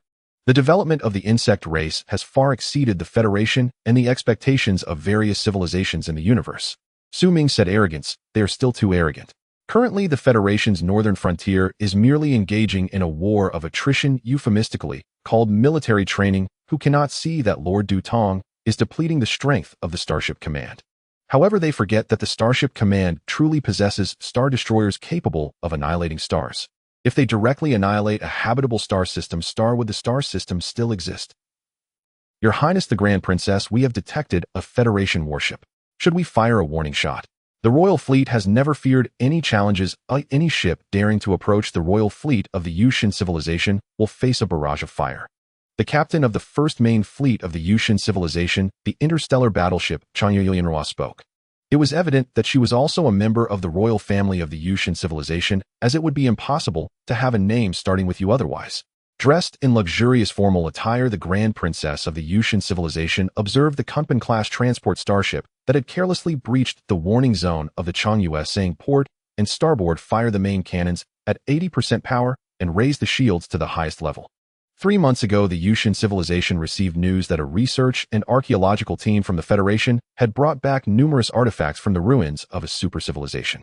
Although the Federation had a formidable reputation in the universe, the duration of its existence was still relatively short. How could a civilization that had existed for merely 60,000 years, which had experienced multiple schisms, compare to the Yuxian civilization, which had existed for 130,000 years? Among those artifacts, there might be secrets of immortality from a fallen super-civilization. The main guns on both sides have fired, the shots were precise, and the shields of the Federation warship have dropped by about 10%. Should we continue the attack? The voice of the fire control officer was decisive without a hint of hesitation. Julian stated lower the power of the main guns and execute precision strikes to disable the Federation warship's shields so they understand who the true powerhouse is in this starry sky. With Julian command, this battleship resembling a work of art revealed its ferocious visage. Continuous beams of energy struck the Kunping transport group's most advanced military version transport starship, Kunping Yun 0101. Had it been a civilian version of the starship, its shields would likely have already fallen. Yet, even so, after enduring the powerful strikes from the main guns of the Mucian civilization's interstellar battleship, the Kunping Yun 0101 was still in grave danger. Inside the bridge of the Kunping Yun 0101, the main guns are attacking fiercely. If this continues, our shields will likely be breached. We should evacuate quickly. According to the main sensor readings, there is a dense nebula with a diameter of 0.3 light-years ahead. If we hide in there, the Mucian civilization's interstellar battleship may not pursue us. Lu Chong said anxiously. Although the Kunping Yun 0101 had undergone extensive combat modifications, no amount of modification could change the essence that the Kunping Yun 0101 was merely a sublight speed transport starship. Such military modifications could at most intimidate civilian versions of interstellar cruisers, but against a main type, like an interstellar battleship, it was powerless. Lu Yun furrowed her brows and said, then let's move quickly. If we truly are sunk, the high-ranking officials of the Federation won't go to war with the Yushun civilization for our sake. She was indeed of direct descent, but there were no less than 800 of her kind in the Lu family. Meanwhile, the Federation was still solidifying its territory, gained over nearly 100 years of expansion, so peace and stability remained the universally recognized rules among the various civilizations in the universe. The 7 major civilizations are not to be trifled with, whether internally or externally. Captain, we are entering the dense nebula. According to the main sensor, we have detected the presence of warp interference bombs within the dense nebula. If we recklessly engage warp drive, unexpected situations may arise. The biorobot remarked, looking at the data on the main screen. Lu Yun calmly said, then let's proceed at sublight speed and quickly increase our distance, or we will all die. From the information that had long been released by the Lu family, she should currently be on the Federation's mainland, not in the depths of the large Magellanic Cloud. So if she died here, it would truly be her demise without any other implications. She did not believe that the data backup of her was the real her. The Kunping Yun 0101, under the fire of the Changyue interstellar battleship, resolutely plunged into the dense nebula that might harbor enemy starships.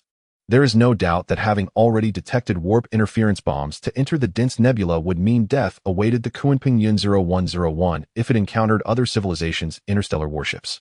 Meanwhile, the Changyue continued to relentlessly pursue, following the Kunping Yun 0101 into the depths of the dense nebula. In comparison to the military version of the transport starship, the Changyue interstellar battleship is the main class of the royal fleet of the Yushun civilization. The fact that it serves as the flagship for the Grand Princess of the Yushun civilization is even more telling.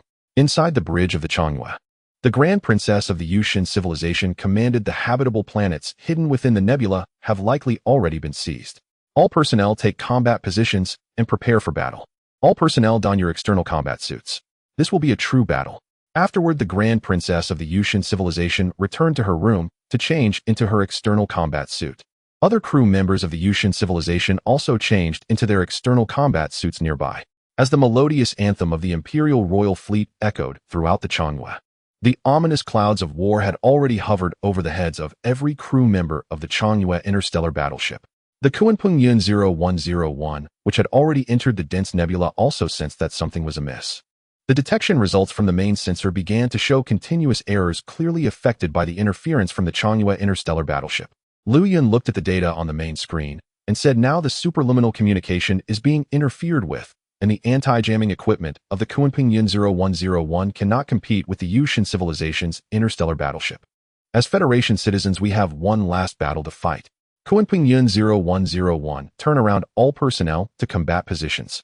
As a citizen of the Federation, under these circumstances, she could no longer escape.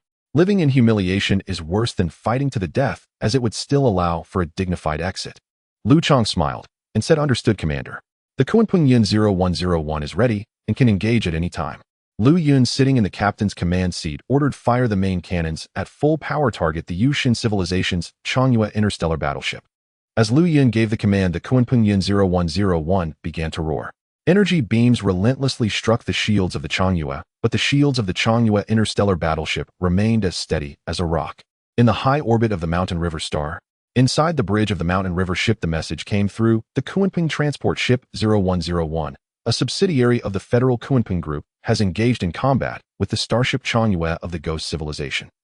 Currently, the shield of the Kunping transport ship 0101 is gradually weakening, and it is expected that in 3 minutes our transport starship will lose its shield protection. Shan Wu looked at the continuously scrolling data on the main screen and said, once we also open fire, a direct confrontation at the battleship level will inevitably escalate into a diplomatic conflict. This was her greatest concern. Once it became a diplomatic dispute, it would be an endless tug-of-war. They had no interest in squabbling with those investigators, especially since the Ghost Civilization had not yet openly torn ties with the Federation. The Ghost Civilization was only executing precise strikes, destroying a modified military version of the Kunping transport ship 0101 was as easy as eating and drinking. Su Ming nodded and said, however, this starship from the Ghost Civilization is likely heading straight for us, targeting a transport starship that is no match even for a military version of a star cruiser. Is it really necessary to reveal the antimatter main cannon? At this moment, the image on the main screen changed. The Changyue starship from the Ghost Civilization was readying its antimatter main cannon. Dantai Yunyan frowned and said, they are indeed coming at us. It seems that there are secrets within that batch of ancient artifacts that we are unaware of. Su Ming calmly stated, notify the ground personnel of the Mountain River Star to urgently construct defensive positions to prevent the landing troops from the Ghost Civilization. Distribute weaponry to the members of the research and archaeological teams. This is war. Raise the shields to the highest level, position all main cannons, and begin charging the antimatter main cannon. All personnel put on outer space combat suits. Security personnel aboard the ship should remain vigilant and prepare long-range strike weapons. Activate the enhanced shield at the bow. Since we cannot fire, we shall ram. As the charge flag was raised, the Mountain River ship played the starry march of the interstellar fleet, just like the predecessors of yore. Since they could not easily open fire for the greater good, they were left with no choice but to collide. Understood, Captain. We are ordered to ram the enemy ship, Chen Ruowei said decisively. The Mountain River ship entered hyperspace maneuvering and in just a few minutes arrived at the battlefield, where the Kunping transport ship 0101 and the Changyue starship were engaged in combat. The Mountain River ship activated its broadcast communication. Kunping transport ship 0101, please retreat and clear the way. We are taking over the battlefield and are ordered to ram the enemy ship. Upon hearing this broadcast, the Kunping transport ship 0101 quickly cleared the way. Inside the bridge, Lu Yun and others watched as the towering Mountain River ship approached the Changyue at sublight speed. At that moment, Lu Yun suddenly realized that she had almost died in this dense star cloud. It turned out that the target of the Changyue starship from the Ghost Civilization had always been the Mountain River battleship. Inside the Changyue starship of the Ghost Civilization, Yulian Ruo listened to the all-channel broadcast and said, Your Highness the Crown Princess, do we need to evade? 2 battleships are charging with their shields. If we open fire at close range, we may find it difficult to defeat them. Of course, the opposing Federal starship would also find it hard to defeat them. The Crown Princess of the Ghost Civilization snorted coldly and said, Commendable courage, but the Changyue will not retreat, they accelerate. As the Changyue and Mountain River ships accelerated towards each other, a collision would occur in 1 minute and 15 seconds. Inside the Mountain River ship's bridge, the countdown on the main screen had begun. The Mountain River ship was on a collision course. Such tactical maneuvers required courage. After all, war was about courage. Whoever retreats first loses, and Su Ming had immense confidence in the starship beneath his feet. The Mountain River battleship, as the last heavy interstellar battleship of the Federation, was designed with this scenario in mind from the very beginning. Thus, an additional collision-enhancing shield was installed at the bow. Main cannon lock on and deactivate the firing safety before contact. This was an act of war, and preparations were naturally essential. Dantai Yunyan also looked solemnly at the main screen. The tactic of collision to drive away a starship had last appeared over a century ago. Su Ming continued, notify the Changyue starship of the Ghost Civilization that they have entered the Federation's territory without prior notice, which is the greatest provocation to the Federation's military. If they do not heed the warning and continue to advance, we will launch an attack against them. Then the Mountain River ship fired warning shots at the starboard and port sides of the Changyue. He initially thought that a collision would intimidate them. Since they did not back down, he was ready to employ other means. Inside the bridge of the Changyue, Yulian Ruo looked at the data on the main screen and said, Your Highness, according to the updated data from the Cosmic Civilization Council's database, this mountain river star indeed belongs to the Federation, so we should turn around. Before the matter was made clear, they could pretend to be deaf and mute, but now that the Federation had made their stance clear, they could no longer act oblivious. The Crown Princess of the Ghost Civilization smiled lightly and said, "Inform the other party that our ship has lost control and cannot turn. Please ask them to make way." As the Crown Princess of the Ghost Civilization and the Emperor's elder sister retreating would mean losing face for the Ghost Civilization's royal family. The Changyue did not accelerate and continued at its current speed toward the Mountain River ship. Inside the Mountain River ship's bridge, Su Ming smiled nonchalantly and said, "What a coincidence." Chen replied to the Ghost Civilization starship that our ship has also malfunctioned and cannot turn. It seemed the opposing commander was no saint resorting to the trick of claiming an inability to turn. Dantai Yunyan smiled and said, "It seems they are indeed intimidated after all they intruded into the Federation's territory without prior notice. After this collision, the rest will likely be an endless tug-of-war." Both side starships had lost control, which could not possibly be considered an act of war. It could only be a simple diplomatic dispute among the 7 great civilizations of the cosmos. Who among them has not had a few starships collide in space? Su Ming remarked calmly. But the incoming party does not bring goodwill. One who brings goodwill does not come. We must keep a close watch on the Changyue starship of the Ghost Civilization. I must say that the designers at the Federation's Starship Design Bureau really ought to reconsider. Compared to the Mountain River, the image of the other side was truly dismal. As the Mountain River and Changyue ships gradually drew closer, the two ships finally collided 35 seconds later. Beyond the orbit of the mountains and rivers, 2 interstellar battleships, having lost control for the same reason, collided at this moment. The enhanced shield at the bow of the Shanha collided directly with the shield at the forward section of the Changji's left flank, though no sound was heard. However, the crew members on both interstellar battleships sensed the rising pressure. Inside the bridge of the Shanha, the report came in, "Captain, the inertial dampeners are operating at 50% power. The collision shield at the bow is rapidly decreasing, expected to overload in half an hour, at which point our main shield will collide with the enemy's main shield. The main propulsion pulse engine is operating at 75% power. All weapon systems are ready. The main cannon has locked onto the enemy bridge based on the main sensor scan results and is ready to fire at any time." The report from the Shan series biological robots echoed throughout the bridge. The collision between the 2 interstellar battleships was not that simple. The initial collision was merely a clash of shields, but once the shields overloaded, neither side would back down. Then they would have to rely on the ships to collide directly, and that would be the most dangerous moment. Su Ming calmly stated, "Do not worry, activate the auxiliary engine's warp field ready. Inform the captain of the Changyue that our ship's warp core has malfunctioned and we are about to enter warp." He had never feared anyone while playing tricks with starship interception, and moreover, behind him was not just the territory of the Federation. It was also the place where he would secure his existence for centuries to come. He absolutely could not allow the interstellar battleship of the Mucian civilization to enter. Now this was no longer just his personal matter, it had escalated into a matter of face between the Federation and Mucian. As a member of the Federation, would he really retreat? Chun Ruawei said, "Captain, the information has been sent, and the other party has requested communication." Su Ming replied with indifference, "Ignore them, notify the engine room. To expedite repairs, we can't end up throwing the warp field onto the Changyue." Although interstellar battleships can travel at warp with other starships, it requires switching modes and selecting a higher output. He was currently using the single-ship warp mode. Once it was activated, the warp field could cause the Changji's shields to overload instantly. In interstellar warfare, even a single second of shield vulnerability could determine the outcome of a war. Dantai Yunyan said, "It's obvious that a prominent figure from the Mucian civilization is aboard the Changyue. As one of the 7 major civilizations in the universe, the Mucian civilization will not easily compromise. In this era of cosmic peace, with star fortresses and mobile space fortresses inactive and battleships guarding the lines of defense, interstellar battleships are the main force in the universe, so their captains generally do not retreat.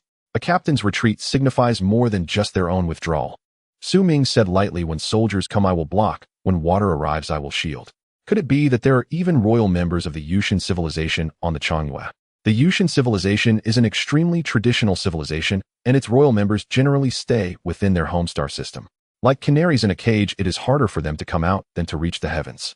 Dantai Yunyan smiled and said, "That may be true, but it's better to cut off the hyperspace communication. Is ignorance truly bliss?" Even if the situation escalated, they would not know which prominent figure from the Mucian civilization was aboard the Changyue.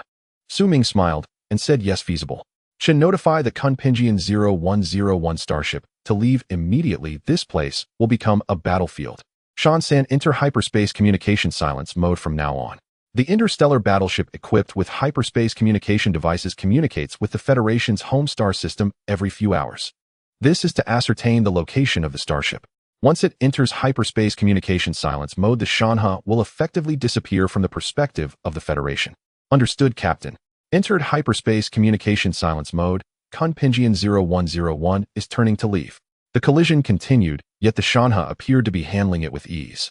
Inside the bridge of the Changyue interstellar battleship, Yulianru looked at the rejected communication request and said, "Your Highness, the opposing Federation starship has rejected our communication request." Such a result did not surprise Yulianru. After all, she was also the captain of an interstellar battleship. However, according to the information from 3 days ago, this dense nebula contained a clearly uninhabited planet. When has the Federation's efficiency ever been so fast? The Yushan civilization's Princess Yushan Changyue said coldly, "I remember that before arriving we had already notified the Federation that we could land on any planet of the Federation as a diplomatic delegation." "Your Highness, that is correct. We do have that status," Yulianru responded. Yushan Changyue said, "Communicate directly in writing informing the opposing Federation starship of the diplomatic dispute they have caused." As the princess of the Yushan civilization, the elder sister of the current emperor of the Yushan civilization, her status in this starry sky is unparalleled. Understood, Your Highness. The Changyue interstellar battleship initiated a written communication to the Shanha interstellar battleship, clearly indicating that the Changyue was at a disadvantage in this collision. Otherwise, based on the Yushan civilization's temperament, they would never concede. As the written communication continued, the Changyue interstellar battleship from the Yushan civilization was the first to withdraw from the collision. It created a certain distance from the Shanha interstellar battleship, which also did not pursue. It was as if at that very moment both interstellar battleships had coordinated to repair the ship's anomalies. The pressure was instead on the Shanha as the Yushan civilization began to proceed with the protocols. On the bridge of the Shanha, Su Ming looked at the written communication from the Changyue and said, "The princess of the Yushan civilization is indeed a significant figure. It seems that old Sun has truly stumbled upon something remarkable this time." In archaeological research, the Federation was merely a latecomer. Although their methods were complex, they were far inferior to the other 6 major cosmic civilizations in terms of deciphering and historical legacy. Dantai Yunyan said the Changyue has sent a landing request wanting to land on Shanha Star. Clearly, this princess from the Yushan civilization does not have good intentions. Su Ming replied, "When soldiers come, I will block. When water arrives, I will shield." Since this princess wants to land on the surface, that's actually a good thing. Once on the surface, it will be our territory. In the universe, he could not monitor the princess and her party, but once they reached the surface of Shanha Star, anything could happen. As the ships Shanha and Changyue parted ways, a successful interception operation finally came to a close. All records pertaining to the interception have been uploaded to the Starship Command and the Federal Star Network. After all, intercepting an interstellar battleship from the Yushan civilization should earn him some merit. Su Ming looked at the Yulianru appearing on the communication screen and said, "Your Excellency, your recent actions have already violated the laws of the Cosmic Civilization Council regarding the Yushan civilization's interstellar battleship. Without prior application and registration, you intruded into the federal territory, even initiating acts of war against the Federal Kunping transport ship 0101. Can I take this as a military provocation against the Federation from your esteemed princess? Your Excellency, I mean no offense, but the Federation requires an explanation and the Starship Command also demands one." Dressed in military attire, Su Ming bore the insignia of the Starship Academy and the Starship Command. In such an occasion, all personnel on the bridge wore the uniforms of the Federal Starship Command. Talking as if anyone wouldn't know, he had heard that the royal family of the Yushan civilization had quite a reputation regarding this princess. Dantai Yunyan displayed the authorization saying, "Your Excellency, this is a direct authorization from the Starship Command. Any firing upon a federal starship will be regarded as a military provocation against the Federation. You should be grateful that you are backed by the Yushan civilization. Had it been any other civilization, the Federal Annihilation ship would have likely already set sail. The Federation has never feared war. Rather, due to the Pioneer Act, the Federation requires war to alleviate certain issues. Weak civilizations do not engage in diplomacy, for the premise of diplomacy is that you can withstand the main cannon of an interstellar battleship and possess firepower equivalent to that of the opposing Annihilation ship. Otherwise, what diplomacy can there be when the stellar system is gone?" In the communication screen, Yulianru coldly said, "Your Excellency, the cannon fired just now was merely an accident. No one can guarantee that their starship will not encounter the slightest error. For instance, the collision misunderstanding between our starships just now was all just a misunderstanding.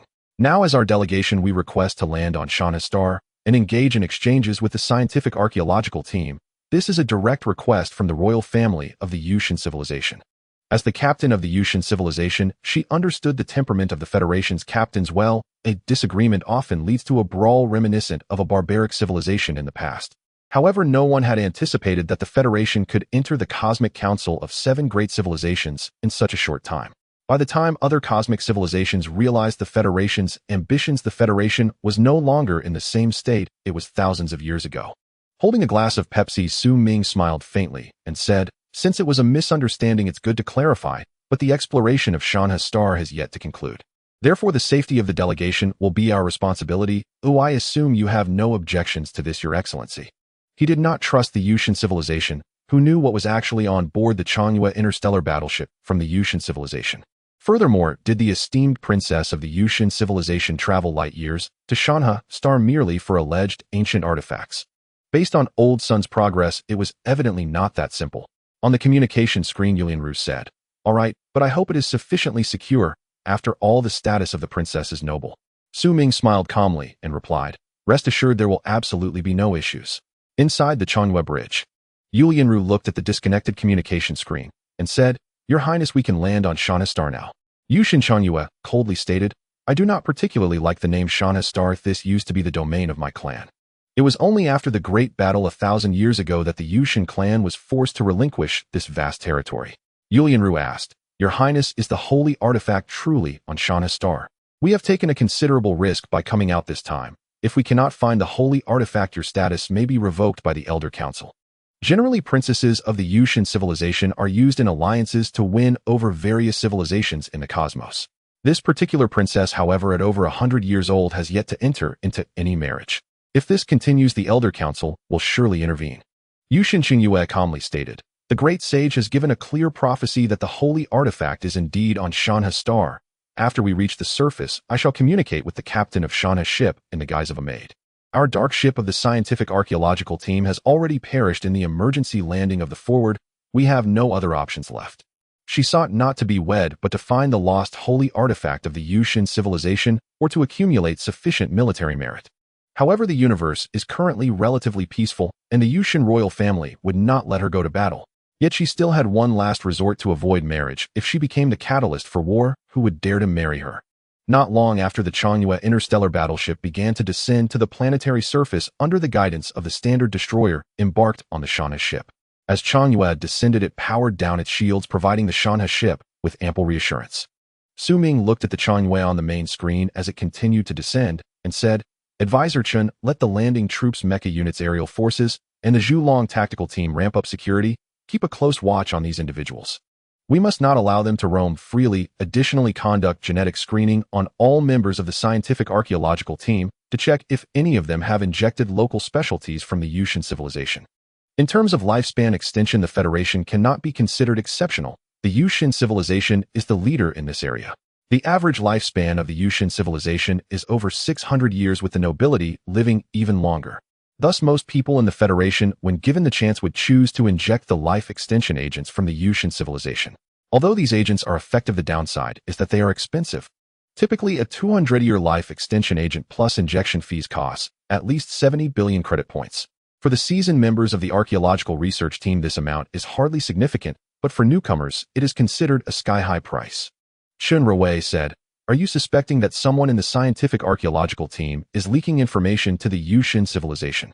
Su Ming replied calmly, "It is quite possible. We have just arrived, and the Mucian civilization's interstellar battleship has already come. Better safe than sorry." On the planet of Shanha star, under the comprehensive escort of the standard-type destroyer, the Changhua star interstellar battleship from the Mucian civilization docked in a valley 10,000 miles away from the Tianjin star research ship. Not far away stood an active volcano with volcanic ash occasionally spewing from its crater. Interstellar fighter jets frequently flew past the sides of the Changhua, their cold fusion warheads revealing a menacing appearance. It seemed that in the next moment they would charge directly towards the Changhua. Under the supervision of the Shanha, the Changhua descended according to standard procedures, shutting down its main shields. This meant that the Changhua was now relying solely on its armor and coatings to withstand external attacks. With just a few shots of real ammunition from strong interaction forces, this Changhua star interstellar battleship from the Mucian civilization would surely sink on this Shanha star. We have 35 of our fighter jets that have passed the Changhua. The mecha squad is currently monitoring the volcanic activity cycle, and the data shows that this volcano will not erupt within 3 years. The landing troops are ready, and the Zhulong tactical team is providing close protection. The long-range precision strike units are in position ready to eliminate any threatening targets. The Shanha took the visit of the Mucian civilization very seriously, employing the highest level of protection to safeguard the esteemed princess of the Mucian civilization to prevent her from having any thoughts of despair on Shanha star. Inside the emergency meeting room of the Shanha, Su Ming looked at everyone and said, "Everyone, the Changhua star interstellar battleship of the Mucian civilization has landed. According to what the Federation leaders said, we need to send this esteemed princess away quickly. However, based on the data we currently have, this esteemed princess of the Mucian civilization clearly will not leave on her own, and the Zhulong tactical team has already gone to monitor her. Yet we cannot afford to be complacent. I do not believe that the esteemed princess of the Mucian civilization would come to such a remote place without reason. This is quite unreasonable to the extreme. I truly do not know what in that pile of ancient relics from Old Sun could attract the esteemed princess." At this moment, Chen Ruwei said, "According to the main sensor scans, this Changhua star interstellar battleship from the Mucian civilization is largely in the shadow zone, and it cannot be ruled out that it is carrying a large number of combat robots and landing troops. Although the Shanha has gained overwhelming advantages, if we are not careful, there is still a possibility of capsizing in the gutter." Su Ming looked at Lin Yuan and asked, "Commander Lin, is there anything we need to assist with on the landing troop side?" Lin Yuan nodded and said, "We need a significant amount of heavy firepower. Our defensive line is 700 kilometers away from the Changhua, but once the armaments on the Changhua open fire, it will be difficult for us to survive. Even though the Changhua star interstellar battleship of the Mucian civilization cannot match the combat capabilities of the Shanha star interstellar battleship. However, the Changhua is still a true interstellar battleship, and ground forces certainly cannot withstand its firepower." Su Ming said, "Do not worry. The esteemed princess has not been foolish enough to open fire in the Federation's territory.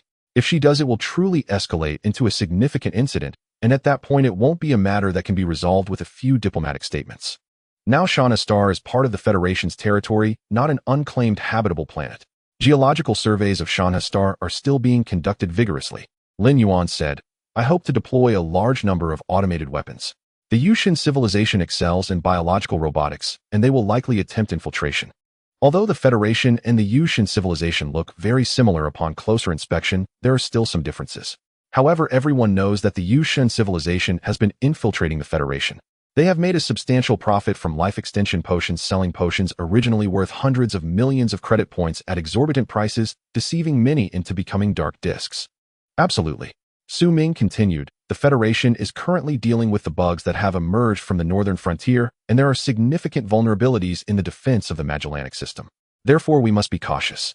In 2 days, representatives from various major financial groups will arrive, and they will plan for Shanha star. Keep a close watch on their movements and ensure that they do not have any private encounters with the esteemed princess. These old groups are all quite cunning, and we must not allow them to have any private contact with the esteemed princess of the Mucian civilization." If it weren't for the consideration of the Mucian civilization's face, Su Ming would have probably already locked this esteemed princess up in the confinement room of the Shanha. Dantai Yunyan said, "Next, there are many matters regarding the flight squad, and Shanha star needs thorough reconnaissance. According to the Federation's information records, Shanha star briefly belonged to the Mucian civilization 1,000 years ago, so the Federation is concerned that the Mucian civilization may make claims on Shanha star. This is not an impossible scenario, so we must bind those old financial groups to Shanha star for it to truly belong to them." Qianyin said, "This is not a problem, but do we need to conduct regular firepower reconnaissance?" Su Ming smiled and said, "For uninhabited areas, we can conduct large-scale firepower reconnaissance. My only requirement is that no bugs are allowed to appear on Shanha star. The bug race has always been the nemesis of the Federation and the great civilizations of the universe. When the bug race first appeared, they were even sometimes kept in zoos for people to observe. But who would have thought that the bug race would develop into their current state in just a few thousand years?" Qianyin said, "Understood, Captain." Firepower reconnaissance is a necessary task for the Federation after developing a habitable planet aimed at preparing for the upcoming habitation of Federation citizens. Eliminating those high-threat entities, even though Shanha star appears very calm, there are indeed many large creatures lurking beneath its seas. If it weren't for relying on the main gun of the standard-type interstellar destroyer solely, depending on interstellar fighters without using large-scale lethal weapons would undoubtedly take some time. Su Ming stood up and said, "Everyone, this planet now belongs to us. At least for the next 500 years, the Federation's territory will not expand to the line of Shanha Star. Therefore, defense tasks are of utmost priority. Anyone daring to intrude on Shanha Star, regardless of who they are, will first be locked up for half a month. Strike first to gain the upper hand, lest 100 strikes come back at you." On the surface of the Shanha Star, amidst numerous battle robots and maidservants, the Grand Princess of the Yushin civilization, Yushin Shiran, emerged adorned in a splendid palace gown. Although this princess from the Yushin civilization appeared quite beautiful, her aura was somewhat lacking. It was hard to imagine that the legendary princess who once personally fought in a battle mech and slaughtered the insect race now appeared so delicate and frail. Inside the bridge of the Shanha, Su Ming watched the surveillance footage of the Yushin princess and said, "So she is a fake. The real one is likely among that group of people." Chun ordered the Zhulong tactical unit to closely monitor the movements of the Yushin civilization's group. Indeed, this princess had ulterior motives. On the very first day of her arrival at the Shanha Star, she had already begun her tricks. If they stayed too long, it would truly be unclear whose territory the Shanha Star belonged to. Dantai Union directly shut off the surveillance footage and said the Starship Academy has sent a message insisting that this batch of ancient artifacts must be safely returned to the Academy. By the way, our teacher specifically requested you to escort them, which clearly indicates that these artifacts are not ordinary. That's why it attracted the Yushin civilization's princess. If this princess had honest intentions, it would be fine, but since she has shown none, then we can proceed with the capture. After all, the current Yushin princess is the one from the footage just now. Playing the fake game. Su doesn't mind turning this act into reality and binding the true Yushin princess. Near the Changyue starship, after being accompanied by a group of guards and maidservants under the protection of the Shanha landing forces and mech troops, they began to observe. From the cargo hold of the Changyue, a single-person aircraft suddenly flew out, disappearing in the blink of an eye under the cover of the Changyue. It was indeed Yushin Changyue disguised as a maid, while the maid impersonating her was her perfect double. Without genetic testing, it would be nearly impossible to distinguish between them, at least from Yushin Changji's perspective.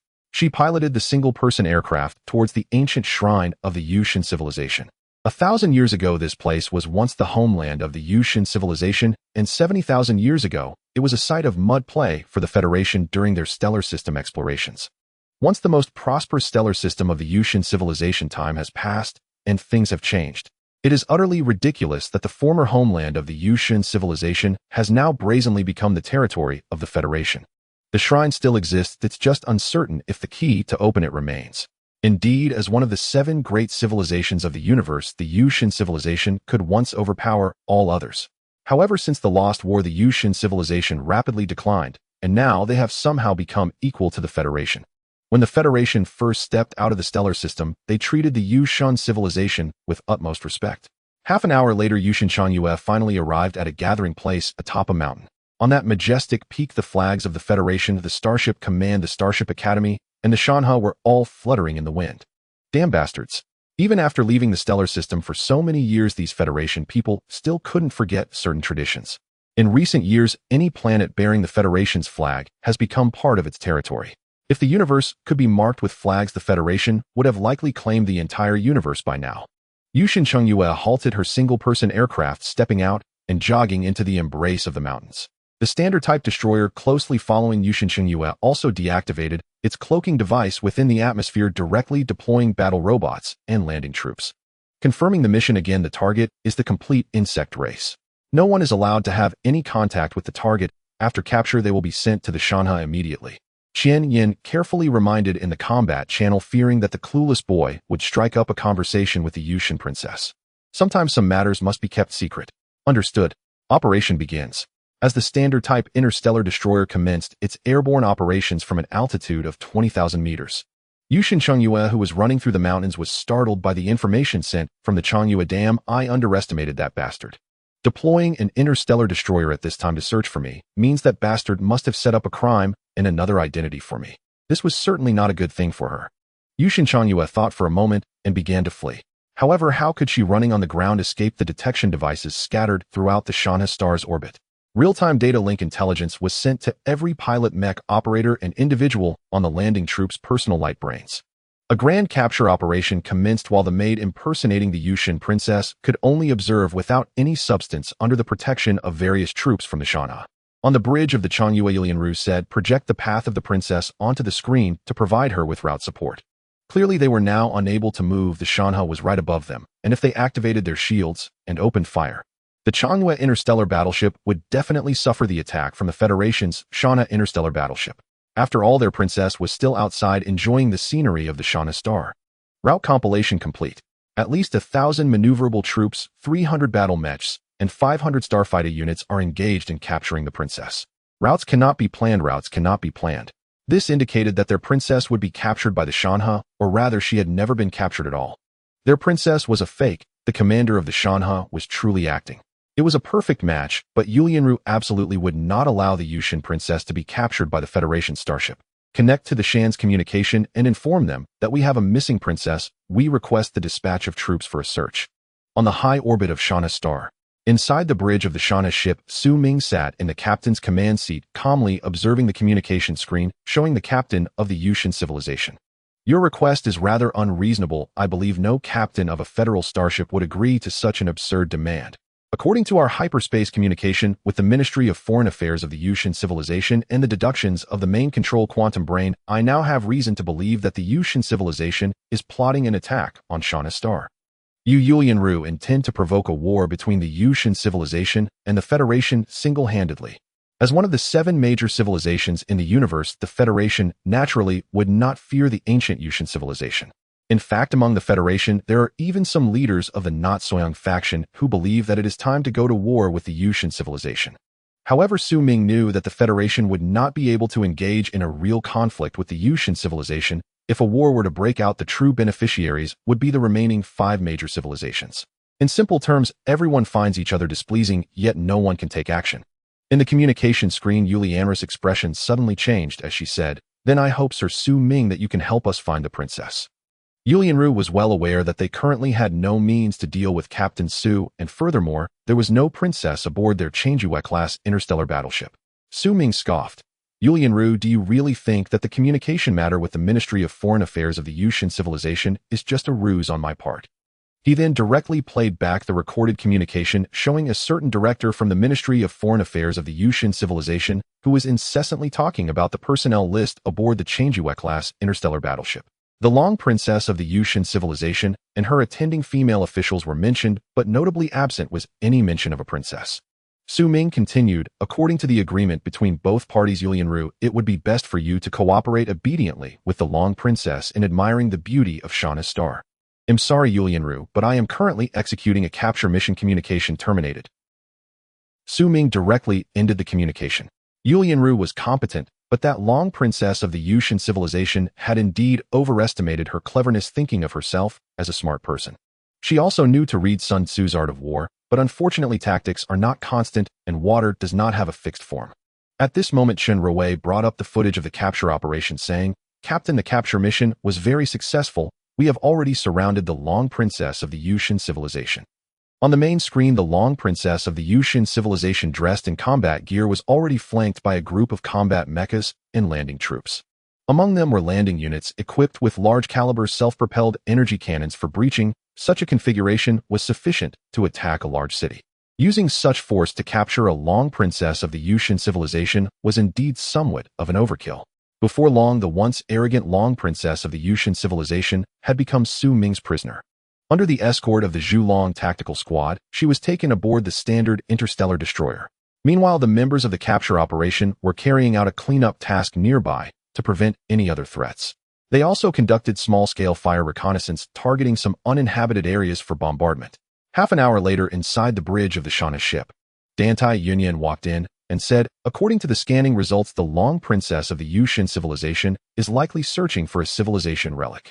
After discovering the trace of the long princess of the Mucian civilization, the Shanha ship began to perform a transdimensional scan of the location she intended to go, revealing some anomalies. It can be confirmed that there is indeed a civilization relic on Shanha star. Su Ming looked at the data displayed on the main screen and said, this explains why the long princess of the Mucian civilization is going through so much trouble to reach the civilization relic.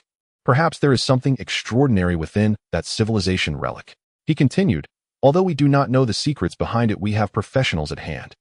Advisor Chen, deploy engineering units to conduct protective excavation of the civilization relic. To safeguard the relic, we must act precisely and decisively. To be honest, this was the first time for Su Ming to excavate a civilization relic. However, with the assistance of numerous combat robots and engineering robots, excavating a civilization relic need not be an overly challenging task. Dantai Yunyan said, now that the ownership of Shanha Star belongs to us, it is time to excavate.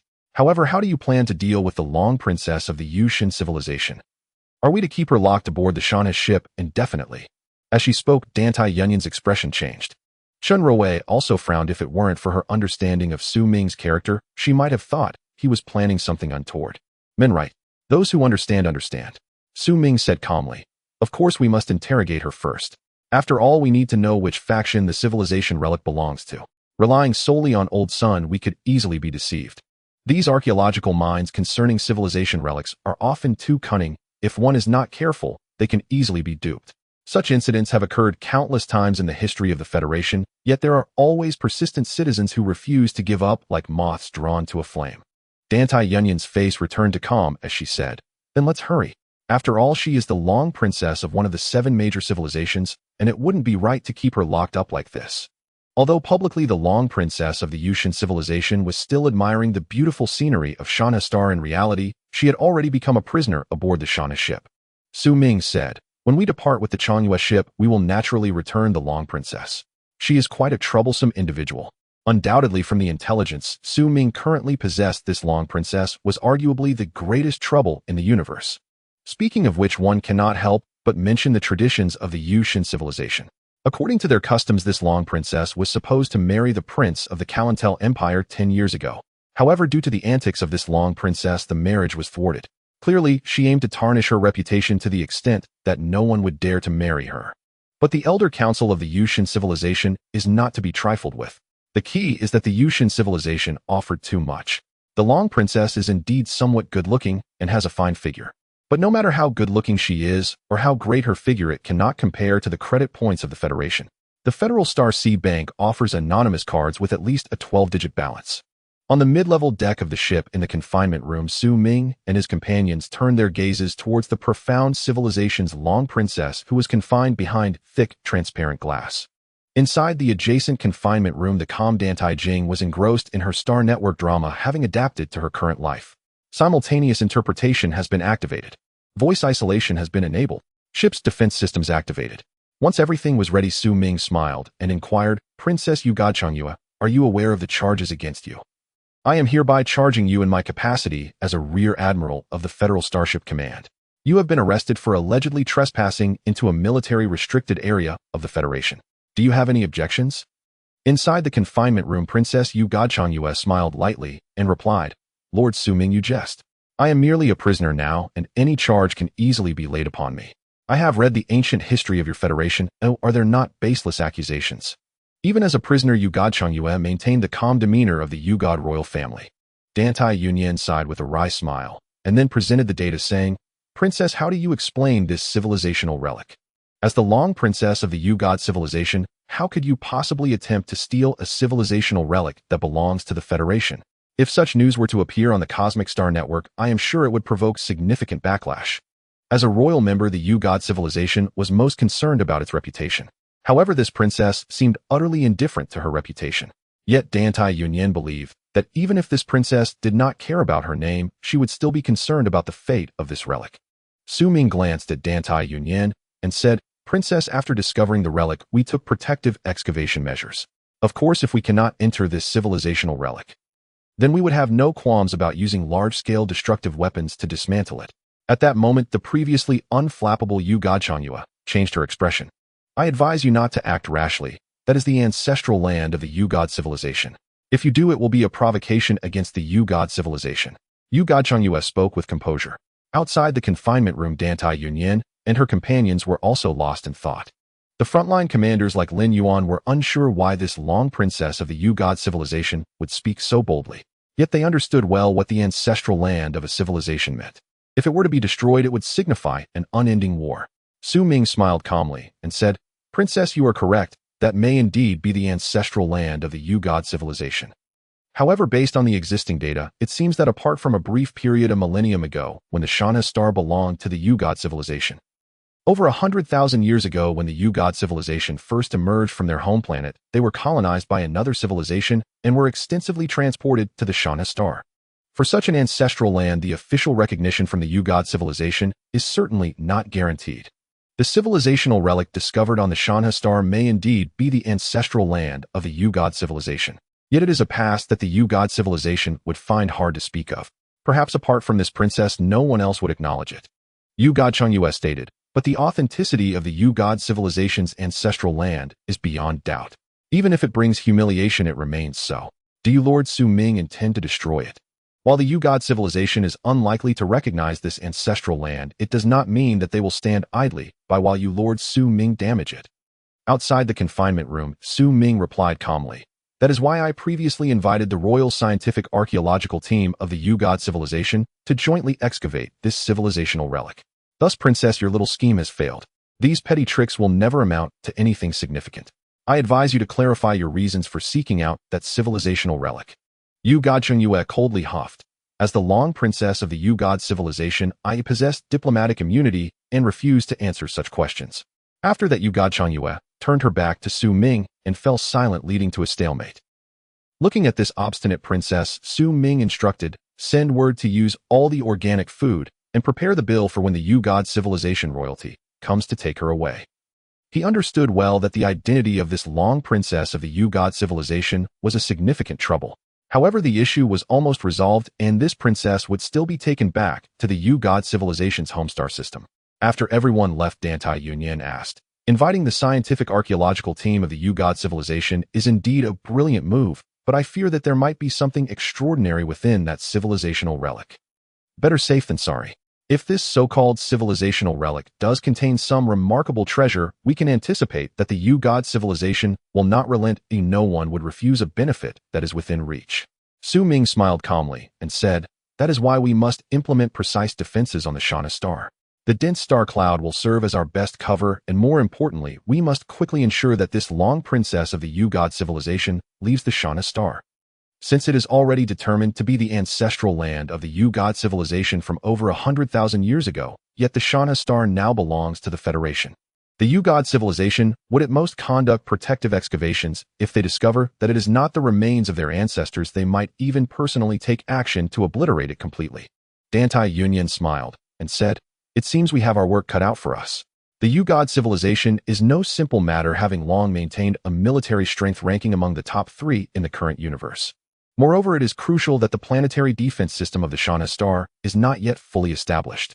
Relying solely on some rudimentary planetary defense equipment, if the U-God civilization truly wishes to strike hard, they will certainly succeed. Su Ming smiled calmly and said, so let them be busy. After all, the necessary defensive equipment has been arranged, and we can keep the warships of the U-God civilization at bay from 0.3 light-years away. And at that time, this protective excavation will be broadcast live on the Cosmic Star Network. The U-God civilization is quite concerned about their image. In this regard, they are far better than the Federation. Caring about one's image is not necessarily a good thing, but lacking concern for it is undoubtedly a bad thing. For instance, the leaders of the Federation each day preach about planning and integrity. And then, behind the scenes, they will adopt another approach where everyone is happy and all seems well. 7 days later, under the escort of 2 Mucian civilization-class interstellar cruisers, the Royal Archaeological Research Team of the Mucian civilization, guided by the Shanha vessel, jointly explored the ancient ruins with the Federation's archaeological research team. The mission served a dual purpose, safeguarding the integrity of the ruins and swiftly removing the formidable complication known as the Mucian civilization's Grand Princess from Shanha star. On the surface of Shanha star, at the site of the ancient ruins, a deep pitch-black tunnel glowed with blinding brightness. Protected by biorobots, Professor Sun and his team advanced cautiously through the corridor clad in heavy-duty environmental suits. The 2 representatives from the Mucian civilization were fellow scholars, and Professor Sun had collaborated with them on numerous occasions in the past. Gazing into the seemingly endless darkness of the tunnel, Professor Sun asked, Professor Yusun, do you believe this may be the ancestral cradle of the Mucian civilization? From the moment engineering drones uncovered this passage, analysis revealed materials possessing extraordinary shielding properties, far beyond what a fledgling interstellar civilization like the early Mucian could have possessed. How then could they possibly have mastered such advanced material science during that era?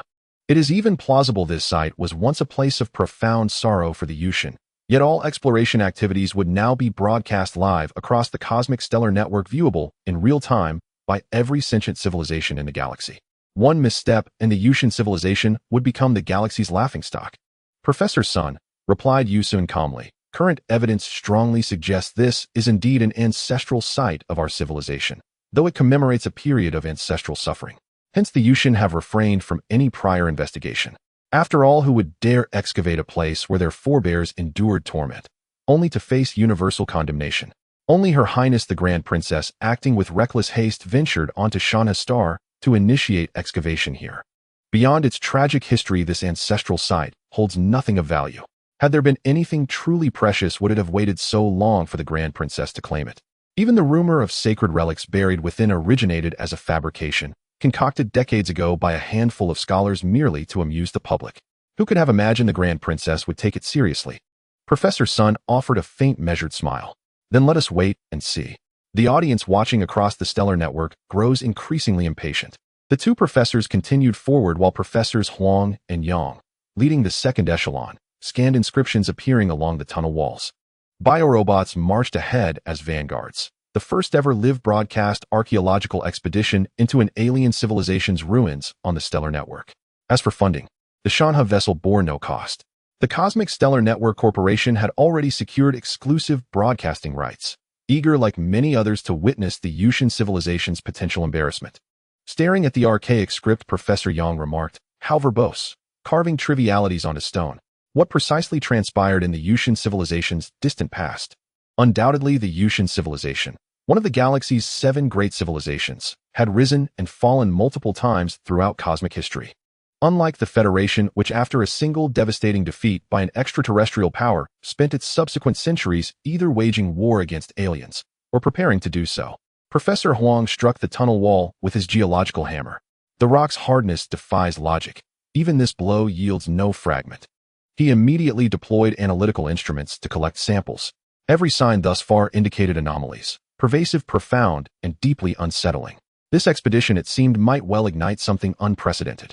The team pressed onward while the Stellar Network Corporation's broadcast crew faithfully transmitted every moment, including Professor Huang's forceful extraction of mineral specimens from the ruins, live across the galaxy. A wave of outrage erupted across the network, most of it directed squarely at the Mucian civilization. At the tunnel's terminus, Mucian stared at a seamless, mirror-smooth stone wall adorned with intricate, opulent carvings, and inwardly hesitated. Such patterns appeared nowhere in the Mucian historical record. Cross-referencing with archival databases only deepened his unease. "Professor Sun, bring forth the key. Let us open the gate first. Once it yields, all else will reveal itself plainly." Mucian urged him forward. Right away. Professor Sun stepped forward holding an ancient artifact and activated it before the gleaming wall, relying on accumulated scholarly intuition. A blinding flash of white light erupted, and the wall parted silently, revealing a vast cavernous chamber spanning 30 square kilometers, visible instantly to the entire galactic citizenry on their screens. For many, this marked their first encounter with unedited primary source documentation of an alien civilization's ruins. Not curated, not redacted, not sanitized. Professor Sun surveyed the immense hollow expanse and the dazzling array of antiquities, then glanced back at the Stellar Network's recording crew and spoke with studied composure. "Professor Yin, this bears little resemblance to what you described. Scans indicate most artifacts date back 100,000 years, and the majority remain astonishingly intact. They hold immense scholarly value, advancing universal scientific progress. Antiquities know no borders." Mucian's expression darkened. "Professor Sun, let us begin without further delay." With a silent gesture, Mucian summoned his team. Mucian researchers deployed scanning equipment, but even at the heart of the ruins, profound dissonance gnawed at him. Could the ancient Mucian civilization truly have constructed such a colossal edifice upon a penal colony world? Professor Sun, equally resolute, signaled the Federation's researchers to commence their own survey. Both Mucian and Federation archaeologists raced against time, analyzing, cataloging, and testing each artifact with meticulous urgency. The Stellar Network's broadcast crew continued uninterrupted transmission. For the Shanha vessel, longer broadcasts meant greater revenue. The vessel's hyperspace communication array enabled the feed billed by the minute. At 3 million credit points per minute, 2 standard hours had already elapsed, and the Stellar Network stood to profit immensely. while the Shanha vessel reaped extraordinary gains. The stellar network faced no risk. After all, the cost fell elsewhere, on those who paid to watch. As exploration deepened, the artifacts unearthed dazzled observers across the cosmos. Some technologies alone sufficient to elevate nascent conglomerates to galactic prominence overnight. Yet no emergent corporate alliance dared approach Shanha Star. With 2 military-grade star battleships and 2 military-grade cruisers stationed there, any civilian battleship venturing near would likely be destroyed before crossing the orbital threshold. Moreover, most civilian battleships carried hyperspace navigation beacons, triggering emergency alerts the moment course deviation was detected. On the Shanha ship, Su Ming, with nothing else to do, was watching the live broadcast on the Cosmic Star Network and deciphering some of the text that appeared. According to the deciphered results, there may be numerous artifacts from non-Yotian civilizations within this civilization ruin. It is suspected to be the remnants left behind by the former Yotian civilization's sovereign nation. Shan Wu looked at the deciphered texts and calmly said. Sitting in the captain's command chair, Su Ming glanced at the data on the main screen and said, "Raise the shield level to the highest, all hands to battle stations, everyone to combat positions. Deactivating the main cannons, pre-launch safety trouble may be coming." The recording personnel of the Cosmic Star Network were continuously broadcasting the images to various civilizations with branches of the Cosmic Star Network. As a super consortium spanning the universe, the headquarters of the Cosmic Star Network could practically crush medium-level civilizations throughout the cosmos. Naturally, no one dared to provoke the Cosmic Star Network, but there were likely many entities hostile to the Yotian civilization eyeing this civilization ruin on Shanha Star. After all, the tricks played by the Yotian civilization had caused considerable frustration among several imperial civilizations within the 7 major civilizations of the universe. Dantai Yunyan looked at the incoming communications and said many veteran conglomerates subspace high-speed starships have already arrived and are entering Shanha Star through the nebula region. Su Ming smiled and said they are allowed to pass, but they must lower their shields. Otherwise, we will act under the pretext of trespassing into a military-restricted zone and fire upon the 2 Yotian civilizations' star cruisers. Inform them of the situation now, and if possible, let the 2 Yotian civilization star cruisers take action. The veteran conglomerates must adhere to the apparent rules. If they lower their shields, it benefits everyone. But if they do not lower their shields and break the rules, then sorry, Su Ming is not someone who adheres to rules. Rules are meant for those who follow them, not for those who do not. Chen Ruowei smiled and said, "Understood, Captain." The communication was quickly sent out, and the personnel from the veteran conglomerate or consortium saw the request from the Shanha ship to act according to the rules. The managers coming to Shanha Star were naturally following the rules. After all, they are proud disciples of Chun Xianming from the Starship Academy. If they were to charge in without lowering their shields, they believed that death would be the only outcome. Chun Xianming acted this way in the past. His disciples might act even more excessively, since records indicate that Chun Xianming was possibly even more ruthless than his teacher. 7 or 8 subspace high-speed starships entered the orbit of Shanha Star under the escort of standard-type interstellar destroyers. However, due to certain reasons, these elites could only take landing craft to the surface of Shanha Star, which was under martial law. To land the starships, they first had to see if the Yotian civilization would agree. Taking a landing craft down is no better than flying an interstellar fighter. Some managers and engineers did not believe in the so-called landing craft. While it appeared safer, it was still not as secure as interstellar fighters or mechs. In a moment, various landing objects appeared in the orbit of Shanha Star. All the personnel landing were under the surveillance of the Shanha ship. Anyone attempting to play tricks would be merely daydreaming. The managers who were locked onto were used to such situations and felt no surprise.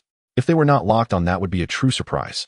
Meanwhile, the scientific and archaeological personnel who had been anxiously waiting in the civilization ruins for a long time were also gazing at the parsing results they had longed for. In the vast cavern, the buzzing sound emitted by the scanning equipment was exceptionally melodious. Professor Sun looked at the results on his personal holographic device and frowned. The artifacts are abundant, but they are somewhat complicated. However, Yusun, are you sure this is your ancestor? As he spoke, Professor Sun directly placed a genetic map in front of Yusun. Looking at the prominent nodes on the genetic map, Yusun awkwardly said no. He recognized that genetic map, or rather most members belonging to the scientific and archaeological teams under the Yotian civilization's royal family were familiar with that genetic map. Clearly, this civilization ruin is, as his teacher speculated, it ruled the so-called sovereign nation of the Yotian civilization over 100,000 years ago. It was just that later their sovereign nation disappeared without a trace, and they truly stood firm in the universe. Yusun darkened his face and said, "This is not my clan's ancestral land. We can now proceed with the collection of artifacts." Then Yusun directly ordered the commencement of artifact collection. Naturally, Professor Sun was not willing to fall behind. Both groups busied themselves packing these artifacts into boxes and transporting them to the tunnel exit. However, at that moment, a sudden alarm echoed throughout the vast cavern. The simultaneous interpretation system also translated it, confirming return fleet coordinates, subspace route verification in progress. Our return fleet is expected to arrive in 30 days. Hearing this abrupt sound, Professor Yang, who was collecting artifacts, shivered and looked at Mucian, asking, "Brother, you have to be honest. Your sovereign nation isn't really coming back, right? This could really stir up a big mess. If the sovereign nation of the Mucian civilization returns, then the entire cosmic landscape will undergo a significant change. Then, having excavated the ruins of the Mucian civilization, wouldn't they become the culprits?" Professor Sun said that's not the case. This is a communication device. The sovereign nation of the Mucian civilization is about to return, and we should have discovered this sooner. Regardless, it can only result in this. There are too many issues involved, and at the moment the simultaneous interpretation system was activated. The Shanha ship had stopped transmitting signals.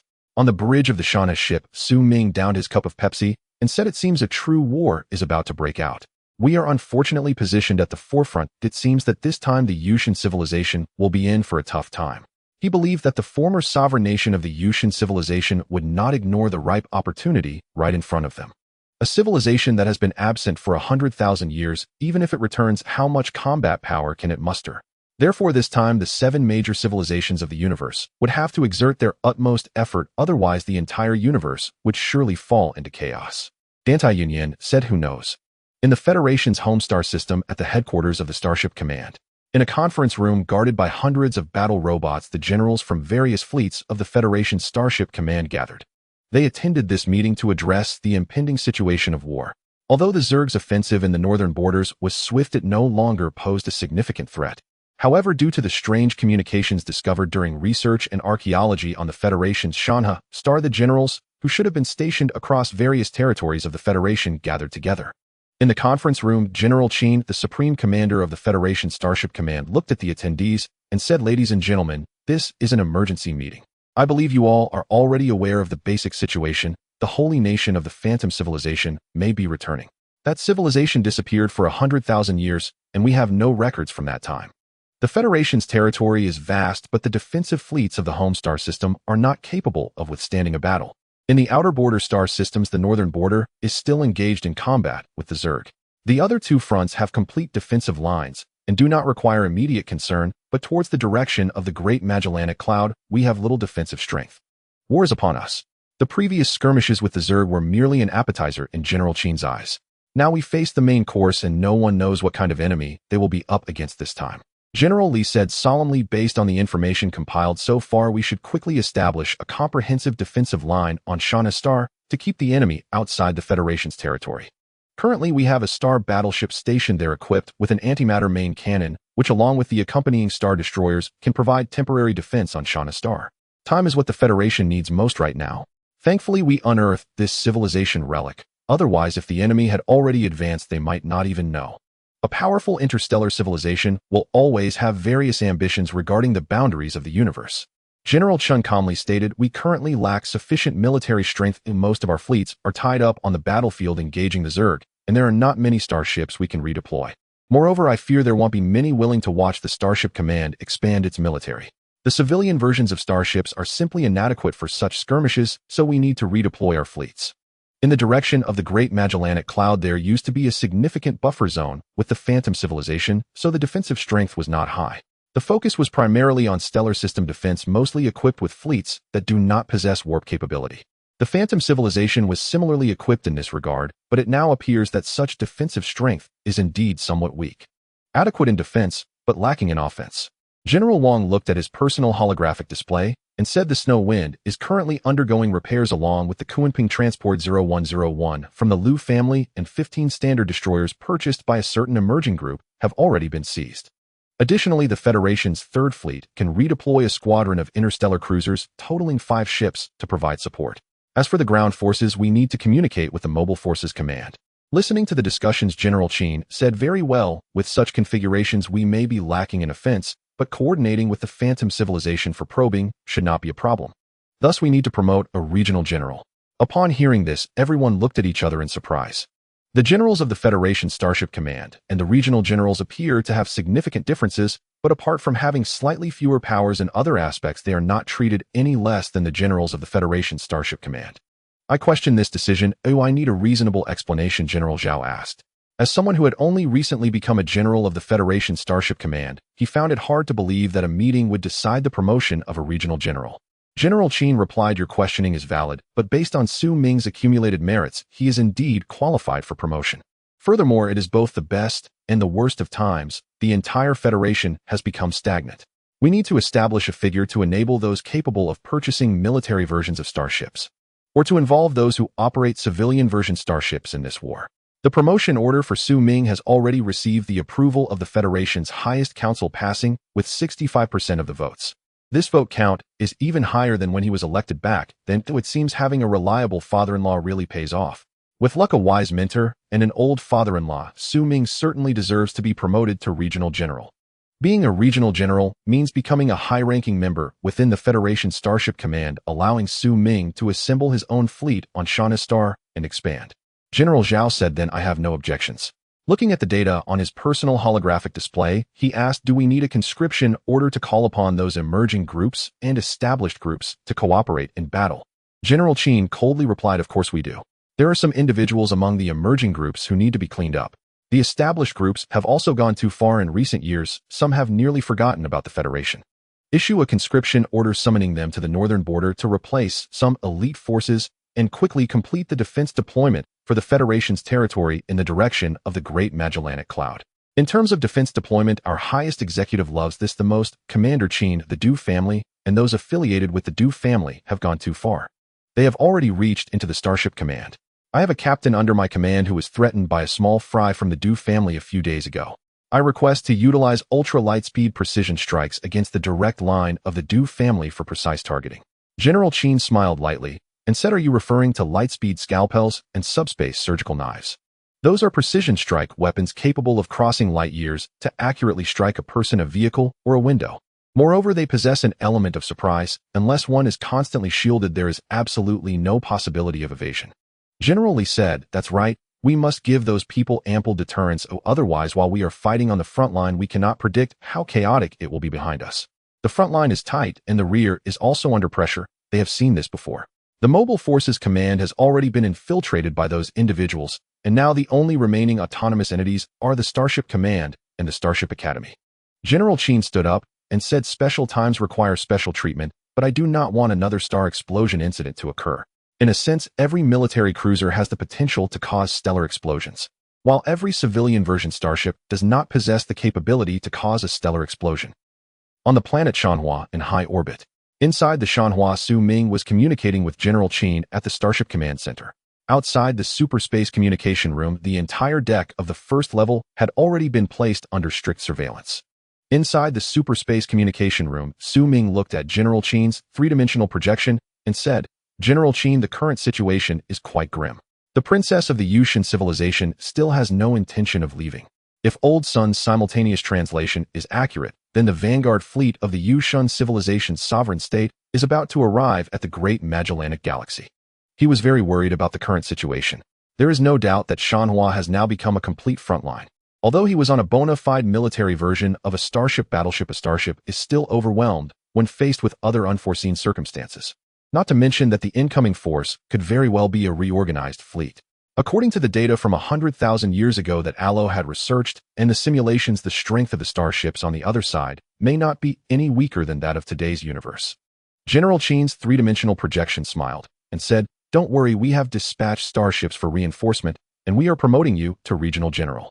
You can now form your own fleet on Shanhua. Of course, before you are promoted to the position of general in the Federation Starship Command, your fleet cannot enter the Federation's territory without approval. However, your subordinate fleets can pass freely within the colonial star systems. The Starship Command needs a figure like you to attract other passionate youths to join. Moreover, for many, Su Ming's promotion to regional general of the Federation Starship Command is simply a matter of good luck. Many people will have the perception that if he can do it, so can I, and once they truly ascend, they will be trapped in that position. After that, even if they realize something is wrong, they will have no chance to escape. Su Ming felt a sense of helplessness upon hearing this. General Qin, isn't my promotion a bit too fast?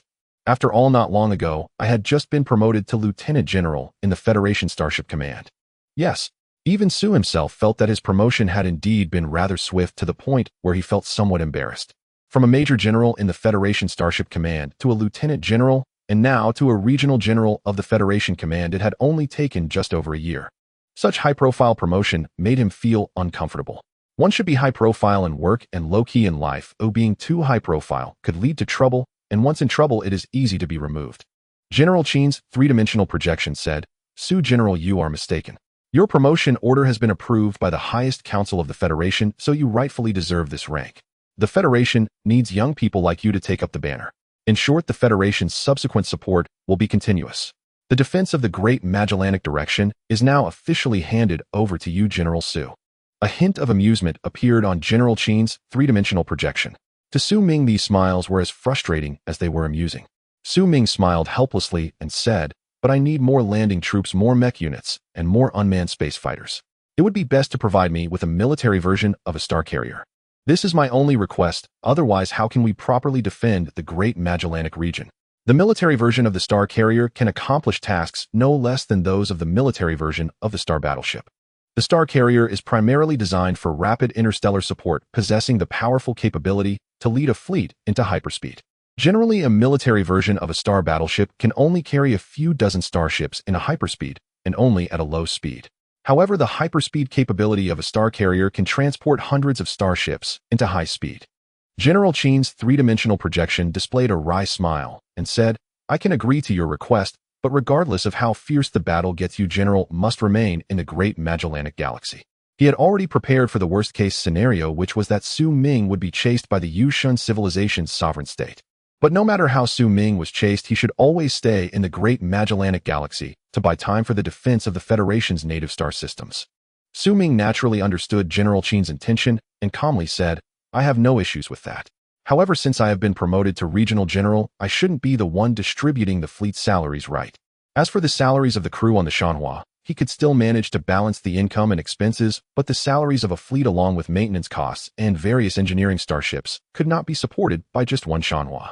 General Chen smiled and said, "Of course the Federation will handle the distribution. But I need to remind you, General Su, that the Mucian civilization may not be reliable after all. The enemy is the Mucian civilization, the sovereign state from 100,000 years ago. A lesson from the past serves as a guide for the future." Su Ming sighed and said, "When soldiers come, they shall be met with soldiers. When water comes, it shall be blocked by earth." Communication ended General Chen. Then Su Ming directly terminated the superspace communication with General Chen. This identity of Regional General of the Federation Starship Command was not easy to handle. It was like a hot potato, yet he really could not refuse. After all, if one wanted to truly possess a fleet that was unbound, capable of freely entering and exiting various military exclusive airports and starports, one must hold such an identity of Regional General of the Federation Starship Command. Although he was a Regional General, being a Regional General does not mean he is not a general. If the Regional General is not treated as a general, then who would treat a Regional General as a general? At least the identity of Regional General of the Federation Starship Command allows for the formation of fleets, and the salaries and funds for starship procurement can be allocated by the Federation. Generally, as long as one procures starships with this identity, the Federation will usually approve it. Every procurement means a large amount of kickbacks. Su Ming said, "Alo, what are our odds of victory with these supports in place?" Alo calmly replied, "Su Ming, even with these supports, our chances of winning are still below 40%. Su Ming looked at Alo's three-dimensional projection and said, "Such a win rate is already quite high in war. A 35% chance of victory is enough to contend with an unknown civilization. As the Regional General of the Federation Starship Command, he is at most a general tasked with delaying time. Once the Great Magellanic Galaxy falls into enemy hands, he as the Regional General would merely be a decoration with no territory left to flaunt his power." Inside the conference room of the Shanha battleship, numerous military commanders were seated on both sides. Su Ming looked at everyone and said, "The Federal Starship Command has promoted me to Regional General, and the fleet of the Mucian civilization's sovereign nation will soon arrive at the outer defense line of Shanha Star. We are very likely to need to engage in ground combat, and we must be prepared for a prolonged defense. I know this is a difficult decision, but we have no other choice. The Federal Starships Yefeng and the Kunping Transport 0101 have already arrived in the conference room. The remaining forces include 5 interstellar cruisers and 15 standard interstellar destroyers, which are also en route. Our mission is clear: to repel the enemy outside the Federation. Please note that the Mucian civilization may not necessarily be our opponent. This is an obvious matter. If the sovereign nation of the Mucian civilization performs poorly, they will not miss the opportunity to strike at their former sovereign nation. However, once the sovereign nation of the Mucian civilization possesses fleet firepower that exceeds that of the current universe, it remains unknown what choices they will make. Therefore, preparing for the worst, Su will not choose to trust the Mucian civilization. This is war, not a child's game. Dantai Yunan added, according to Shan's projections, the vanguard fleet of the Mucian civilization sovereign nation is expected to appear in the outer regions of the dense star cloud around Shanha Star in 3 days. The primary surface strike weapons of Shanha Star have not yet completed assembly, but for defense, Shanha Star has a military version of the Xuanwu shield ship for major area defense. Additionally, the orbital strike system around Shanha Star is already online. If the enemy conducts a surprise ground attack, we will have the advantage, but only if we can hold off their fleet. In any planetary offense and defense, to gain an advantage on the surface, one must first secure an advantage in fleet strength. Otherwise, any surface advantage will be nullified under the attacks of the opposing fleet. At this moment, Su Bin said, General Su, do we have any information about the sovereign nation of the Mucian civilization? Knowing ourselves and our enemies ensures victory in 100 battles, but right now we are completely in the dark, knowing nothing. Su Ming smiled and said, even if we had information, it would be useless. The sovereign nation of the Mucian civilization has disappeared for over 100,000 years. Who knows where they have been wandering? Therefore, if the Mucian civilization poses an overwhelming combat deterrent to us, we will also abandon Shanha Star. If an interstellar fortress and interstellar mobile fortifications appear within the vanguard fleet of a civilization, then aside from fleeing, what options does the Shanha have? Lu Yun had a cold expression as she was about to go home, but was assigned here instead. The Federal Starship Command truly wielded great power. Lu Yun said, in other words, we are going to engage in a fleet battle with an unknown enemy. Fleet battles are not as simple as they seem. The coordination between various starships alone can trouble commanders who lack proper skills. Su Ming shrugged and said, yes, we are about to face a battle between fleets. All personnel will be redeployed to ensure the smooth conduct of combat. I will, as a federal general, demand the Mucian civilization to leave Shanha Star immediately. Is there any issue with the landing troops, Commander Lin? This time it is a fleet confrontation. You will all be transferred to the Kunping Transport 0101 Starship, ready to provide mobile support to the surface of Shanha Star at any time. The Shanha and the 5 interstellar cruisers that will arrive later are sufficient to match the interstellar fleet in combat. However, the standard interstellar destroyers that are providing support, along with the 10 standard interstellar destroyers on the Shanha and 6 smaller destroyers. Together with the Xiefeng, there are a total of 31 interstellar destroyers available for assault operations. It seems they have a good chance of winning, but even now they still do not know what kind of strength the sovereign nation of the Mucian civilization possesses. Lin Yuan said with a serious expression, General Su, while success is uncertain, we are determined to fight to the death on the battlefield. From the moment he became part of the Federal Mobile Forces, he had already made the decision to go anywhere. As the old saying goes, the Starship Command is responsible for flying, while the Mobile Forces are responsible for dying. Su Ming calmly said, very well, Commander Lin, the landing troops will cooperate with some interstellar combat aircraft and mecha units for defense. Nanfeng and Qianyan prepare for an attack. We may face a brutal starship landing operation. This is an unknown enemy, and I cannot guarantee that our shields will be effective. In such an unpredictable war, until we see the enemy, nothing is known. Nanfeng said, this sounds a bit thrilling, but I like this kind of thrill. Qianyan said with a serious expression, General Su, may I have one last communication with my family? Su Ming replied calmly, of course, we still have 3 days left. After 3 days, all communications on Shanha Star will be prohibited. We cannot allow the enemy to locate our home star system via hyperspace communication. Although the home star system will inevitably be exposed to the enemy, every moment we can delay matters. We will delay as long as possible. Qianyan said, understood. Shun Ruowei said, General Su, what about the elites of the old financial conglomerates? They are probably already preparing to leave Shanha Star. Su Ming stood up and said, as of 1 standard hour ago, I issued a martial law order near Shanha Star in my capacity as the Federal Regional General. No one is allowed to leave without my authorization. Leaving Shanha Star without permission can result in immediate destruction without warning. This is a war. If it were a commercial matter, those old financial conglomerates might cause us a lot of trouble. However, in wartime, the Federal Starship Command only needs a summons. No one dares to refuse a martial law order from a Federal Regional General at this time. If someone does, they should be turned to ashes by now. Chen Ruowei said, "Understood, General Su." Shortly after the meeting ended, and everyone left in a hurry, Dantai Yunyan then asked, "How serious is the situation really?" Su Ming calmly replied, "According to the predictions of the Federal Main Control AI Tai Su, if we are not careful this time, we may very well have to return home." "The true home, the one on the third suspended arm?" Dantai Yunyan asked with a grave expression. "How long do we need to hold out?" Su Ming looked at Dantai Yunyan and said, "There is no time requirement, it all depends on our self-discipline." On the home planet of the Spirit Civilization within the Imperial Palace, both the nobles of the Spirit Civilization and the elders of the Council, who often sought trouble without reason, gathered together. They were discussing how to respond to the unprecedented upheaval that had not occurred in the Spirit Civilization for over 10,000 years. If it weren't for their esteemed princess, the Spirit Civilization would not be in such a passive position.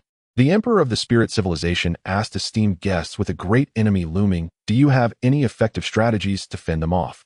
As the Emperor of one of the 7 great civilizations in the universe, he naturally did not wish to bend his knee.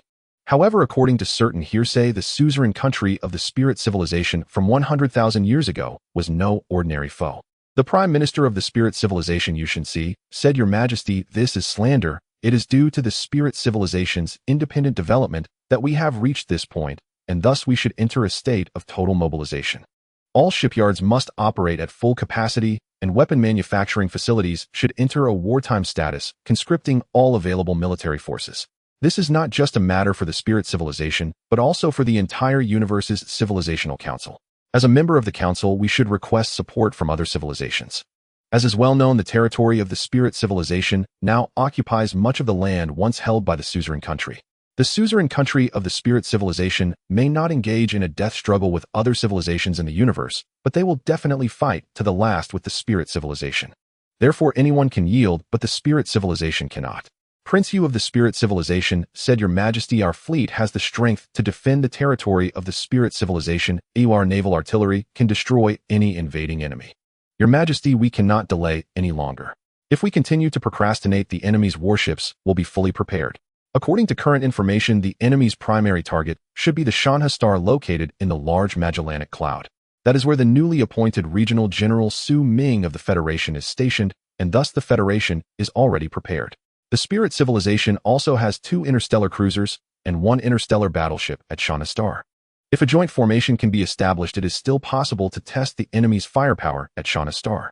However, fearing the enemy like a tiger, he believes he cannot do this. The first elder of the council looked at those old noble families that had been passed down for over 100,000 years and said, "I understand your feelings, but there are some things we must do. Isn't the princess at Shanha Star? We should announce to the universe that the princess of the Spirit Civilization has personally come to the front lines, letting the citizens of the Spirit know our determination to resist." As the first elder of the Spirit Civilization's council, he does not believe he can still hold this position after the return of the suzerain country. Those old nobles who have inherited their titles for over 100,000 years should also step back from the political stage of the Spirit Civilization. The second elder of the council said, "Your Majesty, our Spirit Civilization does not fear any challenge. Moreover, the colonizers disappeared suddenly back in the day. Perhaps they have arrived in an unfamiliar star system. However, technology will stagnate once it ceases to collide. It is possible that the colonizers' technology has stalled for tens of thousands of years. We, the Spirit Civilization, have always engaged in technological exchanges with the major civilizations of the universe, so we will surely triumph in this battle." After that, the elders of the council began to chant, "Blessed be our Emperor of the Spirit Civilization." Amidst this rousing song, the old nobles bowed their noble heads in shame. For the council, the true nobles of the Spirit Civilization had long perished during the time of their struggle against the colonizers 100,000 years ago.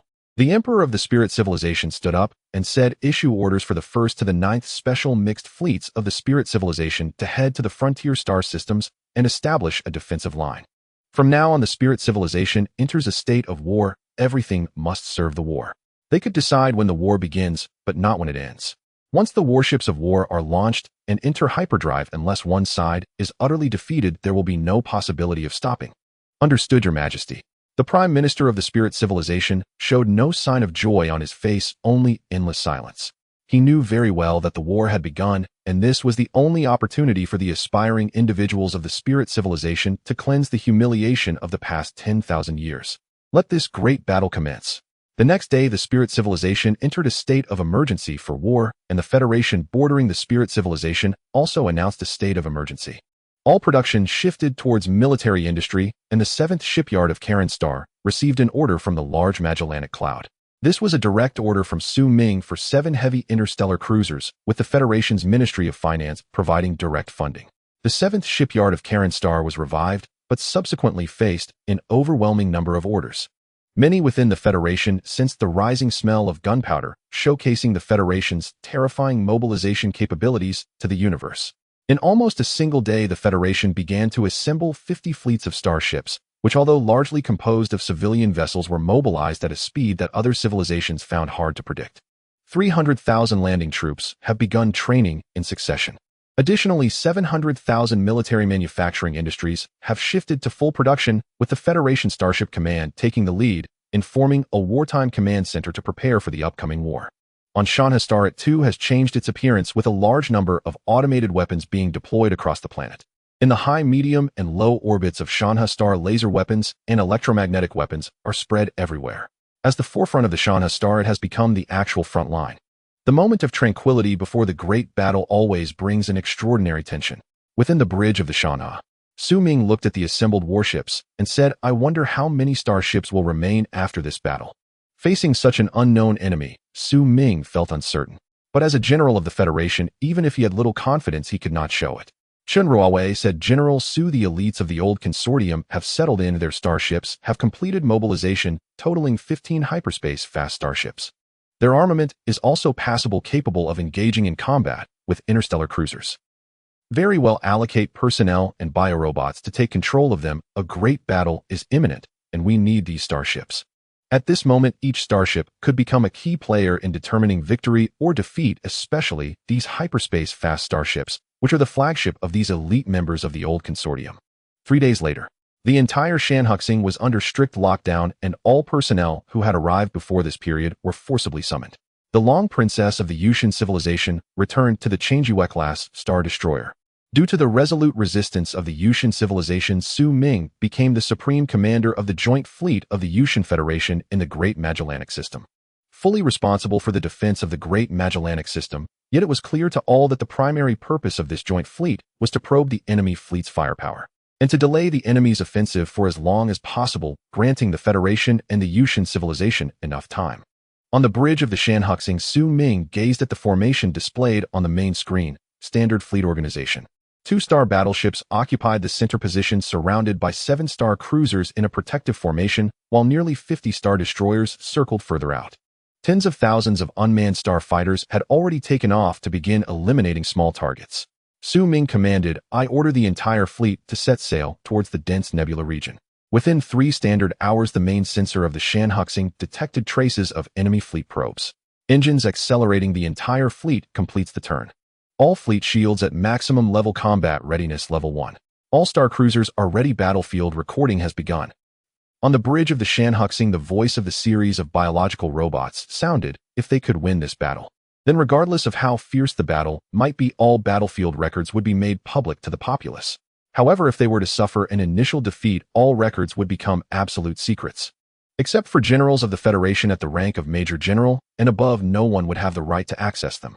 Dantai Yunya gazed at the data relayed back on the main screen and said, "Don't worry too much. According to the return data, the enemy's probes have already been destroyed by our starfighters." From a technical analysis perspective, although the enemy fleet's probe detection level is slightly superior to that of the Federation, it has not yet formed a significant gap. In a war where no technological gap exists, there is still a chance to fight. However, if the enemy fleet has a technological advantage, the cost to counter it will be severe. Su Ming calmly stated, "All in all, nearly 80 ships are under my command. If anything goes wrong, hundreds of thousands will perish in the Star Sea. This is the terror of ship-to-ship bombardment. When a military ship unleashes its full power, its shields will ultimately overload repeatedly, until the shields lose their protective function, and then it becomes a true engagement. It all comes down to whose armor is stronger and whose tactics are more agile. Shields can only handle low-intensity wars. Facing an unknown high-intensity war, any sense of complacency could lead to their defeat." Under Su Ming's leadership, the Shanha joint fleet sailed towards the dense nebula region. The massive fleet formation spread out to meticulously scout the three-dimensional space within 500,000 kilometers. This was the fleet's main formation, the absolute safe distance for maneuvering. Once the 500,000 kilometers of absolute safety was lost, then the Shanhuxing Joint Fleet would face certain death. Under such circumstances, aside from star battleships, other ships would find it impossible to survive. The combat channel of the Shanhuxing Joint Fleet was also filled with a cacophony of voices. Clear ahead, the Xiefeng is entering the channel to execute reconnaissance. Please have the flanking destroyers provide escort. Xingyo no. 1 is on escort duty. Xingyo no. 2 is on escort duty. The Su Ming Star Cruiser will provide fire support for your ship. Received. Xiefeng advancing from the main formation. The main sensor of the Changyue detected an unidentified ship 30 million kilometers ahead. The enemy ship has activated jamming. Please switch to deep space detection mode. The Shanhuxing has activated anti-jamming devices, encrypting the hyperspace communication channels. Inside the bridge of the Changyue Star Battleship, Yushin Changyue observed the fleet's formation and said, will such a standard formation suffice? Although she had not systematically studied Starship Command, she was familiar with some battle cases. But can such a standard opening by Su Ming truly cope with the current situation? Yulianru calmly replied, Your Highness, this is a standard formation, while ordinary, it is reliable. This Federation's General Su has chosen the safest opening. The final confrontation will certainly occur between the star battleships and the star cruisers. The Star Destroyer formation will undoubtedly suffer heavy losses. However, the real outcome is that if all goes as expected, the Star Destroyer formation will be completely wiped out. Yushin Changyue said, I hope so. The Yushin civilization absolutely cannot suffer an initial defeat, otherwise those old aristocrats will cause trouble again. I never expected that after so many years some people would actually reminisce about the colonial ruler's lifestyle. It is simply incomprehensible. Inside the bridge of the Shanhuxing, Su Ming had naturally noticed the results from the main sensor of the Shanhuxing. Looking at the main screen displaying over a dozen starships detected in deep space, he stood up and said, Raise the charge flag, send a signal to all starships. The Shanhuxing Star Battleship shall fight to the death. War was upon them, arriving so swiftly that neither the Federation nor the Yushin civilization had fully mobilized. Moments later, Chen Ruawei said, General Su, all fleet captains have responded, fighting to the death. The battle channel resonated with the universally known starship marching song, and the voices of various starship crews echoed throughout the channel, filled with simultaneous translations. The Shanhuxing Joint Fleet began to accelerate as a whole, the main cannons turning towards the target with the safety on the main cannons lifted. Meanwhile, the Xiefeng also entered sublight speed maneuvering, heading towards the over a dozen starships 25 million kilometers away. Inside the bridge of the Xiefeng, Su Bin looked at the data on the main screen and said, I have always believed in Xiefeng's luck, so we will win this battle. First, let's deliver a sublight speed level electromagnetic projectile strike and see the strength of the enemy starships. As the last heavy destroyer of the Federation, every aspect of the Xiefeng is excellent, so Su Bin believes the Xiefeng can adequately test the firepower of the enemy fleet. Shuehu said, Understood, Captain. Weapon systems ready. The electromagnetic railgun will proceed with the strike according to Emergency Plan 3. Sublight speed level strike commencing. Within the dense nebula region, hundreds of electromagnetic projectiles from the Xiefeng were accelerated to sublight speeds, hurtling towards the enemy fleet 24 million kilometers away. The channel ahead was clear and the attack coordinates were set. All the captains of the fleet awaited to see if the Xiefeng's attack could be effective. In the short span of 46 seconds, it felt like an eternity to everyone. A massive countdown appeared on the main screens of every starship in the fleet. It felt more like a trial. Whether they could easily resolve the battle depended on the Xiefeng's test. Su Bin continued to command launch 30% of the warp missiles and 50% of the subspace torpedoes. Prepare the space leap bombs for attack. The Xiefeng alone could not carry out the space leap bomb strike, but with the support of 2 interstellar battleships, the space leap bombs had become the simplest and most effective weapon. The premise was that the enemy fleet would not intercept them, otherwise the intercepted space leap bombs would be less effective than a sublight electromagnetic projectile. The warp missiles have entered mid-warp, expected to hit the target in 3 seconds. The subspace torpedoes are in subspace cruising status and ready to attack at any moment. The Shanhua has sent the precise coordinates for the space leap bombs, which have now arrived. The optical observation system of the Xiefeng displayed a segment of footage on the main screen of the bridge. The warp missiles accurately hit the target, but they did not penetrate the enemy battleship's shield. Clearly, the enemy fleet's shields were at least on par with those of the Federation's fleet. Shuehu said, Captain, should we continue the attack? Su Bin broke out in a cold sweat and replied, Let's retreat, engage short-range warp, and return to formation. With Su Bin's order, the Xiefeng swiftly completed its withdrawal. Just 3 seconds after the Xiefeng retreated, dozens of sublight projectiles appeared at the location where it had just been. On the flagship of the enemy fleet, Commander Kurufu of the Karuno Civilization's return fleet grinned fiercely and said, "We are finally home. These foolish beings dare to obstruct the great returning fleet. They are simply asking for death. Destroy them. This is their homeland. Now these filthy insects dare to revel on their home soil and even attack them." Understood, Commander Kurufu. The aide conveyed the order sincerely. With the command relayed, the vanguard fleet easily withstood the probing fire from the Xiefeng, and upon receiving Karifus' order, they began to accelerate forward. They accelerated forward, nearing the speed of light. Meanwhile, hundreds of warships led by Kurufu had appeared at the periphery of the dense nebula. A great battle was imminent. Inside the bridge of the Shanhua, Su Ming observed the enemy fleet, which had completed its formation, and commanded all starships launch 15% of the subspace torpedoes set to subspace cruising status. This was the only advantage they could confirm before this war had begun. According to the analysis from the Federation's main control AI, the high-speed subspace routes had not been discovered during the time when the Mucian civilization's sovereign state vanished.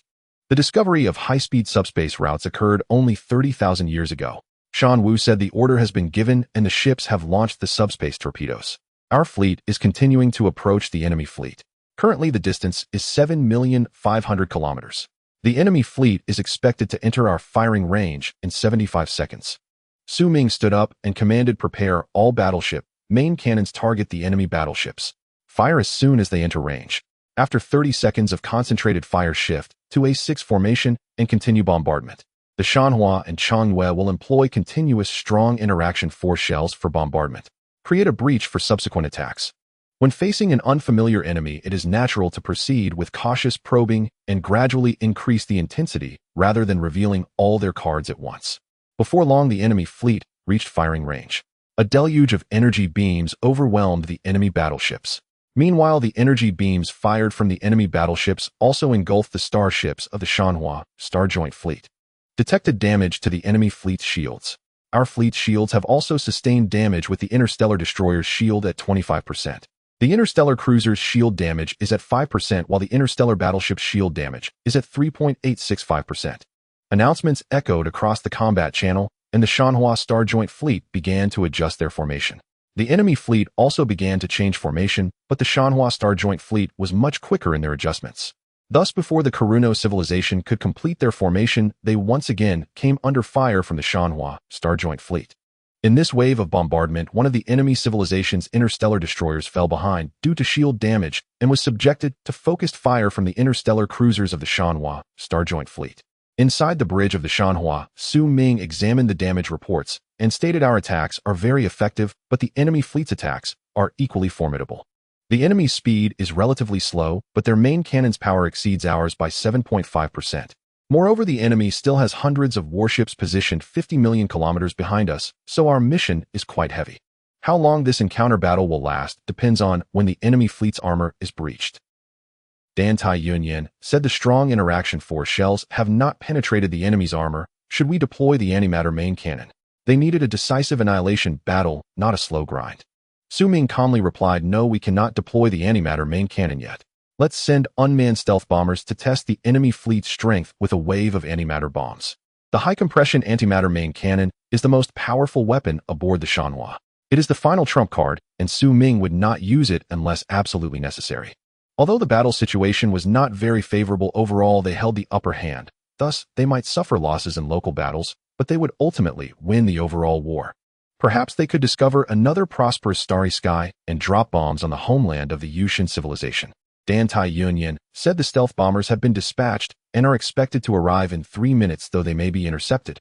Inside the dense nebula, thousands of unmanned stealth interstellar bombers under the delivery of the warp delivery field almost instantaneously entered a state of invisibility.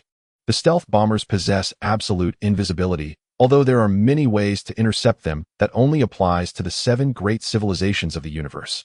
Everyone has thoroughly studied what stealth bombers are, but the ruling nation of the U-God civilization likely has yet to witness their power.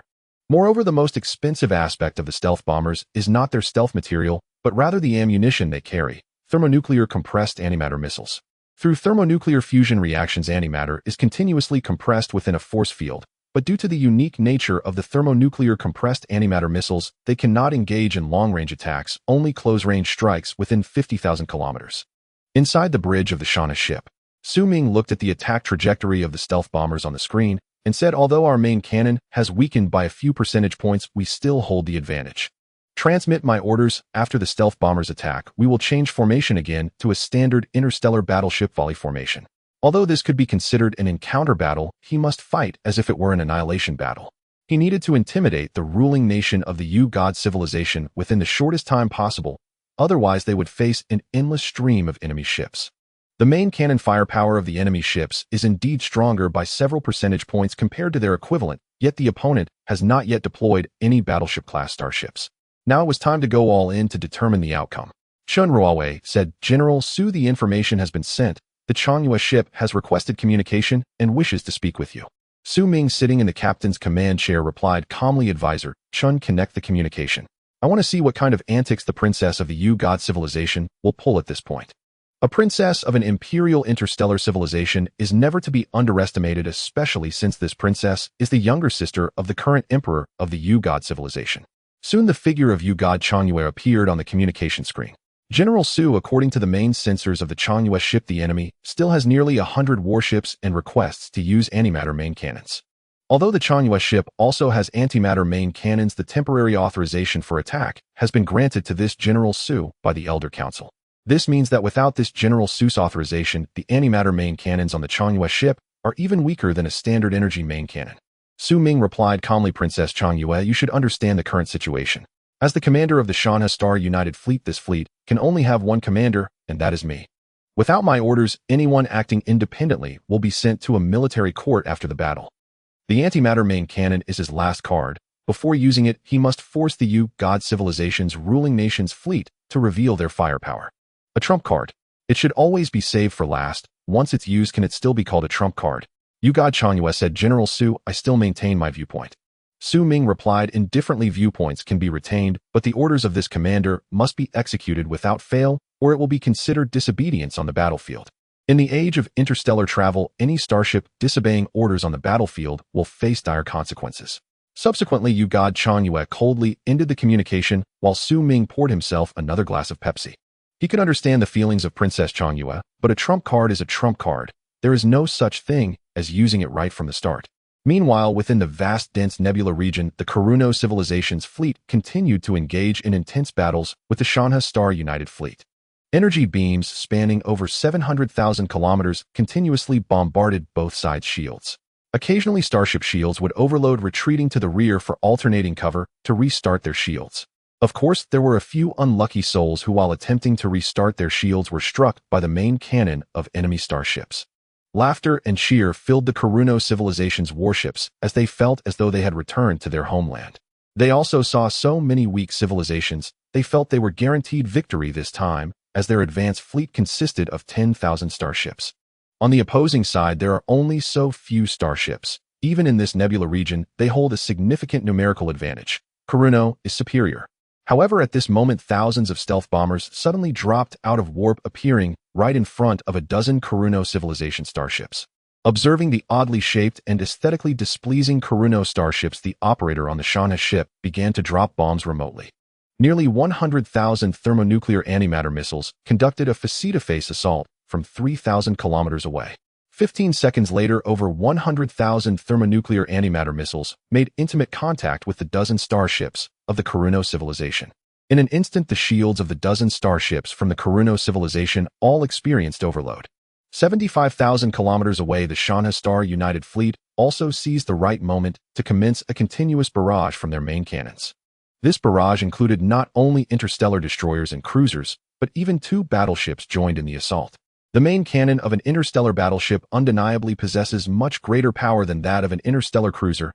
After a sustained 15-second barrage, 5 of the Kuruno civilization's warships were sent to the underworld. On board the Changyue interstellar battleship, U-God Changyue observed the data from the main sensors and remarked, I didn't expect this General Su to be quite capable. We indeed have a fight on our hands. U-God Lianrua said, this General Su is after all a top student from the Federal Starship Academy and is also a disciple of the cosmic fox Chen Xuanming, who is particularly adept at fleet annihilation battles. The war has only just begun. As someone who has participated in that war, U-God Lianrua had witnessed Chen Xuanming's terror firsthand. U-God Changyue remarked, but such a person belongs to the Federation. How can the Federation be so lucky? Among the 7 great civilizations of the universe, the Federation has existed for the shortest time, yet it is also the fastest rising civilization. You God Lianrua smiled, and said the Federation, just like us you gods, has its own issues, so your highness need not worry too much. She does not deny that the Starship Academy is indeed impressive, but she also acknowledges that the Federation has its own shortcomings. Within the bridge of the Shanha ship, the hidden strike attack was effective. The enemy's frontline fleet has been completely annihilated under the concentrated fire of our main cannons. The main sensor detected that the enemy fleet is advancing in alternating formations. General Su, the enemy fleet has all pressed forward, and the number of enemy warships is expected to exceed 100. The enemy fleet is 16 million kilometers away from our fleet and continues to approach. Our fleet is currently maneuvering and dispersing. The voices echoed through the bridge as Su Ming sat in the captain's command chair calmly, watching the enemy warships gradually closing in. Over 100 interstellar warships. The enemy truly holds him in high regard. Since they think so highly of him, Su Ming had no choice but to respond in kind. Interstellar destroyers and cruisers retreat 300 kilometers and hold position. The Shanha and Shanhai ships advance 300,000 kilometers and prepare to strike with the antimatter main cannon. In terms of numbers, the Shanha Star Alliance fleet is at a severe disadvantage with 100 ships against over 30, considering both sides have comparable firepower. Inevitably, the Shanha Star Alliance fleet will be the one to suffer. Su Ming had painstakingly assembled this fleet. It cannot be lost here. He was eager to see what other tricks the enemy had, especially since they couldn't even withstand a close-range hidden strike attack. To think they could block the antimatter main cannon was simply wishful thinking. As the orders were transmitted, the Shanha Star Alliance fleet began to adjust its formation, everything proceeding in an orderly fashion. The Shanhai and Shanha ships were on the same course, their antimatter main cannons already raised. Meanwhile, inside the flagship of the Karuno civilization, fleet laughter filled the air. Commander, the enemy fleet has begun to retreat. We have achieved absolute dominance on the battlefield and are about to engage in an annihilation operation against the enemy fleet. Long live our Emperor. Karuno Ming returned to the fleet. The commander of the Vanguard fleet, Karif, sneered.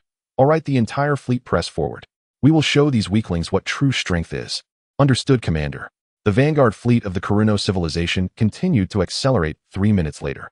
The distance between the Shanha Star Alliance fleet and the Vanguard fleet of the Karuno civilization was now only about 700,000 kilometers. Inside the Shanha ship, Su Ming stood up and said, "All personnel, please don your space suits. The antimatter main cannon is about to engage the enemy fleet with a saturation strike. The anticipated strike duration of the antimatter main cannon will be approximately 35 seconds. With Su Ming's command, the entire Shanha ship began to spring into action. The 3,050mm caliber antimatter main cannon was aimed at the forward trajectory. A similar event occurred on the Changyue ship of the Mucian civilization as its antimatter main cannon readied for action. Su Ming and Dan Tai Yunyan calmly authorized the 2 interstellar battleships.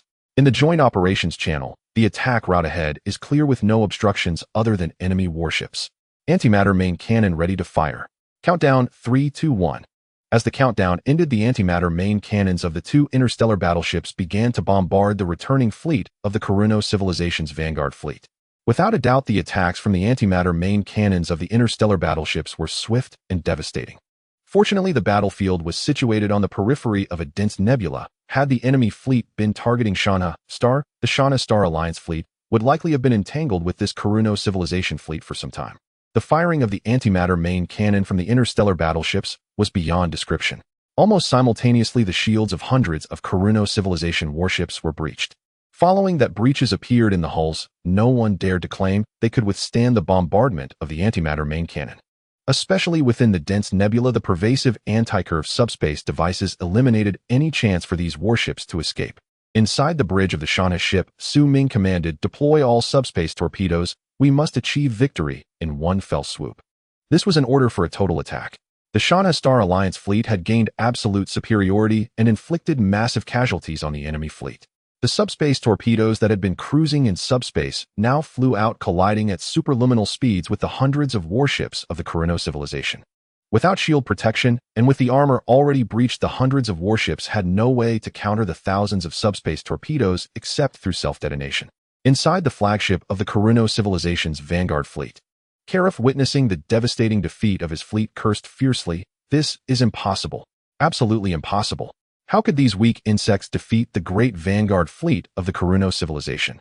This is absolutely impossible." Just then Karif's flagship was struck by a close-range attack from the Xiefeng ship. The Xiefeng interstellar destroyer was the star of this encounter, repeatedly launching close-range attacks against the enemy warships. In their most recent encounter, the distance between the two sides was even less than 300 kilometers. Inside the Shanha ship, Dan Tai Yunyan gazed at the screen showing the annihilated enemy fleet and said, "The battle is over. The enemy fleet is completely destroyed." It is evident that the enemy fleet was of decent quality, but it still doesn't reach the level of the 7 great civilizations of the universe. Thus, the heads of the Federation, upon seeing our battle report, should be dispatching fleets now. My first interstellar aircraft carrier should have arrived by now. The heads of the Federation are the type that never send out an eagle until they see a rabbit, especially in uncertain battlefield conditions. They would not send an interstellar aircraft carrier near Shanha star.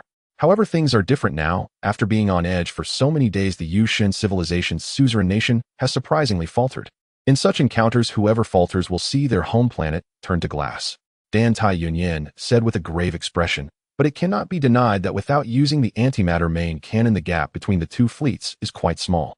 And how many interstellar battleships in the Federation fleet are equipped with antimatter main cannons? Su Ming smiled helplessly and said, "This is a military secret of the highest order, naturally not something that outsiders should know. However, the technology for the antimatter main cannon is complex, and it is impossible to equip a large number of them in a short time. Therefore, in the early stages, the Federation will likely adopt a cautious and steady approach, gradually advancing the front lines to the homeland of the Yuxian civilization. Those heads of the Federation, always thinking of taking advantage without risk, but where in the universe does such a good thing exist?" The vanguard fleet of the Kaluno civilization, consisting of 100 warships, was completely annihilated under the antimatter main guns of the Shanha and Shanhai. After the battle, Su Ming swiftly conducted a cleanup of the peripheral battlefield, and this cleanup led to a grand revelation, a piece of news that could send shockwaves through all major civilizations in the current universe. On the surface of Shanha star, a makeshift biological research institute was established.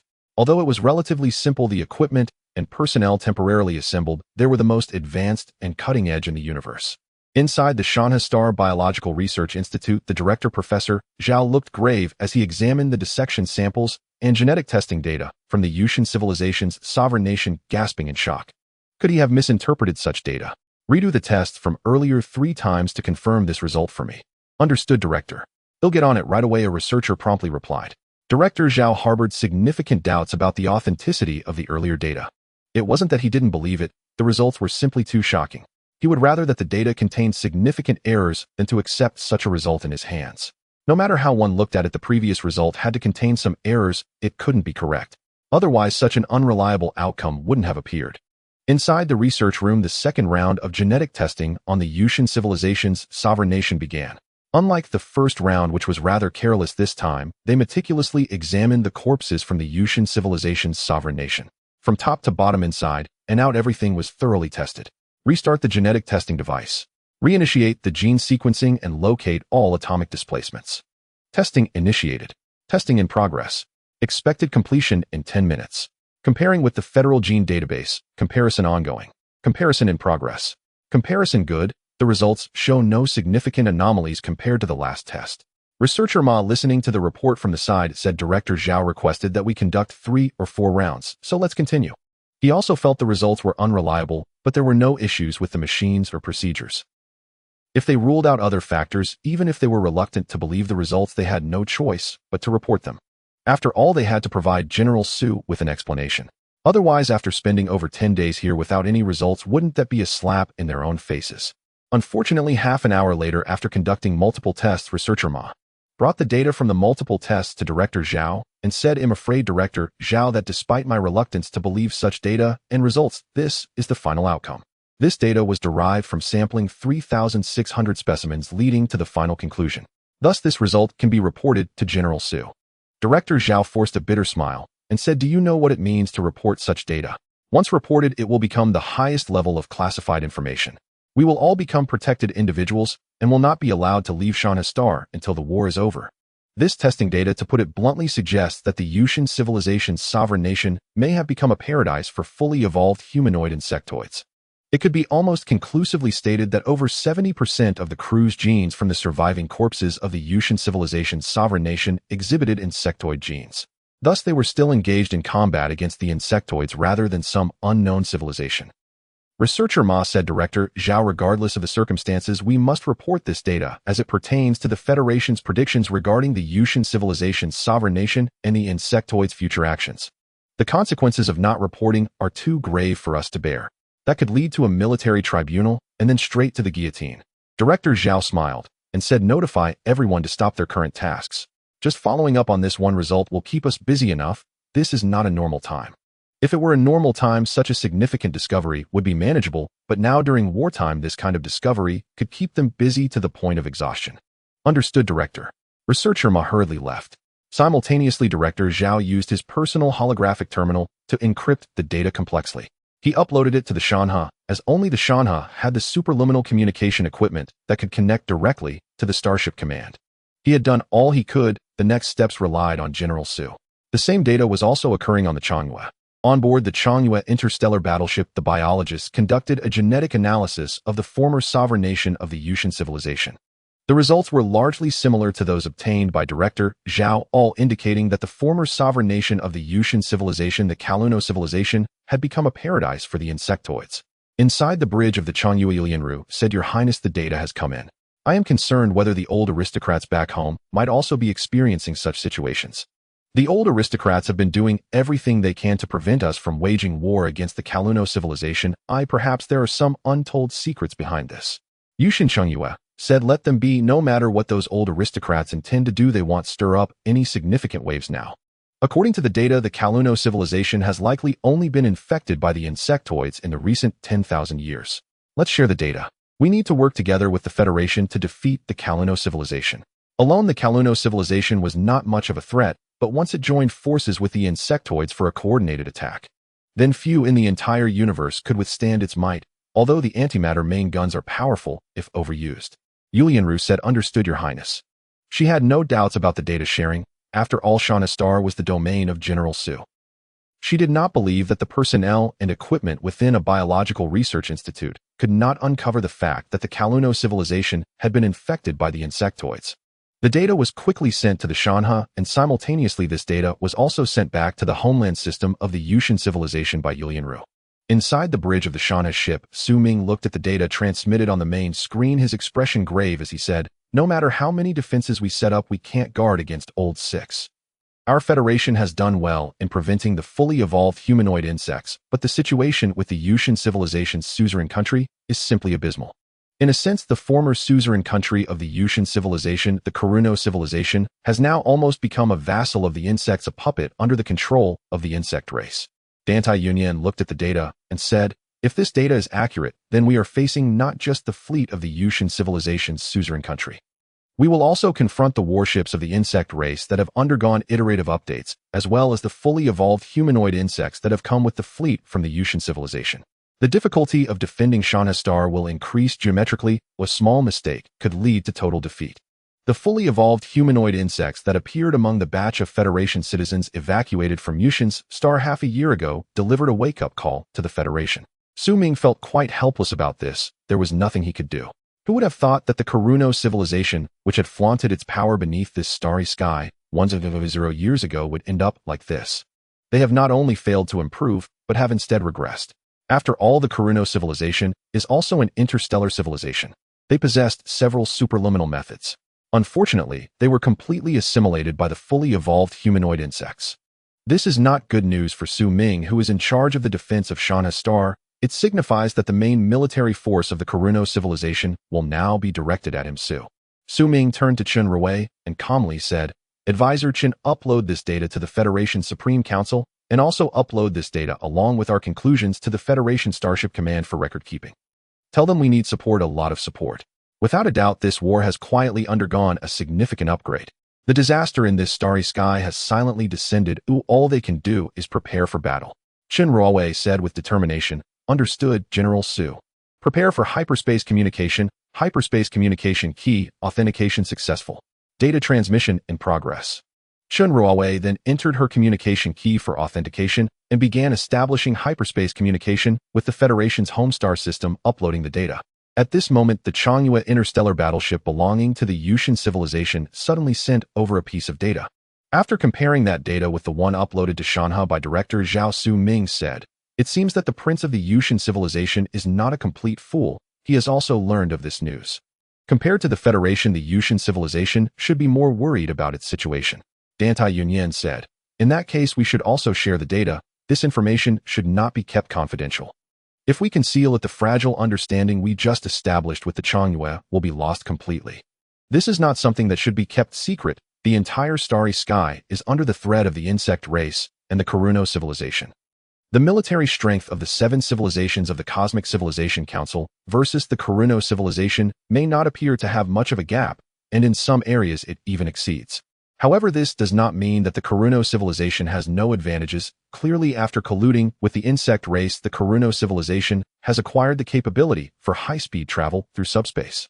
Once the outer colonial star systems of the Federation fall, the Kuruno civilization can rapidly maneuver into the core territories of various cosmic civilizations under the guidance of the insect race. This will be a disaster, a complete and utter disaster." Su Ming put down the bottle of Pepsi and said, "Advisor Chen should share all gene testing data of the Kuruno civilization with the Changyue. After all, they are comrades in arms." The massive data stream on the main screen of the Shanha ship began to scroll. Su Ming continued, "However, there are some matters we should also start preparing for. Shanha Star is in a very favorable position. In the three-dimensional universe, Shanha Star is surrounded by a dense nebula region with a diameter of 0.3 light-years. Since the equipment was delivered by the Kunping Transport Group after the battle half a month ago, the defense line in the dense nebula region has been established. If the Kuruno civilization or the insect race's warships come near Shanha Star again, we should defeat them outside the dense nebula. The large Magellanic Cloud is vast. Even if the Federation and the Yuxian civilization jointly developed it over 1,000 years, they might not necessarily encounter each other. Thus, it must be said that the royal family of the Yuxian civilization is a complete waste." Dantai Yunyan said, "Then Shanha Star will become the central hub for this war. All material transfers will pass through Shanha Star." Su Ming said calmly, "If the leaders of the Federation are not foolish, then Shanha Star will become a strategic support point for this war in the future. The Federation's next expansion into the large Magellanic Cloud will also start from Shanha Star. So we need to procure a large number of combat robots to maintain order. There should not be certain issues on Shanha Star. He has seen enough of the world, so he has come to terms with some matters. However, since he is a regional general of the Federation Starship Command, it is unacceptable for him to witness certain things on Shanha Star. If certain things were to occur, he would dare to send those people to feed the insects." Dantai Yunyan said calmly, "Then large-scale stellar-level computers should also start to be built. Without a stellar-level computer, it would be impossible to complete the necessary calculations for planetary defense tasks in every aspect." Su Ming said calmly, "Indeed, on this point, the planetary main control optical brain alluo that my parents previously entrusted to me is sufficient for this task. At the same time, we need a large number of mobile troops. Warfare is not just about battles in space. Ground operations are also a main theme of interstellar warfare. Without mobile troops, are we to blow up planets along the way? How many habitable planets would that cost?" Chun Rui said at this moment, "General Su, the princess of the Yuxian civilization, sent a letter of thanks." Su Ming smiled faintly and said, "Archive it. I want to wait until the day I retire to read it. Do I have other matters to attend to now?"